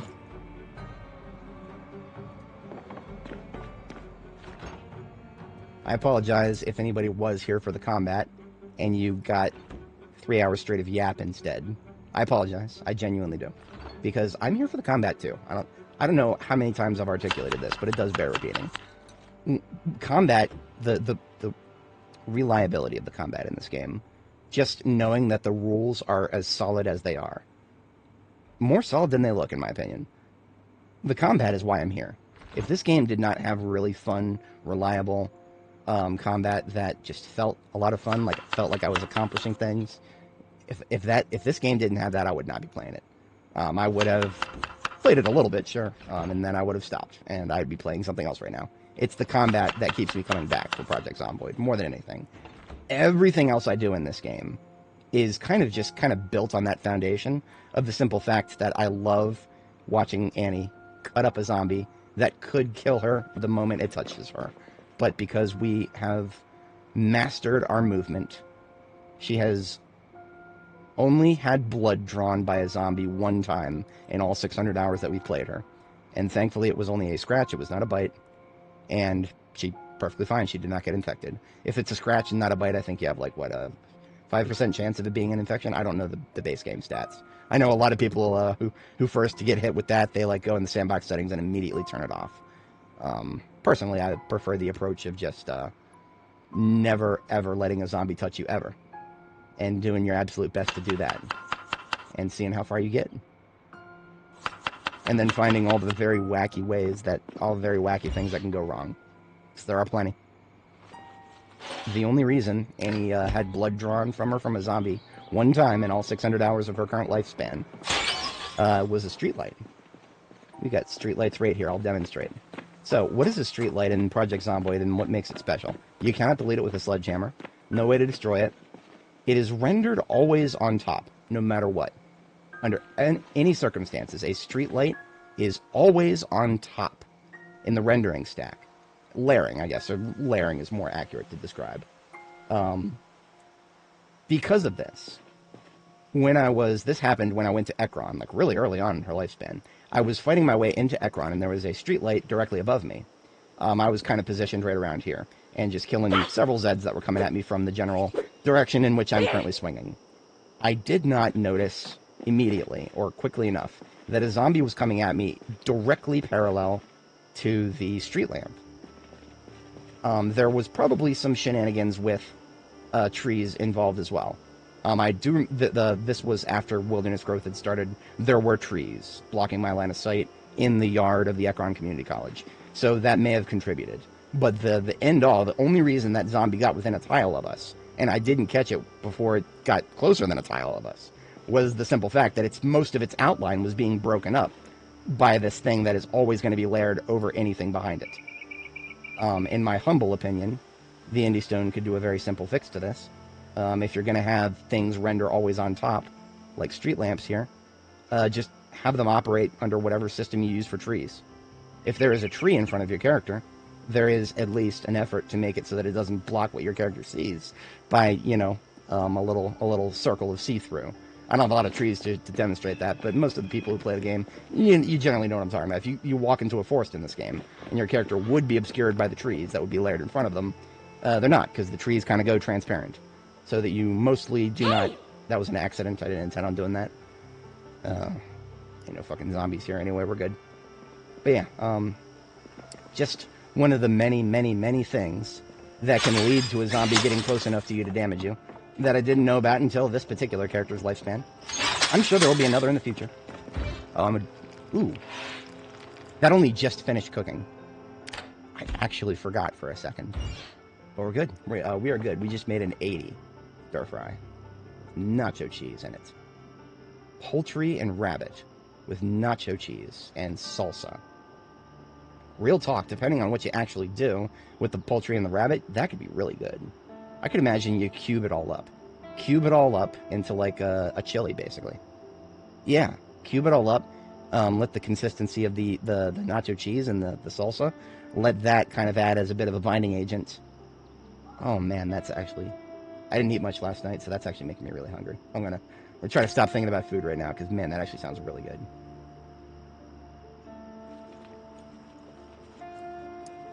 I am running into a problem with Annie in-game that I also run into in real life. I forget to drink. Both of my 32 ounce containers of water that I started with today, they're both empty now. So, forgive me, I am going to get a sleep in here, and then as an overnight activity, I'll read books for a minute, and then I'm going to go grab some water, IRL. Bro is thirsty, as it were. Now, it's a little early to sleep. I usually wait another hour or two. It's okay, because we're going to spend a lot of time overnight reading books, and if our schedule is thrown off at all, we'll just augment it with some coffee. I saved a lot of the coffee that I found over Annie's lifetime here. A lot of the coffee that I saved has been specifically for Louisville, so we can do things like that. So that has been a long time in the making. Okay, folks, I shall be right back. Probably a minute and a half, tops of 3 or so minutes. Congratulations, you've received 3 community awards.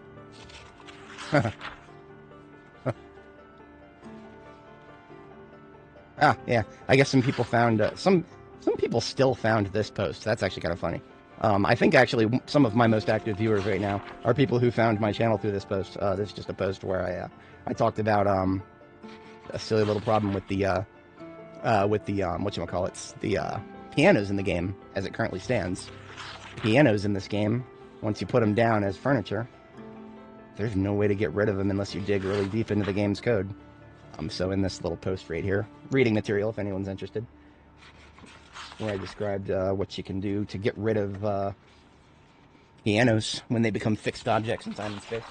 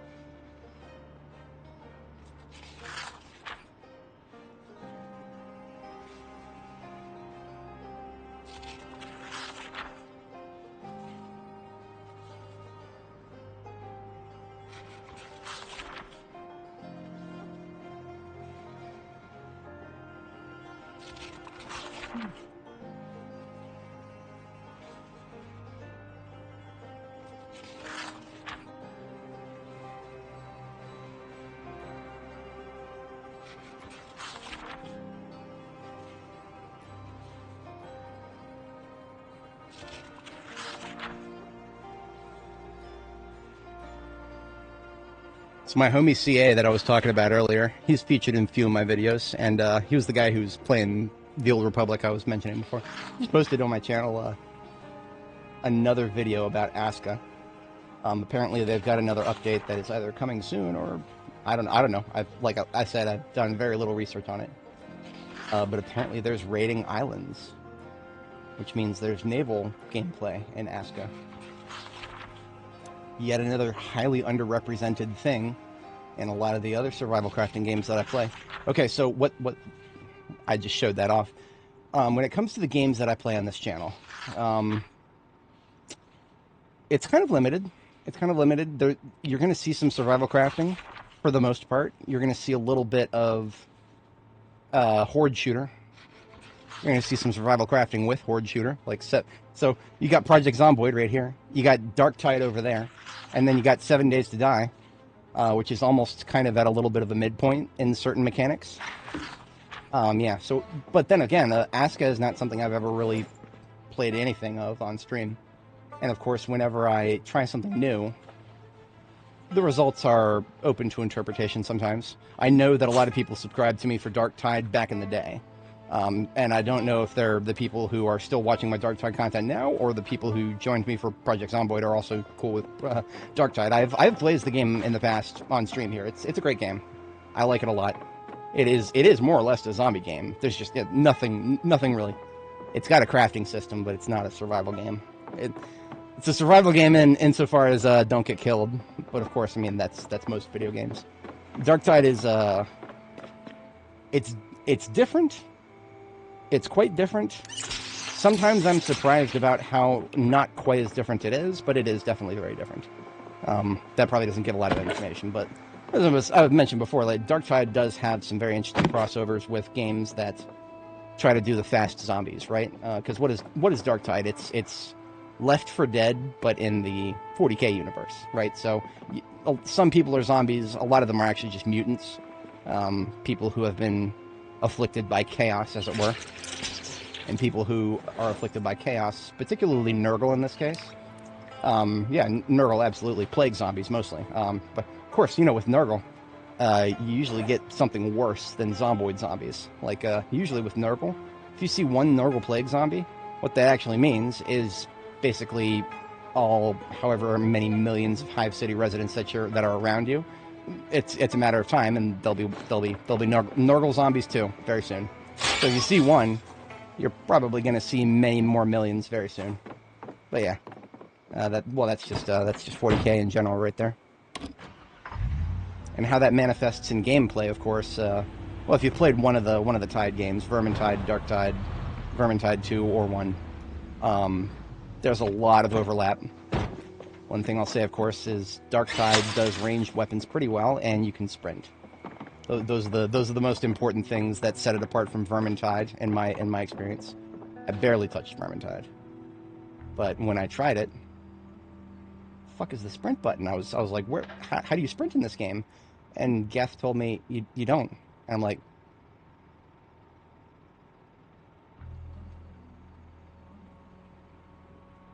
now, that being said, one of my favorite games of all time that taught me a lot of fundamentals of melee combat that have carried forward in every other game I've ever played since, Jedi Academy. Jedi Knight 3? Jedi Academy?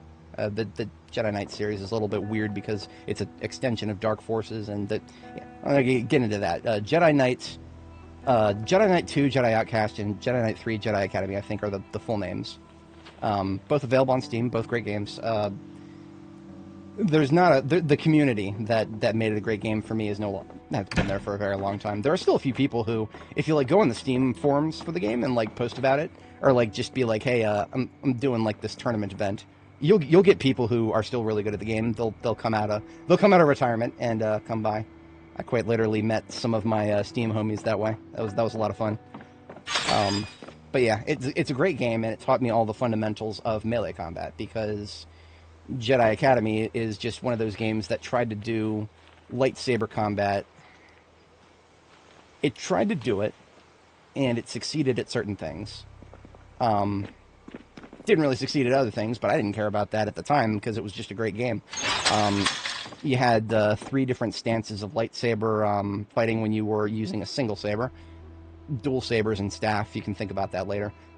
Single saber was the most flexible because you could switch between the stances. You had the red stance, which was really slow, heavy hits. You had the yellow stance, which was balanced, and then you had the blue stance, which was really fast, weak hits. And there were great things for everything, because, I mean, you think about a lightsaber, anybody who's ever watched Star Wars, what is a lightsaber? Well, science fiction-wise, it's a fucking contained, it's a contained, magnetically contained section of plasma that will cut through anything that should ever get anywhere near it. I don't think, nobody's ever accused Star Wars of having very good science fiction lore, with just a few rare exceptions. But, basically, the general principle that most people understand is that a lightsaber touches it, it gets burned away, right? So with a lightsaber, you want to have your really heavy strikes to get through the people who have a lightsaber to defend themselves.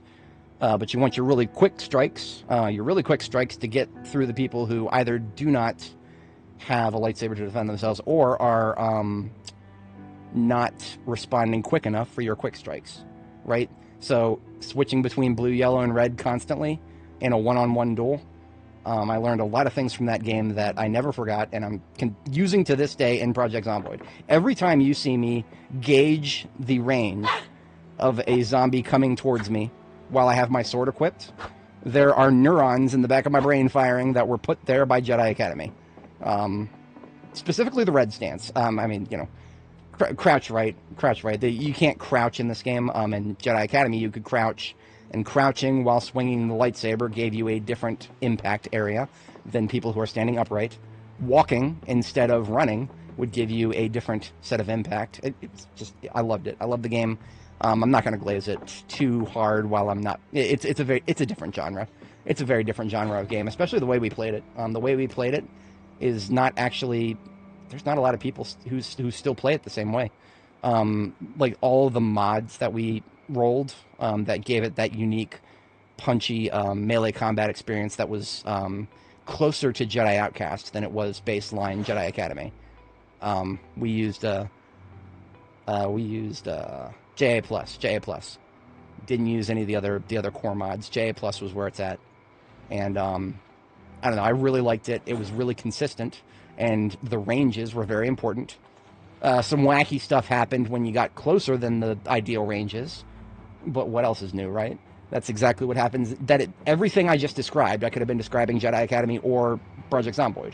It's just, of course, you know, obviously, Jedi Academy, you got force jump, you got your different movement speeds, you got your different swing patterns. Project Zomboid, it's how sharp your blade is and how fast you swing it. That's all there is, and that's okay. That's perfectly fine for zombies. You don't need something more complex for zombies, because zombies are not that complex once you understand them. They don't need to be. They're still fucking terrifying as fuck if you let them get too close, or you get massive-ass numbers coming at you, so... That's one of the reasons we like this game here, in my opinion. The simple fact that I'm also kind of playing a Sims game without Sims in it. Always gonna feel weird. I'm gonna be real with you guys.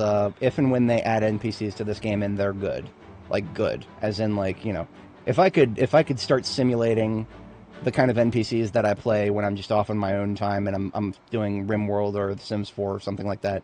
If I can like set up little groups of people who just operate the same way as I do that way, I don't know if I would ever play another game again.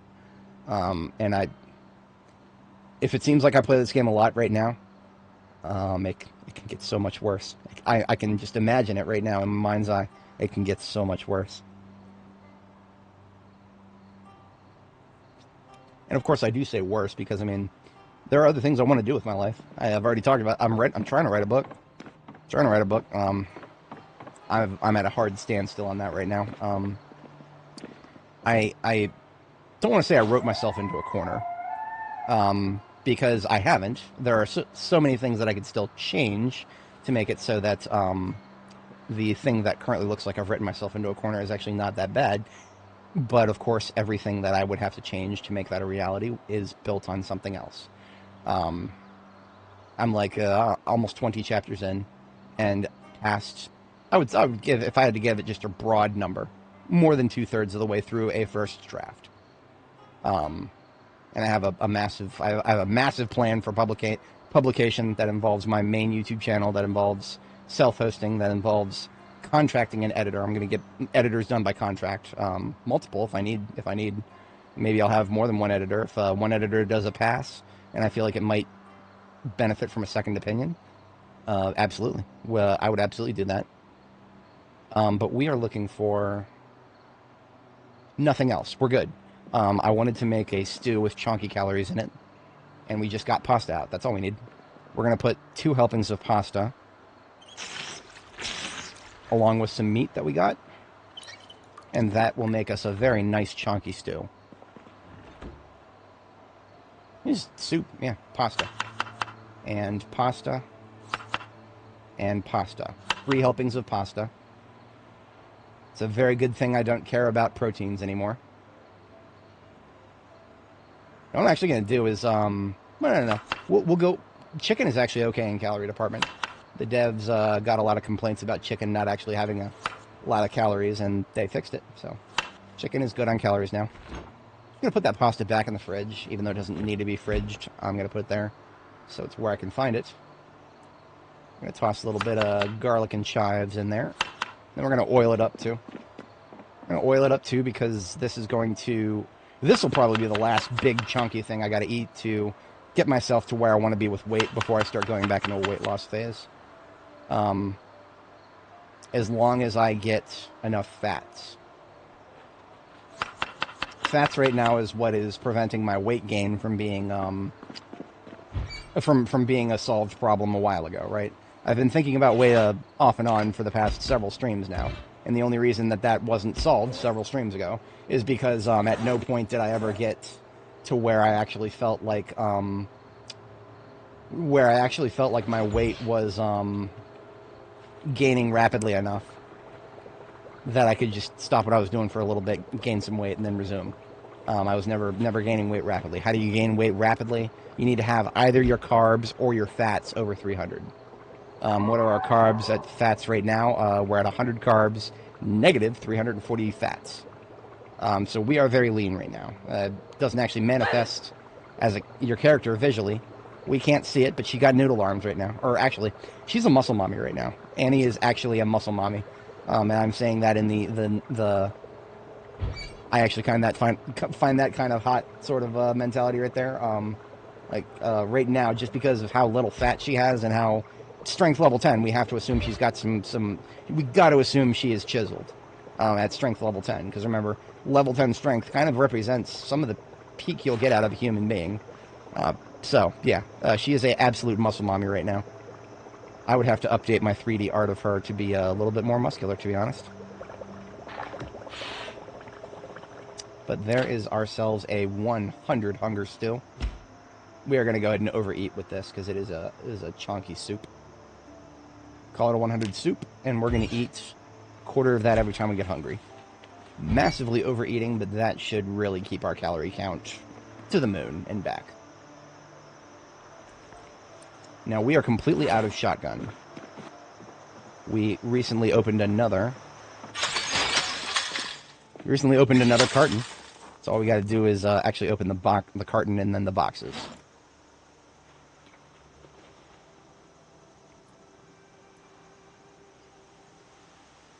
Carton is open. Let's put away 9 boxes and open 3 for ourselves, shall we? Remember, I have 3 cartons of shotgun shells left after we use these boxes up here. We should be able to alleviate a fair bit of that if we can get to the equipment locker in the police department. That was actually something I was kind of supposed to work towards this stream, but I've been the weather. I can blame the weather with a straight face because the weather has been setback after setback after setback. But it is pretty today. It is pretty. It is very pretty. I think we're great for fighting today.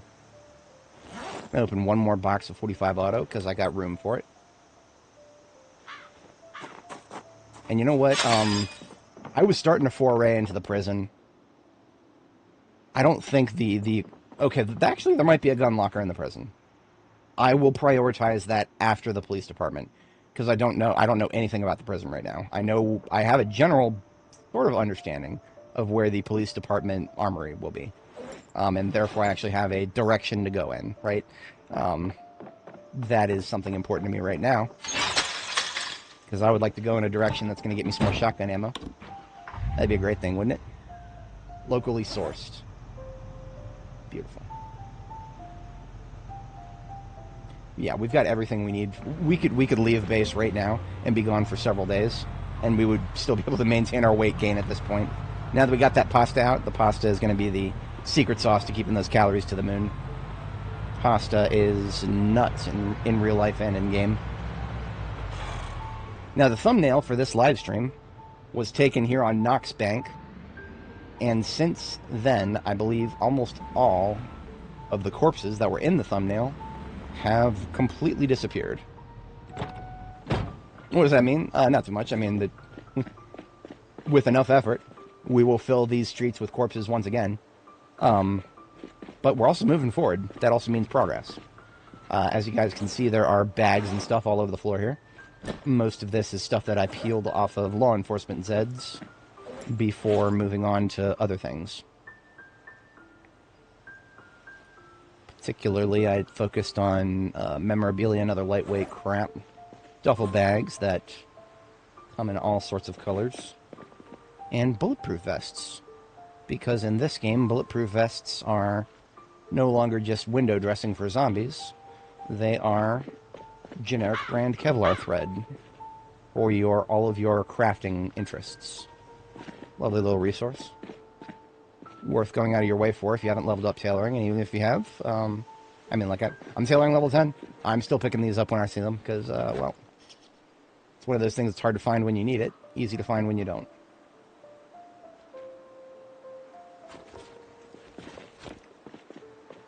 Yeah, we'll pick up these 2 vests, and that will be a full duffel bag of vests, and basically that's it, just vests and memorabilia. Oh, we're already full. We're already full. That's fine. There's more than one vest in that direction. That leads back to X-ray. Now, the other day, in-game, I was talking about putting together a defensive position, Wilco. That is still on the docket, but before we even started thinking about Wilco, we were supposed to be seeing if we can get to the armory in the police department. Because, of course, that will support our progression towards Wilco. More shotgun is always a good thing here. I believe I have made that case very strongly. Shotgun is great right now. So that is the civilian building, is not going to have an armory in it. This is the primary police department, as marked on my map here, by the little badge icon with the little books. This is basically a police department. What's a good symbol for a prison full of losers? We'll just put a little sad face, full of the dregs of society, and then of course the little books are for the nerds. So we got this law enforcement complex where the cops actually work in the center here, and then all the nerds, whether it's the lab folk or the legal attorneys, and then up here is the courthouse. Somehow all that has to have a sky bridge connecting to the police department, but you know, that's how Louisville is right now in this game. So that's how we'll take it. And we will park right here. I don't expect that we are going to run into too many more mega crowds from this particular building itself. There are still a couple of floors we haven't hit. When we reach those floors that we haven't hit in this building, the other buildings will wake up too. So this building right here, this is one of the nerd buildings I showed you on the map. This building has got more stories in it than the police department does. 3 more, in fact, I believe. Yeah. There's the sky bridge on that story, and then 1, 2, and then, yeah, multiple additional stories. So what happens is, as we go to the next 2 or 3 floors in the main building of the police department, however many hundreds of zombies are on the upper floors of these other buildings are all going to spawn in. And that is because these buildings are connected by the sky bridges. These cool-looking sky bridges technically mean this is all one big building. And it is not just window dressing. It is a very strategically important thing to be aware of. Because if I wake up another floor for all these buildings, none of these streets are going to be safe to drive through when I start making noise again, basically. If I wake up a floor, it needs to be a deliberate activity that I'm prepared for. And, of course, I mean, Y'all see the bodies in the streets. I can handle it if I wake up another floor. I would just I kind of prefer not to if I don't have to. At this point, I think I can get to the equipment lockers. And if I can, we're done here. We came here and fought this ground war and expended many shotgun rounds so we could go get some more shotgun rounds. Oh, and you know what? Is the sledgehammer still on the floor outside?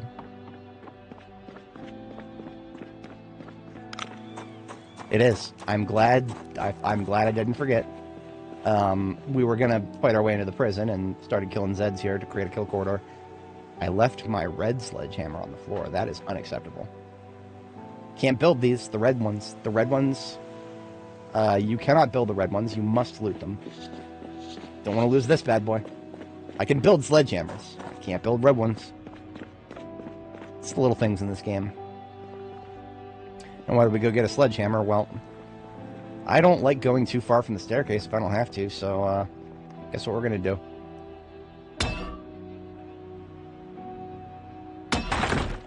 Look at that. That's an equipment locker right there. Not the only, and not the biggest. But it is one equipment locker. And we've already got ammo.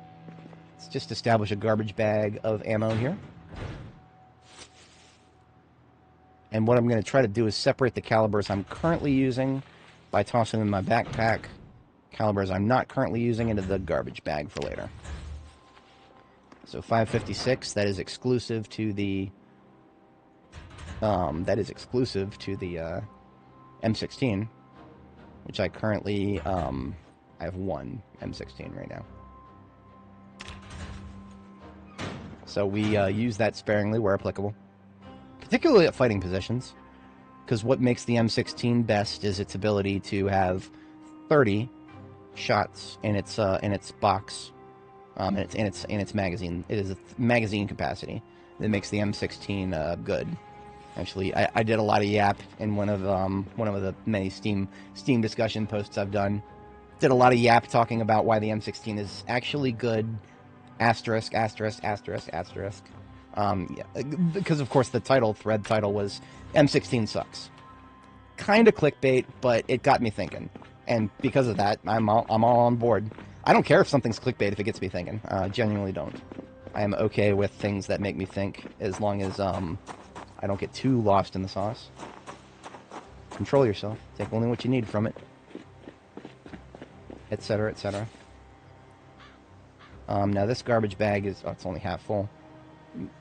Let's establish a separate bag for... Just picked up a couple of duffels. There's got to be a duffel on the floor over here somewhere.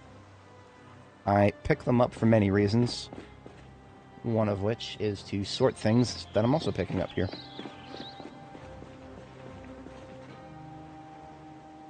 I may have picked up most of the ones in this area. I know for a fact there are still some down here. Seeing people desiccate from the mega pile here. It was always going to happen, of course, but that is a milestone for me in terms of cleaning out the police department. Because that means that many of the things that are not starting to turn into skeletons here are going to be easier to see if any of them have guns on them. So I do need to make sure to keep an eye on this corpse pile over the next couple of days. And that's about it. Just take a little pass through, see if the skeletons have gotten out of the way so I can see anything I missed before. That's it. So the only difference about this duffel bag that I got right here in my hand is it is cartridges I am currently using actively. I'm just going to take another one of them, their duffel bags, because there's a whole bunch of them. A lot of people in Louisville like to carry around duffel bags with nothing in them. That's cool by me. I'll make use of them. I don't see too many others. It's fine for now. We got one. We'll fill it up. We'll get another. We'll fill it up.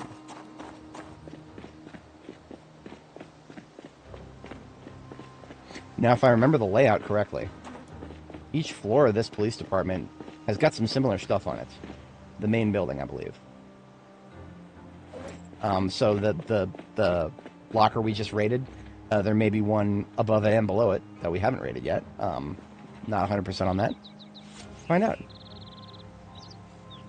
We gonna find out. Okay, maybe separating all of my ammo isn't the most efficient thing to do right now. Yeah, we're just gonna go ahead and we'll separate it later. What I need to do is leave this garbage bag here now. That garbage bag's full. Come back for that. Got a duffel bag and then another duffel bag. Duffel bags are easier to transport in and out of dangerous areas because duffel bags, better encumbrance reduction. Nowhere near as good as military backpacks, but there's plenty of them to go around.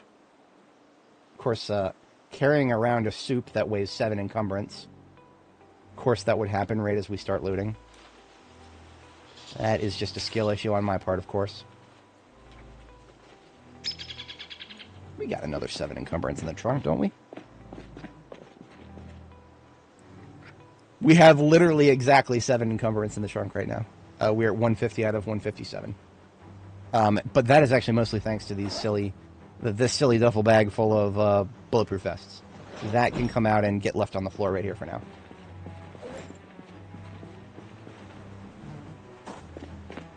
Very low priority loot. I just started picking them up because I saw them.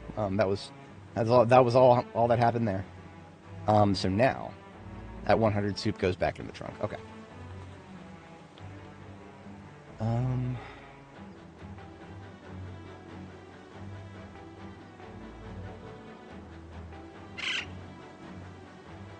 I'm slightly over-equipped. I'm going to be looting and not a lot of fighting. Okay, here's what I'm going to do. I'm going to put away half of my ammo. Just half, right? So we still have plenty of every caliber we're currently using. But it's taking up just a little bit less ammo in my main backpack. I just mixed empty magazines with full ones. Should not have done that.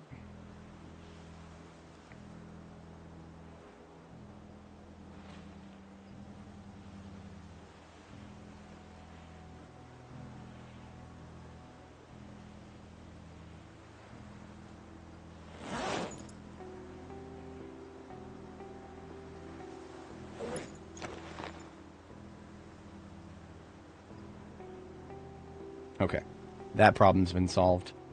All of the magazines in this bag are now empty, as they should be. 46 empty M9 magazines and counting.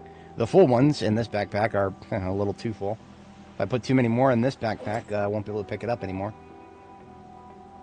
Not the worst thing in the world. That's fine, actually. Perfectly fine.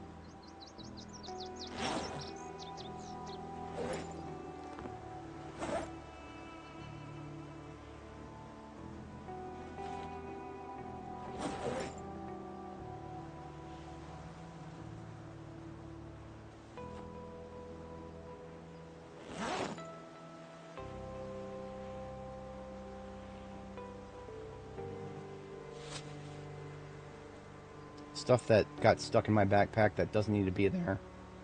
All this can... yeah, that goes in there for now.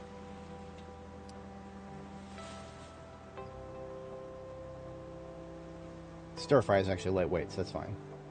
The book will toss straight into the inventory. Perfect. Okay, we're sorted. We can efficiently loot right now. Very efficiently, actually.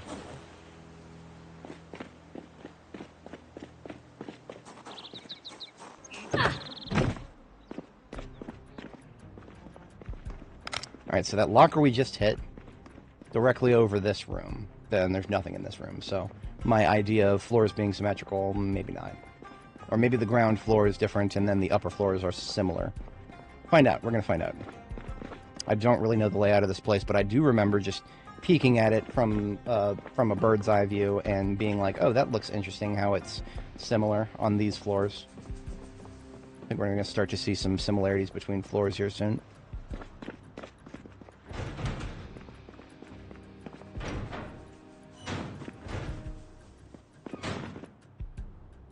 Carton of 9mm. So that's the only straight up carton we found. Separate that and all of the loose boxes I will take with me. Now, a strategy that is probably actually really important to B42 and Zomboid in general right now. You're looting a lot of ammo. You've hit one of those big old gun shops. Tons and tons of ammo. how do you efficiently transport all of it? There is a trick to it, and it's deceptively simple. What you want to do is get everything you've picked up, and get it all in the same area so that your crafting menu can access it. And then check to see how many of them you can collapse into cartons. What is a carton? A carton is 12 boxes. Why do you collapse it into cartons? You do that because a carton is lower encumbrance in totality. I think certain ratios are better than others, but generally speaking, the ratio is fantastic for for ammo. So if you want to like transport a lot of stuff long distance back to your main base, for example, done that many times here. If we want to do that, then we are taking every bit of ammo we find out in the field and condensing it down into cartons wherever we can. So basically what I'm doing right now is I'm dropping what is in my main hand because I am not going out. I'm not taking any tight corners in this place without a weapon in my hand, ever. No, we don't do that. Not in this place. But we're just going outside. We're putting all the ammo we picked up in the same spot. That's all we got to do. And then, of course, before we ship out, we'll see what we can collapse into cartons. And then just toss them into the ammo vans. I mean, if it gets to a certain point, I'll just bring the fucking ammo van right up here. If it gets to that point, yeah. What I like to do with the ammo vans, the two restaurant vans that y'all saw back at Reed Base there, I haven't moved them. I've gone past them a billion times, I haven't moved them. What I like to do with those is only cartons, right? No loose boxes. The loose boxes are for other vehicles. The loose boxes are for things that I'm currently actively using and opening as I see fit. And meanwhile, the big vans carry around the cartons so that I can go to the big van and grab a carton as I expend it, really. That's the logistics behind that. And to maintain that, to support that, we want to keep cartons together and boxes together.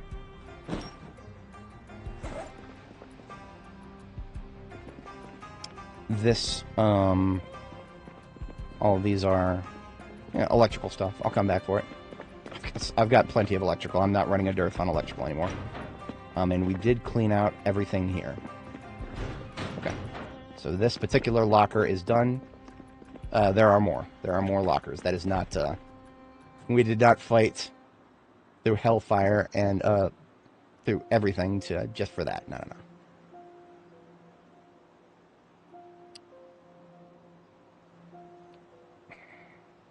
It is tempting to start grabbing other loot while I'm here. I'll come back for this.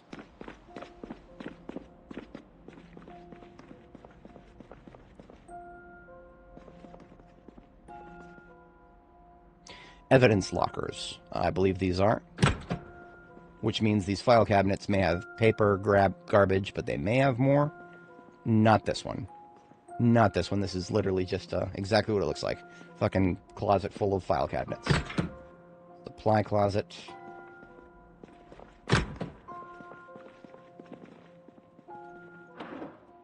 Office, loot table.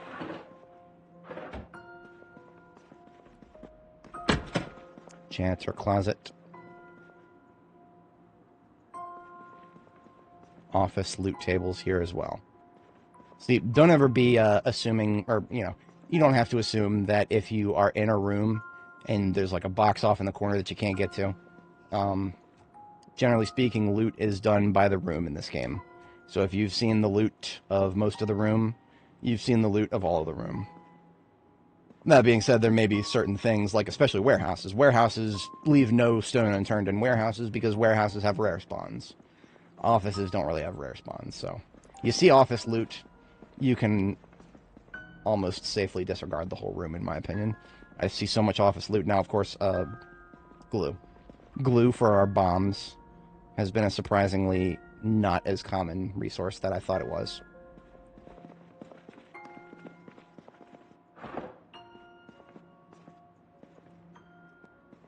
Once again, all office loot. However, just from what I just said, I will. Anything that's right in front of me, I will parse it for glue. What is a full stick of glue right there? What is that? That's two remote detonators.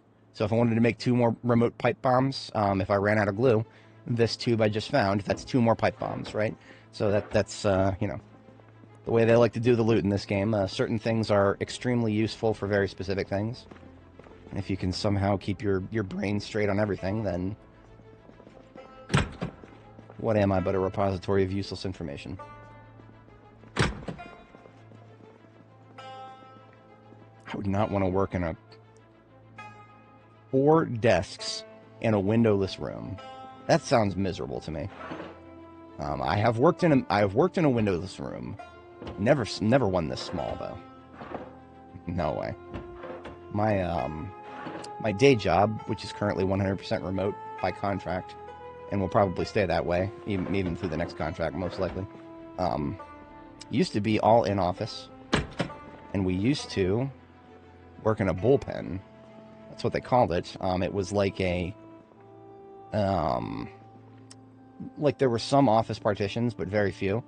A lot of it was just like, desks right next to each other and not really very many dividers or anything.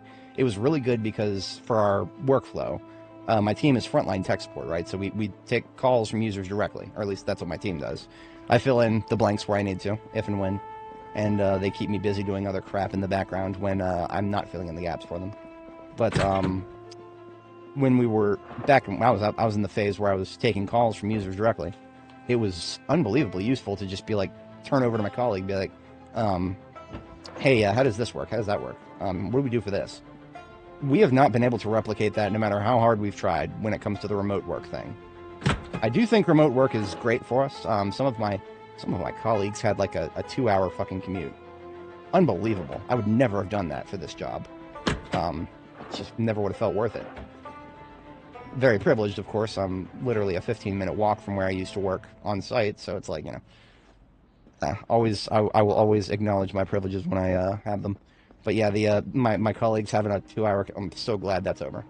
No more people being an hour and a half late because some asshole on I-95 decided to flip their vehicle. That was a thing. That was a thing. You just had to put up with that.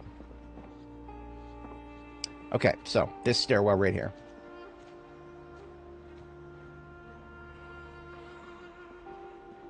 I hear Zed.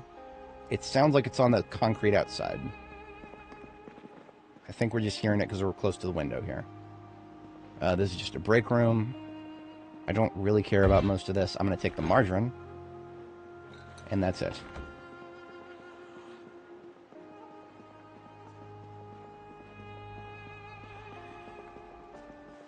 So all the noises I just heard, I'm pretty sure were... actually, probably, most likely part of the prison complex. Over there, maybe over there. In any case, this is where we were the other day. On an upper floor here. Like, the same area, upper level. And all we did was run up the stairs another flight from where we're at right now. And shoot the gun a few times, and then we woke up another... That was another good 1,500 zombies between multiple buildings. But that has all been dealt with now. That being said, this staircase right here is very uncharted for me. And I like to play things as very, very, very safe. Very, very safe. And because of that, I'm going to go all the way back to the other staircase and use that instead. Why do I like the other staircase better? I have spent so much time making noise outside of it that I am far more confident there are fewer zombies on this side than over there. Over there, because this building is so big, I cannot actually trust. Well, I mean, never trust. Trust but verify. I cannot actually be, with any reasonable degree of certainty, say that the staircases on that side of the building will not have surprises for me waiting around the corners wherever possible. Dangerous territory, as it were. And again, I'm pretty sure I've pulled the bulk groups. But we're in the phase now where there's that one asshole with the bad hearing trait that just was waiting around the corner the whole time. That's what we're in the phase of right now. There's not very many zombies like that. Deaf, completely deaf, is a trait that zombies can have. It's actually very rare. Most zombies will, and of course, even many deaf zombies will not themselves react to sound, but because of the group up mechanic, they will follow the zombies that do. So very, very often, you'll annihilate many zombies who actually have the deaf trait, who will never react specifically to noises that you make, but you'll never notice them because they are following the zombies who do. Now we're in a... I did not know the police department had a general library with skill books in it. I don't expect to find anything of interest here. Every single skill book that we can find from normal libraries we have already found. And what do I mean by normal libraries? I mean everything of every book category except for aiming, reloading, napping, and Longblade in the current build. Those 4 book categories have to be found elsewhere from any library you'll ever find, up to and including the single most sought-after libraries in Louisville. It's very sad to find that out. I was always under the impression you could go to LSU Library, Louisville State University, and find anything you ever wanted. I was a little disappointed when I got there. I wasn't like mad. There were books that I found there that I did not already have. In fact, one of them I recently read, and it was great. But the most important book that I could find right now, that if I found it if I just actually found it, even though I wasn't expecting to find it, I would literally scream and shout in joy if I found it. That is Longblade 5. I've found it on other characters in the past. Unfortunately, Annie has not been lucky in this lifetime. Yeah, I mean, like I am looking at what we're seeing here. I'm actually just looking for the color at this point. I'm looking for that beautiful deep purple. Longblade has that beautiful deep purple, and if you see that, it doesn't even matter what volume it is. If you see Longblade on a bookshelf, holy shit, you found a bookshelf that actually fucking spawns Longblade. That in this game, in its current build, and for most of B42 so far, that in itself is so rare that celebrate. Stop what you're doing, celebrate. Leave no stone unturned in the local loot if you see that. But we are going up some stairs that I'm not familiar with. So we are parsing the top of the stairs for any reticles. I see no reticles. We return to my best weapon.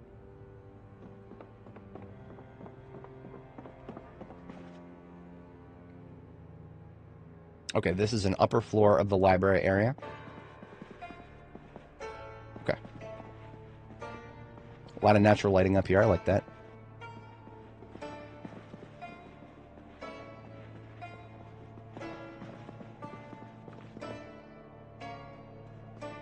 Looking for a way through to the staircase right now.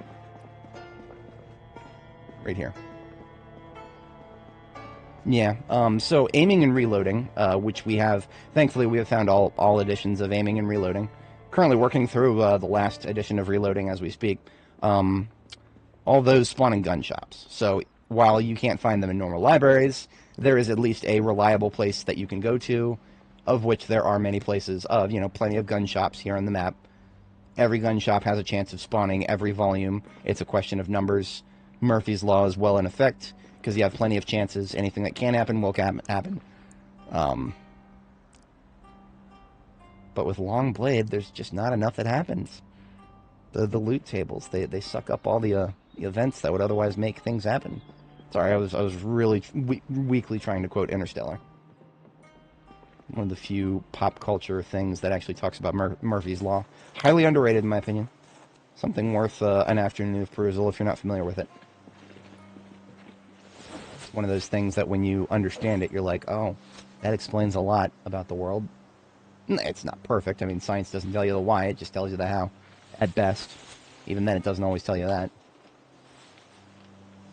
Okay, you know what? I'm not going to need to use the hammer right now. Or at least not immediately. What I'm actually going to be doing is, I'm going to take that nightstick I just found and actually put it on my belt where the hammer is. Hammer can go in my backpack. Because I would much rather have a nightstick in my hand than a hammer if I'm accidentally going to get ambushed in close quarters.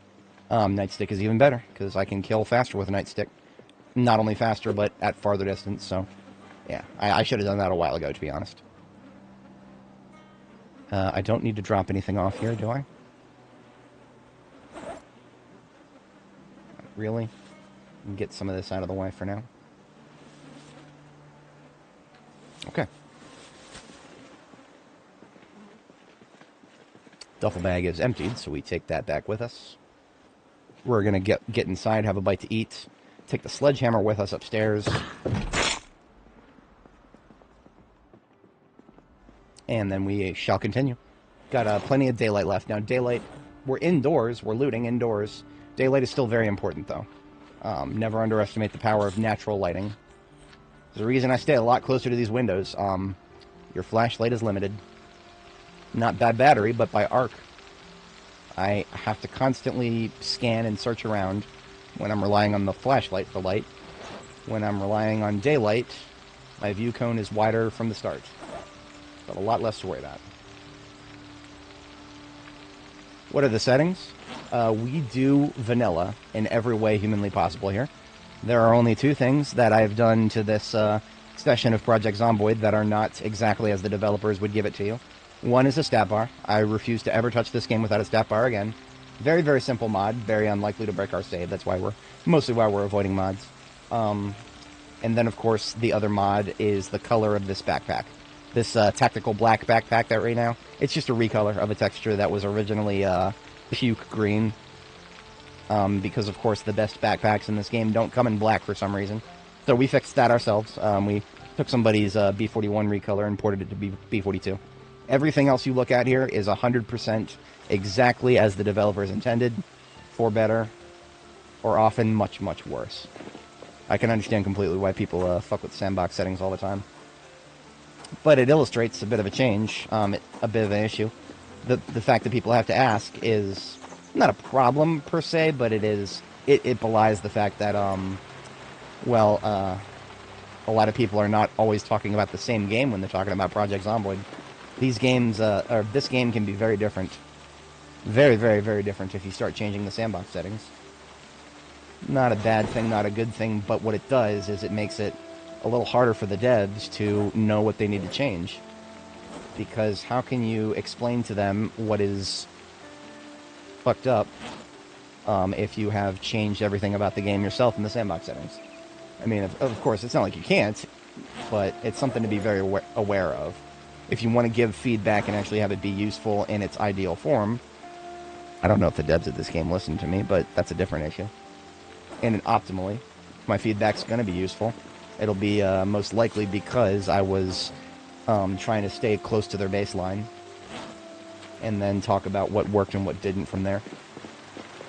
And then, of course, there's just the simple fact that our save hasn't been broken, and a lack of mods is contributing to that. Mods make things a little bit less stable. Sandbox settings, I don't think, actually contribute to instability.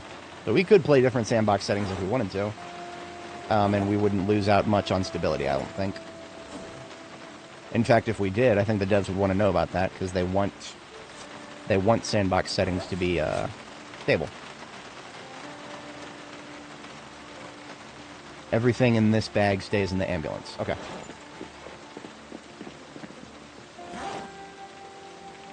I don't have any loose food right now.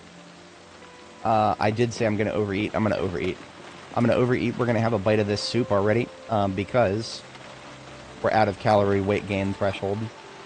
And we want to put on weight here. So we're going to eat some soup. And when I say overeat, we just ate like, 30 hunger worth of food. We only had like 6 hunger to work with. So we're going to be stuffed for a while. It's okay. The price we have to pay in order to start becoming a little bit fattier. We like our girls here with a little bit of chunk to them. I am a big fan of muscle mommies, but they have a little bit of chunk to them. I mean, if they're just nothing but 100% muscle, I mean, well, that's not extremely feminine to say the least. Wouldn't float in my boat for anywhere near as much as the other things do. If you know, you know. All right, we're going to drop the sledgehammer right here for a moment. Parse the upper floor for any action. Nothing at the stairwell.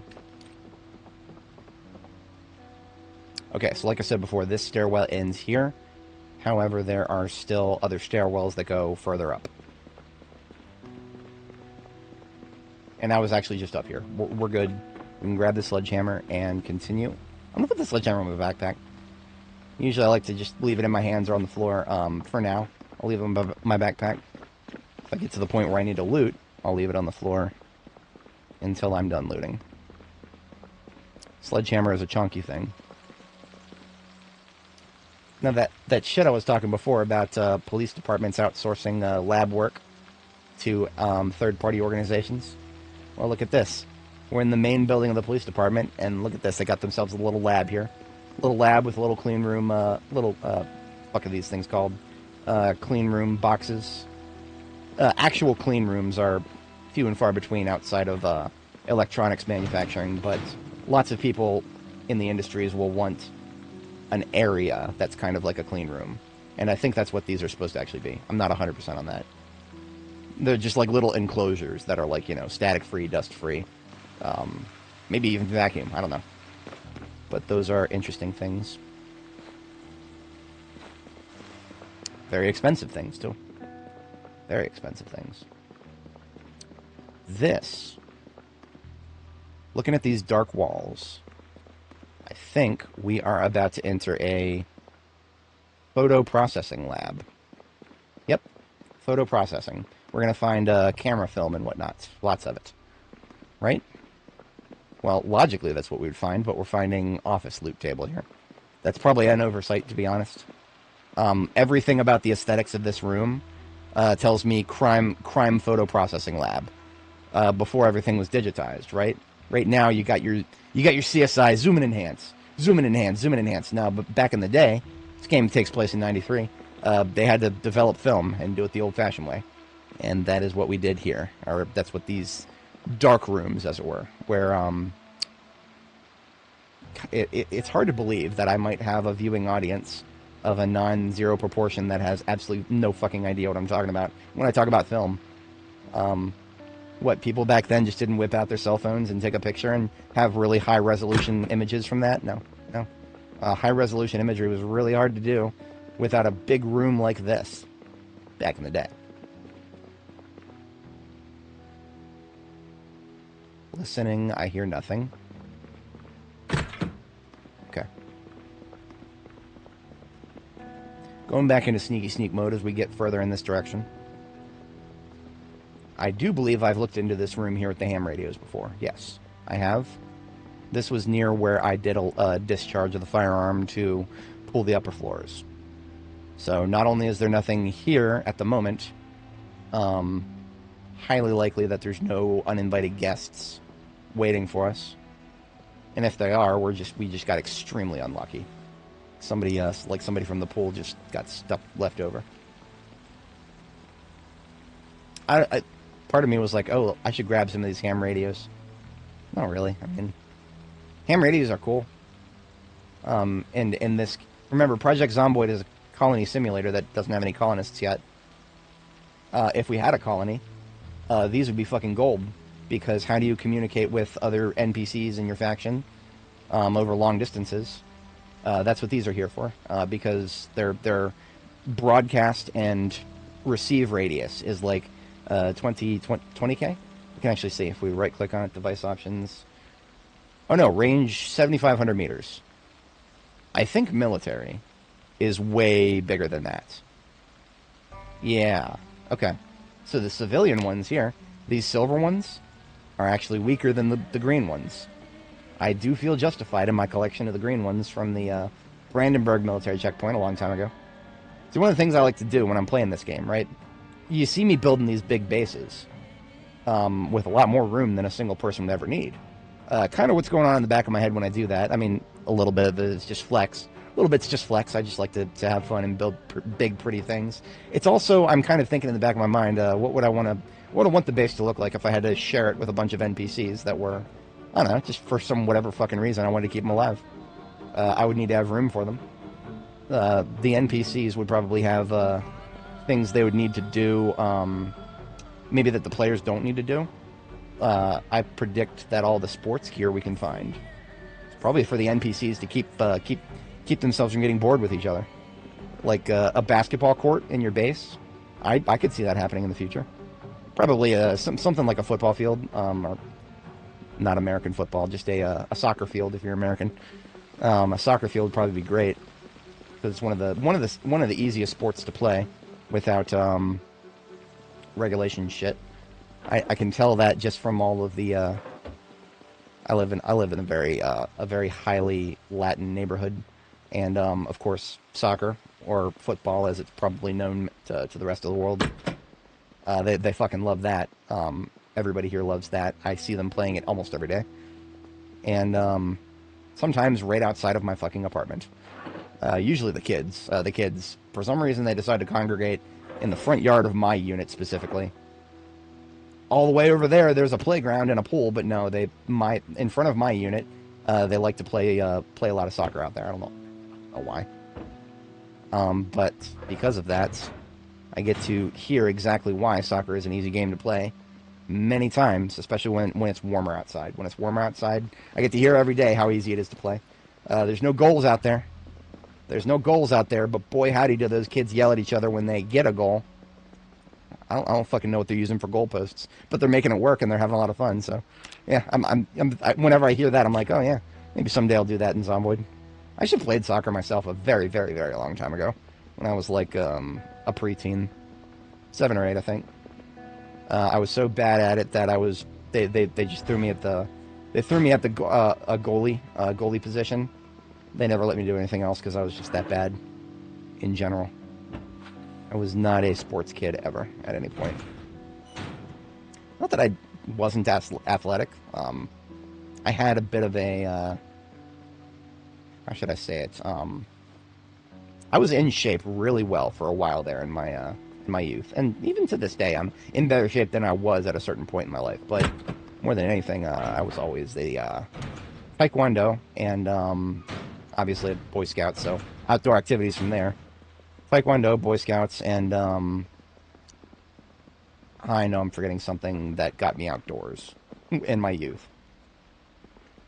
Yeah, I couldn't. I know there's more than just those two, but those are my two big ones. 6'4", 250 pounds at my fattest. Everybody fucking asked me, "You're on the football team, right?"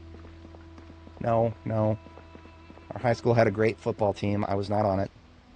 I don't think I would have had a very good time on it because I was a absolute fucking nerd. I would have probably been shoved into the lockers, despite the fact that I'm 6'4". See, most people never fucked with me in high school just because of my fucking mass. I'm very privileged because of my height. But I hear some footsteps. Okay. We may have actually just woken up at upper level. We may have just woken up one of the upper levels. I say that because I hear... Look at that. Somebody coming from an upper level that we didn't get before. So this guy, I'm going to kill him real quiet-like with the knife. Quietest way I can kill a zombie. Because Feig just hit. I'm not here for a fight at the moment. But we've found the next stairwell that's going to pull a huge group of zombies out. Standard procedure. If I really wanted to go nuts, I would run up those stairs, fire a gunshot, and then run on outside. But we're not doing that right now. Again, because that could have been a floor that just spawned in. That could have been what just happened right now. I don't think we got a whole floor. I feel like when we first came up these stairs, I thought we got this floor and the next one. But look at that. There's another one upstairs. We may not have gotten the next floor from our previous discharge.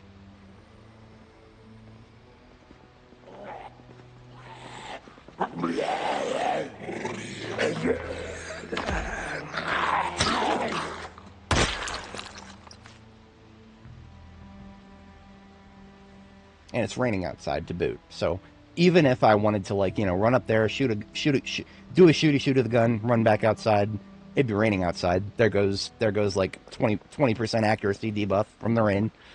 Not interested in that right now. So I could drink coffee and do that. No, we're not doing that.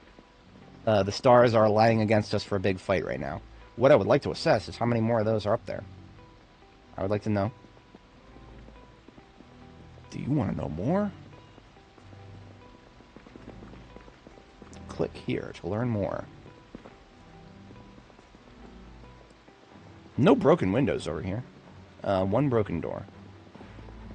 This is the chief's office. This is the chief's office. I knew the moment I saw those beautiful leather armchairs there, and the painting. What is this? That looks like Desert Storm. These paintings are so low resolution they might desert landscape painting. I mean, that could be fucking that could be like Jakub from Star Wars, the new Star Wars. That could be like a star destroyer in the background that crashed. I don't know. All I know is this is one of those paintings that weighs 20 encumbrance. However, you can also just drop it on the ground. So we can come back for that. The chief's desk is underwhelming, to say the least. But it does fit the stereotype. There was a donut on his desk. In his desk, rather. Must have been his backup donut. You know, law enforcement have got, these days, American law enforcement have a service weapon and a backup weapon. We just found the chief's backup donut. It's probably, I haven't talked too much to my state and local homies, but I'm pretty sure they've got their primary and their secondary. Got their service donut, they got their backup donut. Anyway. Like I said, underwhelming to say the least, but... Oh, okay. Another stairwell right next to us right now. Cadet sleeping area. Cadet bunks, I guess. Most cops wouldn't want to sleep in the PD. But the cadets, they make them do all the bitch work. So that's what these bunks are for. I don't expect a lot of firearms or anything, really. Yeah, same for military bases. Actually, military bases, you might find some, military jackets. But look at this. Literally everything is empty. Yeah, we've wasted our time coming in this room, but good to know.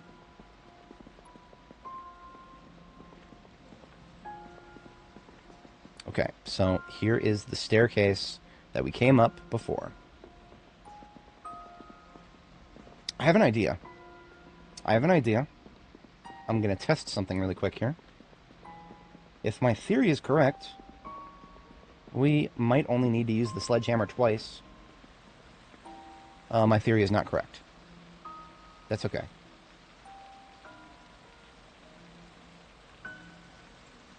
My theory is not correct, but it just got replaced by another one. Remember, when I'm looking at these buildings, I get a little bit of the 7 Days to Die mentality. In 7 Days to Die, every building is made of a destructible block. Zomboid is not all that different. You just gotta have a fucking sledgehammer if you want to destructible many of these blocks, right? 7 Days to Die, if you shoot your shotgun too many times in a house made out of wood, there's a magazine that makes your shotgun do extra damage to wood structures. You can literally blow a fucking house away with a shotgun in 7 Days to Die. If you get to the end game point, you got the magazines, you got an auto shotgun. Literally, I'm unironic. You can blow a fucking house away with a shotgun in that game. This game, you wanna bust holes in walls and whatnot. You wanna reshape the environment. Sledgehammer or go home. That's all you got in Zomboid. That's okay. But what does that mean for us right now? We actually have the sledgehammer with us. We go upstairs. We equip the sledgehammer. It's in our backpack. And what I'm going to do is blow out the wall in the center of the skyway here.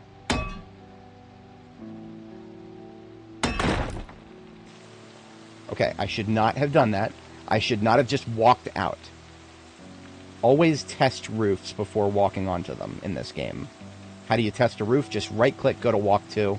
Make sure that where you're going to go, make sure that you got green tiles, right? If you got green tiles, you can walk on it. If you don't have green tiles, if you got a red tile, don't walk. It's walk and don't walk. Very simple. If I fucked this up somehow, this would be a death sentence. Now, of course, let's just say we fell through the roof for some stupid reason. We would have fallen only one flight.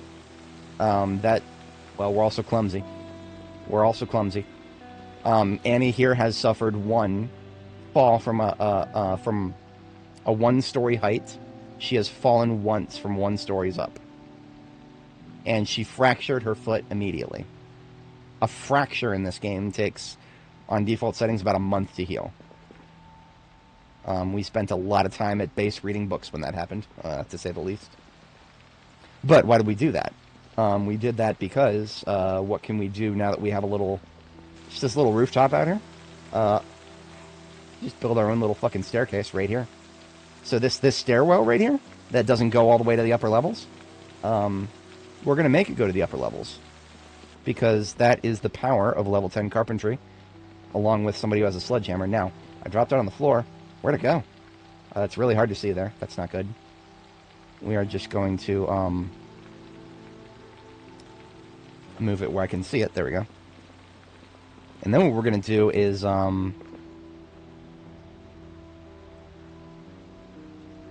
she had a really dumb idea. Actually, it might not be that dumb of an idea. It's coming up on my bedtime, 2220 hours. I like to do 2230. What quality beds are those in the cadet beds? What quality beds are those? I think the green ones are actually good. These were not green ones, though. And I already heard a reason that I won't be sleeping in this room. Sleeping comfort, good. There's no pillow, but I would get about 90% of what I would get elsewhere if I just took one of these beds here with me. Now, of course, when I say with me, there's no door in this room, so I wouldn't sleep here. But I could just take this bed that I just took apart and put it somewhere where there is behind a door. Sleep there, and then continue what we were doing. That is what we're currently doing. Alright, we are over-encumbered very heavily here. But we are combat effective and optimal now. I do hear somebody mouth breathing. It actually kind of sounds like they're close. I don't know exactly where, though. And I don't really care about finding at the moment. We're going to go somewhere far away from here. Actually, I think they might be on the roof directly above me. That is actually my current theory. Speaking of the roof, where are we going to use the sledgehammer next? Right here. Right here, we go all the way just across this roof, right outside this wall right here. And look at that. There's the sledgehammer hole we made on the sky bridge. So we build a little staircase right there on the sky bridge to go to the upper level. And look at that. We've got our own little staircase on the side of the building that actually goes to the upper levels. That's what... Now you're thinking with portals or something. I don't know. Let's find a room that has an intact door here. We saw quite a few, actually. The mouth breathers that I was hearing before are not going to be much of a threat to us over here.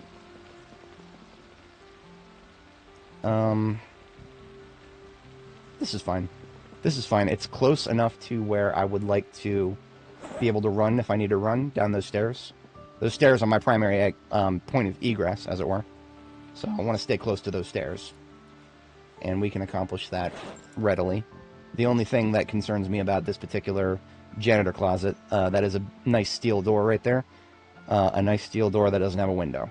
So if we get woken up in the middle of the night by zombies smacking on our door here while we're trying to sleep in here, we won't actually be able to know immediately how many are out there. That being said, we got a shotgun. That being said, we just boxed ourselves in.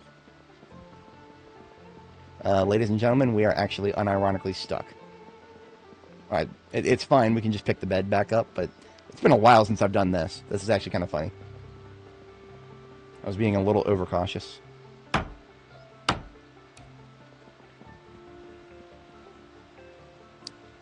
that back up and just put it back down from out here. Easy peasy, we're good. Close that door. Turn off the light. Best weapon in hand, we sleep.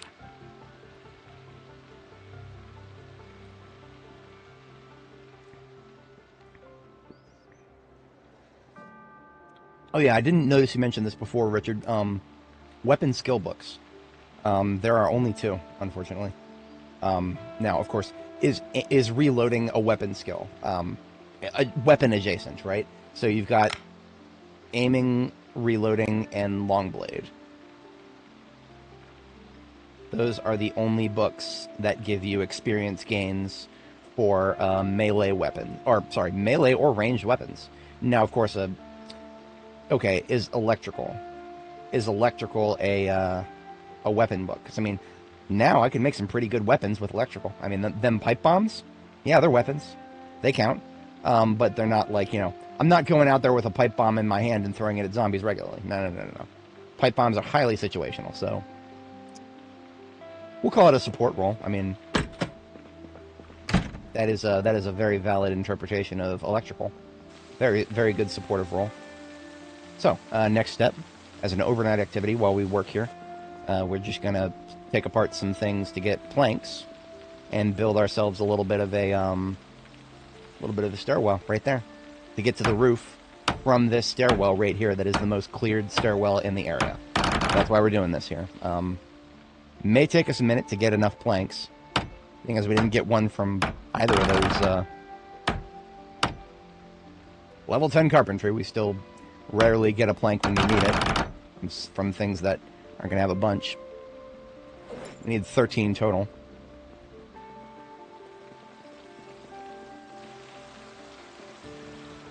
I actually don't need light. I don't actually need light to disassemble certain things.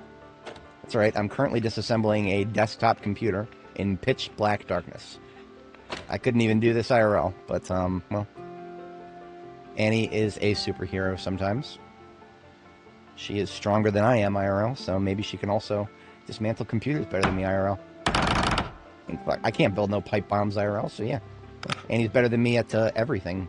Everything that I'm good at IRL. She is a literal superhero to me right now.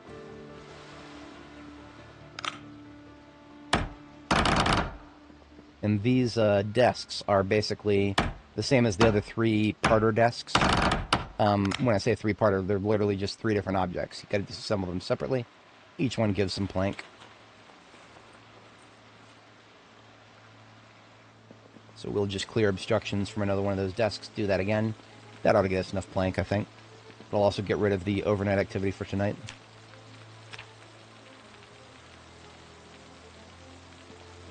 Okay, we're actually getting really hungry. And we are now at the phase of hunger where it is going to be an objective detriment to our combat performance. So I'm going down the stairs briefly to the ambulance, and I'm going to eat some soup. And then we resume what we were doing. Like I said, this is why I bedded down right there, because, I mean, I just do this. Get out of here. Easy. I gotta make a quick exit. Closest you'll get short of sheet rope. Way too many stories here for sheet rope, though. I'm looking at some of these windows and being like, oh, maybe I could do... Nah. I mean, it's kind of hard to make sheet rope work in Louisville. Buildings are just so big. And I think you can only do one story at a time with sheet rope, I think. I don't remember exactly. It has been a long time since I've done sheet rope. Sheet rope is one of those things where you're like, have an escape plan.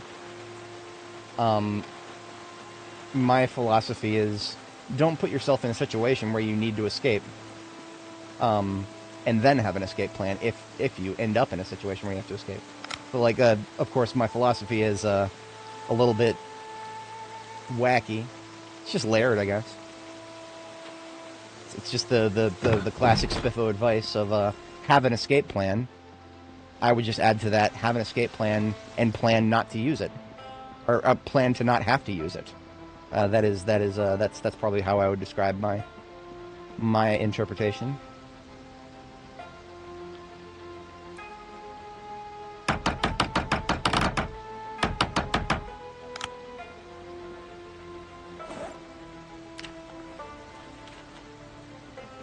You know that the old saying that no plan survives contact with the enemy. There's also the corollary of throw enough at the wall and something will stick. And do the same with plans. Have a plan, have a backup plan, have a backup, and have a couple of backups for your backup. Eventually something will work. A little bit of that here.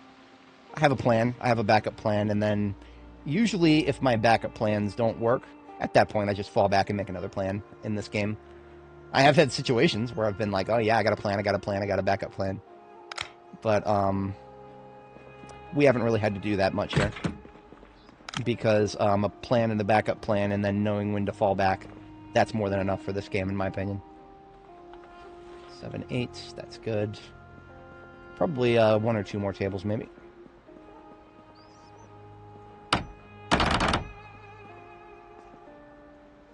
This backpack is full. Another one goes into my offhand. We now need, fuck.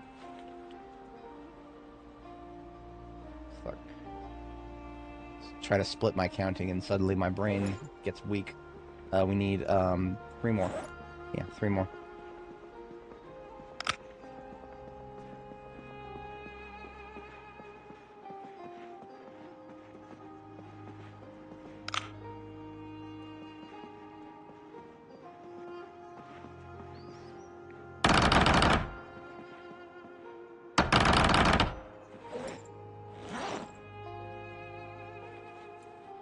Now we need 2 more.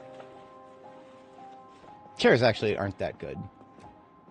In my experience, chairs not quite as good as tables. Tables got these little lamps on them. Much better. There's another Desert Storm right there. I could have 2 Desert Storms if I wanted to. We could have a double Desert Storm. It's almost like what the United States did. We did Desert Storm and then we invaded Iraq, and that was what, just two different deserts, 2 different storms. We like storming deserts. It's a good old-fashioned American tradition. Learned it from the Brits, learned it from the best. Soviets tried it too, didn't work for them either. Doesn't work for anybody. Try to storm the desert, all you're gonna get sand. All right. Wooden stairs. So we cannot build it flush with the wall. Don't know why. We'll find out. We just build it 1 tile away from the wall, and we do get a free. We get a free floor. We get a free floor once we're up there. So we got these 3 tiles going up, and then we have another tile that just will have just spawned in on that tile where we couldn't. So see what happens up here. Now this is a really dangerous point right here.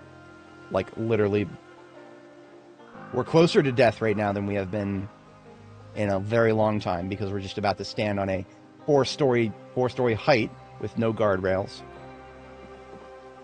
Okay, this as we can see from walk 2, I believe I can safely vault over this as if it was a low fence, I believe. Before I even bother with that, I'm going to remove it as an obstacle from my custom stairwell here. Gonna grab the sledgehammer for that.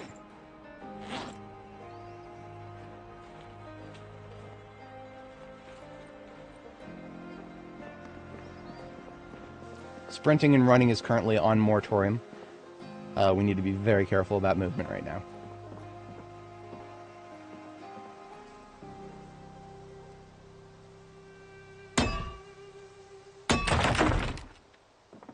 Okay, we now get to the next level without having to vault over anything. That removes an obstacle.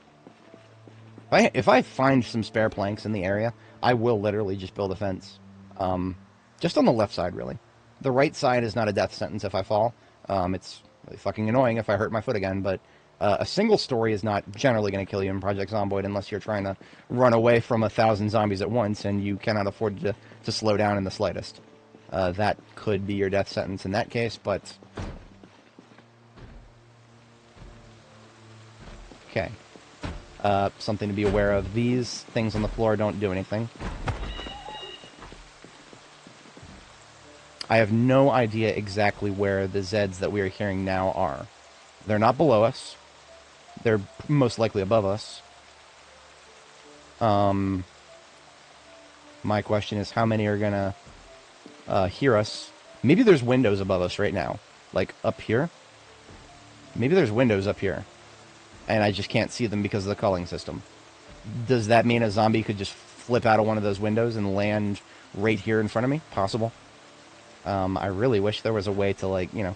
The Sims figured this out almost a decade ago. You hit a button, and it shows floors that would otherwise block your vision. And then you hit another button, and they go back away again. Zomboid tries to do everything automatically. It's not going to work. It never works. It doesn't work. Hasn't ever worked. Don't try to do everything automatically. Let the player do it manually when they need to. We would be all happier for it. But until we have the ability to do that, at the very least, I can aim up here. And if my crosshair turns red, then that means she actually sees a zombie. But I ain't seen a red crosshair. So either there are zombies that we're not seeing, or we're good. That is really close. That is really close, and I can hear it as if it's... Yeah, look at that. We got a red crosshair, folks. Y'all hear them footsteps? Not only are there's a window up there with zombies in it, and there's a number of them. A number. That's all I can give you, is there is a number of zombies up there. We could discharge the shotgun right now and probably kill a number of them. But again, what is that number? I don't fucking know. I don't fucking know. And that number that we've now got to deal with, whatever the number actually is, that number now has a route to follow us from wherever they are over here, all the way down our custom stairs right there, all the way down those other stairs on this side of the building where we are currently... Okay, here we go. Okay. Okay. It's a chain link fence right there. We got a knife. How many of them are there?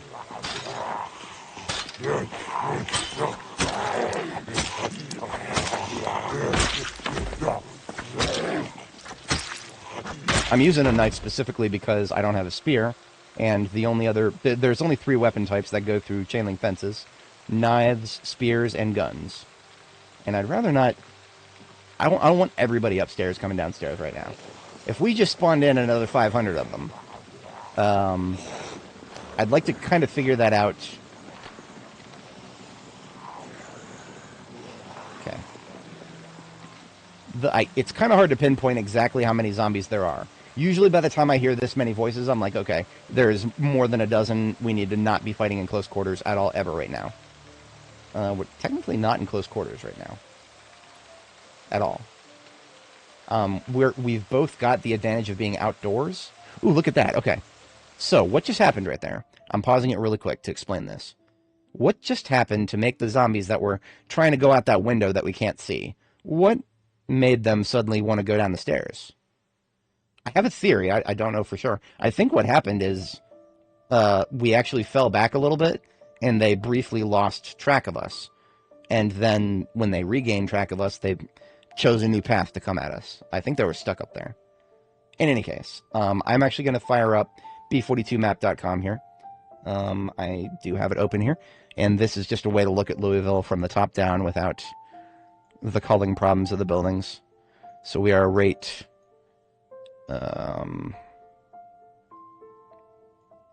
we are right here. This is the police department, the central one. And this is what the ground floor looks like. We are several floors up. Let's start at like floor 4. Yes, this is where we're at, floor 4. So this is what it looks like directly inside. We were just there before. We were just in here. This is where we stole the bunk bed from. And we are aiming at a row of windows that is up here. So actually I'm going to go to floor 5 now. Okay, it is not. It is not a window. It's just a ledge. It's a ledge that they are, I guess, not currently programmed to flop over and land on a lower level. Good to know. Good to know. I don't know exactly what's going on up there. Like I said, I only have auditory cues to know that there are a number of zombies up there. And there's enough audio cues. I'm getting a little bit of overload in my ears. I have no idea exactly how many. I'm just going to say half a dozen or more right now. And that or more has a pretty high ceiling, as it is. So...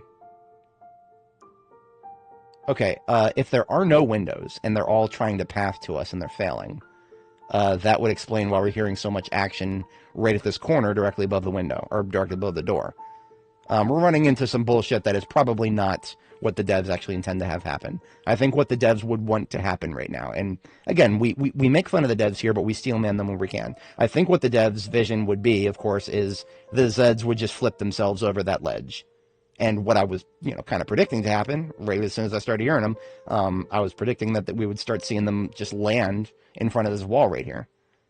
Which would be very convenient for me right now, because then I just skirmish them with the sword. That's perfect for me right now. Got a big, wide open space right here to fuck with them.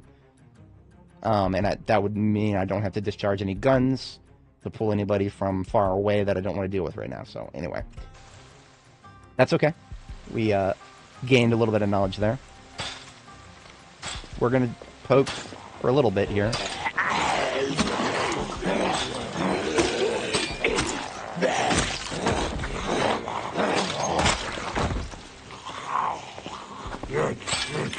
Now, at what point do we take that shiny red sledgehammer of ours and just blow out this fence right here?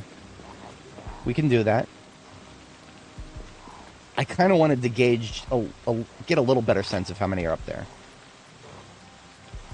The corner appears to be empty right now. Appears to be. Oh no, that's interesting. This tile right here. That tile right there is Zeds can flip over it. So theoretically... What the hell? Hang on. Kill this guy. Stress goes down. Stress is not rising anymore. Okay. Oh, look at that. Okay. Y'all hear them footsteps? They're up there. We can see Annie aiming upwards. She can see them. But I cannot. We probably have got an okay shot right now. I just want to know if I shoot right now, am I summoning another 100 of them? That's what I need to be very, very, very aware of. And here's another factor we haven't even thought of yet. I'm just falling back briefly. What got my spider senses tingling right there? The other side of the sky bridge. Remember, we wake up one floor in this entire connected complex. We wake up every floor on this entire... we wake up every same floor on this entire connected complex, right? So this, the upper floor, where those Zeds are up there right now, the equivalent of that floor in the legal services building to the south here, and the let's just call it the pocket protector building over here on the right, their floors at this level right here have been woken up. That zombie may have just been one of multiple that are moseying. I don't know. Again, if we discharge the shotgun right there, there will be a lot more than just one moseying up. Like, that may have just been sheer luck that that guy came up here. Yeah. Things to think about in Louisville. And where did I learn all this? Believe it or not, a lot of what I've just talked to you guys about, I never went to Louisville to learn it. I actually went to the sanitarium to practice for Louisville. I learned it there. I've said this before, it bears repeating. The sanitarium is great practice. Everything about my operation to go there as a dry run for Louisville, everything about that was a success in my opinion. Because we got, with the sanitarium, you know, many thousands of zombies there. Many stories for them to spawn in. It is a multi-story building outside of Louisville. And we got to practice our floor-by-floor sweeps. Got to practice figuring out their behaviors, going up staircases, prioritizing the staircases, all that lovely stuff. So, we're just going to do we're going to check 6 here. We're going to check 6, we're going downstairs to the ground level. And I want to see who's moseying around outside now that we have woken up some floors that were not awake before. This guy that we just killed, maybe he wasn't alone. So the guy we just saw, maybe he wasn't alone. I don't know. Where'd he go? Did he go inside? I don't know. Ah, there he is. Okay. He was probably moving to group up. Okay. Is there anything we can do? Well, is there anything that's a good idea to do right now? To inoculate ourselves from the groups that are going to come from the legal services building? Possibly, yes. I just got an idea. It involves more sledgehammer shenanigans, but in my opinion, is a very valid tactic for a zombie game of any sort. Whether it's Project Zomboid or 7 Days to Die. Sometimes you want zombies to think they can go in a direction and then fall through the floor instead of actually going in that direction. We can do that in this game. I think. Okay. Okay. What if I just deleted the sky bridge as a factor? What if I just deleted the sky bridge as a factor? Delete all 3 of the floor tiles here. Go upstairs. Delete all 3 of the floor tiles up there. Basically make it so if zombies come from the other building, they don't flank me immediately. They gotta fall all the way down first and then go up the stairwell and then they can flank me. They're still gonna flank me eventually in that paradigm. But that is, I'm considering it. Don't know if I'll execute that strategy. Alternatively, I could just go invade the other buildings. There's a part of me that kind of wanted to avoid doing that. I mean, we're here for weapon stockpiles, right? We've already gotten one. There's a few more to be found. We're not going to be getting any weapon stockpiles in these other buildings. These are civilian lawyer buildings full of lawyery stuff. The best we'll ever get out of these buildings is glue. And there are much safer ways to find glue. I'll go if I want to go to get glue in the game right now. I would go to a school. Go to a school, check all the student desks. Plenty of glue there. I cannot think of any loot-based reason that I would ever want to clear the upper floors of a legal services building. So if I were to do it, it would be entirely to protect my 6 while I fight my way into the upper floor of the PD up here. It's a little hard to wrap my head around that. I don't mind going out of my way to make things a little bit safer for myself, but if they just fall through the floor up here and then end up flanking me anyway because they are falling down here and then going right back up the stairs, I haven't accomplished that much. And again, it won't be a problem for them to maintain aggro on me if I start shooting the shotgun. Which is why I might not actually... I might continue to have a moratorium on guns. I think I'm going to skirmish. We're going to have a roof skirmish here. But we're not going to use guns. The roof skirmish will be entirely with melee. And in order to do that, facilitate that, we are going to sledgehammer away one of those chain link fences. I keep feeling really, really nervous up here. Any spare planks? Not right now, but let's... I'm gonna remove my nervousness. I'm gonna remove my nervousness. For a staircase that we might use 1 or 2 more times total in our entire character's lifetime, I'm gonna build a railing for it. Again, 600 hours of gameplay on the line, and I would not be able to blame unstable beta nonsense. There's no mentality to escape. If I fall off of a fucking roof and died, I fell off of a fucking roof and died. That is a valid way to die in a video game like this. And we don't want that to happen. So we're not going to let it. And if that requires us to do a couple of extra silly, boring things, well, you guys know what I'm about here. You guys know what I'm about. If you're still watching, if you've been watching for a while, yeah, y'all know what I'm about here. That's what we do here. We make our girl safe, even if it looks a little silly.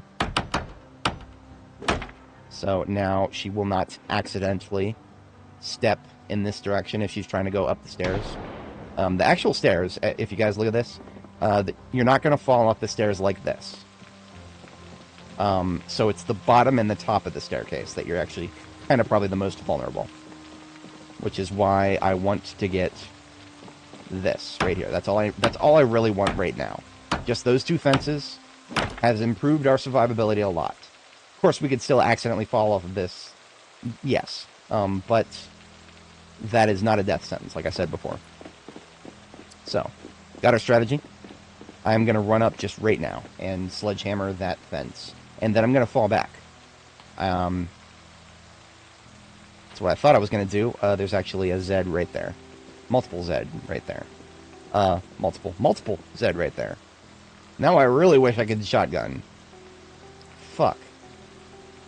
I hate it because I know, if I shoot the shotgun and blow away all those Zs in a couple hits, it will save me a little bit of time now. There will be zombies downstairs and in the prison and in the legal services building, and I will be surrounded on this roof.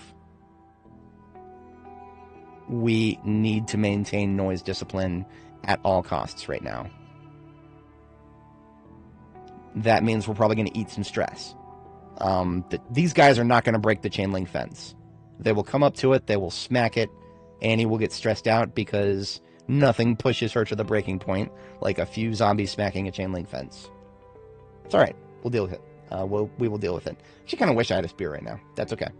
We'll survive. Our knife is good. You know what? We're actually going to sharpen the knife. Because it needs a little sharpen. Even the sword. We'll sharpen the knife and the sword. And then we will start poking some Zeds. Oh, you know what? I don't have a spear now. I think I can get a spear very easily. I'm just going to leave the sledgehammer right here for the moment. And I think I am still carrying around a spear tip in the passenger seat of my ambulance. There should be one there. There's a very small possibility that I removed it because spears have been incredibly nerfed at the moment. I don't know that for sure, though. It's worth a check, if nothing else.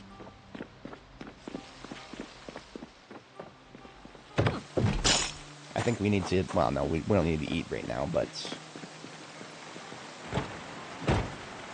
Long metal spearhead. Past me did future me a big favor here. Just left that sitting there.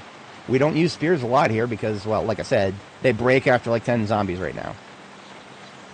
That being said, what else is on this passenger seat? Stuff that I actually have good reason to put on right now. We are going to put our full kit of armor on right now. Because, let's just say something goes horrifically wrong on that roof. We don't have a lot of room to maneuver on that roof. So it is actually, unironically, a very good idea to armor ourselves up. Just in case the worst happens. I expect the chances of the worst happening pretty low. That's what we do here. We prepare. Way more than we probably need to. We're going to prepare so hard that I'm going to put these thigh guards on. Found these recently. They look really cool. They actually fit. They fit my aesthetic, and they bring my thigh protection to 100%. I just wish I had shin guards of the same caliber. Look at our protection levels. Everything is 70% or higher now, except for the head at 50% and the groin at 40%. A medieval knight, a fully armored medieval knight, could hardly do better than this against zombies without taking massive movement penalties. So we're actually doing great right now.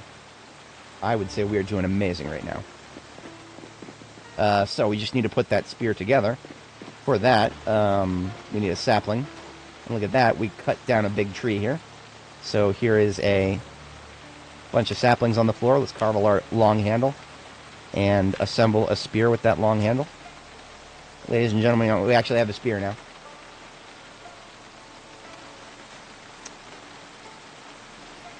Alright, spear is a back weapon only. I will go ahead and put away the shotgun for now. Never even had a lot of ammo in it to begin with, anyway. Okay, spear on the back. So like I said, we want to stay in melee mode. Notwithstanding the Zeds we're about to go kill. There could be other threats up there, so melee it is. Now, why do we not always wear this armor? That uncomfortable debuff up there. That builds up quickly. We will get depressed if we stay like this for too long. So we don't want to get no depression here. Annie is...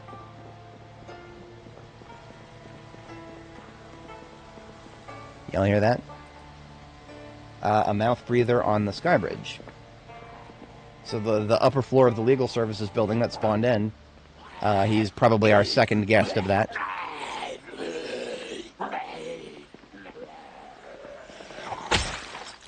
The doorways in Project Zomboid. Like I said, the nuclear option is to just run over there and go loud and kill everybody. I think we're going to be fine. Let's just not get too loud when we're up on the roof. That's all we got to do.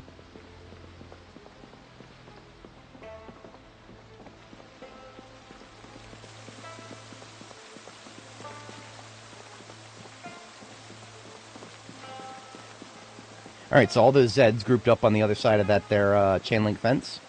We can one-shot them in sequence nice and fast now. This spear might not last very long, but hey, it literally has one purpose right now, and it's about to fulfill it. So even if spears break super fast right now, that's okay.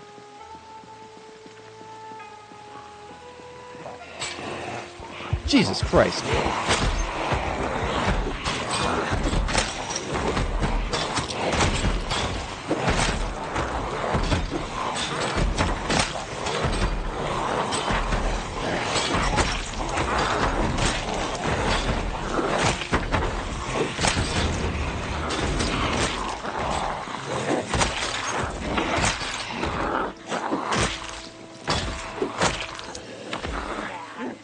Okay, my auditory senses were going nuts just now.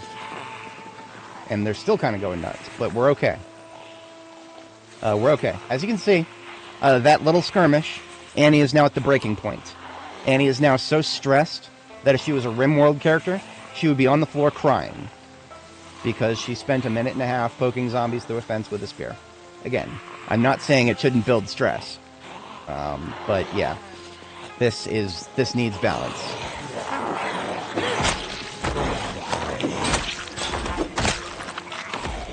If I'm not mistaken, I think our... Okay, so extreme stress does not affect our weapon switch speed. Depression does, but we're good now. Okay, so the Zeds broke through that door. What does that mean? That means there is a non-zero chance that one of them wandered into the building itself and actually may have had an insight about how to actually get all the way to us. It's a non-zero chance. I estimate it very, very low. But it is non-zero that one of the Zeds that we were fighting over here went inside.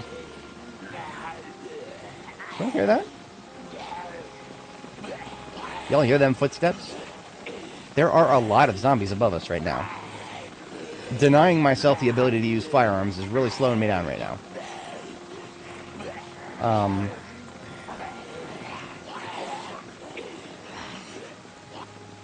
I wonder... I can make this a little easier on myself. All I gotta do is build another staircase. Right? Of course, I sledgehammer the fence right here. That was the initial plan. I may still do that. That leaves me with a bit of an interesting situation. Slightly more straightforward to just build my own... No, I'm not doing that. No, I'm not doing that. We are on the clock with stress and discomfort right now. If we do not do something about the stress and the discomfort that we are currently experiencing from being armored and being in a state of mind after hearing a bunch of zombies slapping a fence, if we don't do something about that, we're going to get stressed, or we're going to get depressed very quickly. And depression in this game, I've talked about it before, bears repeating. You switch weapons slower. And sometimes switching weapons slower than you expect, that can be a death sentence. Now, I do not think that just because I opened that little hatch, I don't think that actually changed any of their pathing. I think they are still all kind of grouped up in this little fucking corner right here. However many of them. I predict multiple dozens, actually. Based on the fact of how many we've already just killed, I am expecting that this is a floor of probably a couple hundred, easily, just based on the real estate. Again, we could solve the stress problem instantly. Literally 2 shells of shotgun. Pew pew. In that corner. That would get us so many kills, that would probably get rid of half the stress. Again, that would also get us flanked. It's not a question of how many Zeds would be flanking us. It is a question of how many of them will actually make it all the way up here. And I don't know. See, if I want to get them out of this corner that they're stuck in right now, they're stuck in a corner right here. If I want to get them unstuck from that corner, a very risky thing would be to me actually go into that fenced area there. That would be extremely risky because, you know, very tight right there. Not a lot of options. Yeah, I don't know how I feel about any of this right now. Right now, in my mind, the safest thing to deal with all those zombies without causing us to get flanked, to build our own stairwell right here. All it would do is make it so that the zombies now have a low fence to flip over. Problem is, they already do. That might not get them unstuck. It might get us up there, but it might not get them unstuck. I don't know. This one, right now, we're just fighting incomplete zombie AI right now. That's what we're fighting. I'm going to go ahead and sledgehammer more of that fence. This fence has run any potential usefulness, has run its course.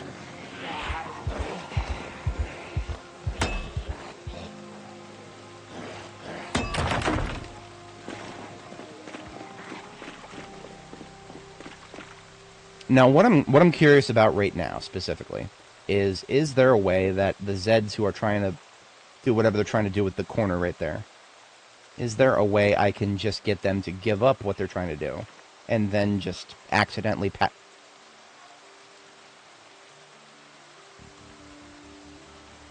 as I described it, the reason they just fell, I think the reason those two successfully fell right there, I think the reason they fell is because they weren't chasing me anymore.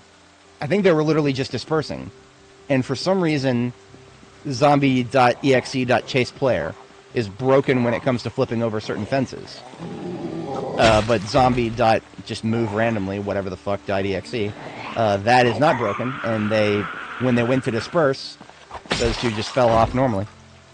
It's kind of funny, the YouTube lingo. We want bro to fall off right now. Just fucking fall off of that roof, please. We actually want him to fall off.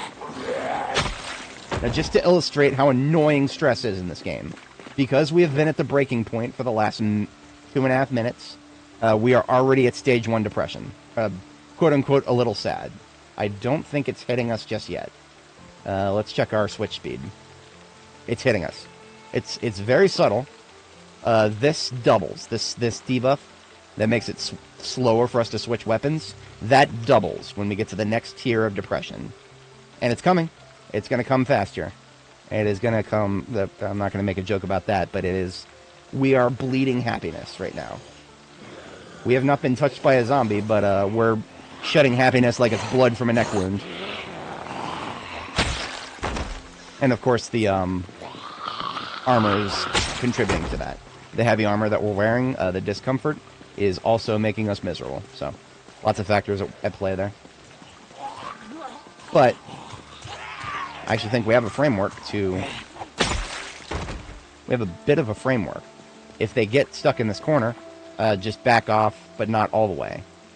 And some of them will just flip right off. It's great. Ooh.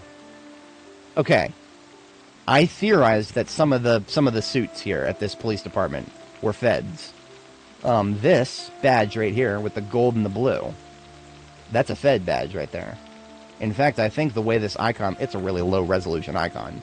I actually think that this is a FBI agent. Or at least, the game's approximation of one. Dorcas Crowley here. D-O-R-C-A-S. It really sounds like Dorcas. Her name is Dork. They call her Dork, Agent Dork. But yeah, I shall take her badge. She has no gun, unfortunately. I'm curious, though. I think I looked at this before.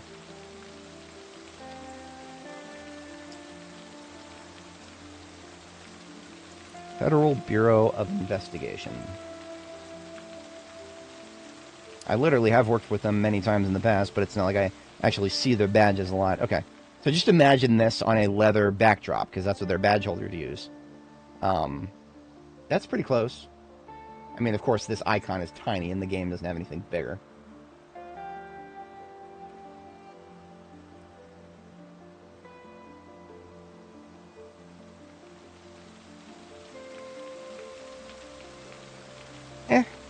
I mean, the blue and the gold is a bit of a giveaway. Considering how many of the other badges that you'll find on law enforcement in this game, the devs keep it deliberately ambiguous. The badges don't show what agency they're from. Actually, the blue and the gold could also be CIA. And the fact that this lady wasn't carrying tells me that it would even be more legit about her being CIA. We have looked at this in the past, right? See, the blue with the gold trimming, FBI and CIA both have that on their badges. But the fact that FBI carries domestically, but CIA doesn't, that makes me think that this young lady here, Dorcas Crowley, that may have actually been a CIA agent. Or at least I see nothing to rule that out. Let's put it that way. I've looked at a couple of other federal agency badges when this came up last. We ruled out Marshals, I think. U.S. Marshal Service, because they have silver badges, I believe. In any case, I no longer hear anything immediate. I now hear things immediate. We back up. When I say immediate, that's aggro noises. Everything you're hearing right now, those are aggro noises. Or Either aggro noises or a zombie that is sitting down with the back to a building. Sometimes a zombie will sit with its back to a building, and that you'll hear those noises, which is very confusing because that is also the noise of a ambulatory zombie coming at you. Wait a minute. Hear them footsteps? There's way more than just one zombie right now. I have an idea. It's nowhere near as bad as a gunshot. Hey! Nowhere near as bad as a gunshot. But it will cause movement in the very local vicinity. That is exactly what we want right now. Short distance movement, but no long distance movement. We just got thirsty. We're going to go grab a drink really quick. Because we do not want debuffs right now. We've got enough of those. We've got enough of those.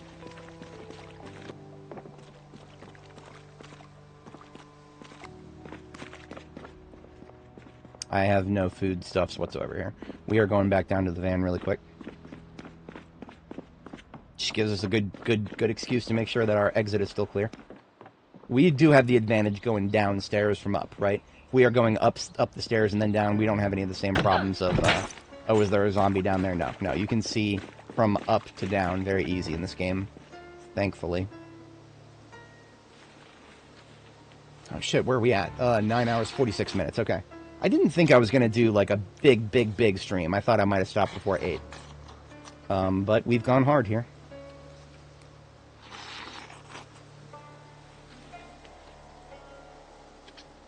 We spent a lot of time yapping. You know what? I'm going to go ahead and just read a book right now. I have started carrying around books specifically for situations like this.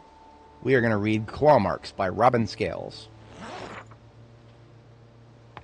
Look at that. Our stress and unhappiness problems have all been solved. Because we knew this was coming, so we had the book. Now, we are now out of perishable food, though. So we need to either locally source food or go back and get some. I'm going to try to locally source. If I can't, we're going to go back and get some. Base is not far. Got some pork rinds. We got some Coke. We've got a little bit of stuff locally. I'm going to drink half a cup of coffee right now so that I can retain combat effectiveness with the daylight. But once we lose the daylight, we're going to stop what we're doing and fall back. We aren't going to be doing no night fighting here on a fucking roof. Night fighting on a roof? No. I'll night fight. I'll fight on a roof, but I won't night fight on a roof. No, thank you. Give me 1 or 2 debuffs. Don't give me 5, please.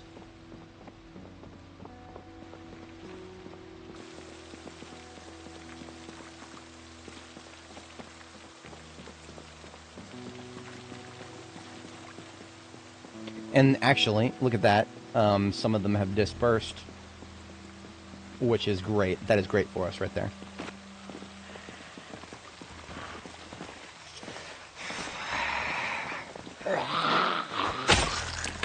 I actually only recently remembered that these AC units are line of sight blockers, so I actually do not have quite as perfectly open of a field up here as I thought. That's okay. That's fine. It's not like we've got to worry about zombies coming from this direction to the south. They're either going to be coming from left or right at this point.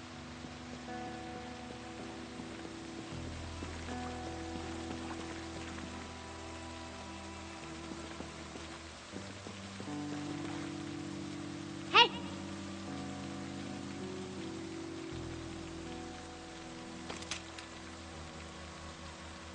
Nobody else up there at the corner. Cool. Oh, haha. Okay. I heard footsteps. I was like, wait, are those my own? No. We got Ray Charles over here. Traded his piano for a shoulder holster. Ooh, not Ray Charles, but Lenny Hayes. Lenny Hayes with another badge, just like Dorcas Crowley here. Identical badges. That being said, I mean, I have seen feds dressed like this. I have seen feds dressed like this. They come in all shapes and sizes. Even at my whatchamacallit, the data center I used to work at, I actually literally saw a one of my clients just fully kitted out as if he was coming back from a sting.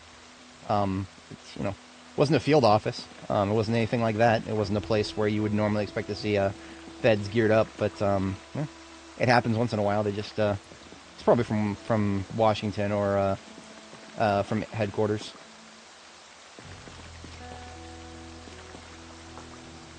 Okay, so because we just yelled and we only got one taker,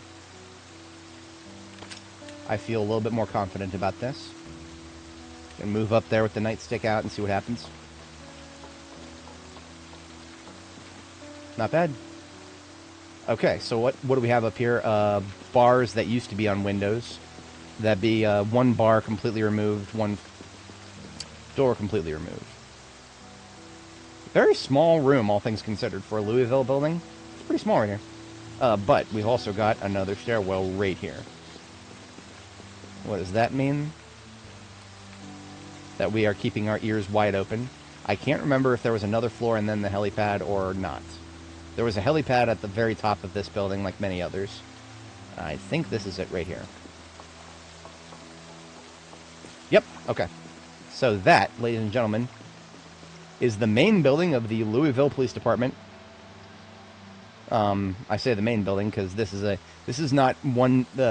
complex of connected buildings. But we got to the top of the main one. Now, this particular room, I don't think it's accessible from the indoors. I don't think. Let's confirm this. No, staircase right there. So, that's fine. That just means that some people who spawned up here may have gone down those stairs and started fucking around at a lower level right now. I'm not worried about that if that's the case. We're just taking a peek at the storage up here. Well, I was hoping for firearms, but, well, I was also just trying to explore. I mean, making it to the top of the police department is an achievement in and of itself in my mind. After all the zombies we had to fucking kill just to get up here. It's a moral victory in my mind. I will take this lunchbox and these cigarettes as some sort of trophy.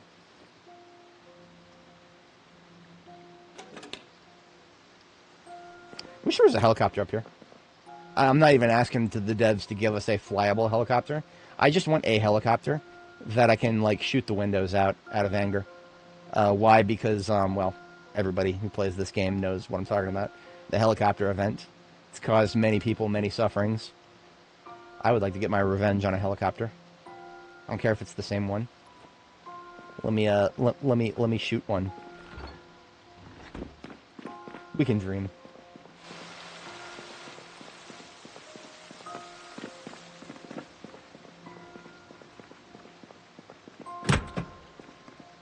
Okay, bathroom clear. Another staircase that is of unknowable provenance, but we have the advantage. All we gotta do is peek down here. Okay, we killed these guys a couple days ago, actually. These two dead ones on the floor right here. We killed them a couple days ago. When we came this way and we didn't know where that staircase went, the dots have been connected. Excellent.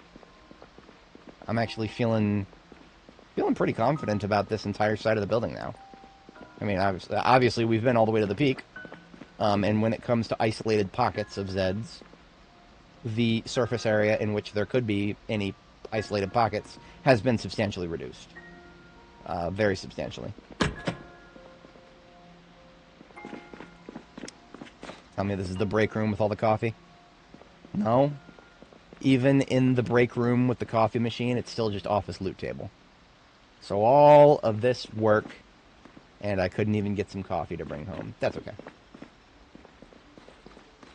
Oh, God. Somebody in chat named Femboys just said hello. I don't know how to respond to that. I'm just going to say hello there. Chips. I'll take chips. Always. No soda, but chips are fine. Okay, I actually think we're done here.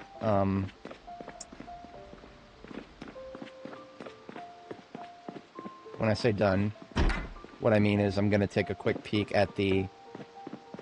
map website. Where is it? Here it is.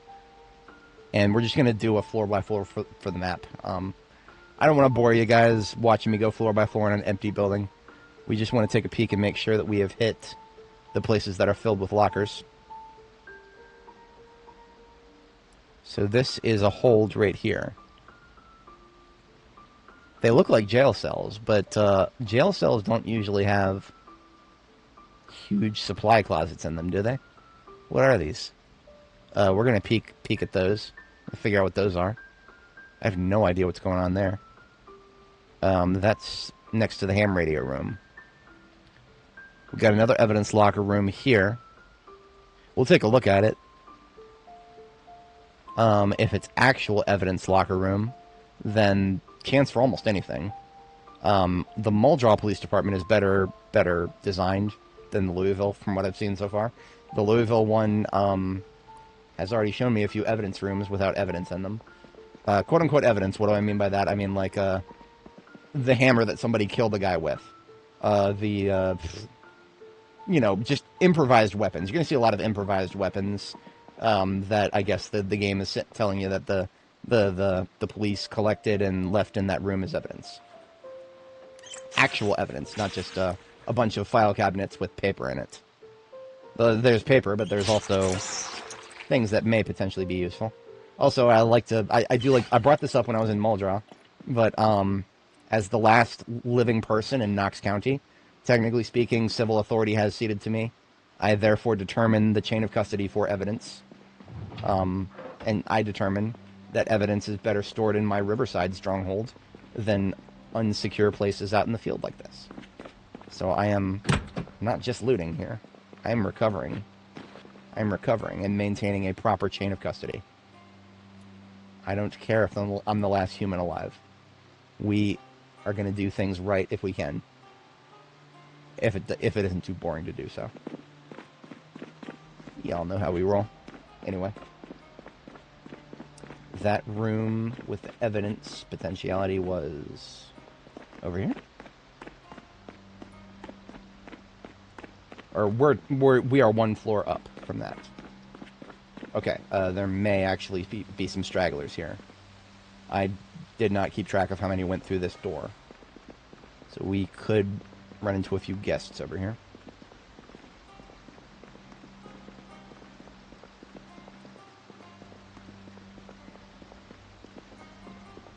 Guest.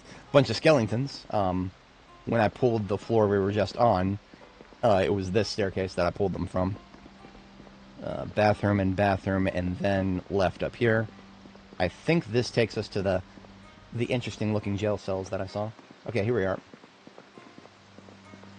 All these doors have been busted down by Zeds.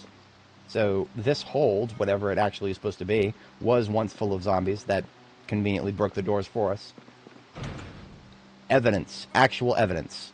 Switchblade, bolt cutters, photographs of saucy things. An MSR 700 rifle with 2 rounds in it and 1 not in the chamber. As if somebody just killed somebody with it, right? So it's a little cheesy, like a buddy cop, what you would expect from a buddy cop movie, evidence locker. But, yeah, I mean, actual police departments will take stuff for evidence and leave it there for many years afterwards. Hey, look at that, a full M9 magazine. Couple of rounds, couple of shells. A double barrel shotgun with 1 shell left in it. The fuck? What is she doing?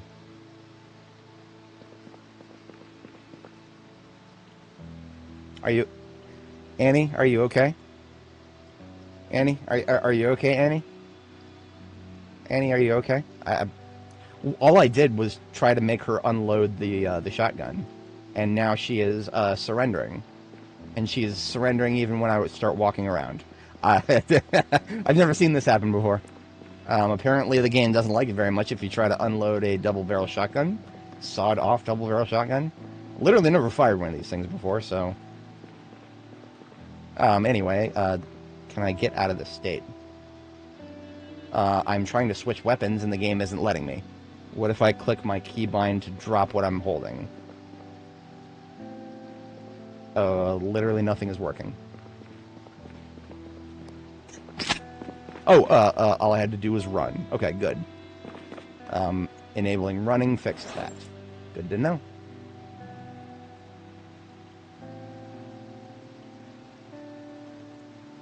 Okay, so literally trying to unload a double-barrel shotgun doesn't work.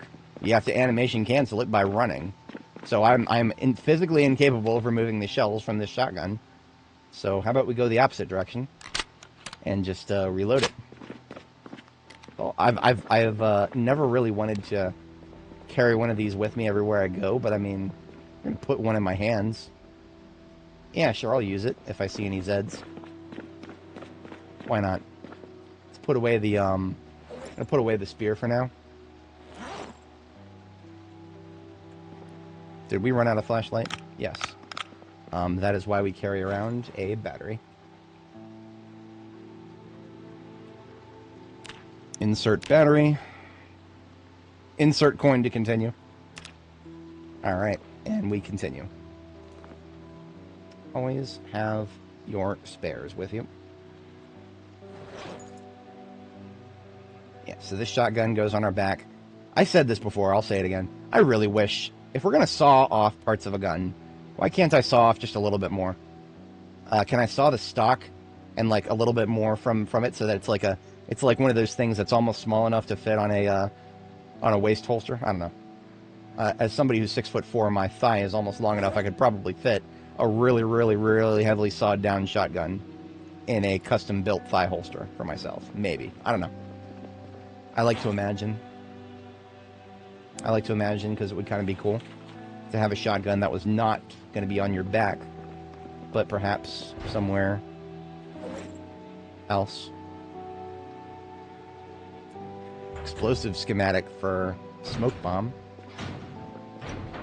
Yeah, 6 foot. Okay, so if I'm being that guy, 6'4.5", technically.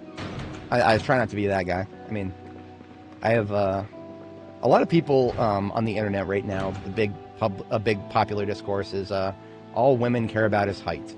If you are not tall enough, no women love you, or some dumb shit like that. That does not bear. Maybe statistically, maybe that is accurate statistically. Remember, statistics go nuts. But that being said, in my personal experience, when it just comes to, and again, I'm not talking about relationships. I'm just talking about catching somebody's eye, right? I have one of my best friends from high school is 4'9".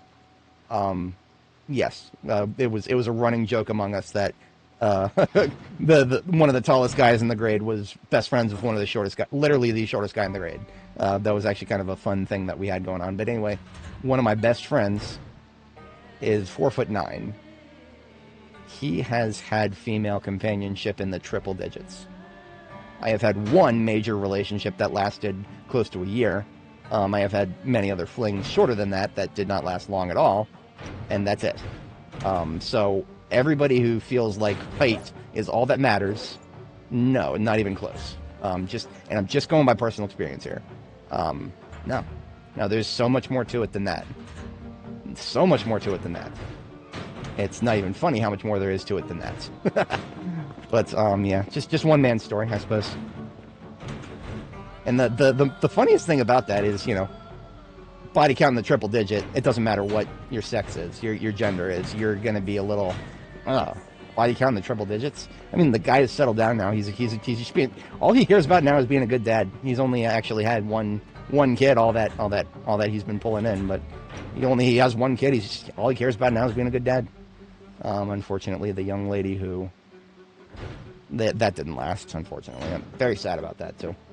Because I like them both. They are both great people, and I wish they could stay together.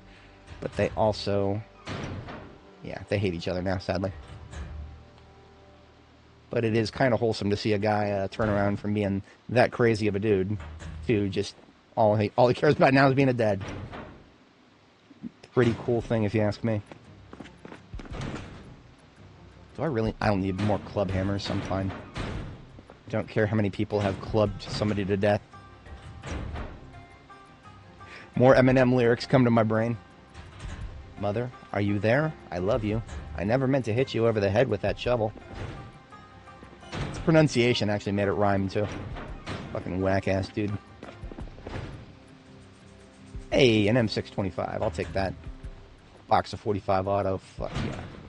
So, again, nothing compared to what we expect to see in a, like, weapons locker. But we're getting some stuff. If we actually wanted to plant hemp, we could do it. Got at least a half a dozen seed packets of that back at Riverside, too. We could live the libertarian dream. We could actually grow some hemp. Ooh, civilian bulletproof vest. Make armor out of that. I've got like 6 of them back at Riverside, so I've already got a full set if I really wanted to make full armor out of civvy gear.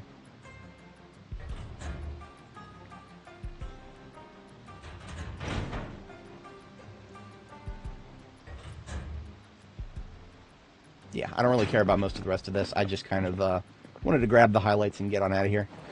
I'm not going to RP as the last custodian of evidence available on the planet. I'm not going to RP too hard than that because, well, what do I get for that?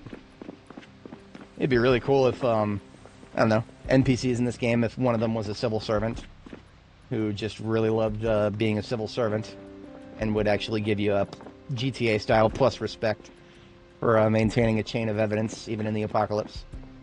I'm going to be real with you guys. There are some staffed lawyers in my client's agency who would probably be like that. If anybody's not familiar, lawyers generally, very, very often, outside of very, very high-level federal agencies, lawyers are almost all private sector. Law enforcement will sometimes keep them on retainer, maybe even indefinitely, but almost always they're... Then, of course, you get the ones that are not... That are actually like federal employees that are lawyers. They do exist. Not very common, but they exist. Maybe they're more common than I've seen, but I don't see very many. The ones that I have seen are very interesting characters.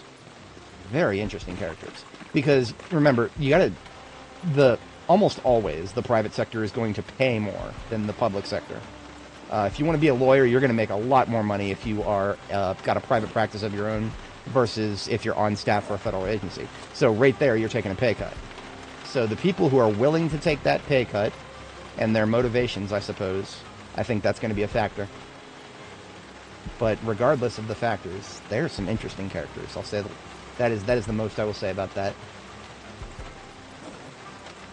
Not like I'd be breaking NDA to be like, yeah, this guy, one of them that I worked with, one particular lawyer, has the running record of the number of times he said during a phone call. I could not imagine listening to that for God knows how many hours in a courtroom. Because that's what lawyers do for a living, don't they? Most of them. Yeah. Interesting character. Didn't dislike him. He was an alright guy overall. But try not to have too many phone calls with him if you can manage. Okay, that is our trunk completely full. We've got a little bit of crap. Some of it I don't really care about.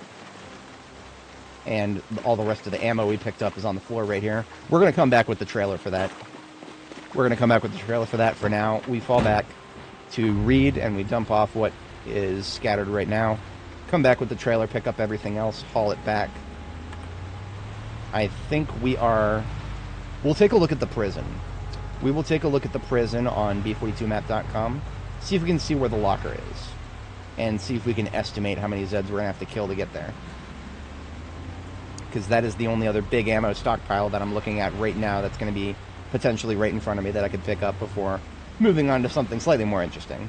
The police department was interesting, but we have spent a lot of days on it.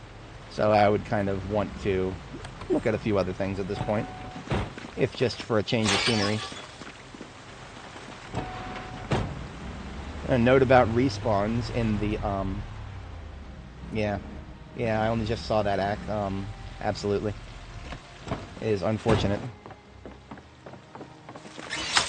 That is something that transcends gender for sure when it comes to people being, you could make your arguments that it's lopsided one way or the other, but man, if it is not symptomatic, a sign of the times, as it were, for people to have the same approach that they do with electronics, with their relationships. Upgrade them every 5 years, replace them as soon as they look like they might be broken. It's so fucking depressing that I have to describe it that way, but man, does that line up with my experience and many, many, many others. Maybe not 5, okay, 5 years, it's a little specific. Replace them whenever you feel like it, maybe. That's how electronics work for a lot of people. I replace my stuff when I feel like it. I don't get rid of things. I am a hoarder. I have electronic devices that I used for a very long time that I have nostalgic connection to. Then I have things I used 4 or 5 times. I just refuse to throw away. It's something that I own. Why would I throw it away? Haven't ruled out things like donation or whatever, but I mean, you know, right now, nah, that's mine. I'm not giving it to nobody else. I don't care if I'm not going to use it ever. It's mine. Fuck you. That's what my brain says anyway. Nobody ever said it's perfectly rational or even close to being rational.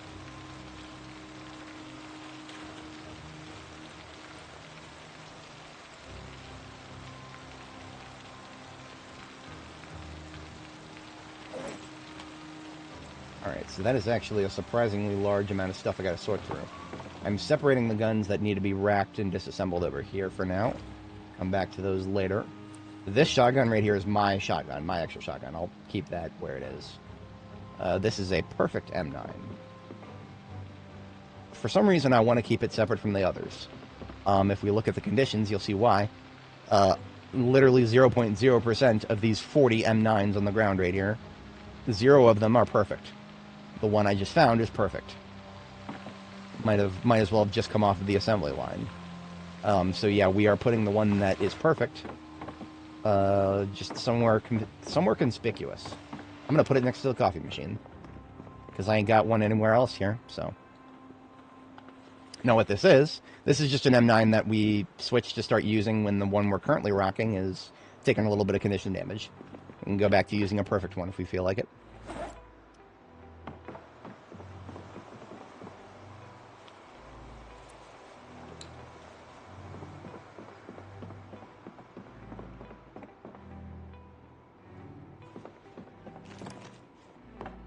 Not a bad haul for the Louisville Police Department. That being said, the vast majority of all this came from zombies, not the actual evidence locker. So, just another example of the journey being more interesting than the destination. Because, I mean, you know, once we finally got to the lockers, well, that took, I don't know. That took, like, I don't know, 10 minutes compared to actually getting there. Yeah. It's more about the journey than the destination here. I have tried to trumpet about that a lot if I can. Shout it from the rooftops, as it were. We're actually really hungry. Let's have a chocolate bar, shall we? And now we do something we should have done a while ago, get this heavy armor off. Should have done that a while ago.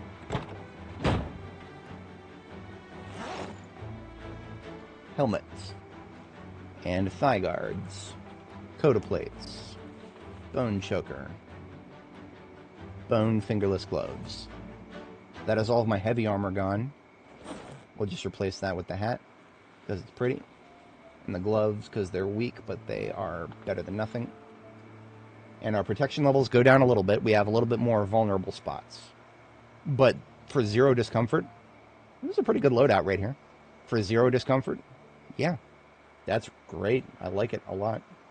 That's why Now, that being said, we are starting to get to warmer weather. This leather jacket that I'm currently rocking, I will dehydrate myself quickly if I keep wearing that once we actually get to actual summer. Like right now it is April 29th. May is starting, well, in a couple days here. Okay, well past my bedtime, we gotta have a sleep. And I actually gotta step away IRL for a minute. Transfer some liquids IRL, as it were. I forgot to get those Desert Storm paintings. But I know exactly where they are if I want to go back for them, so keep that in the brain, back in the brain meat. Okay. We are going to have Annie read a book that she does not currently have. What did I do with it? Reloading 5 is probably in the ambulance. Yep.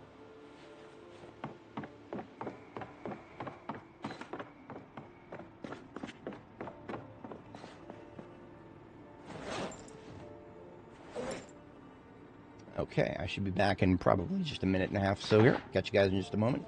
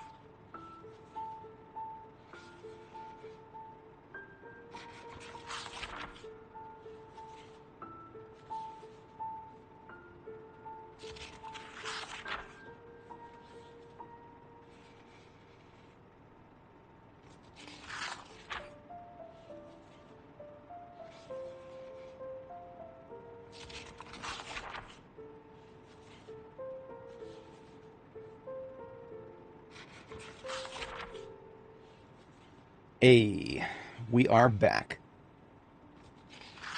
Sounds like we got some folks in the chat. I missed it before. Okay, so what used to be your base? What used to be your base? Do you play any other games? Well, I play a lot. If you go to my channel and go to the live tab and just scroll down, you'll see a lot of Project Zomboid. I do 7 Days to Die and Dark Tide are probably the two other games that I've done a lot of in the past that have been well enough received that I would be very confident doing in the future. I have tried a couple of other games that either got no response or actually a couple of downvotes. That's not going to necessarily deter me, but that is also, you know, I tried to play Company of Heroes, the zombie mod, but I got like almost no views, and the one person who gave feedback disliked it. It's an open question. That could have just been a time of day thing. YouTube is a weird place sometimes. It really is. When you're a small creator and the only feedback you're getting is a couple of dislikes, that is actually, you know, that can hit you, and not without good reason. But I try to keep my head above that if I can. Humans are programmed to seek out negative things, to be aware of them. It's a survival tactic. So, but as because of that, that's why the news only reports bad things, and people only want the news to report bad things, and all the usual bullshit behind that. Same phenomenon about. Well, that's also probably why YouTube started hiding dislikes from the public, because, we don't want to focus on negativity. No, we don't want to be negative. Well, I also want feedback. I do want feedback. The likes and the dislikes do help. I generally get pretty good responses to Project Zomboid streams, but that's, of course, you know, I do so much of it that I got an audience of folks that I'm almost 100% sure are enjoying it. So it's always stepping out of that comfort zone that is uncharted territory for my channel in its latest form. But we are bold here. We'll try things, see how they work. I like this game a lot. It's kind of difficult to recommend to a normal person.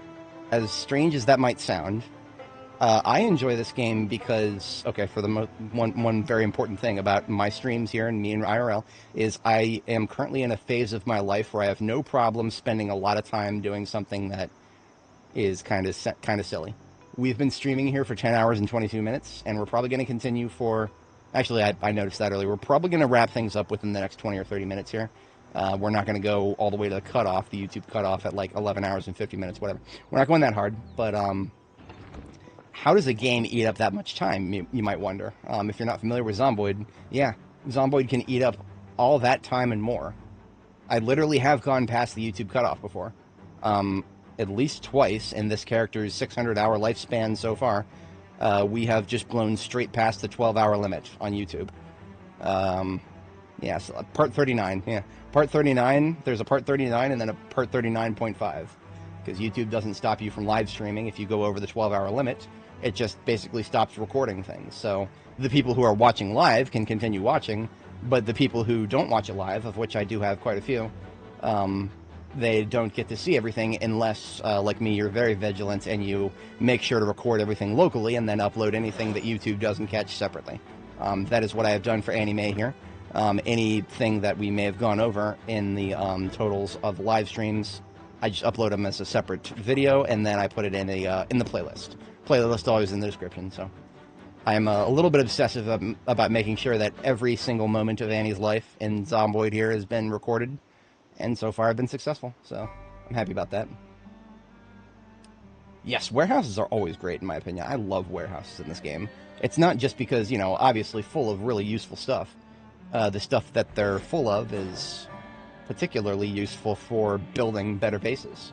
So you secure your local warehouse, and if you don't like the warehouse itself, you can make the warehouse better, or take the stuff from the warehouse and go nearby, build a better base, as it were.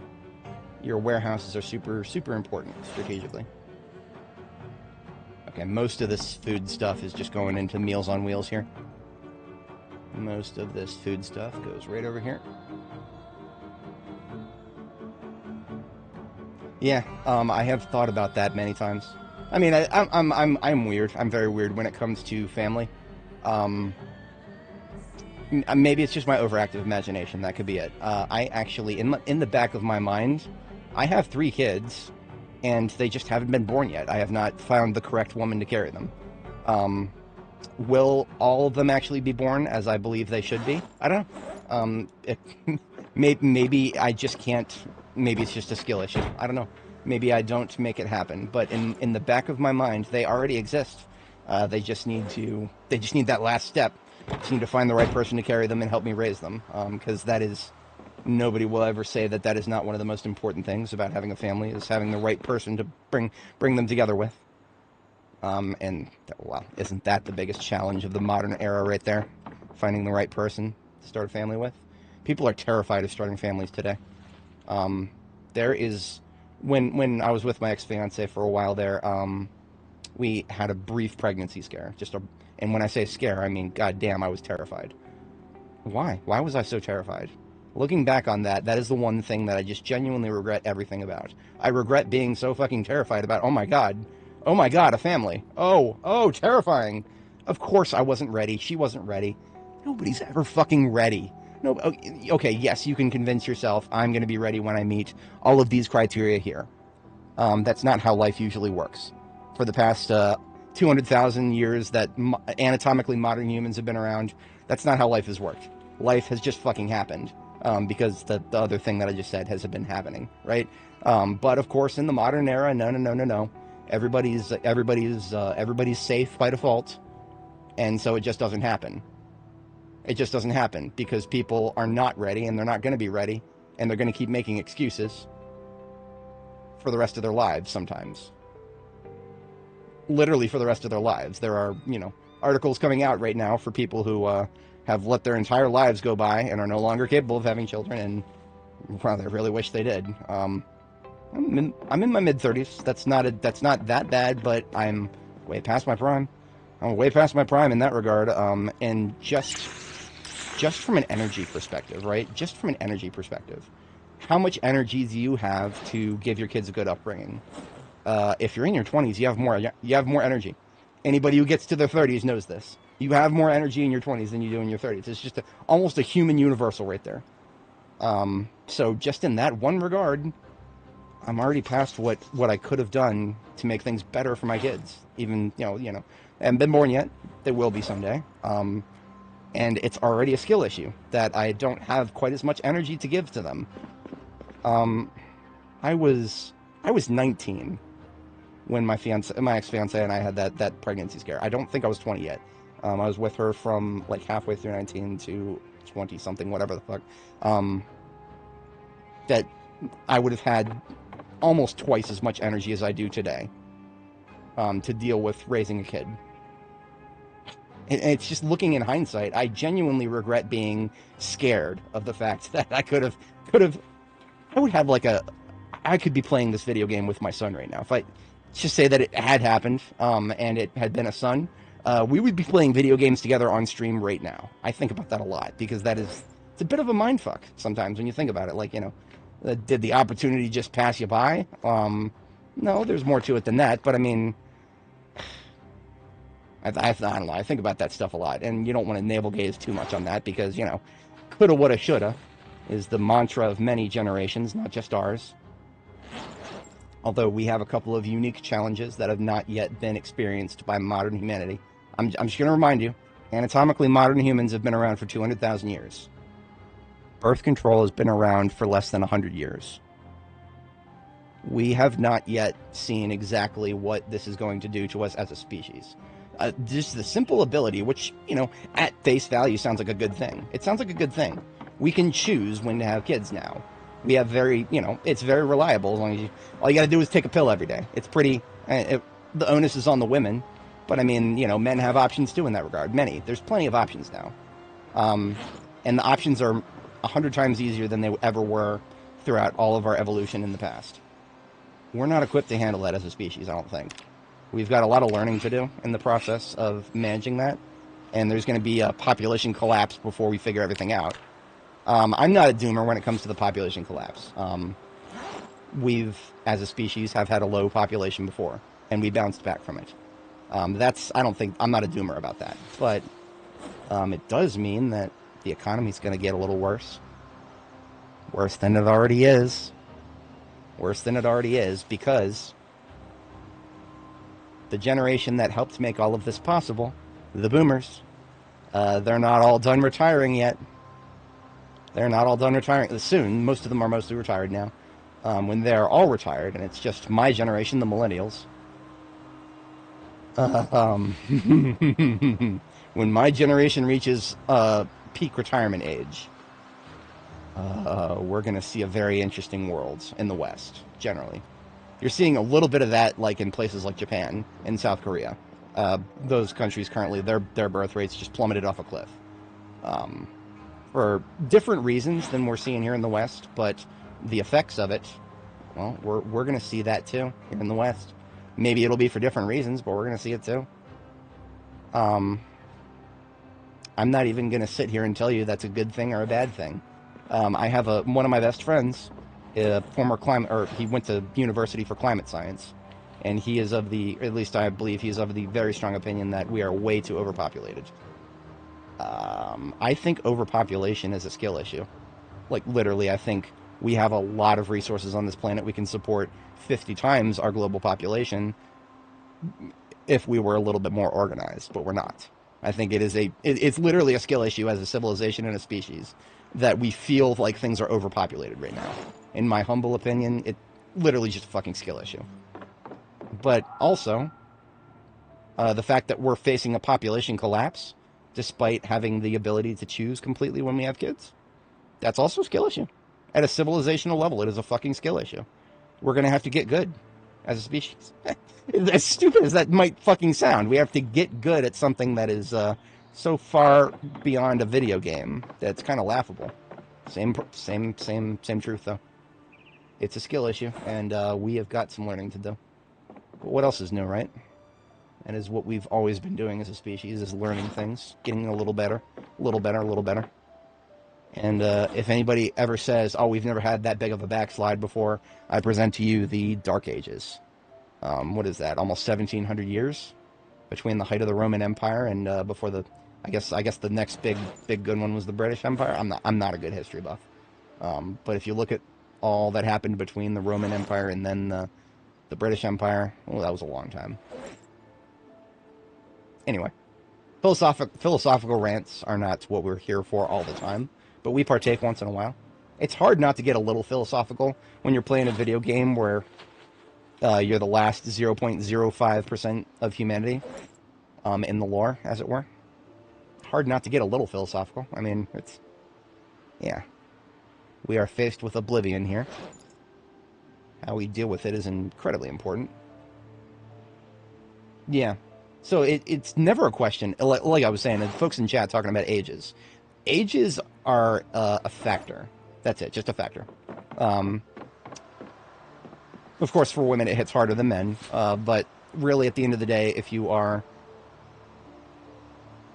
generally still have options. But things get harder, and here's another thing that a lot of people don't think about.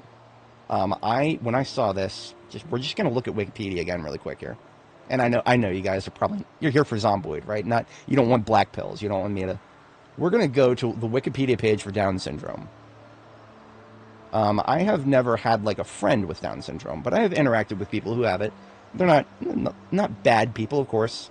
They are not very smart people. Sometimes they're very, very, very difficult to simply function independently.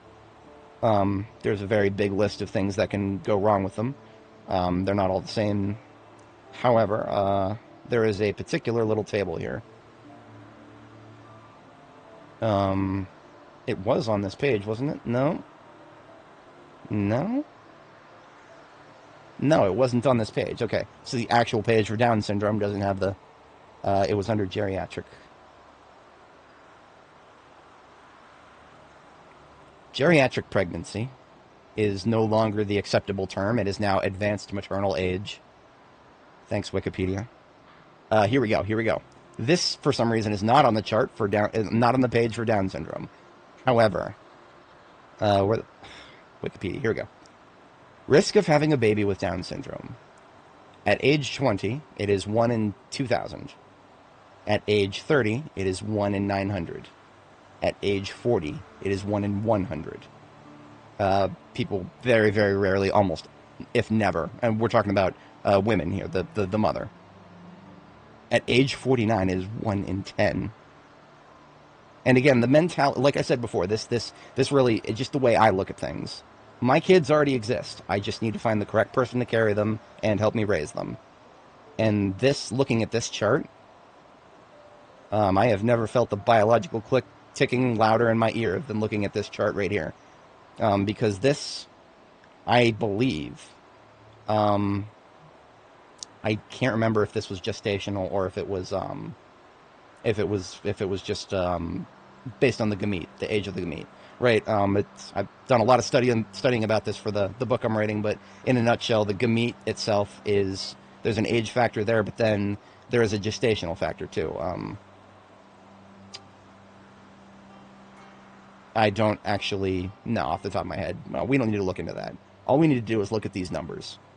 Again, 1 out of 10 chance once you get to like the very end of your fertility threshold. That's not fair to my kids. That's just the way I'm thinking about it now. I actually am not even, I mean, you know, of course my partner deserves to not have as many pregnancy complications, which only go up as age goes up. There's no denying that. But also, just the simple fact that this is not fair to my kids. To give them a 10% chance of coming into the world with a lot of problems, a lot of permanent debuffs that they cannot get rid of, and I have control over that. I have control over that because I have not brought the kids into the world yet. I still get to choose who the partner is. But yeah, looking at these numbers, yeah, terrifying, fucking terrifying sometimes. Because that just means that the clock is threatening you in ways that sometimes you'll never notice. You'll never notice if you don't look at the chart like that, you know what I mean? Sometimes you need to have a chart in front of you to actually see the problems that you could incur upon yourself by waiting too long. Yeah. And yeah, I don't even need to say much more about that. I think everybody is understanding where I'm coming from. That charts like that can get people very angry. How dare you criticize me for waiting too long? I'm not ready. It's not personal. These are just, there are lies, damn lies, and then statistics. That always remember that when we're thinking about statistics here. I should say that more often. Lies, damn lies, and statistics. Statistics don't always bear out to individual reality. But don't just ignore the statistics. That's the opposite problem, and it'll screw you just as hard as focusing on them too much, right? There is a happy medium there. And you should try to find it instead of just ignoring things that, you know, we're almost, I would almost go as far as to say is we're biologically programmed to take our chances, if that makes sense. I think it's one of the reasons humanity is able to progress the way we have. We take chances a lot. But sometimes we take those chances without ever even realizing that we're taking a chance in the process. And I think with advanced age of the parent, when it comes to bringing children into the world, that is something that we have, again, just like with birth control, we do not, it hasn't been around long enough for us to truly understand the civilizational impact of it. You got the doomers out there who will be like, oh man, birth control will annihilate the species. No. But it will have impacts far beyond what we think it currently is going to have. And that's something worth thinking about. There's nothing that kind of blew my mind more than it was the comment section of a Sydney Watson video. Sydney Watson, she's an influencer. She's kind of center-right, but she sometimes does videos that are like almost not even political. And in this particular case, she just did a video talking about sharing experiences about how certain women responded very poorly to birth control, and it really actually messed up their fertility long term. Kind of outliers, generally speaking. It's perfectly fine. But the comment section of that video, where other ladies just came out and shared what happened to them. Holy shit, was that mind-opening. I mean, just as a guy, you know, obviously, you're not talking to your female friends very often about their experiences with birth control. So just seeing a massive, you know, some multiple thousands in that comment section, just being like, I was 14 and my doctor said, hey, let's put you on birth control. And I was like, okay, whatever. No, that's literally how it fucking goes. Literally, 100%, that is how it fucking goes. Doctors for young girls these days, as soon as they are like post-pubescent, they'll be like, yeah, let's get you on birth control. Why? I mean, of course, you know, the modernity would tell us, oh, everybody's going to be sexually active by the time they get to high school. Maybe, I don't know. There's other options than just starting to take something for the rest of your life. Because again, once some of these women, once they get the routine established, they never stop taking it. And and like I said, in some cases, it permanently affects them. Permanently affects their fertility, permanently affects other things. Again, it has only been around for 60 years. 60, 70, something like that. It has barely been around for the full lifetime of a single human being. That is something worth thinking about, I guess. I'm not even going to come out here and say, oh, it's a bad thing, oh, it's a good thing. It's a thing. And there's things about the thing that we're not thinking about. And I would like to point that out sometimes, you know? Speaking thereof, we've almost got our bags sorted. While I'm sitting here running my fucking mouth, we've almost got my bags sorted. The only other stuff that I want to go back and pick up is the... we left a bunch of ammo just laying on the sidewalk. All we gotta do is drop by, pick that up. That's easy. We don't have a lot of room in the ambulance for it, though. The ambulance is quite full right now. And that's perfectly fine. Yeah, the ambulance should be full. The ambulance should be full. It is a combat vehicle. It is not a looting vehicle. That's what we got these step vans here for. I don't think so. I don't think it'll... Yeah, I think you're being sarcastic, but no, I mean, like, genuinely speaking, it will... So what it will do, though, what it will do is it will cause a contraction of the, of any civilization that chooses to partake in it, which used to be, at first it was the West, right? Now it's the entire planet. Like, people are saying, like, oh no, birth control is only, or birth rates are only plummeting in the West, it's only the West. No. It is the entire planet now. Literally every place on the planet, birth control has reached every corner of the earth, and birth rates are plummeting as a result. Again, like I said, one of my best friends, I love the man, shout out, he's actually somebody who has watched my streams in the past. I don't think he does these days, but if you're watching, you know who you are. He's black-pilled to the extent of, like, he thinks people should just stop having kids in general. Or I might be paraphrasing a little bit. He's sworn it off for himself, and I think he perceives it as a good thing if other people choose to do the same. I am of the opinion that people should not have to be forced into thinking that way.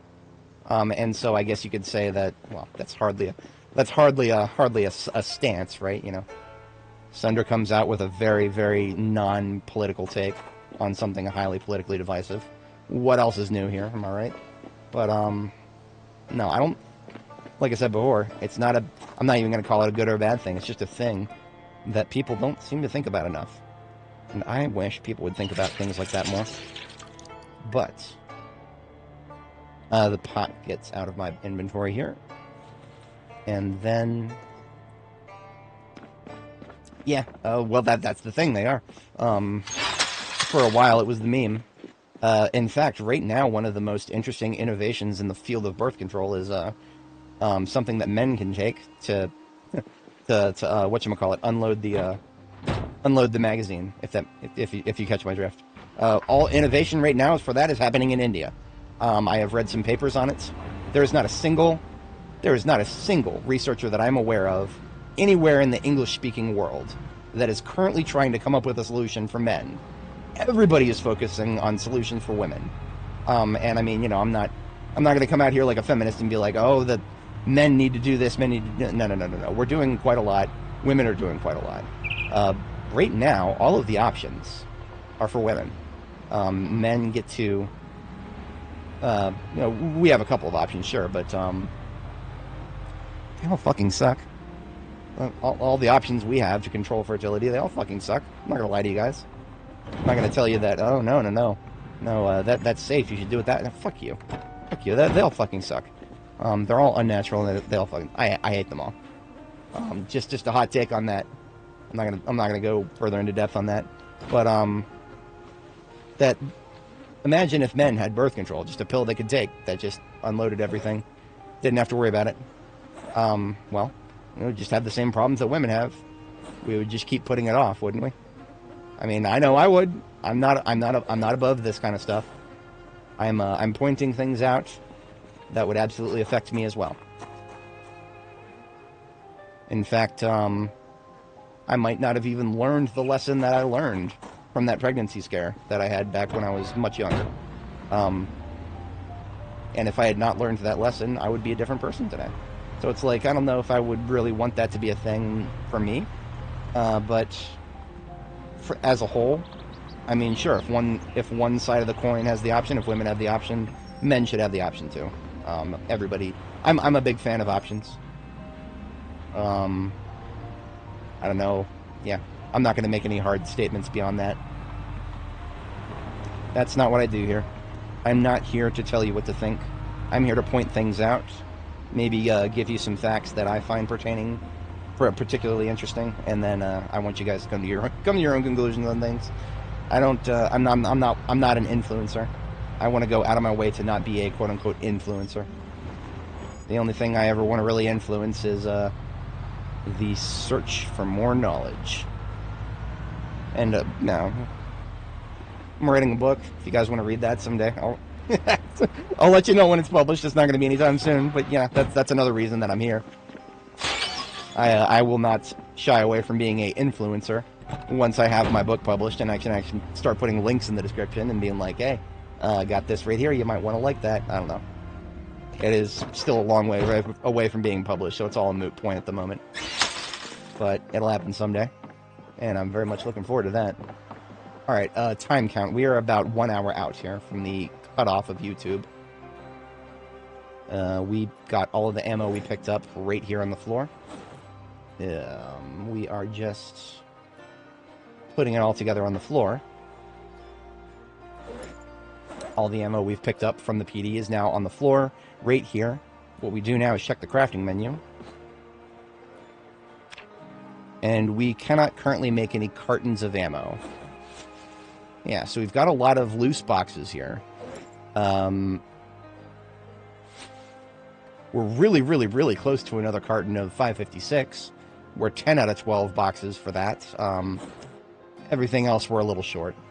That's okay. I am not okay with loose boxes. Prefer cartons if I can manage, but no, that's fine. I will take what I get, and I will be happy with it. This is Louisville. Usually, my workflow for this game is to prepare for Louisville, but now we are in Louisville, and we're preparing for Louisville while in Louisville. Again, I can't stress this enough. These two vans right here, most of the ammo on the map in these two vans. I've said it before, I'll say it again. We have done a lot of work in preparing for this. But that's a good thing right there. We are still trying to gain weight, so we are really, really, really hungry. We're going to have some soda. It's probably not good for Annie's macronutrients, but that's okay. That's okay. She is very healthy elsewhere. Her diet does not have to be perfect.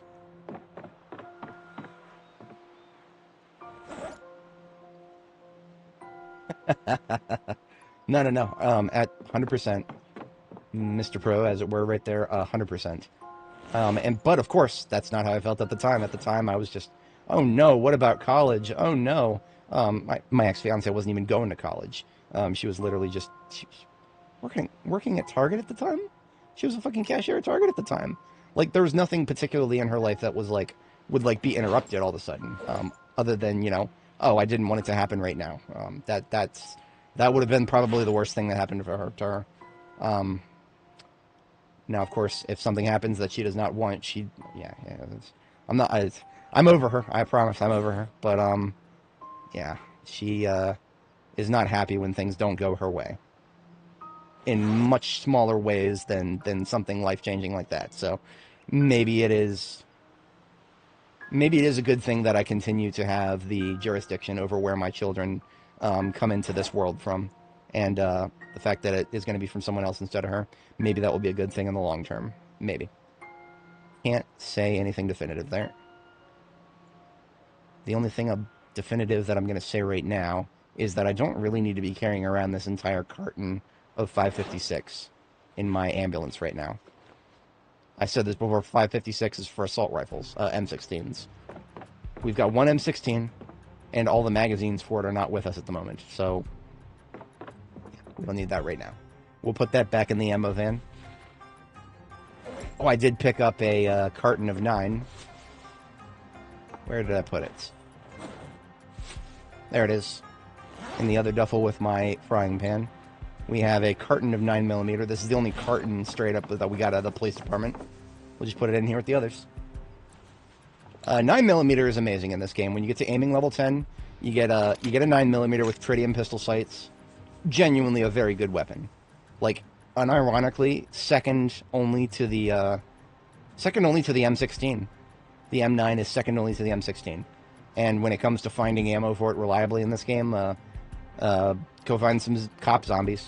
There's like I don't know, like a 30% chance maybe that they'll have an M9 on them with a magazine in it. So it's not a perfect solution, but it's better than other calibers of firearm.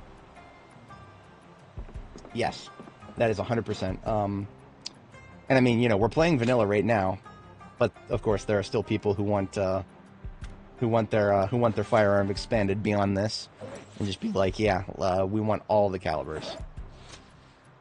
I would be okay with that, and I have said this before, but it bears repeating. I would be perfectly okay with more calibers of ammo if it was not a zero-sum thing. The way loot in this game works right now is you go to a gun store, and you got a bunch of containers that are full of ammo, and it's just a statistics. There's nothing organized about it. There's nothing organized about it. There's just a chance for there to be this much chance for 9mm, this much for 45 auto, this much for this much for that. Which means, you know, the number of chances for every ammo container are finite. So the more calibers you add, the harder it is to find a specific caliber, because of the way that works. That would be far less of a problem if ammo was perhaps, I don't know, maybe you go to a gun store and, novel concept here, maybe the ammo is organized. Hey, this gun store has a lot of rifles, so the ammo lockers there will be a lot of 308 and 223. It certainly works that way for the guns themselves. Hunting shops in this game will be absolutely loaded to the brim with 223s and 308s in terms of what shoots it. But then those exact same hunting stores will have like 44 Magnum. They'll have 45 auto. They'll have 9mm. They'll have 556. That's the funniest part. Again, 556 in this game, in this particular game, can only be chambered in an M16. A military rifle that you will be extremely lucky to see anywhere outside of a Guns Unlimited or a military checkpoint. And yet, your local hunting store seems to have, sometimes they'll have cartons of it. That's a skill issue in game design, in my opinion. But, well, we don't hit the devs for it. We just gotta tell them. Let them know. Hey, bro. Ammo distribution doesn't make no sense. Make it make sense.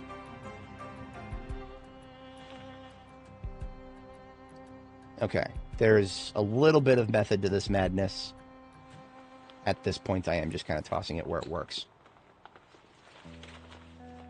Like I said before, I don't want too many loose boxes cluttering up these vans, but I don't have anywhere better to put them at the moment, so. Most of the 308 goes over here for now. Most of the 45 auto. So, 223, 45 auto, shotgun. Those are all I'm using a lot of. Let's put them in the... I'm actually not using a lot of 223 right now.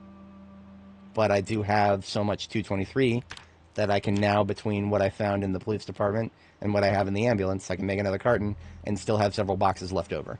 This will free up a little bit of space in the ambulance, and it will allow me to have a little bit less clutter. So all in all, we did not come away from the police department with anywhere near as much shotgun as I wanted, but that's okay.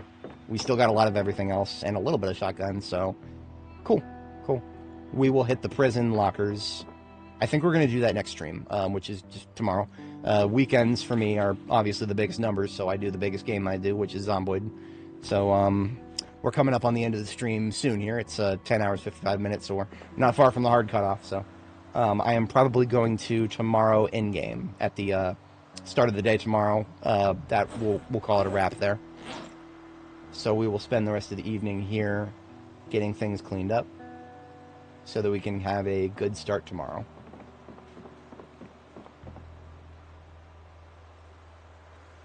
Oh, okay, something I just remembered.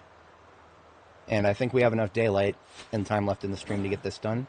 There's a couple of Zeds with duffel bags that I saw on the roof.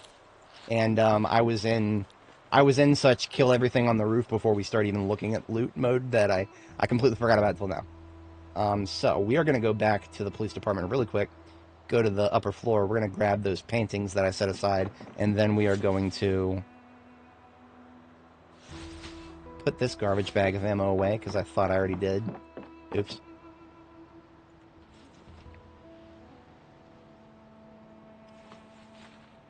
And then, yeah, we're going to stop by the PD one more time and grab a couple things that we forgot.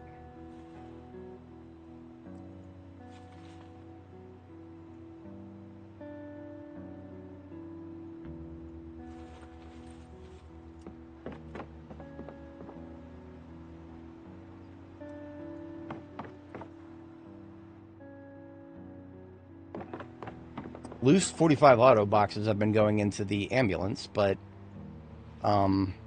we've got more than a carton now between these, so that's okay. Those can stay in here for now.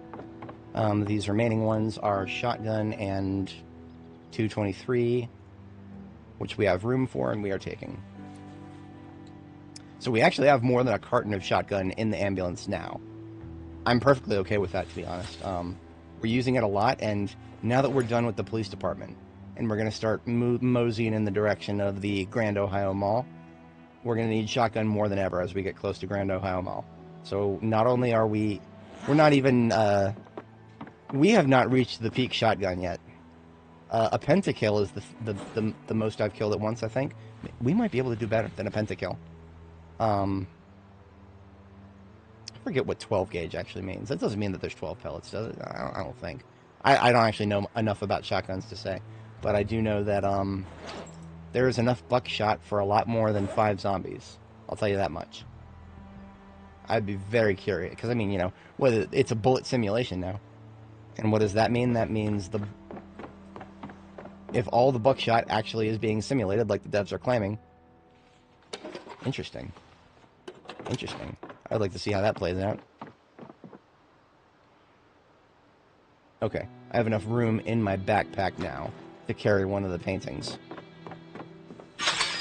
which is great.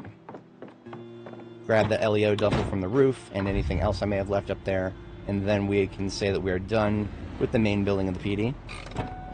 And then we'll come back here. We'll probably read a little bit more aiming, and then call it there, I think.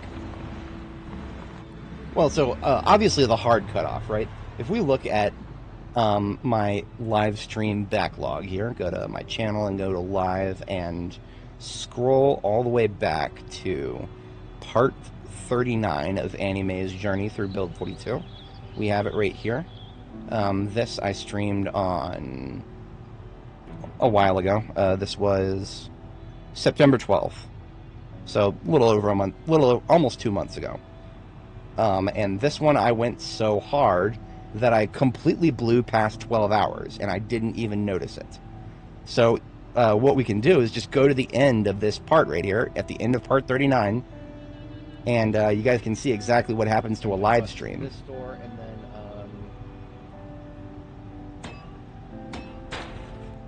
this is what happens to a live stream when you go over 12 hours. Zombie smacking something. A whole last carton of 45. Boys, we're eating good with the big iron. Finding an entire... That's it. It cuts off. It cuts off. In this case, it cut off at 11 hours, 54 minutes, and 58 seconds. But I kept streaming, and YouTube let me continue streaming. So it's deceptive. It really is. I really wish YouTube did something better about that. So how did we fix that problem? I spent God knows how long splitting my local recording of the video up so that the last remaining hour of that stream is now just a separate video, and we just picked last carton of 45. Boys, we're eating good with the big iron. Almost relevant, because you guys see me looting the gun store here. This is where a lot of the firearm ammunition that you guys have seen me shooting. Yeah, part 39. One of the reasons I went nuts with that is look at all this ammo I found. That was Guns Unlimited, just north of Echo Creek. One of the new spawn locations in B42. Great place. It's true, it is free bandwidth. I have gigabit fiber optic, and it does not have data caps. Because, yes, apparently first world countries actually do that with your internet somewhere else. Wired internet has data caps in certain places. I just... SMH. I got nothing happy to say about that, so I will say nothing. Fucking data limits for a wired connection. Okay. Okay. That sounds like some third world shit right there. That's what that sounds like. And not third world because you have bad infrastructure, but third world because you have corrupt governments even worse than you see in the West, right?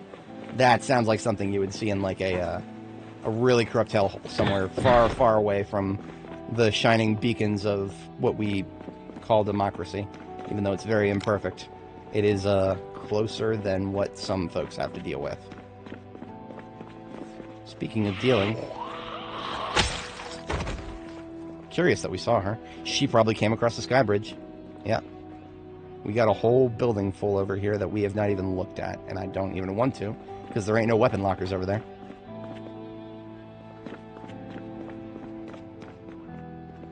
Fucking assembly hall in the dead center, third floor of the police department.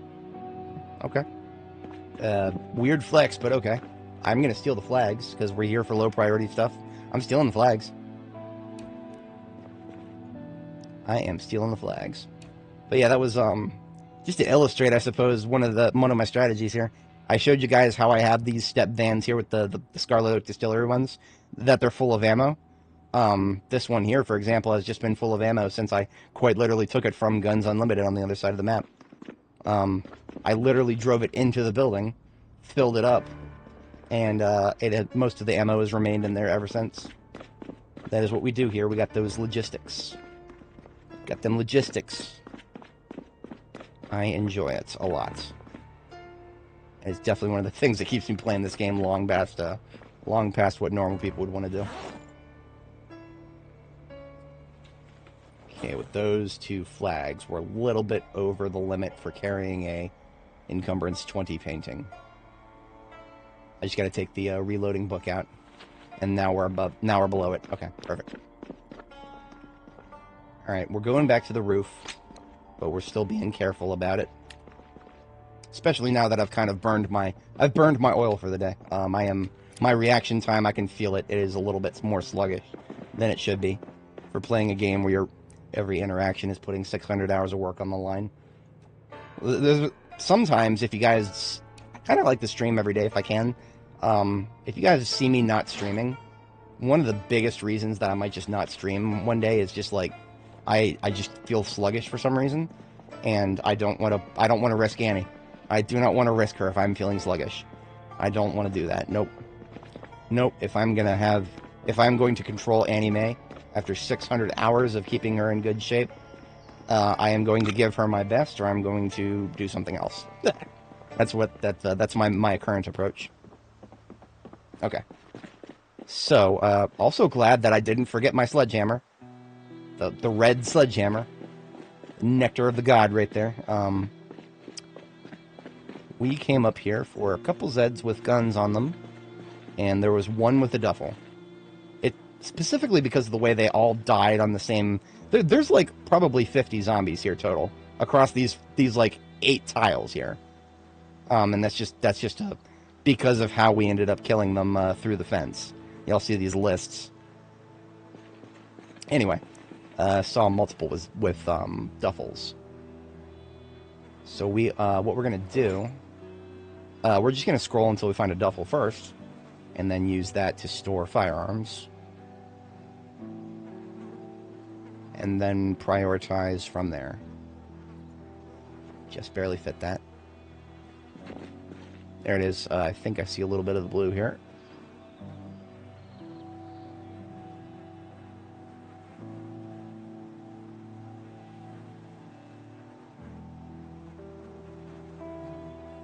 I know I saw...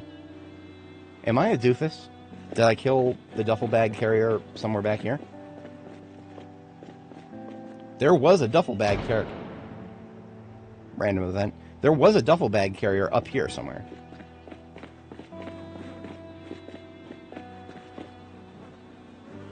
We'll find him. I have likely scrolled right past it.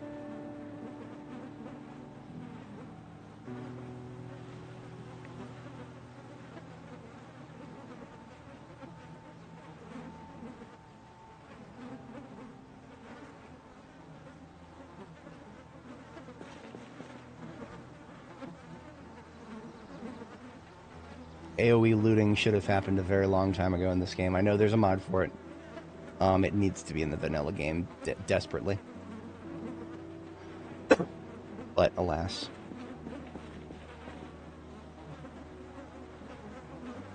Ah, there it is. I did scroll right past it. It's on this female one right here. Okay. Police duffel bag acquired. We need this. This is how we're going to carry some of that loot out of here.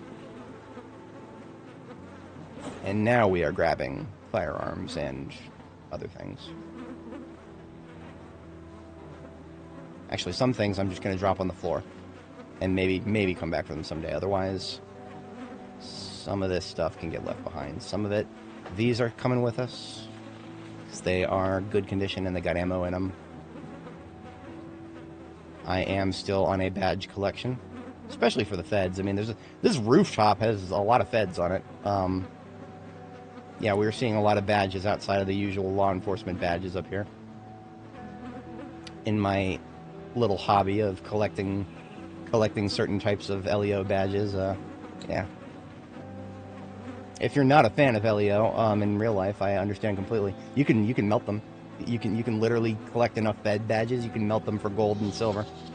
But if you're one of those, I have never been of the ACAB mentality, but I understand why people are. I really do. There are good and bad people all across law enforcement, and the bad ones stick out really hard sometimes. They really do. They really, really do. So, I would never condemn an entire agency. I'm not a fan of the ATF. I'm not a fan of the ATF. And you know the funny thing is, some of my clients aren't either. I literally had one of my client, law enforcement from a different federal agency, show me one of those memes of hang on a second, hang on. I can show this on stream.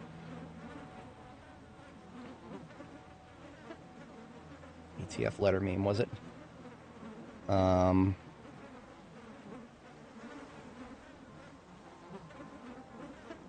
No, that's not it. That's not it. We're close. We're close. I mean, of course, ATF is probably the single most clowned upon federal agency in the United States by far. I mean, FBI is controversial, but of course, you know, for the political party that controls them, well, actually, suddenly, let's not make fun of them too much because they're doing what we want. Flip that for the next election cycle, etc. But the ATF, it doesn't really matter who's politically in charge of the country. Nobody likes the ATF, almost ever. You know, your gun control people on the left are like, no, they're not doing it hard enough. And the people on the right are like, these rules make no fucking sense. I can't find the right meme. I really can't, unfortunately. Unfortunately, the ATF has done so many fucking stupid things that, I can't actually show you guys. When one federal agency is clowning on another. Yeah. It's fun. We have fun here.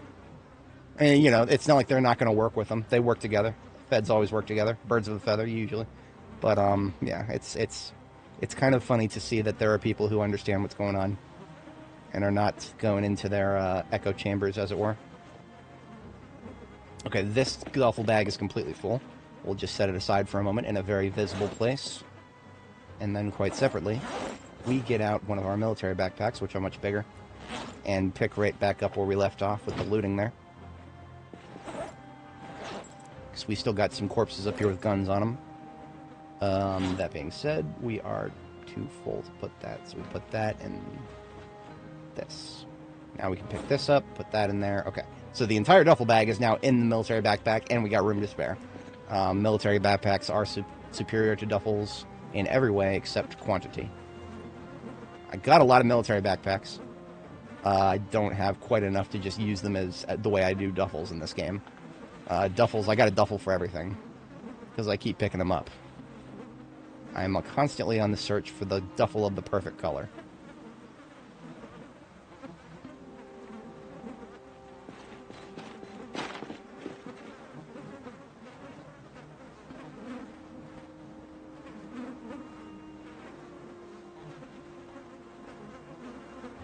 Okay, that is everything I would possibly care about up here. This is why it's a good thing I kept one of my hands free. I don't know where this young lady came from, but I know where she's going.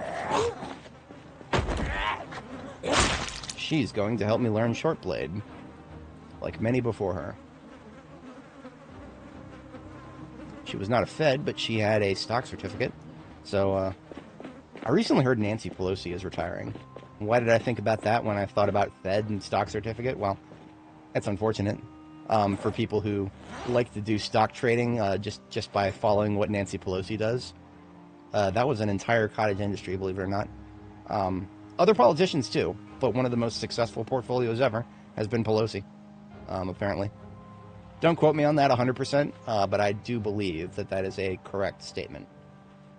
Okay, maybe there's another congressperson somewhere out there who has a slightly better portfolio than her. I do think she is one of the best, if not the best. But now that she's retiring from Congress, well, I make no formal allegations of insider trading, nor would I ever seek to do such a thing.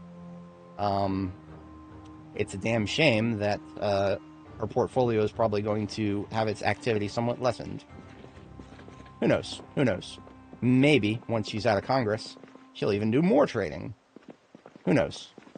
I mean, it didn't stop Obama. That guy's, he hasn't held elected office for a while, but he still trades a lot.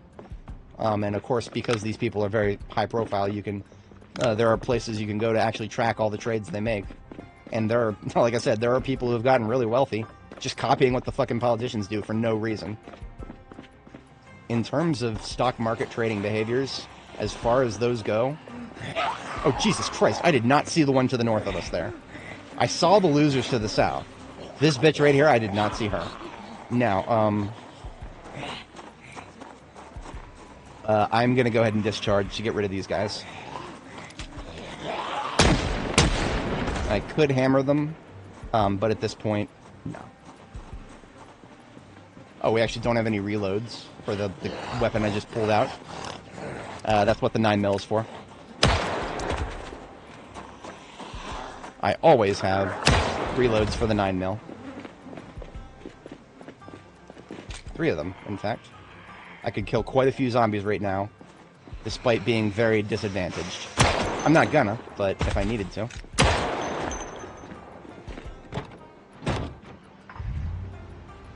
That is the joy of 9mm at aiming level 10. I will never not sing its praises. 15 in the magazine.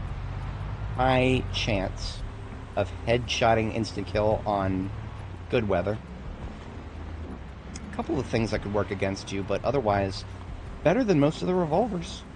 Once you're at aiming level 10, click the heads correctly, of course. You know, that is a skill issue that I sometimes take for granted.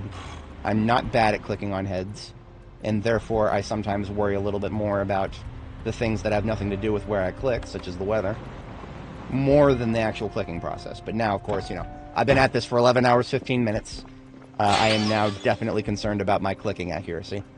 I have only taken a few less than 3-minute breaks for this entire stream, so yeah.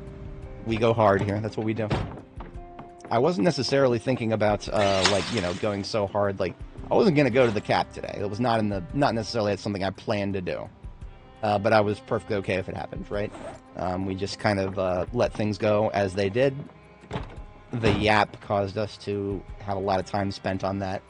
I know some folks are here for it. I know some people are not. I don't see anybody particularly disliking my stream for it, so that's okay.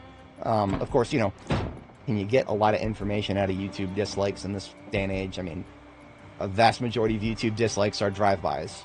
As in, you know, the people who dislike the video don't even leave a comment saying, hey, fuck you for this or whatever, you know? And if they do, well, larger creators almost never notice, and smaller creators may over-notice, right? As a smaller creator whose videos, not live streams, but videos, get very low traffic.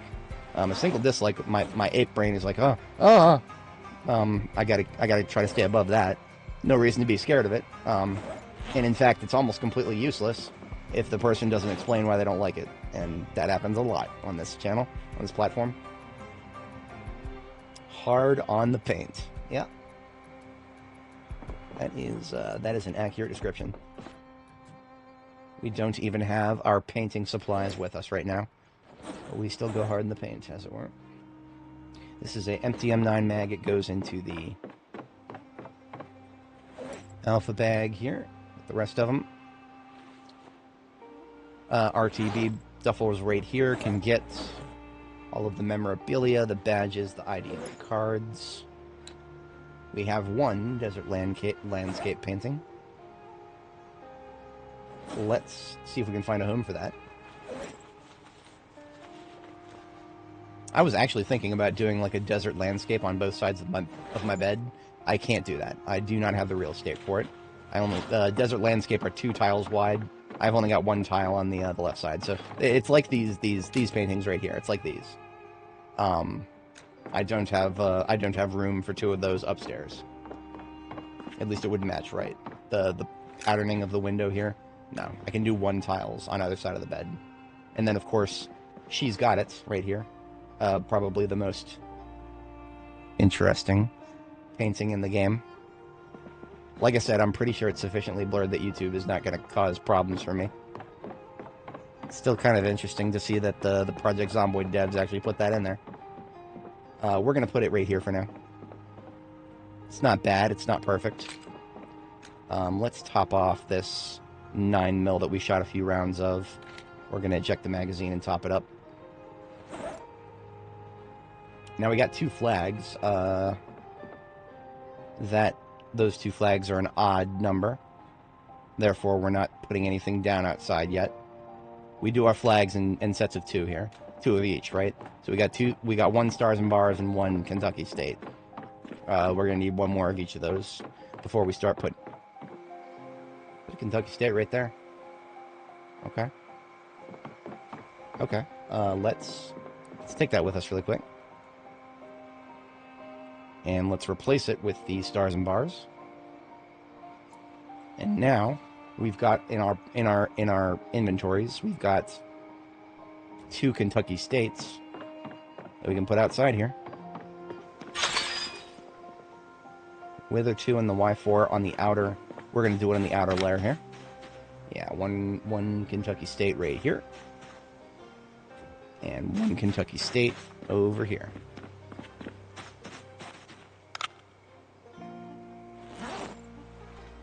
Perfectly balanced, as all things should be.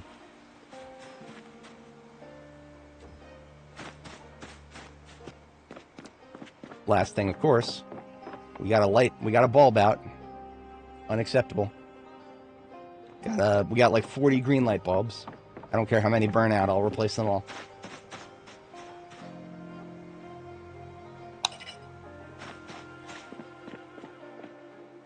I could do those in the backyard too if I needed to, but no, we're good for now. We're good.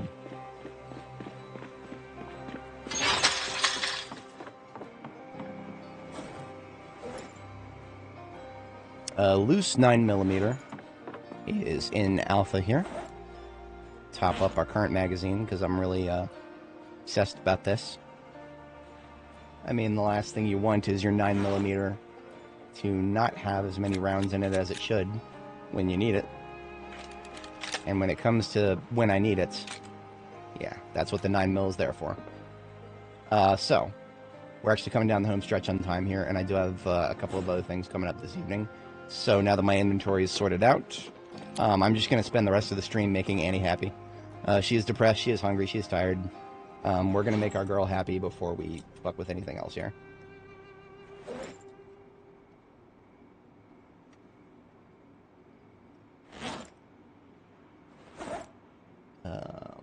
walkie-talkie over here.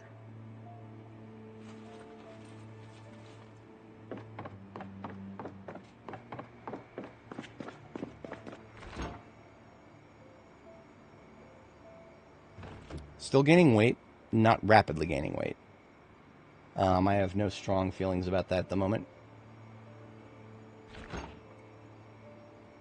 Let's actually cook something for her. That will help with both the depression and the actually feeding her, as it were. We're gonna make one of those stir fries I was talking about earlier.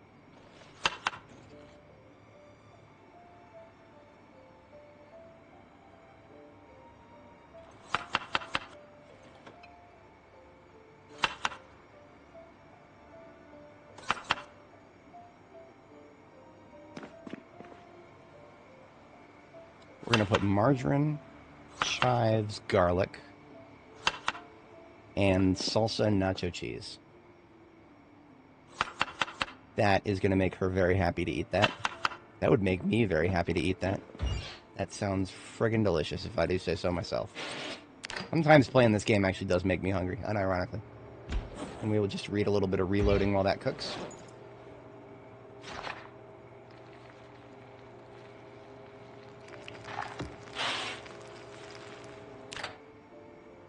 And we are hungry enough to basically eat half of that.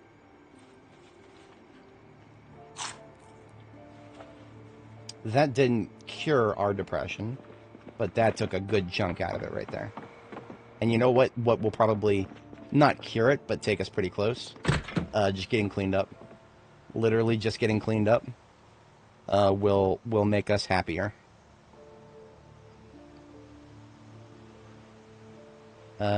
We've got a lot of water on the floor here in these buckets. So what I'll do is just toss all that water from these buckets into the wooden barrel here.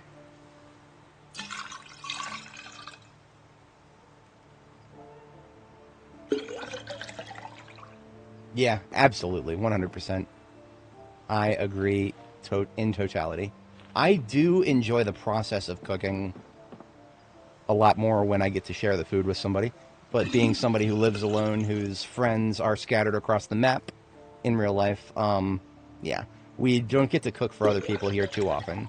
But I do, on occasion, enjoy experimenting more than anything. Like, just, you know, messing around with cooking recipes that I think might work well. I enjoy that a lot because, you know, even if it's something that I don't get to share with anybody, it's something that I'm learning how to do good for the day that I'll be able to do that someday.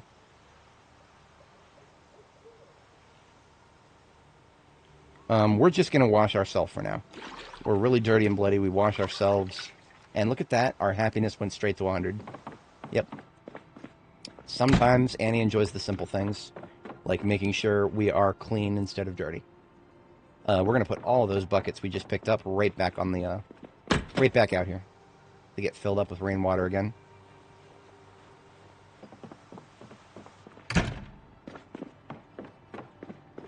Sleep number 1 right here. And we're probably going to go past our second bedtime, so that we'll just fast forward until we sleep again.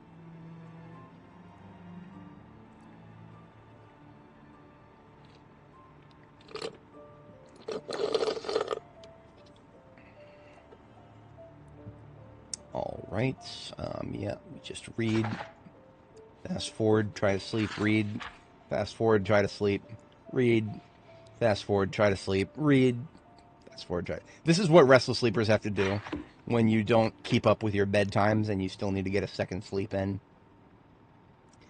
This is why I try to just give myself 22:30 and then 4 a.m. Unfortunately, that time we just blew straight fast 4 a.m., so it was just get to sleep as soon as we can, and then we'll be good. That's alright, we don't have to be 100% perfect here. We are going to feed her the rest of this beautiful stir-fry. And then we are going to see more of our lovely, beautiful redhead here next time. Tomorrow, IRL. I will be streaming for sure. Probably same time, probably. I don't think there's going to be any AI projects that come out of nowhere and steal 16 hours from my life, like what happened on Friday.